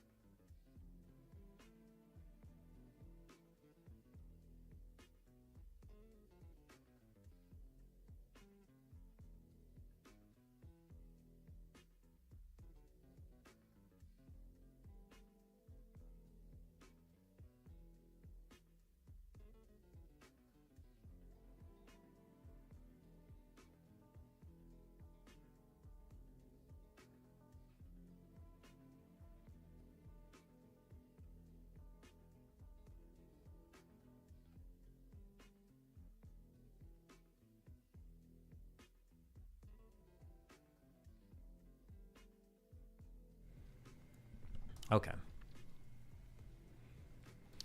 Article led by Pulitzer Prize winner Jeffrey Gettleman, claiming that Hamas had systematically used sexual violence as a weapon of war.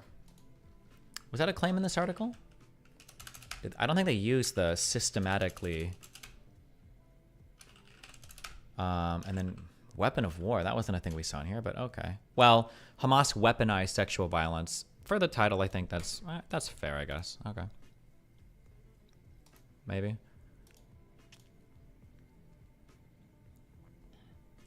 The Times report was initially heralded in an email sent to the newsroom conveying praise from executive editor Joe Kahn, who described the story as an example of the best kind of enterprise reporting the paper is capable of. It might be called systemic instead of systematic. I'm looking for SYS at all. I don't see it in here. Do I? Maybe widespread? Widespread sexual violence. In cases of widespread, maybe that can I argue it's systematic? I don't know. Kind of being a stickler for words here, but okay. The past couple of weeks, as the year drew to a close and many of us were on holiday, we published several signature pieces of enterprise on the Israel-Hamas war from different teams in the newsroom. Joe spotlighted some of them. Jeffrey Gettleman, Anat Schwartz, and Adam Sella spent several weeks and conducted 150 interviews to report on how Hamas weaponized sexual violence during the October 7th attack. The topic is a highly politicized issue and a delicate one to report, and Joe noted how the team, including photographs by Avishag Sher Yeshuv, did it in a sensitive and detailed way. Nuxenor, thank you for hosting me for 525 viewers. Thank you, buddy. But that message came roughly at the same time as another staff missive urging Times employees not to criticize each other on the company's internal Slack. Many reporters and editors understood that directive to be a reference to an intense internal debate unfolding over the story, a rolling fight that is revived on the near daily basis over the tenor of Times coverage of the war in Gaza. A Times spokesperson, Charlie Stadlander, said those assumptions were inaccurate and that the email was a release of a company-wide policy, the deliberate and measured development of which began in the beginning of 2023. As criticisms of Gettleman's story grew, both internally and externally, producers at The Daily shelved the original script and paused the episode, according to newsroom sources familiar with the process. A new script was drafted, one that offered major caveats, allowed for uncertainty, and asked open-ended questions that were absent from the original article, which presented its findings as definitive evidence of the systematic use of sexual violence as a weapon of war. I disagree that that's the strength of the claim being made in here. This is a very, very, very strong claim. I think that this article, assuming everything is accurate, I think it documented many instances of sexual abuse. I don't think that this article made as strong an argument to say that Hamas intended to use this as a weapon of war against Israel or against women. I wouldn't say that that was what the strength of this article was. I don't think that the article set out to justify that. I think it could have done it in way more explicit terms if that was the goal. This is a really strong statement, but okay. That new draft remains. I'll caveat by saying maybe in the original publication of the article, maybe it made stronger claims, because this was updated on January 25th. Archive.ph.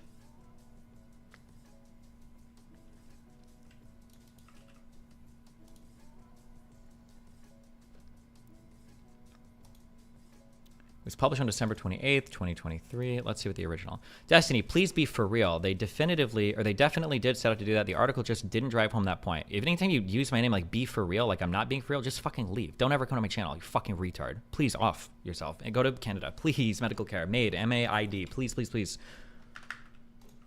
Control F. Systemic, no. Weapon of war, no. Planned. Widespread sexual. Fuck. I don't see anything that different here, but okay.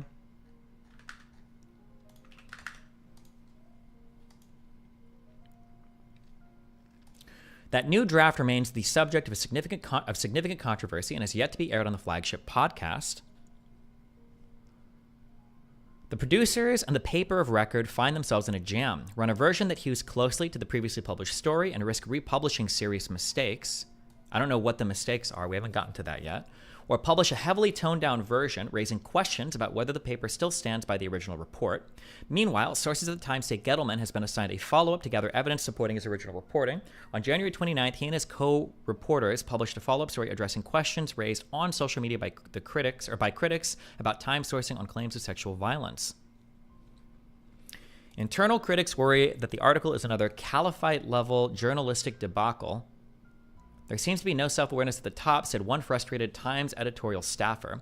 The story deserved more fact-checking and much more reporting. All basic standards applied to countless other stories.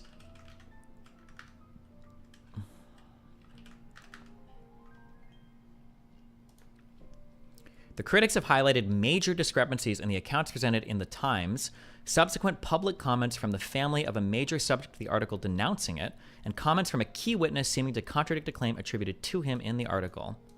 Okay, so subsequent public comments from the family of a major subject of the article.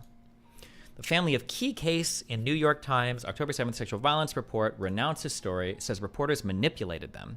A New York Times story claiming a pattern of gender-based violence on October 7th hinged on the story of Gal Abdouche, but the Abdouche family says there is no proof that she was raped and that Times reporters interviewed them under false pretenses. So the statements about Abdouche were... Are there videos of this that we can look at?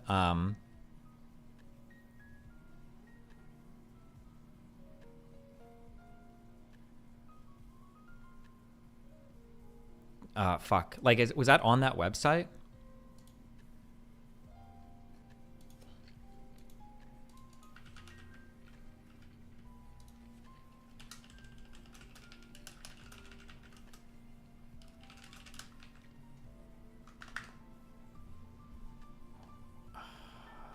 Okay, never mind. I gotta fucking look for this shit.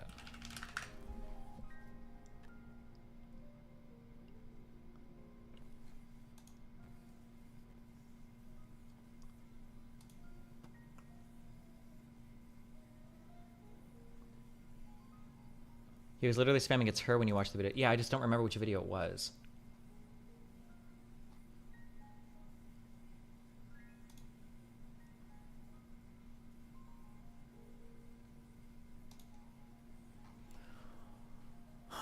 I'm just saying the original claims in the article were one family knew who she was. Israeli police officials said they believed that Miss Abdouche was raped. That's what Israeli police officials purportedly said.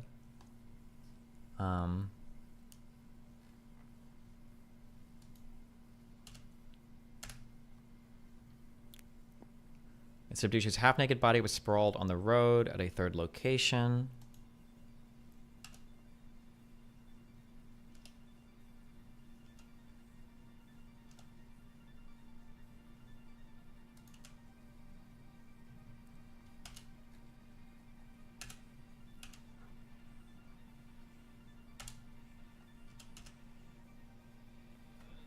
This video exists somewhere. So fuck, nobody can link me this video. I'm gonna have to go search for it. All right.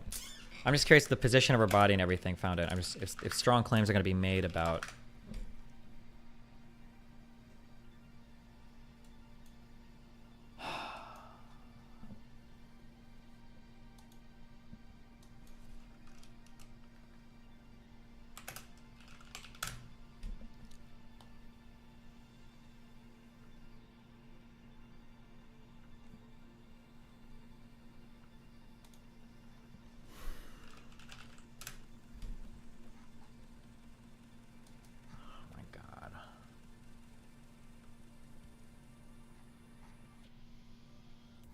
Is this the same girl that was paraded in the back of the pickup truck? No.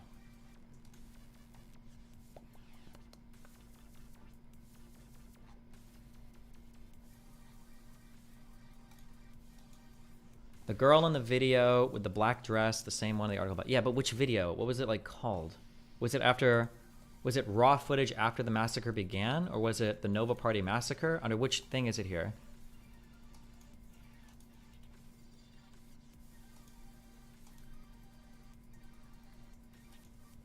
Click to see more footage.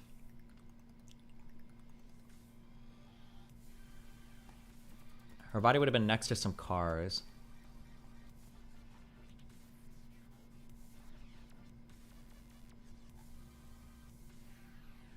Oh, thank you. Thank God. Kick chat. Champions. Oh, it was this video.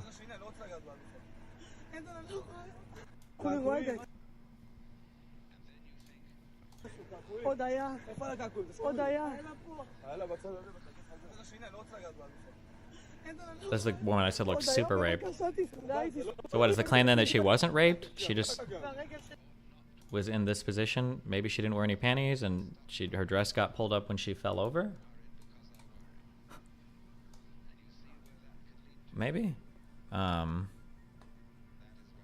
Okay, let's read this story.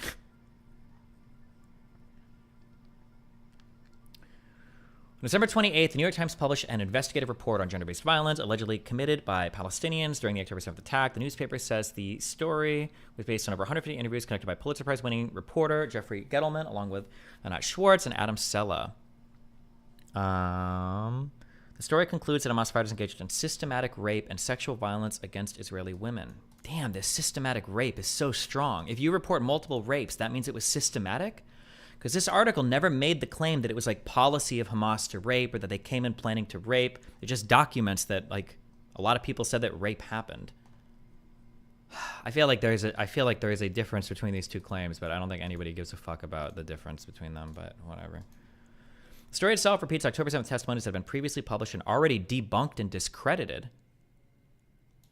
But the Times investigation hinges predominantly on one central story, the story of the rape of Gal Abdouche, who is described by the Times as the woman in the black dress. Does it really hinge on her one story? Not to try to like play like rape Olympics, but I feel like the worst story were the two people in the bushes. This is a big story, the woman in the black dress, but I feel like it was the riverbed, Control F bed, seabed, stream bed. Damn, I feel like this was the more fucked up one. The Abdouche one is a big part of this though, but the interrogation of the captured Hamas guy said, "Have our way." I don't think I care about like an interrogation footage like that. I don't know how much credit I give to that. I'm not going to hinge everything off of that. And I'll do your podcast whenever, you fat fuck. As soon as you get down and do 10 push-ups, you think I'm stupid? I think you're retarded. You don't even know how to be happy without serotonin pills. Do 10, I'll do your podcast whenever. Okay.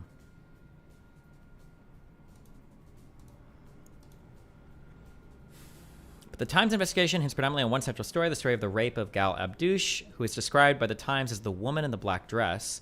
Also, I don't think the Times investigation hinges predominantly on that. There's also a lot of testimony of like other people that are reporting things as well, right? Because we got reports from Israeli medical officials. We got reports from the lady who does the fucking bodies or whatever. We got this lady handle the bodies. We got reports from, was it Zaka? We got reports from that one Israeli special forces unit. Was it commando? A paramedic guy. The idea that all this, I don't like this phrasing. It hinges on one central story. Okay.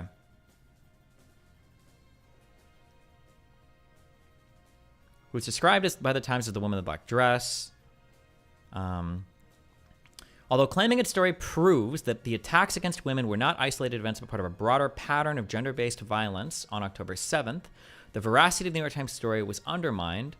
Oh, that might be where they're getting the systematic from. Establishing that the attacks against women were not isolated events but part of a broader pattern of gender-based violence on October 7th. I think that's a fair assessment of like systematic then, I guess. That's fair. This is kind of a claim of systematic. Oh, that's okay. That's fair, I think. Okay, gender-based violence on October 7th. The veracity of the New York Times story was undermined almost as soon as it was published, including from the Abdouche family itself, who says there is no proof Gal Abdouche was raped, and that the New York Times interviewed them under false pretenses. Okay. The New York Times version of events. A heartbreaking photo of Gal Abdouche's family, a working-class Mizrahi Jewish family who lost their daughter and son-in-law, Nagi Abdouche, appeared on the newspaper's cover. The newspaper devoted a third of its report to the Abdouche story. The report centered around a video that was captured on October 8th by a woman called Eden Wesley, which was published on her social media accounts. According to the Times, the video went viral with thousands of people responding, desperate to know if the woman in the black dress was their missing friend, sister, or daughter. The newspaper did not link to the video, but released a distant, indistinct image from it that revealed nothing. It's unclear how the Times confirmed the existence of these responses, since Wesley's Instagram account has been banned and she created a new account in mid-December. Did they reach out for a comment? I don't even know if this publication is big enough to, but okay.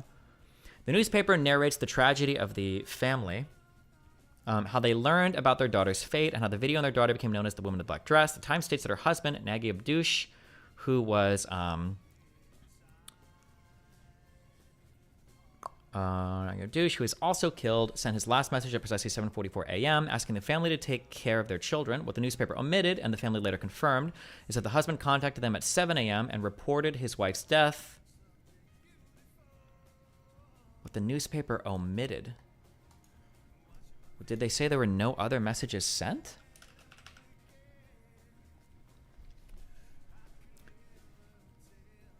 At daybreak, hundreds of terrorists closed in on the party from several directions, blocking the highways leading out. The couple jumped into their Audis, dashing off a string of messages as they moved. We're on the border, Miss Abdouche wrote to her family. We're leaving. Explosions. Her husband made his own calls to his family, leaving a final audio message for his brother, Nissam, at 7:44 a.m. Take care of the kids. He said, I love you. Gunshots rang out, and the message stopped.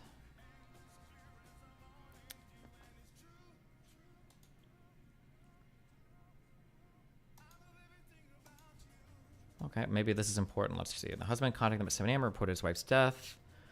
The Times says the family saw the video recording and feared that she might have been raped based on the body's condition. The Times also says that the Israeli police used the video as evidence that rape occurred. The videos caught the eye of Israeli officials as well. Do they include his text message, or did they say what he texted, or? The Times says the family saw the video recording and feared that she might have been raped based on the body's condition. The Times also stated the Israeli police used the video as evidence that rape occurred. The videos caught the eye of Israeli officials as well. Very quickly, after October 7th, they began gathering evidence of atrocities. They included footage of Miss Abdouche's body in a presentation made to foreign governments and media organizations, using Miss Abdouche as a representation of violence committed against women that day. There is currently no trace of the video on the internet, despite the Times' claim that it went viral. Moreover, the Israeli press, despite reporting on hundreds of stories about the October 7th victims, never mentioned the woman in the black dress even once. Previous to the December 8th story, it does not appear that the video had, in fact, become the widely circulated symbol the Times claimed it had, but regardless, within a day of the report being published, facts that undermine the Times story began to emerge. When was this article published? On January 3rd. December 28th. Okay, so they're saying they didn't see it online. At Destiny, what? Everyone in Israel who has Telegram saw the video on October 7th. Okay, I can't speak. I wasn't in Israel, but okay. The media invented it. On December 29th, the Israeli website Ynet published an interview with Eti Braka, Gal Abdouche's mother. In the interview, the mother says the family knew nothing about the sexual assault issue until the piece in the Times was published. We didn't know about the rape at all. We only knew after a New York Times journalist contacted us. They said they matched evidence and concluded that she had been sexually assaulted. Then on January 1st, Nissam Abdouche, Nagy's brother, appeared in an interview on Israeli Channel 13. During the 14-minute interview, Nissam repeatedly denied that his sister-in-law was raped. He explained that his brother, Nagy, had called him at 7 a.m. in the morning, saying his wife was killed and he was next to her body. Then he continued to communicate until 7:44 and never mentioned anything related to sexual assault. Nissam also stated that no official party informed them of these doubts or the investigation. Neither the police nor forensic experts. In the interview, Abdouche reiterated that his brother's wife was not raped and that the media invented it. None of this technically really contradicts the New York Times reporting. The forensic experts already said that they didn't really collect evidence of rape because they rushed the bodies off to be buried immediately, which doesn't seem to be a contested claim by anybody. The brother might not have told his brother that she was raped, but I don't know if he necessarily would. Maybe, maybe not. I'm not sure. Why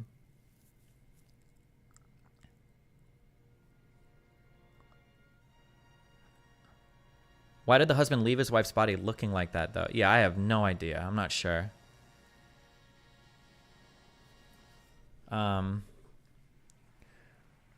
Gal's sisters also denied allegations of rape. How would they know? Wait, why are we interviewing these people? Or how are they relevant? Unless somebody said something like dispositive? Am I using this word? Or exculpatory? Would it be dispositive here? Dispositive. To bring about the settlement of issue. And oh, Jesus Christ. Dealing with the dispositive legal. All right, is it a legal term? Hi. Oh, thank you. A crucial element of any legal proceedings undermines or determines the ultimate result of the case. Positive essential. Okay, dispositive is like proves a thing happened, I think, right?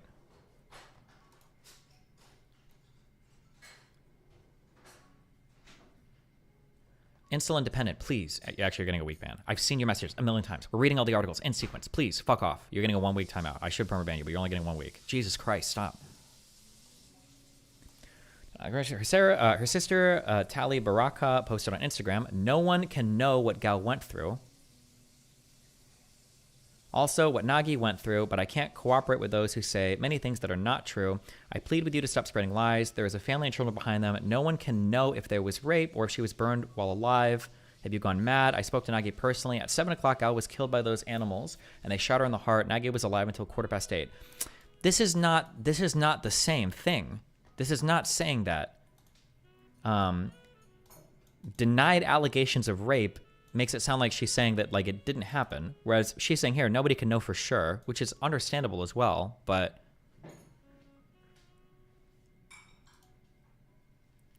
7 o'clock, Gal was killed by those animals, only shot in the heart. Okay. Likewise, Morale Alter, Gal's sister, wrote a comment on Instagram in response to a video of a Hasbara account. Thank you, sir. Yep. Alder said, I can't understand all these reports. There were many difficult stories. Why this story in particular? It's based on only one video published without the family's knowledge. It is true that the scenes in the video are not easy, but it's clear that the dress is lifted upwards and not in its natural state. And half her head is burned because they threw a grenade at the car. I don't want to be understood as if I'm justifying what they did. They're animals. They raped and beheaded people. But in my sister's case, this is not true. At 6:51, Gal sent us a message on WhatsApp saying we are at the border and you can't imagine sounds of explosions all around us. At 7 o'clock, my brother-in-law called his brother and said they shot Gal and she's dying. It doesn't make any sense that in 4 minutes they raped her, slaughtered her, and burned her. I mean, theoretically, they could have raped her after, or they could have... If... I just don't understand how any of this is like... Did they get an interview with the husband, this publication, or... Also, who knows what the fuck can happen in 4 minutes, right? Oh, wait, the husband is dead, right? Or he's missing? Yeah. Other comments from Abdush family friends and relatives whose relationships have been confirmed through social media also suggest that the woman in the black dress at video itself lacks enough information to support the claim of rape. Who cares what the family and friends say? They're not forensic experts. Why would this even matter? There's no like additional credibility here because they happen to be friends and family. Sharon Maluka, Muriel's friend, wrote, based on what does Eden Wesley conclude that she was raped? Based on the video she took, there is no evidence. It's not true that half of her body was burned, only her face, and there's nothing but a dress pulled up. Another friend. Well, wait, isn't her... Now, I'm not trying to be crude here. It's possible that she went to that party with no panties, but isn't her vagina exposed in that video?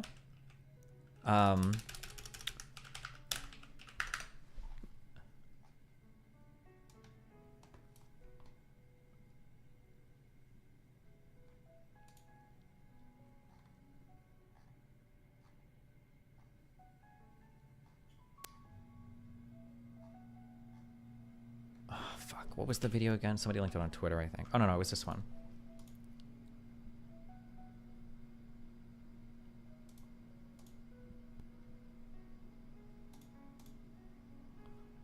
I mean, like, the footage is grainy, but she looks like she's not wearing any panties. Am I crazy? That's what it looks like to me, unless there's, like, maybe a really thin G-string there.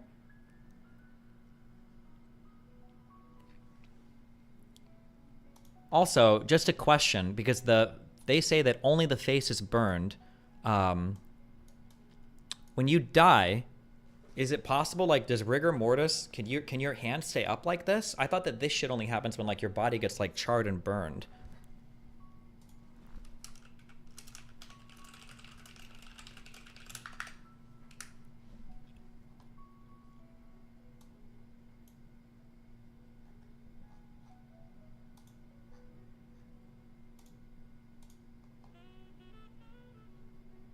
I don't know how you could look at this video and conclude that only her face was burned. It looks like her entire left arm is charred.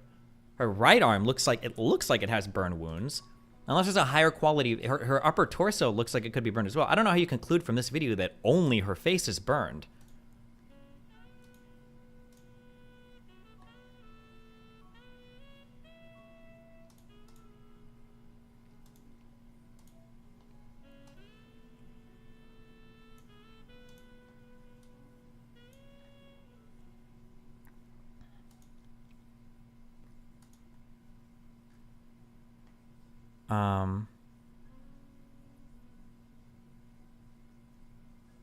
There is nothing but a dress pulled up, and she's not wearing any panties. Destiny, what the fuck are you talking about? Her vagina's exposed. David, naked doesn't mean no panties, you fucking retard. She's wearing a dress. You wouldn't say somebody's naked just because they don't have panties on. Kill yourself in a video game. Many of the comments from those in and around the Abdush family point to the role of Eden Wesley in pushing the rape allegations.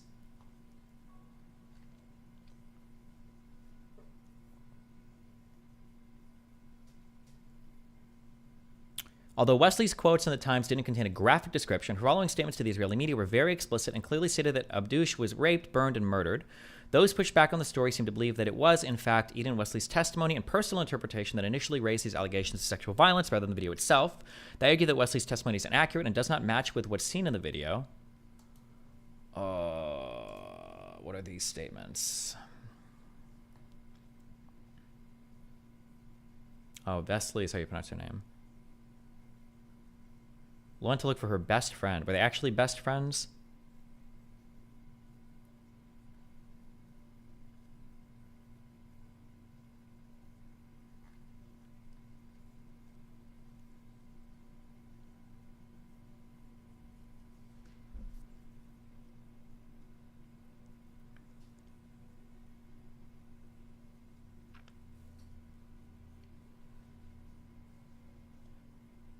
Very difficult scenes. There were hundreds of bodies of people with half their bodies outside and their bodies inside the car, body parts scattered on the road.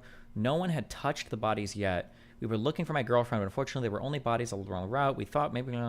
Suddenly I saw the body of a man, and next to the body of a girl. I asked my friends to stop. It looked like she had been raped and burned and murdered. She was both shot and burned. Her hand covered her face. She had a gunshot wound to her cheek, and she was without underwear. They lifted her dress up and they raped him, and after they finished raping, they burned it. It doesn't show that a human eye can see. The people who came with me took it really hard and asked to go home. Wesley did not give up and traveled to the place of the massacre every day to find her friend, and along the way, they helped families... Wait, why the fuck are we... Why... Oh, fuck, this is irritating me. Fuck, the black pill, it's coming back. Why are we saying that testimony from friends and family who weren't there, that watched the video, who are even quoting parts of the video wrong, supersedes testimony from the person that actually went and found the fucking body?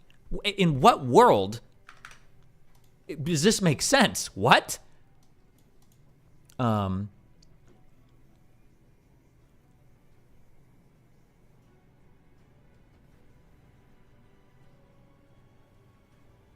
Those pushed back on the story seem to believe that it was, in fact, Eden Wesley's testimony and personal interpretation that initially raised these allegations of sexual violence rather than the video itself. Well, she was a witness. Why would the witness there, why would she rely on the video? She was there, right? She didn't need to watch the video.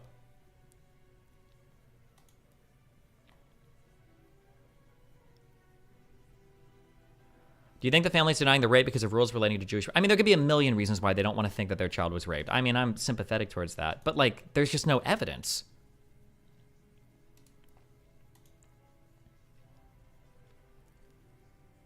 A look at Eden Wesley's Facebook account reveals extreme right-wing opinions.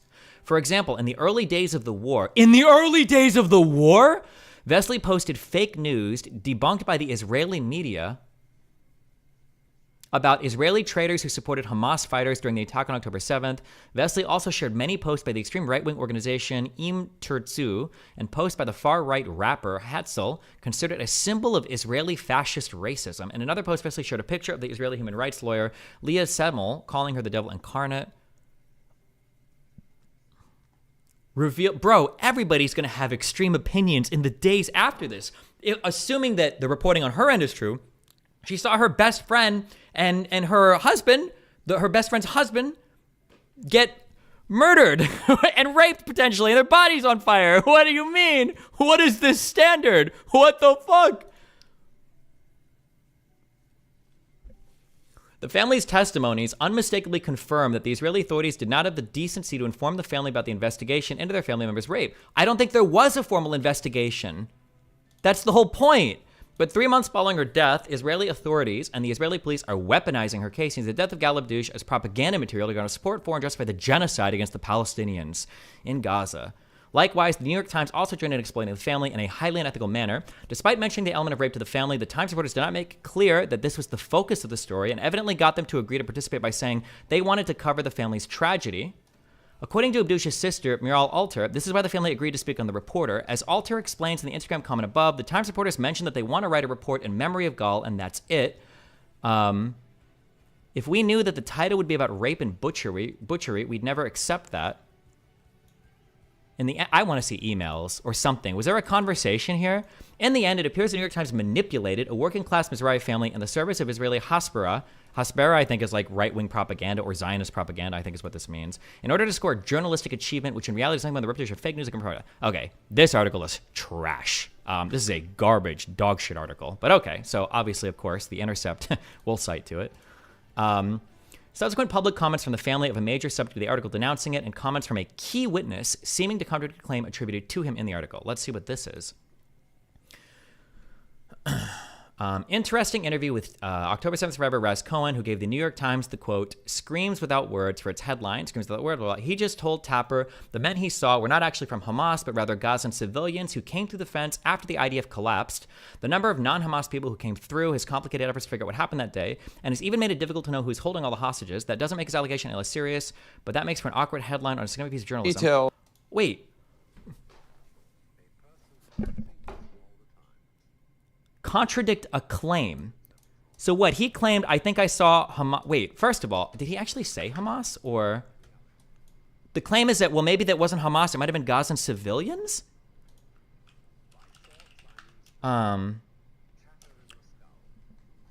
Wait. Raz Cohen, a young Israeli. We saw men who were, okay. Raz Cohen, a young Israeli, who had also attended the rave and had worked recently in the Democratic Republic of the Congo, training Congolese soldiers, said that he was hiding in a drought of stream. He said that he saw 5 men wearing civilian clothes, all carrying knives, and one carrying a hammer, dragging a woman across the ground. She was young, naked, and screaming. They all gather around her. She's standing up. He penetrates her, kills her, blah, blah, blah. Did he say they were from Hamas? Is that even a claim that he makes here?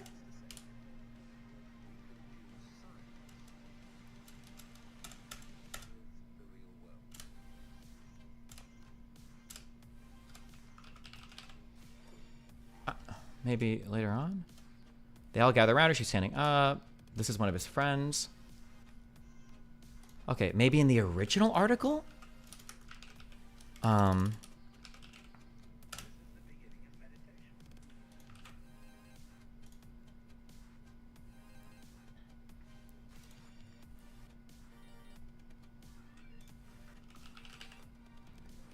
Same morning, okay. This is the original published on the day of. It's hiding part of some cover. Okay, maybe 40 guys. He said that he then saw 5 men wearing civilian clothes, all carrying knives. They all gather around her. She's standing up. They start raping her. Saw the men standing in a half circle around her. One penetrates her. She screams, "Still remember her voice," screams without words. Then one of them raised a knife and they just slaughtered her.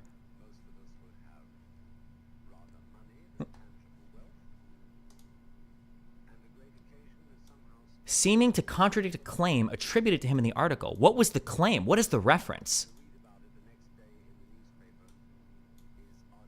Why not state that claim? Why wouldn't you directly write that? I think I've written a decent amount now. I feel like if I was writing about this, I would state exactly which claim was contradicted. Let's listen to his, 7.5 minutes, I don't have time. Of what you're about to hear from one witness we just spoke to. Interesting interview with 10/7 survivor Raz Cohen, who gave the New York Times the quote, "Screams without words" for its headline. He just told Tapper the men he saw were not actually from Hamas, but rather Gazan civilians who came through the fence after the IDF collapsed. The number of non-Hamas people who came through has complicated efforts to figure out what happened that day and has even made it difficult to know who's holding hostages. That doesn't make the allegations less serious, but this makes for an awkward headline on a significant piece of journalism.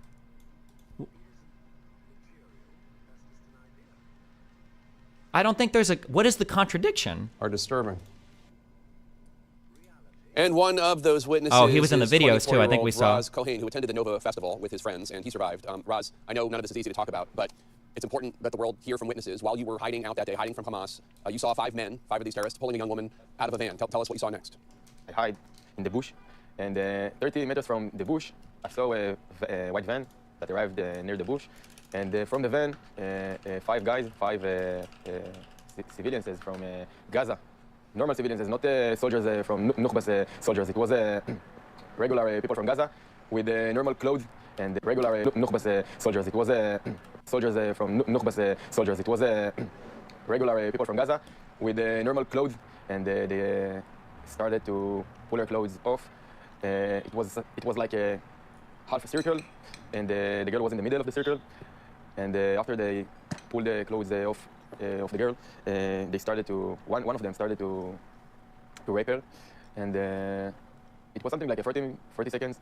And after he raped her, he take a knife and kill her, murder her. And after he did it, he continued to rape the dead body. What was the attitude of this group while they were doing this? Were they angry? Were they cursing? What were they doing? What an unreal question. I mean, I guess it's probably okay, but they don't was angry. They always laugh. I think it was for fun. They murdered a lot of people for fun. They always laugh. What did they do after they raped her and killed her? And what did they do after that?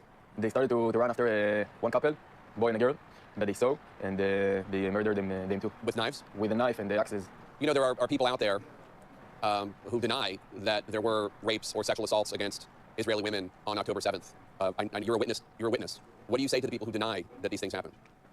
It's a fact. I don't lie. What I saw, it's what happened. If someone say that it's not happened, is a liar. Because until this moment that I stand here and talk with you, I'm always think about what I saw in this moment in the bush. How did you manage to survive that day? So I keep hiding in this. Also, wait, is this woman in the same spot as the other guy? That same morning along Route 232, but in a different location, but a mile southwest of the party area, Raz Khan.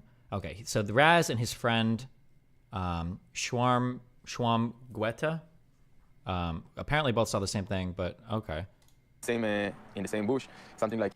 A far more serious issue is that Raz Cohen, an Israeli Special Forces vet and mercenary, has dramatically changed his testimony multiple times. He's a fabulist who cannot be taken seriously. Watching the New York Times mass Hamas rape report relies on innuendo. It also purports to contain several credible eyewitness testimonies. One was delivered by a survivor of the Novi electronic abuse force named Raz Cohen, who also happens to be an Israeli Special Forces vet who trains Congolese soldiers, which is all included in the article, I believe. Since his interview on October 9th, Cohen has altered his testimony several times. Cohen told the New York Times he personally witnessed a white van filled with Hamas militants pull up a mob from the Novi Music Festival, gather over a woman and gang rape her. I saw them in a standing circle. When Cohen was interviewed on October 9th about the attack on the music festival, however, he did not mention any active sexual assault committed by Hamas militants. See here. All the rockets started to. We heard all the rockets, and the policemen say to everyone to get away to the cars and take the cars and drive from there. Me and my friends, me and two of my friends, we was in the party, and we are from this area, so we know that we regular to the rockets in this area of the country, and we decide to stay in the open area and near a tree or something like this, because it's safer than be on the road, a lot of cars, and be like targets that can't move. The terrorists can see us and send all the rockets to there, because there's a lot of people, so we was in the open area. You saw the terrorists come to the party? So after 40 minutes, something like this, my mother calls me and told me that terrorists are in Israel. And after a couple of seconds, I get a message from the news that it really happened. And after 1 minute, we started to hear a lot of shots and the screams. And in this moment, we knew that we're in trouble. So we decided to hide under the stage. Under the stage, we was something like 20 minutes. And after a couple of time, all the people that was in the road, what's happened there? All the terrorists came with a lot of cars from Gaza and do an ambush for the. Yeah, there appears to be a helicopter bringing in injured people. I think that's the loud noise that we're hearing. So, and then you ran away basically when you heard what was going on, and then you hid in a tunnel basically in a ditch for 14 hours until soldiers came and found you.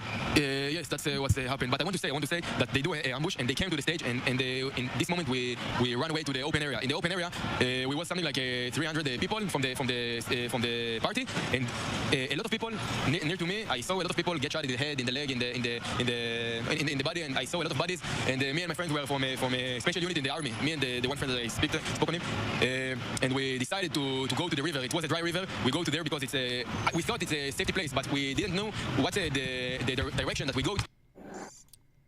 Wait, where is the next part of this? Because if he was going to talk about the sexual violence, it would have come right after that, right? After they hide on the dried stream bed or whatever. Because this is right when it would have happened. What's the next part of this interview? Can somebody please find this? The direction that we go to.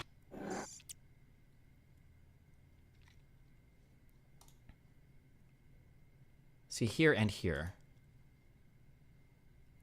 מה שקרה זה ככה, ב-6 בבוקר התחילו רקטות. לא עברה דקה, התחילו יריות בכביש. אנחנו רצנו מתחת לבמה, התחבאנו שם. אחרי כמה זמן איזה מישהו צועק שהמחבלים מגיעים, דפקנו משם ספרינט. שיורים עלינו, אני רואה אנשים פשוט נופלים, מישהי כדור ברגל, נופלת על הרצפה. לא מטווח ברווזים, היינו שם כמו איזה... והם צוחקים עלינו תוך כדי. רצנו לתוך הנחל. בנחל ראינו שם איזה שיח, נשארנו בתוך השיח. היו סביבנו כל כך הרבה מחבלים שחזרו סביבנו. So this would be the part where he would mention it, but... ראו אותנו, והיינו מהשיח הזה אנשים נרצחים ונשחטים שם בסכינים. צרחות, 7 שעות, חיכינו לחילוץ, עברנו לכוחות צה"ל, ונסענו לדירה באופקים.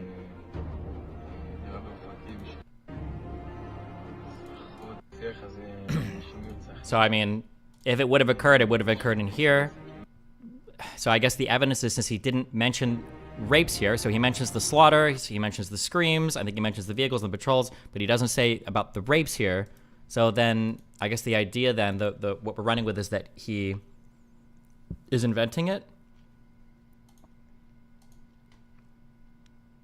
Oh, this is also an edited video that's not posted by him, though.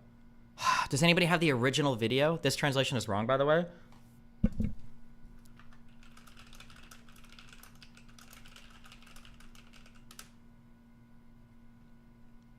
Was him saying washed a TikTok edit to not say rape?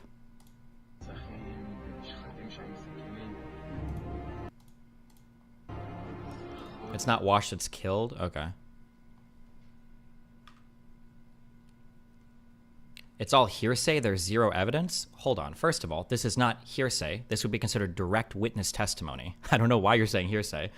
And for evidence, this would be considered direct evidence of a thing. That might not be true, you could fake it, but this isn't circumstantial and this isn't hearsay. This would be direct evidence, witness testimony, eyewitness testimony. He says we saw people murdered, not we saw people washing. Or sure, I imagine it says washed and it's in red, so I don't think they were trying to like make that downplay it. It's probably censored for TikTok or whatever.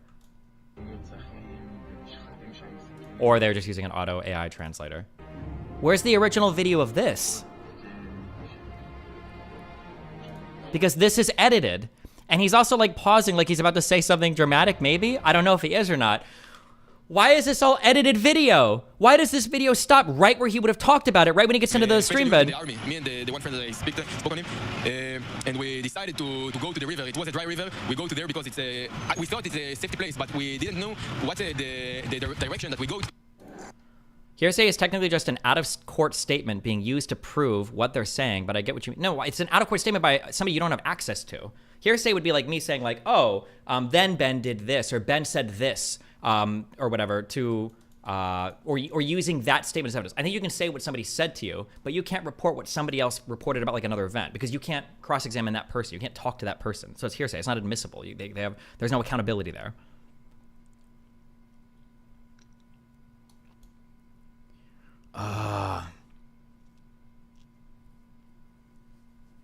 Sometimes he says he saw rapes and sometimes he doesn't. Who approached him between October 9th and 10th for him to change his story? The Mossad?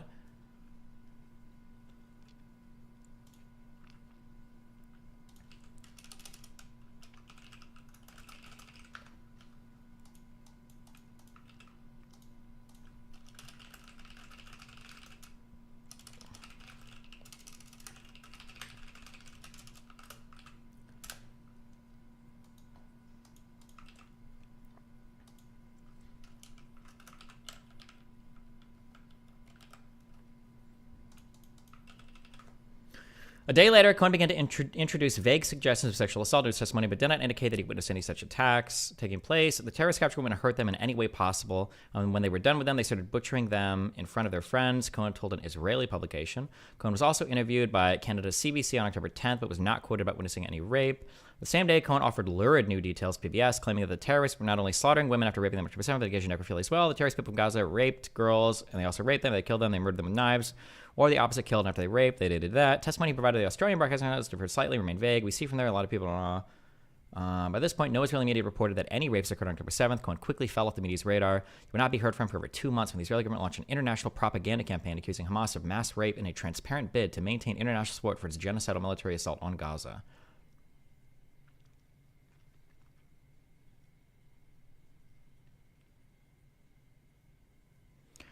Perhaps most importantly, why did Cohen's friend Shom Guetta, who took shelter with him on October 7th, not describe witnessing a gang rape when interviewed by The Times? Well, wait, but he said he did see stuff like this, didn't he? One of Mr. Cohen's friends and a fashion designer said the two were hiding together in the stream bed. He said he saw at least 4 men step out of the van and attack the woman, who ended up between their legs. He said that they were talking, giggling, and shouting, and that one of them stabbed her with a knife, repeatedly, literally butchering her. Is it because he used the quote between their legs? I mean, maybe he couldn't see the rape directly, and the Times is trying to be careful on what exactly they're reporting from the guy. But I mean, like, this is essentially the same or very, very, very similar of a story, no?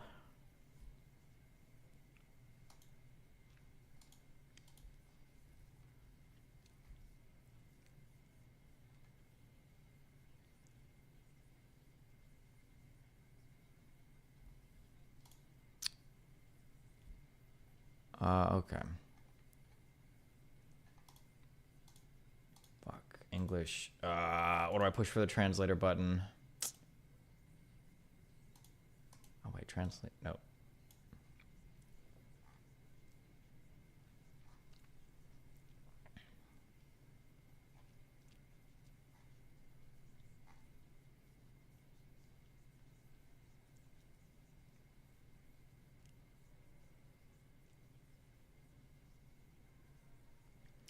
Today, Roz told the media that came to the Barzili Medical Center about what happened at the scene of the incident and said, "We saw all the horrors that you can't even imagine. The terrorists grabbed women there and hurt them in every way possible. And when they finished carrying out their plan, they started slaughtering them in front of their friends and shooting some of them and other people instead." I mean, hurt them in every way possible. Rape is a possible way to hurt somebody, right? I guess, but that's not even, they're not even the ones who did the interview, are they? Or...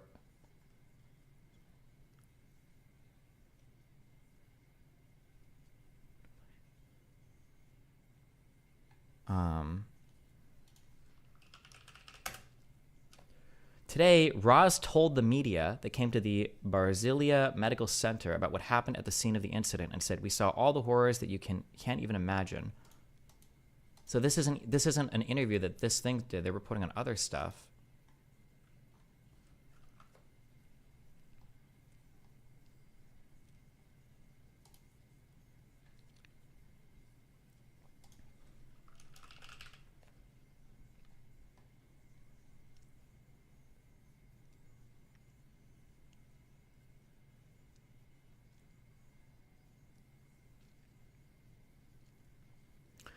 Something like 200 people that ran away in the open area, and they shot at us all. He said, "I saw people get shot in the head and the leg and the shoulder. They died before my eyes."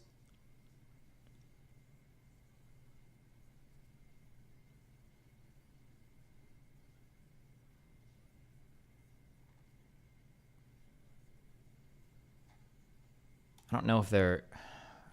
Okay. All right, I'll keep reading.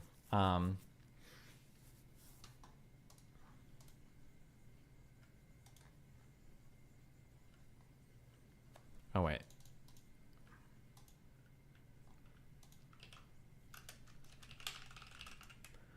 Blumenthal is claiming...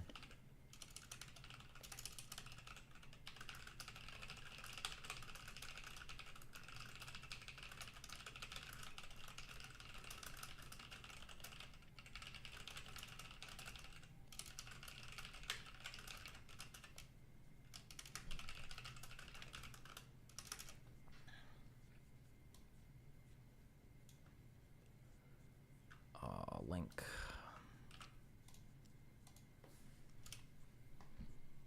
Here is the full interview. 28:35.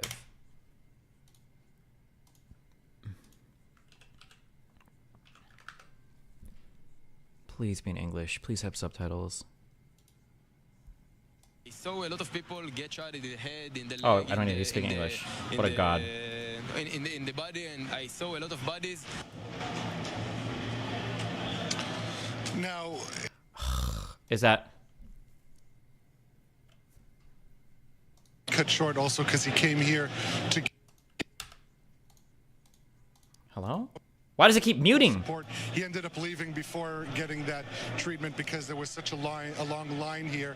But Raz shared with me some horrifying atrocities that he witnessed during the 14 hours that he was waiting. He described to me how the people, the Gaza, the Palestinians who were there, most of them, if not all of them, were not armed. Most of them weren't armed or wearing military uniform. A lot of them were just in plain civilian clothes, mainly armed with knives. And he described how for hours he could see them undressing Israeli women. He could hear them raping them. Wait, hold on. Is that in reference to... Wait, him exactly? Because if so, that completely destroys the entirety of that entire conspiracy. Let me listen. Hold on. I'm sorry. I need to pay more attention to this. From the party, and a lot of people near to me, I saw a lot of people get shot in the head, in the leg, in the body, and I saw a lot of bodies. This interview that's being given at that medical center, this is like day of, right? This is October 7th. Now, in my conversation with Raz, unfortunately, it had to be cut short also. Wait, so he was the guy interviewing him. He was literally the guy doing the interview. Oh, he's literally him. Okay, yes, okay. Bro, no shot. Oh, fuck. Don't do this to me. Hold on, I'm getting... It can't be this bad. The reporting can't be this bad on this. It can't be this bad. Let me listen again. Now, in my conversation with Raz, unfortunately, it had to be cut short also because he came here to get some emotional, psychological support. He ended up leaving before getting that treatment because there was such a long line here. But Raz shared with me some horrifying atrocities that he witnessed during the 14 hours that he was waiting. He described to me how the people, the Gaza, the Palestinians who were there, most of them, if not all of them, were not armed. Most of them weren't armed or wearing military uniform. A lot of them were just in plain civilian clothes, mainly armed with knives. And he described how for hours he could see them undressing Israeli women. He could hear them raping them, some of the women who were raped. I'm sorry we're sharing these details, these horrific details, but it is important to describe what happened there in those terrifying moments of that desert party, raping Israeli women. This was posted on October 9th. So...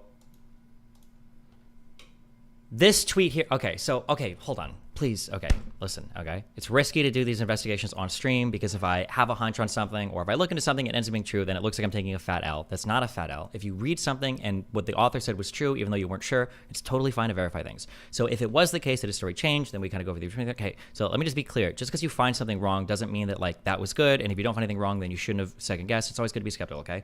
But, like, the evolution of a lie, okay?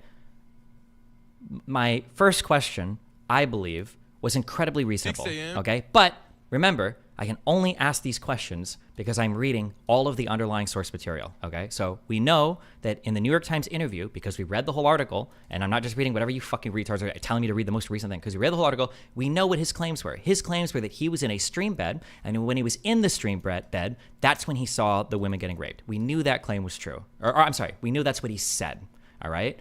Now, Blumenthal is proving that he's changed his story by providing a 3.5-minute interview where he is changing his story. He doesn't bring up any of the rapes in this interview. But when you listen to his story,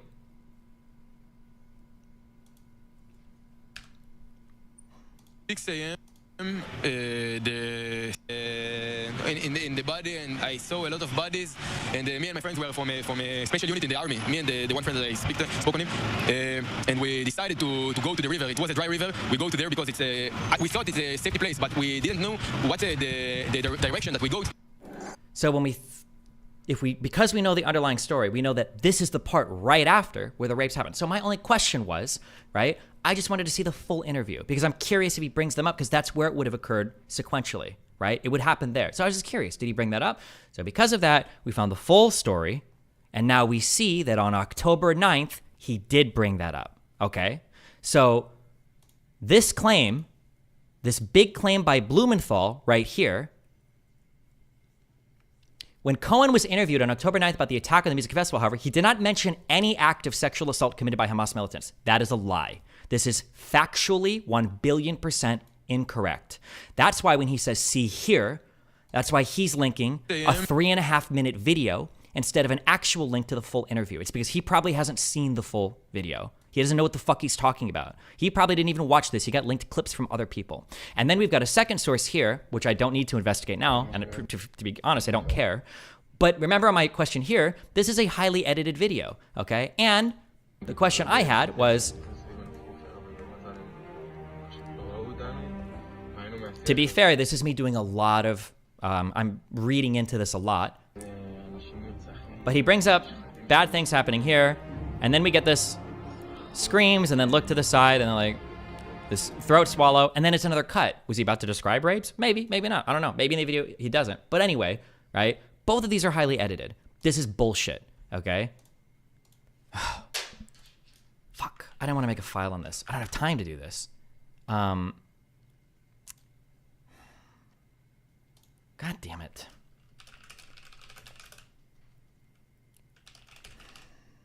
This is going to be like a whole thing. And it's not even worth it.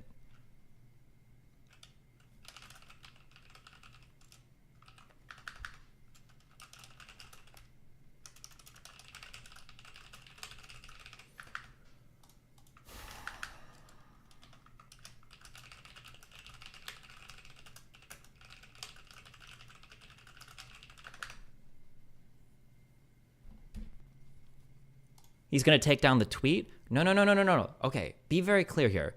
My issue is not the tweet, okay? I'm not just looking at this. This is part of the issue. But the problem is you can see the building of a narrative. And you can see the, like the origination of like these kind of false stories, right? Because the problem here isn't just Blumenthal's tweet.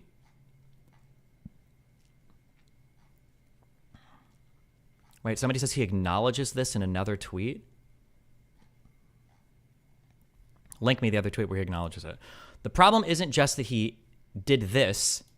The problem is that this tweet by Blumenthal is also being expanded upon by The Intercept, right? Wait, this was part of The Intercept story, right? Wait, fuck. Or how did we get to that? Wait, how did we get to that? Fuck. How did we get to that link? Oh, Blumenthal. Max Blumenthal update. An update on New York Times, CNN, Star Witness. I've located the complete October 9th I-24 broadcast containing his first interview. It features his interviewer, Ariel Alsaran, providing a secondhand summary of comments Cohen supplied to him after bolting the interview for, quote, emotional support, end quote.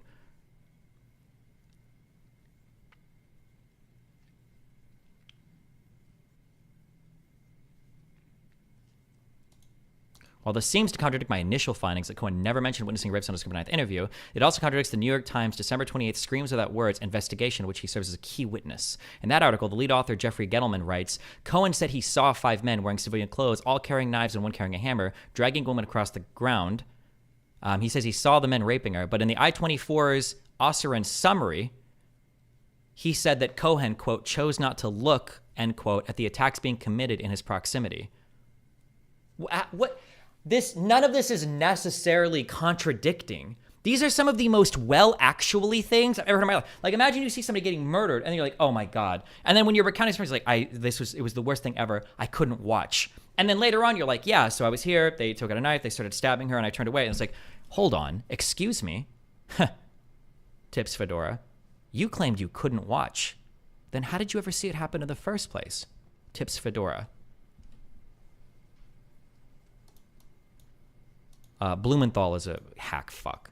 So is the Gray Zone, and so is the Intercept. But anyway, okay, so Jesus, 2 paragraphs into this. The critics have highlighted major discrepancies in the accounts presented in the Times. Subsequent public comments from the family of a major subject of the article denounces this article is trash. Okay, so we've read this entire article, and it's garbage. And comments from a key witness seeming to contradict a claim attributed to him in the article. There is no huge contradiction. This is also a bullshit link. So this whole paragraph is dog shit. And subsequently everything so far, but whatever. Statlander said the paper doesn't comment on ongoing reporting and that no piece of its journalism is final until it's been published. As a general matter of policy, we do not comment on the specifics of what may or may not publish in the New York Times or our audio programs. Just like our print report, the Times' audio editorial process is a result of independent consideration of newsworthy topics and not in response to any criticisms. The Daily's production team is constantly looking at the scope of the Times news report. With many efforts and various stages of development at any given time, there is only one version of any piece of audio journalism, the one that publishes. The link comments from a key witness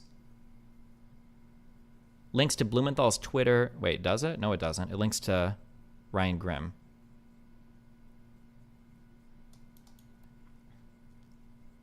Oh, I got this because this was linked under Ryan Grimm's tweet. That's where this came from.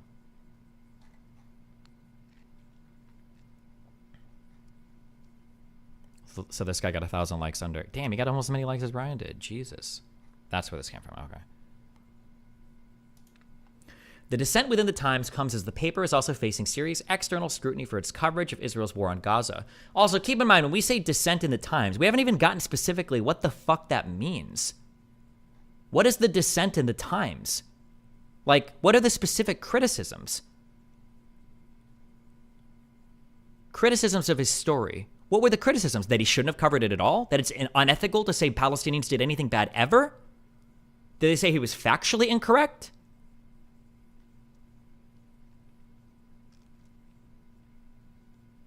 What is the actual criticisms?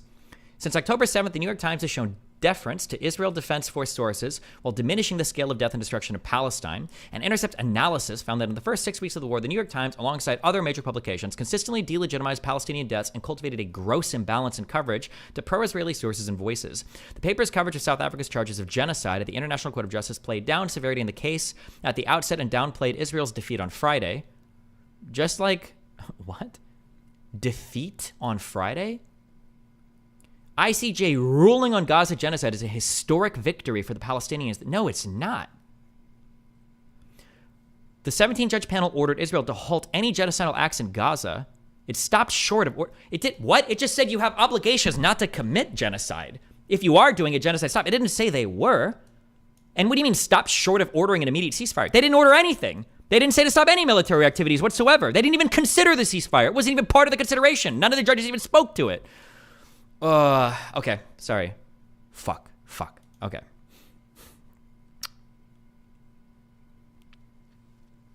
The paper's coverage of South Africa's charges of genocide at the International Court of Justice played down severity of the case. The outside downplayed Israel's defeat on Friday. Just last week, the Times ran a headline touting the decline in deaths in Gaza, even as Israel continues to kill Palestinians in shocking numbers on a daily basis. Since the beginning of the Israel-Hamas war, the Times journalists have reported with sensitivity, independence, and unflinching detail on destructive events that have generated strong reactions, including the piece of journalism from December 28th about allegations of sexual violence committed by Hamas, the Times spokesperson wrote. We continue to report on this matter as part of our broader coverage of the conflict, capturing both the global implications and deeply personal stories of those affected by the ongoing fighting. Oh, fuck me. Where were we?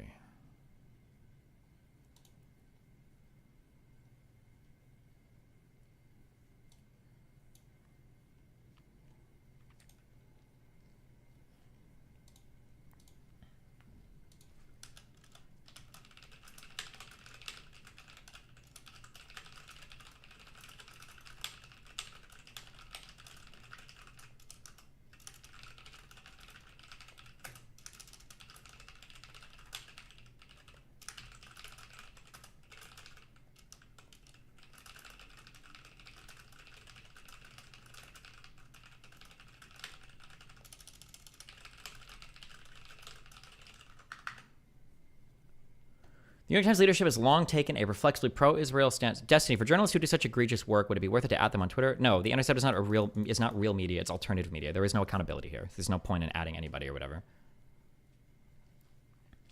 The New York Times leadership has long taken a reflexively pro-Israel stance, and it is no surprise that the paper's coverage has not been swayed by the criticism, yet it's done more than double down on its existing reporting. The Times has also succumbed to pressure campaigns by a pro-Israel media watchdog to change or soften its coverage of Israel.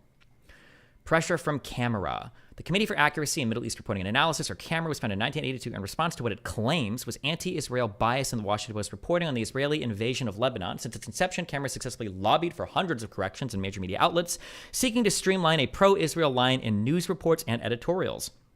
Were any of these corrections wrong? This would be a good part. Okay. I need to stop. No more credit for any of these people, okay? I'll help you. I will educate you, since you're apparently completely and totally incapable of writing anything of value, okay? This would be a really good part in the article to say, here are things that they have streamed. Well, hold on. Let me wait for a little bit, and maybe they do this, okay? Let's wait for a minute. Let me do a couple paragraphs. I'm sorry. It has smeared journalists whose work it disagrees with and launched boycott campaigns about news organizations it believes are not responding with enough deference to its requests. In the past few months, the group has forced at least 2 changes in the New York Times, which sometimes respond to CAMERA with quiet edits and sometimes with formal corrections. The Times removed the use of the term occupation from a description of Israeli military forces and made a correction to language describing Palestinian deaths in Gaza. There's got to be more than this. Okay, I will go back up and make this criticism.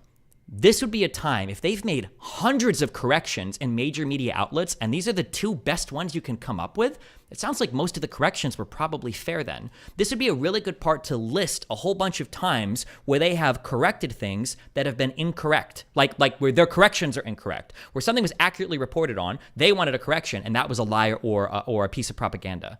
Like, this would be a good part to do this, but I guess it's just they're upset that somebody changed the term occupation from Israeli military forces and language describing Palestinian deaths in Gaza. Emblematic of CAMERA's influence at the Times is the fact that Khan's father, Leo Khan, was a longtime member of CAMERA's board. Though before Khan rose to prominence at the paper, by the time Leo Khan joined the group as a board member in 1990, it was already famous for its aggressive pursuit of corrections and wording changes in the media to reflect a more pro-Israel stance. Destiny, I'm still confused. Is the correction wrong, or was the thing being correct? My guess is the CAMERA probably didn't like that that the Times mentioned some Israeli soldiers and the term occupation, and they would say like, well, this is a debated legal term. You shouldn't use occupation. So the Times probably changed it. And then Palestinian deaths in Gaza, they probably said something like murdered or civilian deaths or something, and they were like, you shouldn't describe them that way. We don't know about it. That's my guess for what these 2 are. That's my guess. Something going look, but that's my guess for what these 2 changes are. According to the Times profile of Khan, when he was elevated in his current post 2022, he and his father often dissected newspaper coverage together.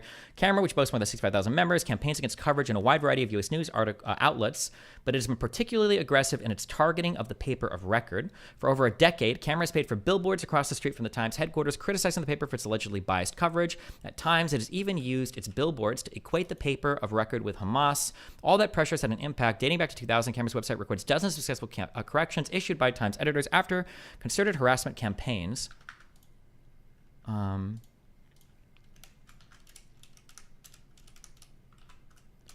wonder, I met Ryan Grimm and we had a friendly exchange the last time I saw him. I wonder if I could get him on to talk about this.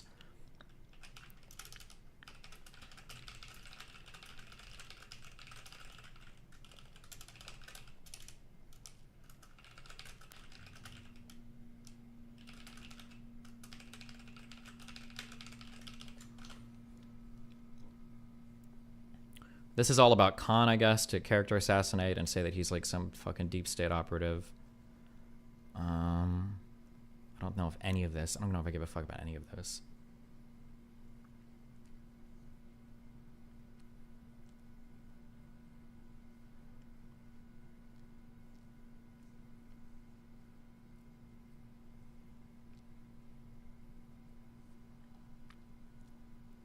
Destiny, couldn't you argue that the existence of one group that heavily pushes for corrections in the favor of one side, even the corrections are correct, would lead to a greater relative prevalence of misinformation against the other side? Who's to say nobody pushes for corrections on the other side? What do you mean? What do you think the culture is at the New York Times? Do you think it's generally pro-Israeli or pro-Palestinian?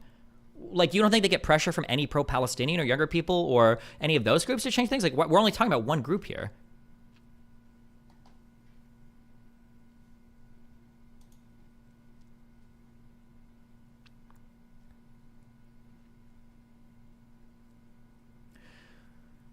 In March of 2012, the New York Times published an article interrogating the way the Arab Spring uprisings had undermined support and attention to the plight of Palestinians. The piece drew cameras' attention because it included a photograph depicting Israel Defense Forces soldiers firing on Palestinians, and the photo caption did not specify that they were using rubber bullets. While rubber bullets are less deadly than live ammunition, they can result in serious injury and even death. I mean, like, I think that's a fair correction. Wait, was this the picture? What? Israeli soldiers fired rifles at Palestinian stone throwers in the West Bank town of Al-Ram near East Jerusalem last month.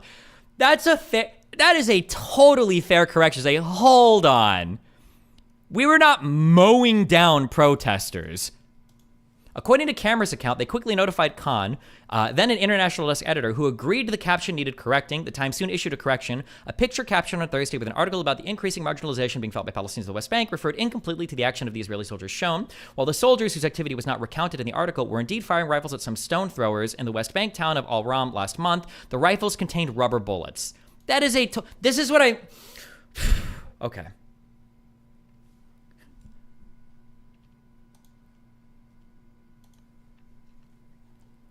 A softer tone. Long before the Hamas attacks, okay, this is all bullshit, don't care.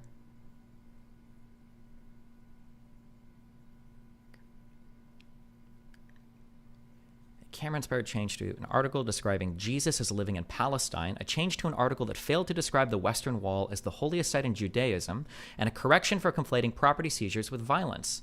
What's wrong with these corrections, if they're correct? A camera-inspired change to an article describing Jesus as living in Palestine, a change to an article that failed to describe the Western Wall as the holiest site in Judaism, and a correction for conflating property seizures with violence.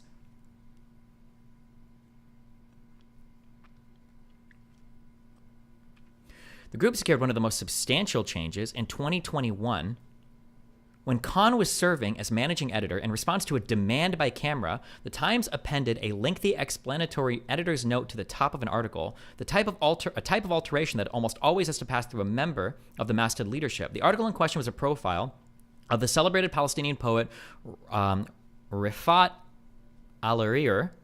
According to Camera, the piece, written by correspondent Patrick Kinsley, described Al-Arir in too positive a light. The Times was quick to agree, appending a 267-word note that described comments that Al-Arir, had made about Israeli poetry in 2019 when he took a tone much more critical of Israeli literature than he had in Kingsley's presence. In Gaza, a contentious Palestinian professor calmly teaches Israeli poetry. On social media, Rafat Al-Arir rages against Israel. In the lecture hall, he studiously analyzes the work of some of its leading poets and surprises some of his students.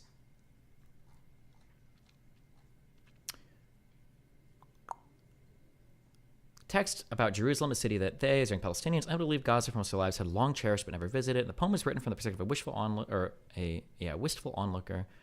Poems by a Palestinian gazing from the shows a man who cannot get across, she said, a man working in the occupied territories. The class not in agreement. Only a Palestinian could have written with such warmth about Jerusalem, the second student said.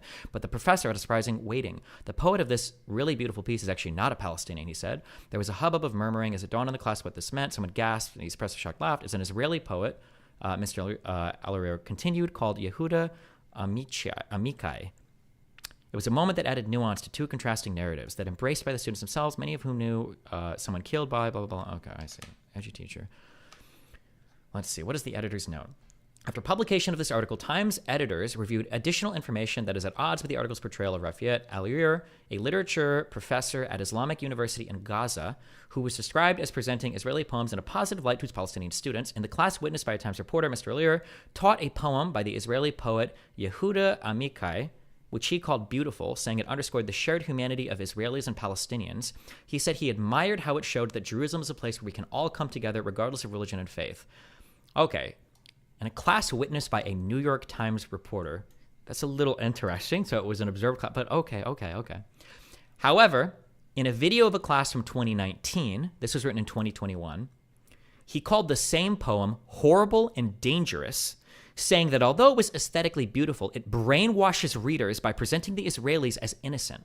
He also discussed a second Israeli poem by Tuvia Rubner, which he called dangerous, adding, this kind of poetry is in part to blame for the ethnic cleansing and destruction of Palestine.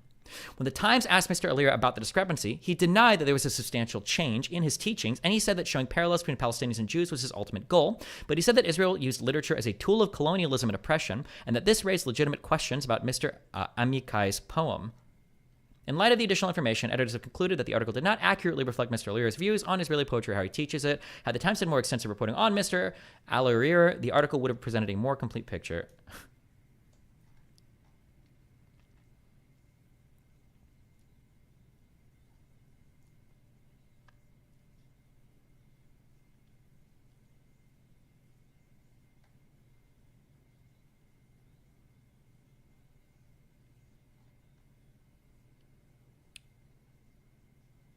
Jesus. Okay. Is it bad to add that context? Almost exactly 2 years later, Al-Ayar was killed in what the human rights group Euromed Monitor deemed a targeted strike by the Israeli Defense Forces. He had received direct threats by phone before his apartment was bombed. Pinned to his Twitter profile was a post with his now famous poem, "If I Must Die, Let It Be a Tale." Hold on. No, hold on.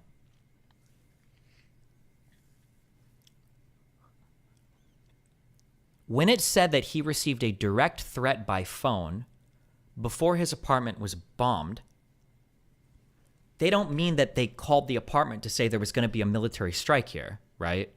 There's no shot that that's what...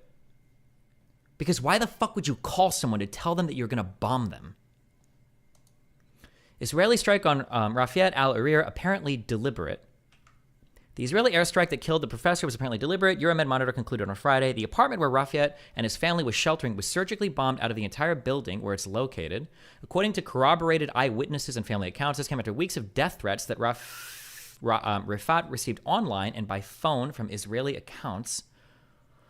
We call for an immediate investigation into this apparently deliberate and targeted killing. Oh, wait. This is on October 8th? So this was part of a whole... Is this when did the airstrikes begin immediately on the 8th, or was it a few days after, or... I know Euromed Monitor is Hamas supporting. Thank you. I don't know why you're spamming this over and over again, you retarded fucks. Kill yourselves, please stop. No, this wasn't on the 8th. On Wednesday at around 6 o'clock, Rafat al-Arir was killed in his sister's home in Al-Sidra neighborhood in the Al-Diraj area in Gaza City, along with his brother Salah and one of his children, Mohammed. Oh, December 8th, not October 8th. I'm sorry, December 8th. The airstrike surgically targeted... his sister and 3 of her children, his neighbor, blah. The airstrike surgically targeted the apartment on the second floor of Rafat. It's in a 3-story building and not the entire building, indicating the apartment was the target and not possible collateral damage. Rafat was displaced multiple times during the war and ended up his sister's home along with a few days ago. Rafat moved his children to an UNRWA school. However, a close friend of Rafat's told Euromonitor that he received an anonymous phone call from someone who identified himself as an Israeli officer and threatened Rafat that they knew precisely the school where he was located and were about to get his location with the advancement of Israeli ground troops. What? Why? What? While the credibility of the threat itself is unclear, it contributed to prompting Rafat to move back to his sister's apartment, believing it was more concealed than an open and overcrowded school where it would have been difficult to hide. For weeks since the start of this war, Rafat has been receiving numerous death threats and hateful messages from Israeli accounts on social media after prominent public figures singled him out for harassment and incitement. In 2014, Israel bombed Rafat's home in Shij and killed 30 of his and his wife's family. Wait, so when was he killed again? In 2013, right? Or 2023, right? Last year, right? Yes, it was. Okay.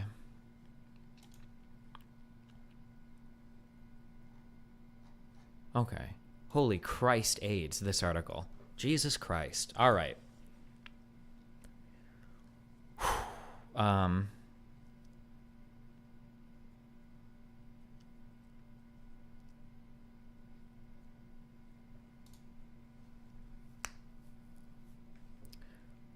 This is on January 29th, the day after. This is a New York Times.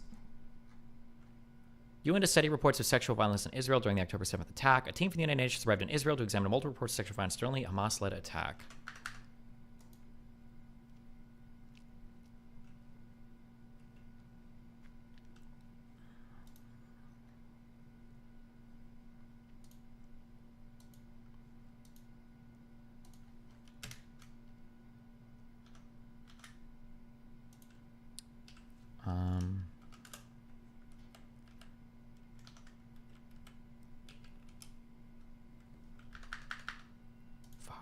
have to leave soon. We should have started this earlier. Fuck, we got way too much random time on random shit earlier. This is 2024, January 9th.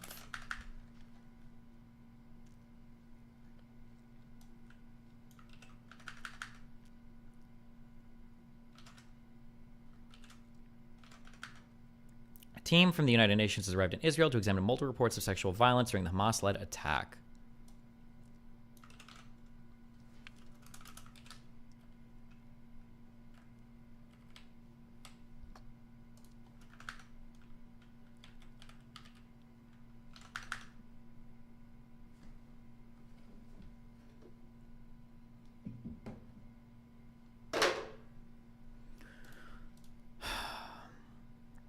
It's in the Intercept article at the top. You mean at the bottom? The article was updated to note that on January 29th, the New York Times published a follow-up story about claims of sexual violence by Hamas. Are you talking about that literally the story that I literally have fucking open, literally in my browser that you literally see on your fucking computer that I'm literally about to talk about literally right now?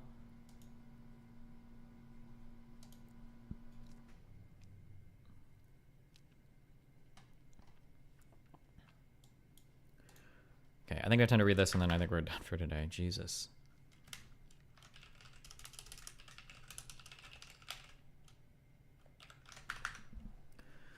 A United Nations team has arrived in Israel to examine reports of sexual violence during the Hamas-led attack on October 7th, even as Hamas and some critics of Israel continue to reject evidence that such assaults occurred.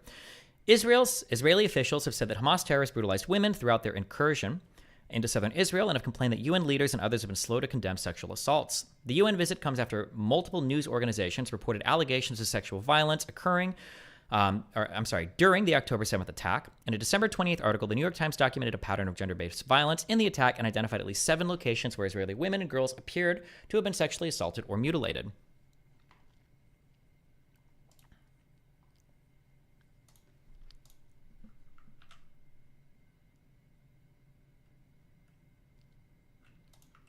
Oh, Jesus. This is one of the tweets by that poet.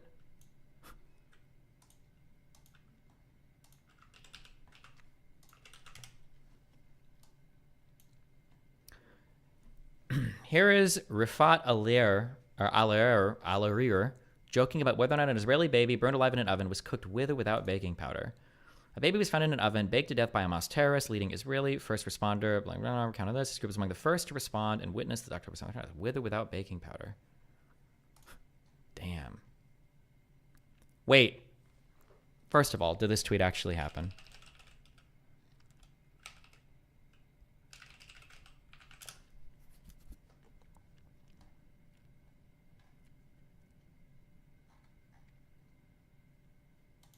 Also, the most important question to ask anybody with a Palestinian flag in their profile. What did they tweet on October 8th?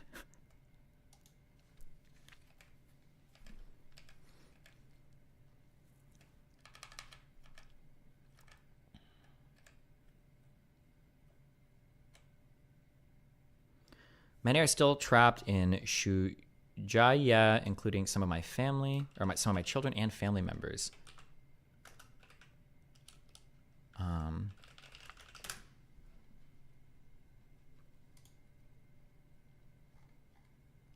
And he was in North Gaza. He stayed, despite the evacuation suggestion, I guess, by Israel.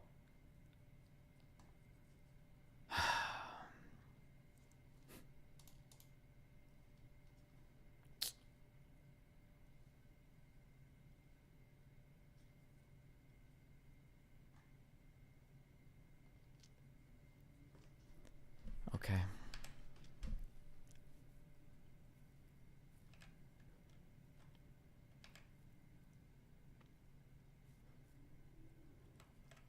I wish I were a freedom fighter so I die fighting back. Those invading Israeli genocidal maniacs invading my neighborhood and city.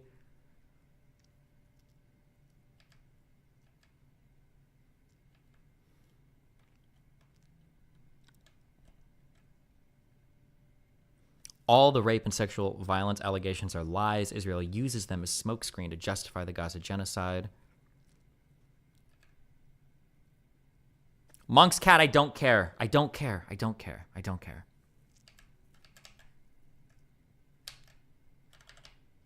There's never been a more shameful Palestinian in history. Abbas.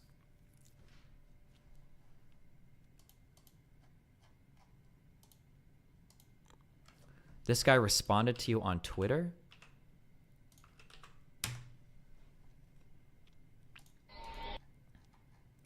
Every factual statement you've made about this conflict is wrong. If your knowledge base is defeated by reading Wikipedia, that's your fault, not mine. If you want to come on and educate my audience about a particular topic that I'm wrong about, you're free to hop on and chat.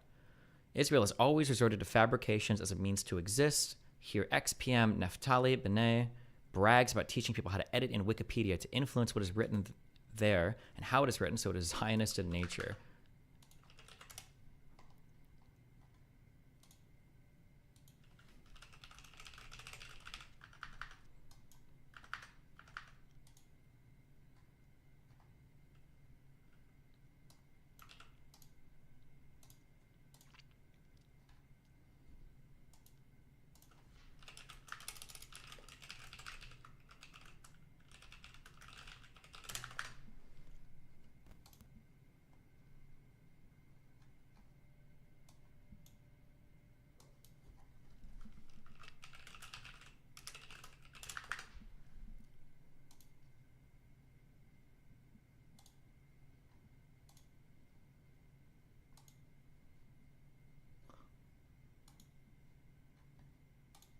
Is there a pack watch like IDF edition?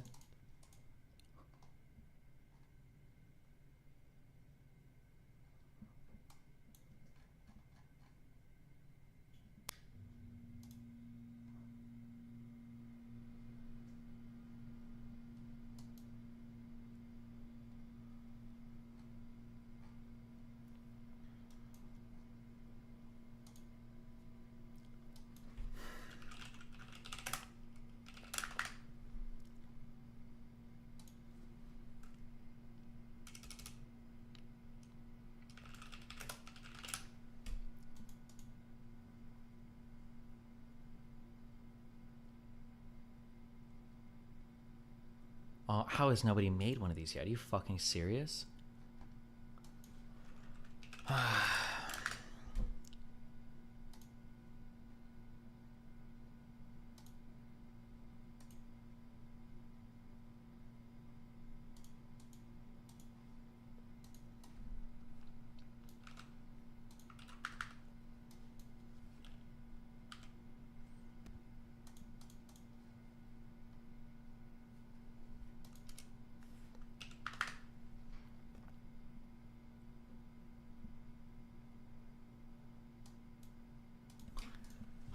Does this comport with my values of cheering on political enemies who die in conflict? Fuck.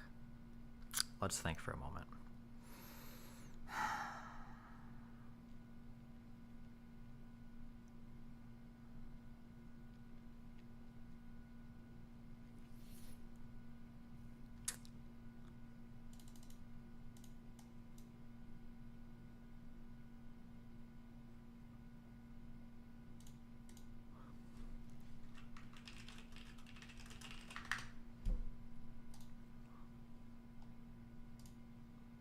I'm sorry. I can't help it. All right. Where were we? What did he tweet on October 7th?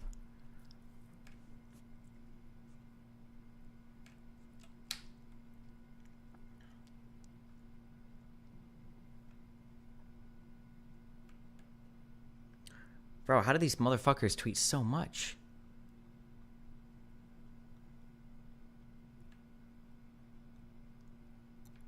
Oh my God, we're still in December? November. Oh my God. There's a way to search tweets like before a date, and I don't know how to do it.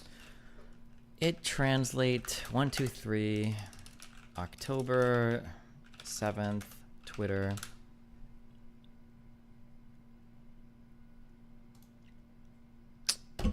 There's a way in search option. Where's search? Explore?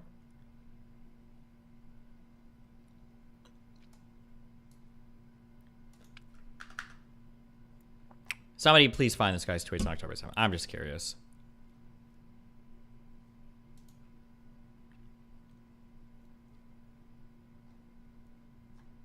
October. Do the Palestinians have a right to defend themselves? Because the speak is Israel has a right to defend itself. Did Palestine have a right to defend itself when land was taken from it, when people were dispossessed, when houses were levelled, when UN resolutions on torture, on ethnic cleansing, on apartheid?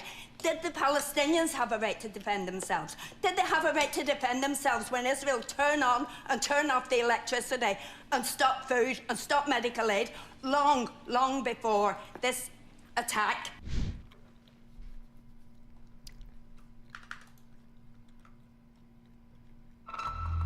This didn't start on the 7th of October. Whatever. Okay. Can we finish this article today?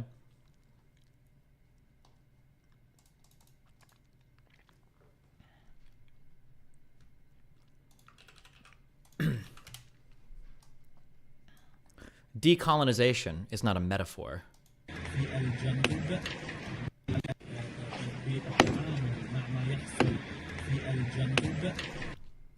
Well, well, well, how the turntables.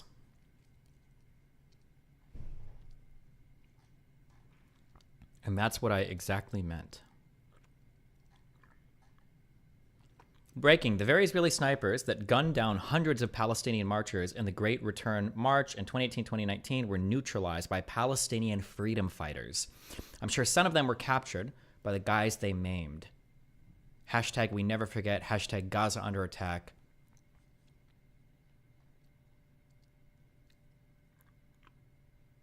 Jesus Christ.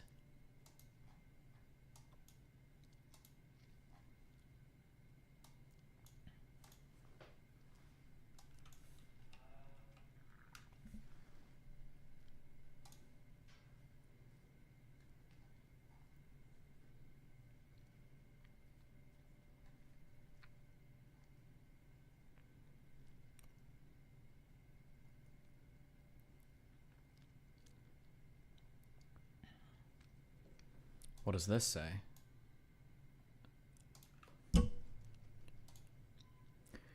The cheap Mahdi Hassan al-Kandara spreads the lies of the Israeli army that paves the way for massacres in Gaza and the rest of Palestine.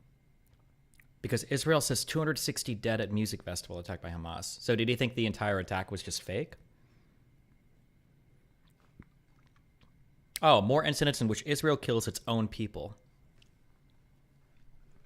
So he thinks it was, he buys into the whole, it was,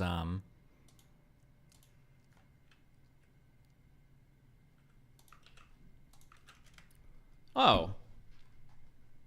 Translate. Editing them all is possible. I don't know what that's in reference to or if that has a different connotation. The liberation of all of Palestine from the sea to the river is objectively and realistically possible, and it is possible in this generation. I do not say that it is easy, and I do not say that it is inevitable, but it is possible. Tamim Barghouti. Barfoufti?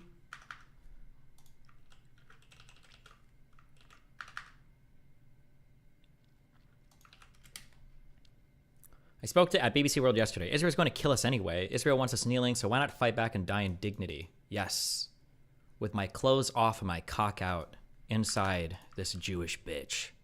It's not editing, it's freeing. Oh, gotcha. Okay. Shame on you, Ilhan. What a horrible take.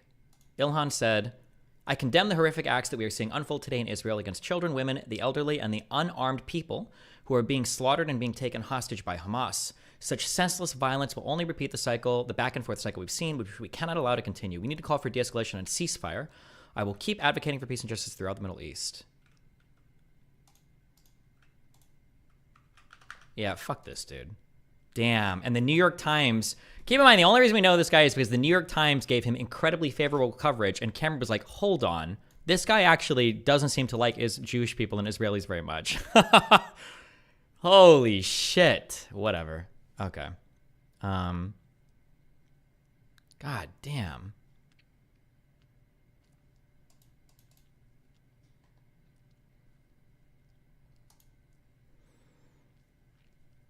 I see a gas. Fuck off.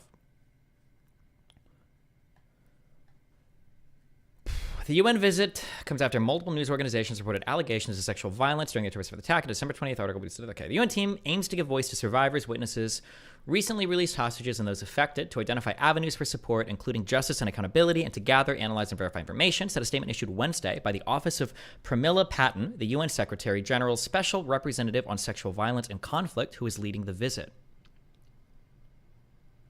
Did you check if the baking powder tweet was real? Yes, it was real.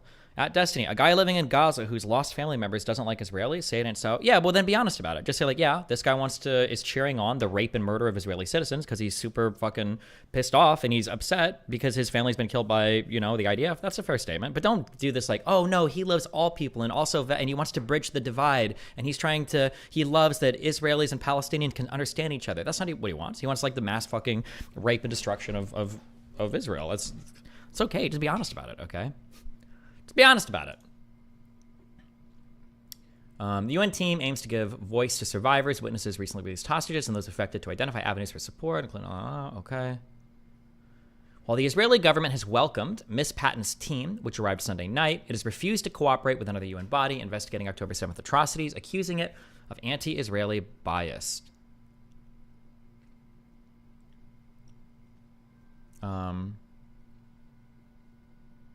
What was the other UN body that it refused to cooperate with?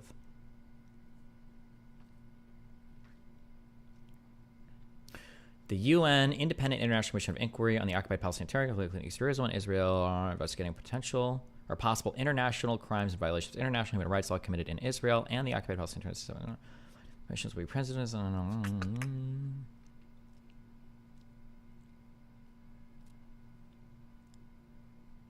I wonder why they rejected participating in this one.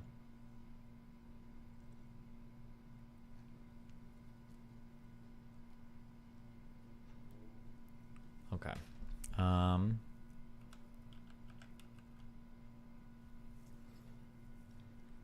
Hamas, which the U.S. and the European Union consider a terrorist group, denies the Palestinian fighters sexually assaulted women during the attack.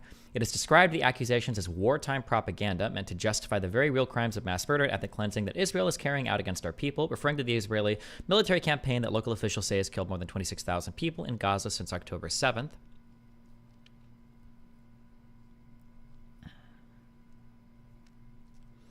Hamas said in a statement issued by Bassem Naim, a member of the group's political bureau, that the October 7th operation was very short and its fighters had time only for their mission to crush the enemy's military sites. But extensive video footage shows uniformed Hamas gunmen killing unarmed civilians in a day-long attack in which Israeli officials say about 1,400 people were killed or taken hostage. Hamas has also said its fighters as Muslims are honor-bound to respect and protect all women and demanded an apology from the Times. The Times report has been challenged on social media by critics who question the reliability of witnesses cited in the article. Some also say it failed to prove that Hamas planned and directed the sexual violence or that any of the assailants were members of the group, noting that other militants and ordinary residents of Gaza entered Israel that day too. The Times cited 4 people who described seeing sexual assaults while hiding during the Hamas-led attack, 2 of whom have since come under intense scrutiny. One, a 26-year-old accountant who asked to be identified only by her first name, Sapir, has been presented as a key witness by Israeli police. At a press briefing and on November 14th, officials showed a 3-minute excerpt from a video interview in which she described seeing a woman raped, mutilated, and killed. Some critics have said her comments in the police video clip were inconsistent with what she told the Times. The Times found Sapir and spoke to her several times before the publication of its article, including for 2 hours outside a cafe. In these interviews, she recounted an ordeal that began at the rave in southern Israel, where terrorists killed more than 360 people. She was shot in the back during the attack, she said, and while feeling faint at times and hiding under the branches of a tree, she saw groups of armed men, many dressed in military fatigues, rape and kill at least 5 women. She also told the Times that she saw assailants carrying the heads of 3 women. Israeli police have declined to release more of what Sapir told them, saying that going into greater detail could hinder their investigation, but the police let the Times view portions of another video in which Sapir told investigators much of what she told the Times, describing multiple sexual assaults. The police also said they found Sapir's bag, where she said that she had been hiding, and the women's clothing near where she said the rapes occurred, and 3 severed heads were found further away near the bodies of assailants in military fatigues, Israeli officials said, without providing more detail. In a separate interview, Yura Carol, 22, who was hiding next to Sapir, had told the Times he barely lifted his head, but also saw a woman raped and killed while surrounded by armed men, some wearing military fatigues. Reached again last week, he repeated the account. Asked why the Israeli police released only part of Sapir's testimony, Mirit Ben Meir, a police chief superintendent and spokeswoman, said, "We needed to show the world, which unbelievably didn't believe us about sexual violence, and on the other hand, we needed to protect the investigation." The other witness who has been scrutinized is Raz Cohen, a security consultant who has described seeing a rape at a different location to several news outlets. Critics have questioned his credibility because he did not say he witnessed such an attack in his very first interviews with reporters on October 9th. Mr. Cohen started talking about witnessing rape in interviews the next day. He spoke to the Times in November and said he saw 5 men in civilian clothes rape and kill a woman while he was hiding in a dried-up stream bed. Critics have pointed out that he went further in other interviews than he did with the Times to describe the terrorists as civilians. A friend who was hiding with him, Shom Guetta, also told the Times he saw a group of men sexually assault and kill a woman. Reached again last week, he repeated the account. In his very first interviews with the media, Mr. Cohen described the terror of seeing people being massacred around him and hiding for his life. Asked this month why he had not mentioned rape at first, Mr. Cohen cited the stress of his experience and said in a text message that he had not realized that he was one of the few surviving witnesses. He declined to be interviewed again, saying he was working to recover from the trauma he suffered. Oh, and they should have done more research for this New York Times article because he did to that first interview. He did describe, maybe not in as much detail since that part of the interview isn't on camera, but he did describe those rapes. Unless we're being deep-faked AI'd and the video has been inserted into the past or Facebook is lying about the dates of their videos. Katerina Busel, a Ukrainian lawyer specializing in international law, including crimes against women, said a slight variation in eyewitness testimony does not necessarily invalidate the witness's experience. It's natural after such a traumatic experience to have certain blind spots and to fluctuate in the way certain aspects of the event are remembered, she said. The Times article also described visual evidence and interviews with witnesses, soldiers, and volunteer medics who together said they found more than 30 bodies of women and girls with signs of sexual violence or mutilation, including at kibbutzim and military bases struck by heavily armed gunmen wearing combat fatigues. The Israeli police have acknowledged that during the shock and confusion of October 7th, they did not conduct autopsies or collect other forensic evidence. Experts say it is not unusual for such evidence to be minimal in case of wartime sexual violence. The Times article described the case of Gal Abdush, a mother of 2 who was killed along with her husband after fleeing the rave, and her family's anguish over the uncertainty. Based on video of how her body was found, Israeli police officials said they believed that she had been raped, and some members of the Abdush family said they feared the same. It seems to me, and I really hope I'm wrong, said Vika Alter, a brother-in-law in early December, that she was raped. Since the publication of the Times article, a few family members have denied or cast doubt on that possibility, including another brother-in-law who said he spoke to Miss Abdush's husband before he was killed. Critics have also seized on an Instagram comment by Muriel Alter, Zvika's wife and one of Miss Abdush's sisters, suggesting that the Times misled the family about the focus of the article. Miss Alter, whom the Times had not interviewed before the article was published, deleted the comment shortly after posting it. Oh, so she wasn't even fucking interviewed. But critics circulated images of it to assert falsely that the family had renounced the article.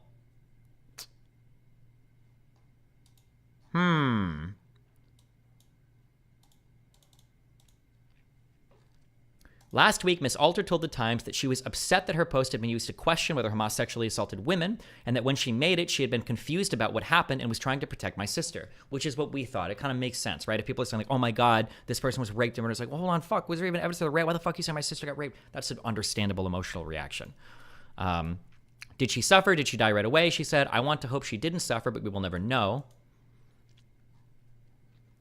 In addition to the work of the UN team now in Israel, several investigations into the allegations of sexual violence are unfolding. The Israeli police have been collecting information. So is a civil commission led by Israeli academics, and a separate UN commission is called on the public to submit information. Israeli activists and their allies abroad have expressed anger over what they consider the UN's slow response. Me too, unless you're a Jew, protesters have shouted at demonstrations in Tel Aviv.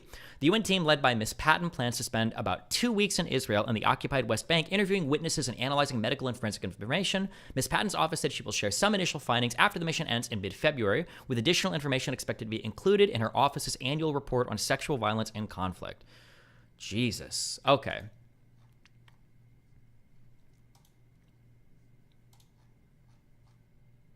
And then a month later, The Intercept will respond again to the UN, to Jeffrey Gettleman here. I'm guessing also saying that the story was fake. Then after that, we've got February 28th. Then the next thing we have is this publication from the UN about sexual violence.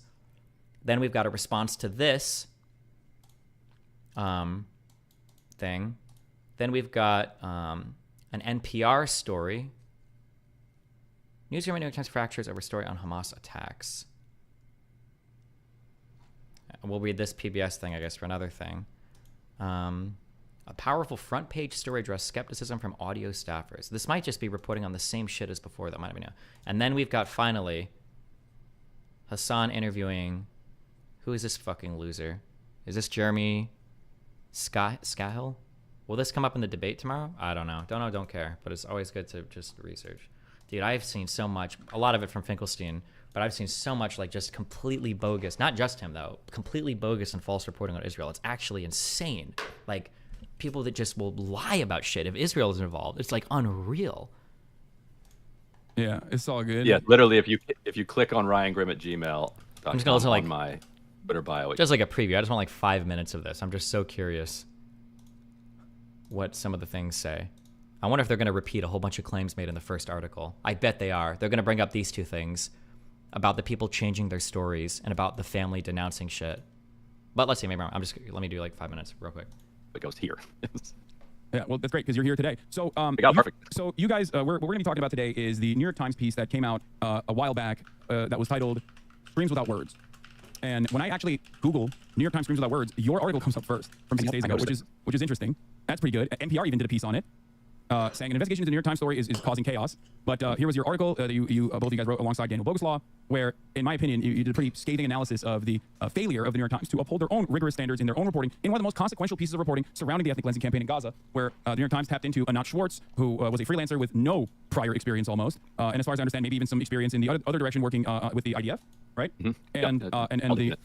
With their intelligence unit. And we found out that while the original title, Screams Without Words, How Hamas Weaponized Sexual Violence on October 7, was a pretty damning title for a pretty serious accusation, the article itself had not met the rigorous journalistic standards that the New York Times is supposed to apply, and that it was devoid of any sort of real evidence. No two witnesses, a lot of witnesses that Anat Schwartz went to that had actually been disproven with a lot of fabulous claims, a lot of exaggerations, and it turned into borderline atrocity propaganda and it played the purpose of basically justifying Israel's atrocities since October 7 at a time when there was a lot of public backlash.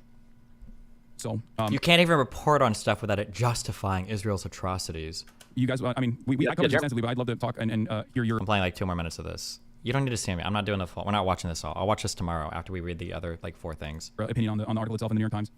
Jeremy, you landed the biggest chunk of that piece. Just talk about that on Anat Schwartz podcast, because since she had zero experience in journalism, I think that actually helped because she was way more honest than she would have been if she knew what she was revealing in that interview. I mean, one of the things that happened, this article has been under scrutiny from the moment it came out, and you had a lot of independent news sites and journalists that were flagging inconsistencies, contradictions, problems with the New York Times narrative. You know, you had Electronic Intifada and Ali Abu Nima, you had Gray Zone, you had Mondo Weiss, and lots of people on social media as well, going through it and looking at the sourcing and who was featured in it. Who are you debating? I don't know, some random dude who wanted to argue about shit. Who's this guy?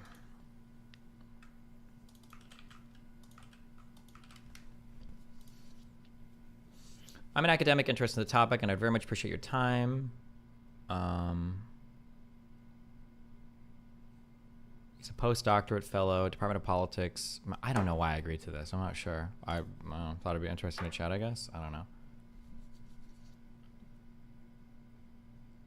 It's probably going to be a short convo. I don't even know what I shouldn't even put this on my fucking schedule. I should have just put it in my title tomorrow. And you know, a lot of stuff didn't add up. And also, our friend, the journalist Layla Al-Arian, who is a really incredible, remarkable journalist. She and I go way back to being at The Nation magazine together. She's an Emmy Award-winning, Polk Award-winning executive producer at Al Jazeera English. And in fact, she executive produced the documentary about Shireen Abu Akleh, the Palestinian-American journalist who was assassinated in the West Bank in 2021. And the piece that she did with Sharif Abdel-Qaddous was about how the Biden administration was essentially stymieing a real investigation into the assassination of this American citizen journalist who was one of the most widely respected journalists on the ground. So Layla Al-Arian on January 5th sent a letter to the New York Times. The New York Times piece comes out December 28th. Layla writes a letter to them on January 5th that we obtained that she shared with us that just laid bare the whole piece and the problems with it, and the Times never responded to her. And so this has been a subject of discussion. Between the Hammer and the Anvil. This is a February 28th piece.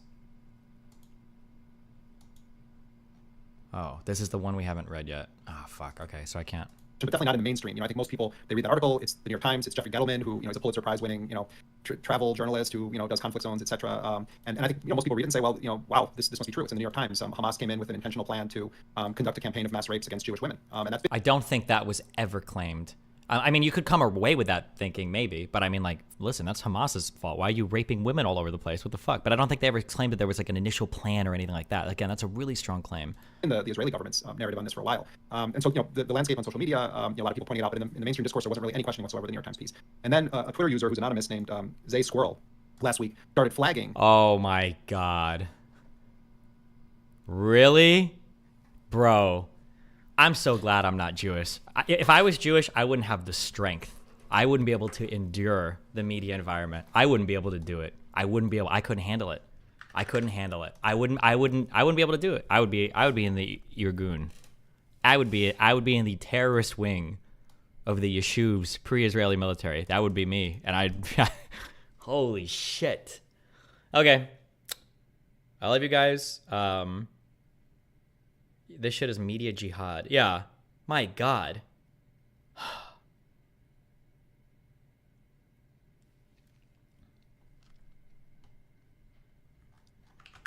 I love you guys. Rip on a cappuccino, poppuccino, hoppuccino, moppuccino, dabpuccino, cappuccino, appuccino, alpuccino, my duderinos. I will catch you guys next Streamerino tomorrow. Be careful.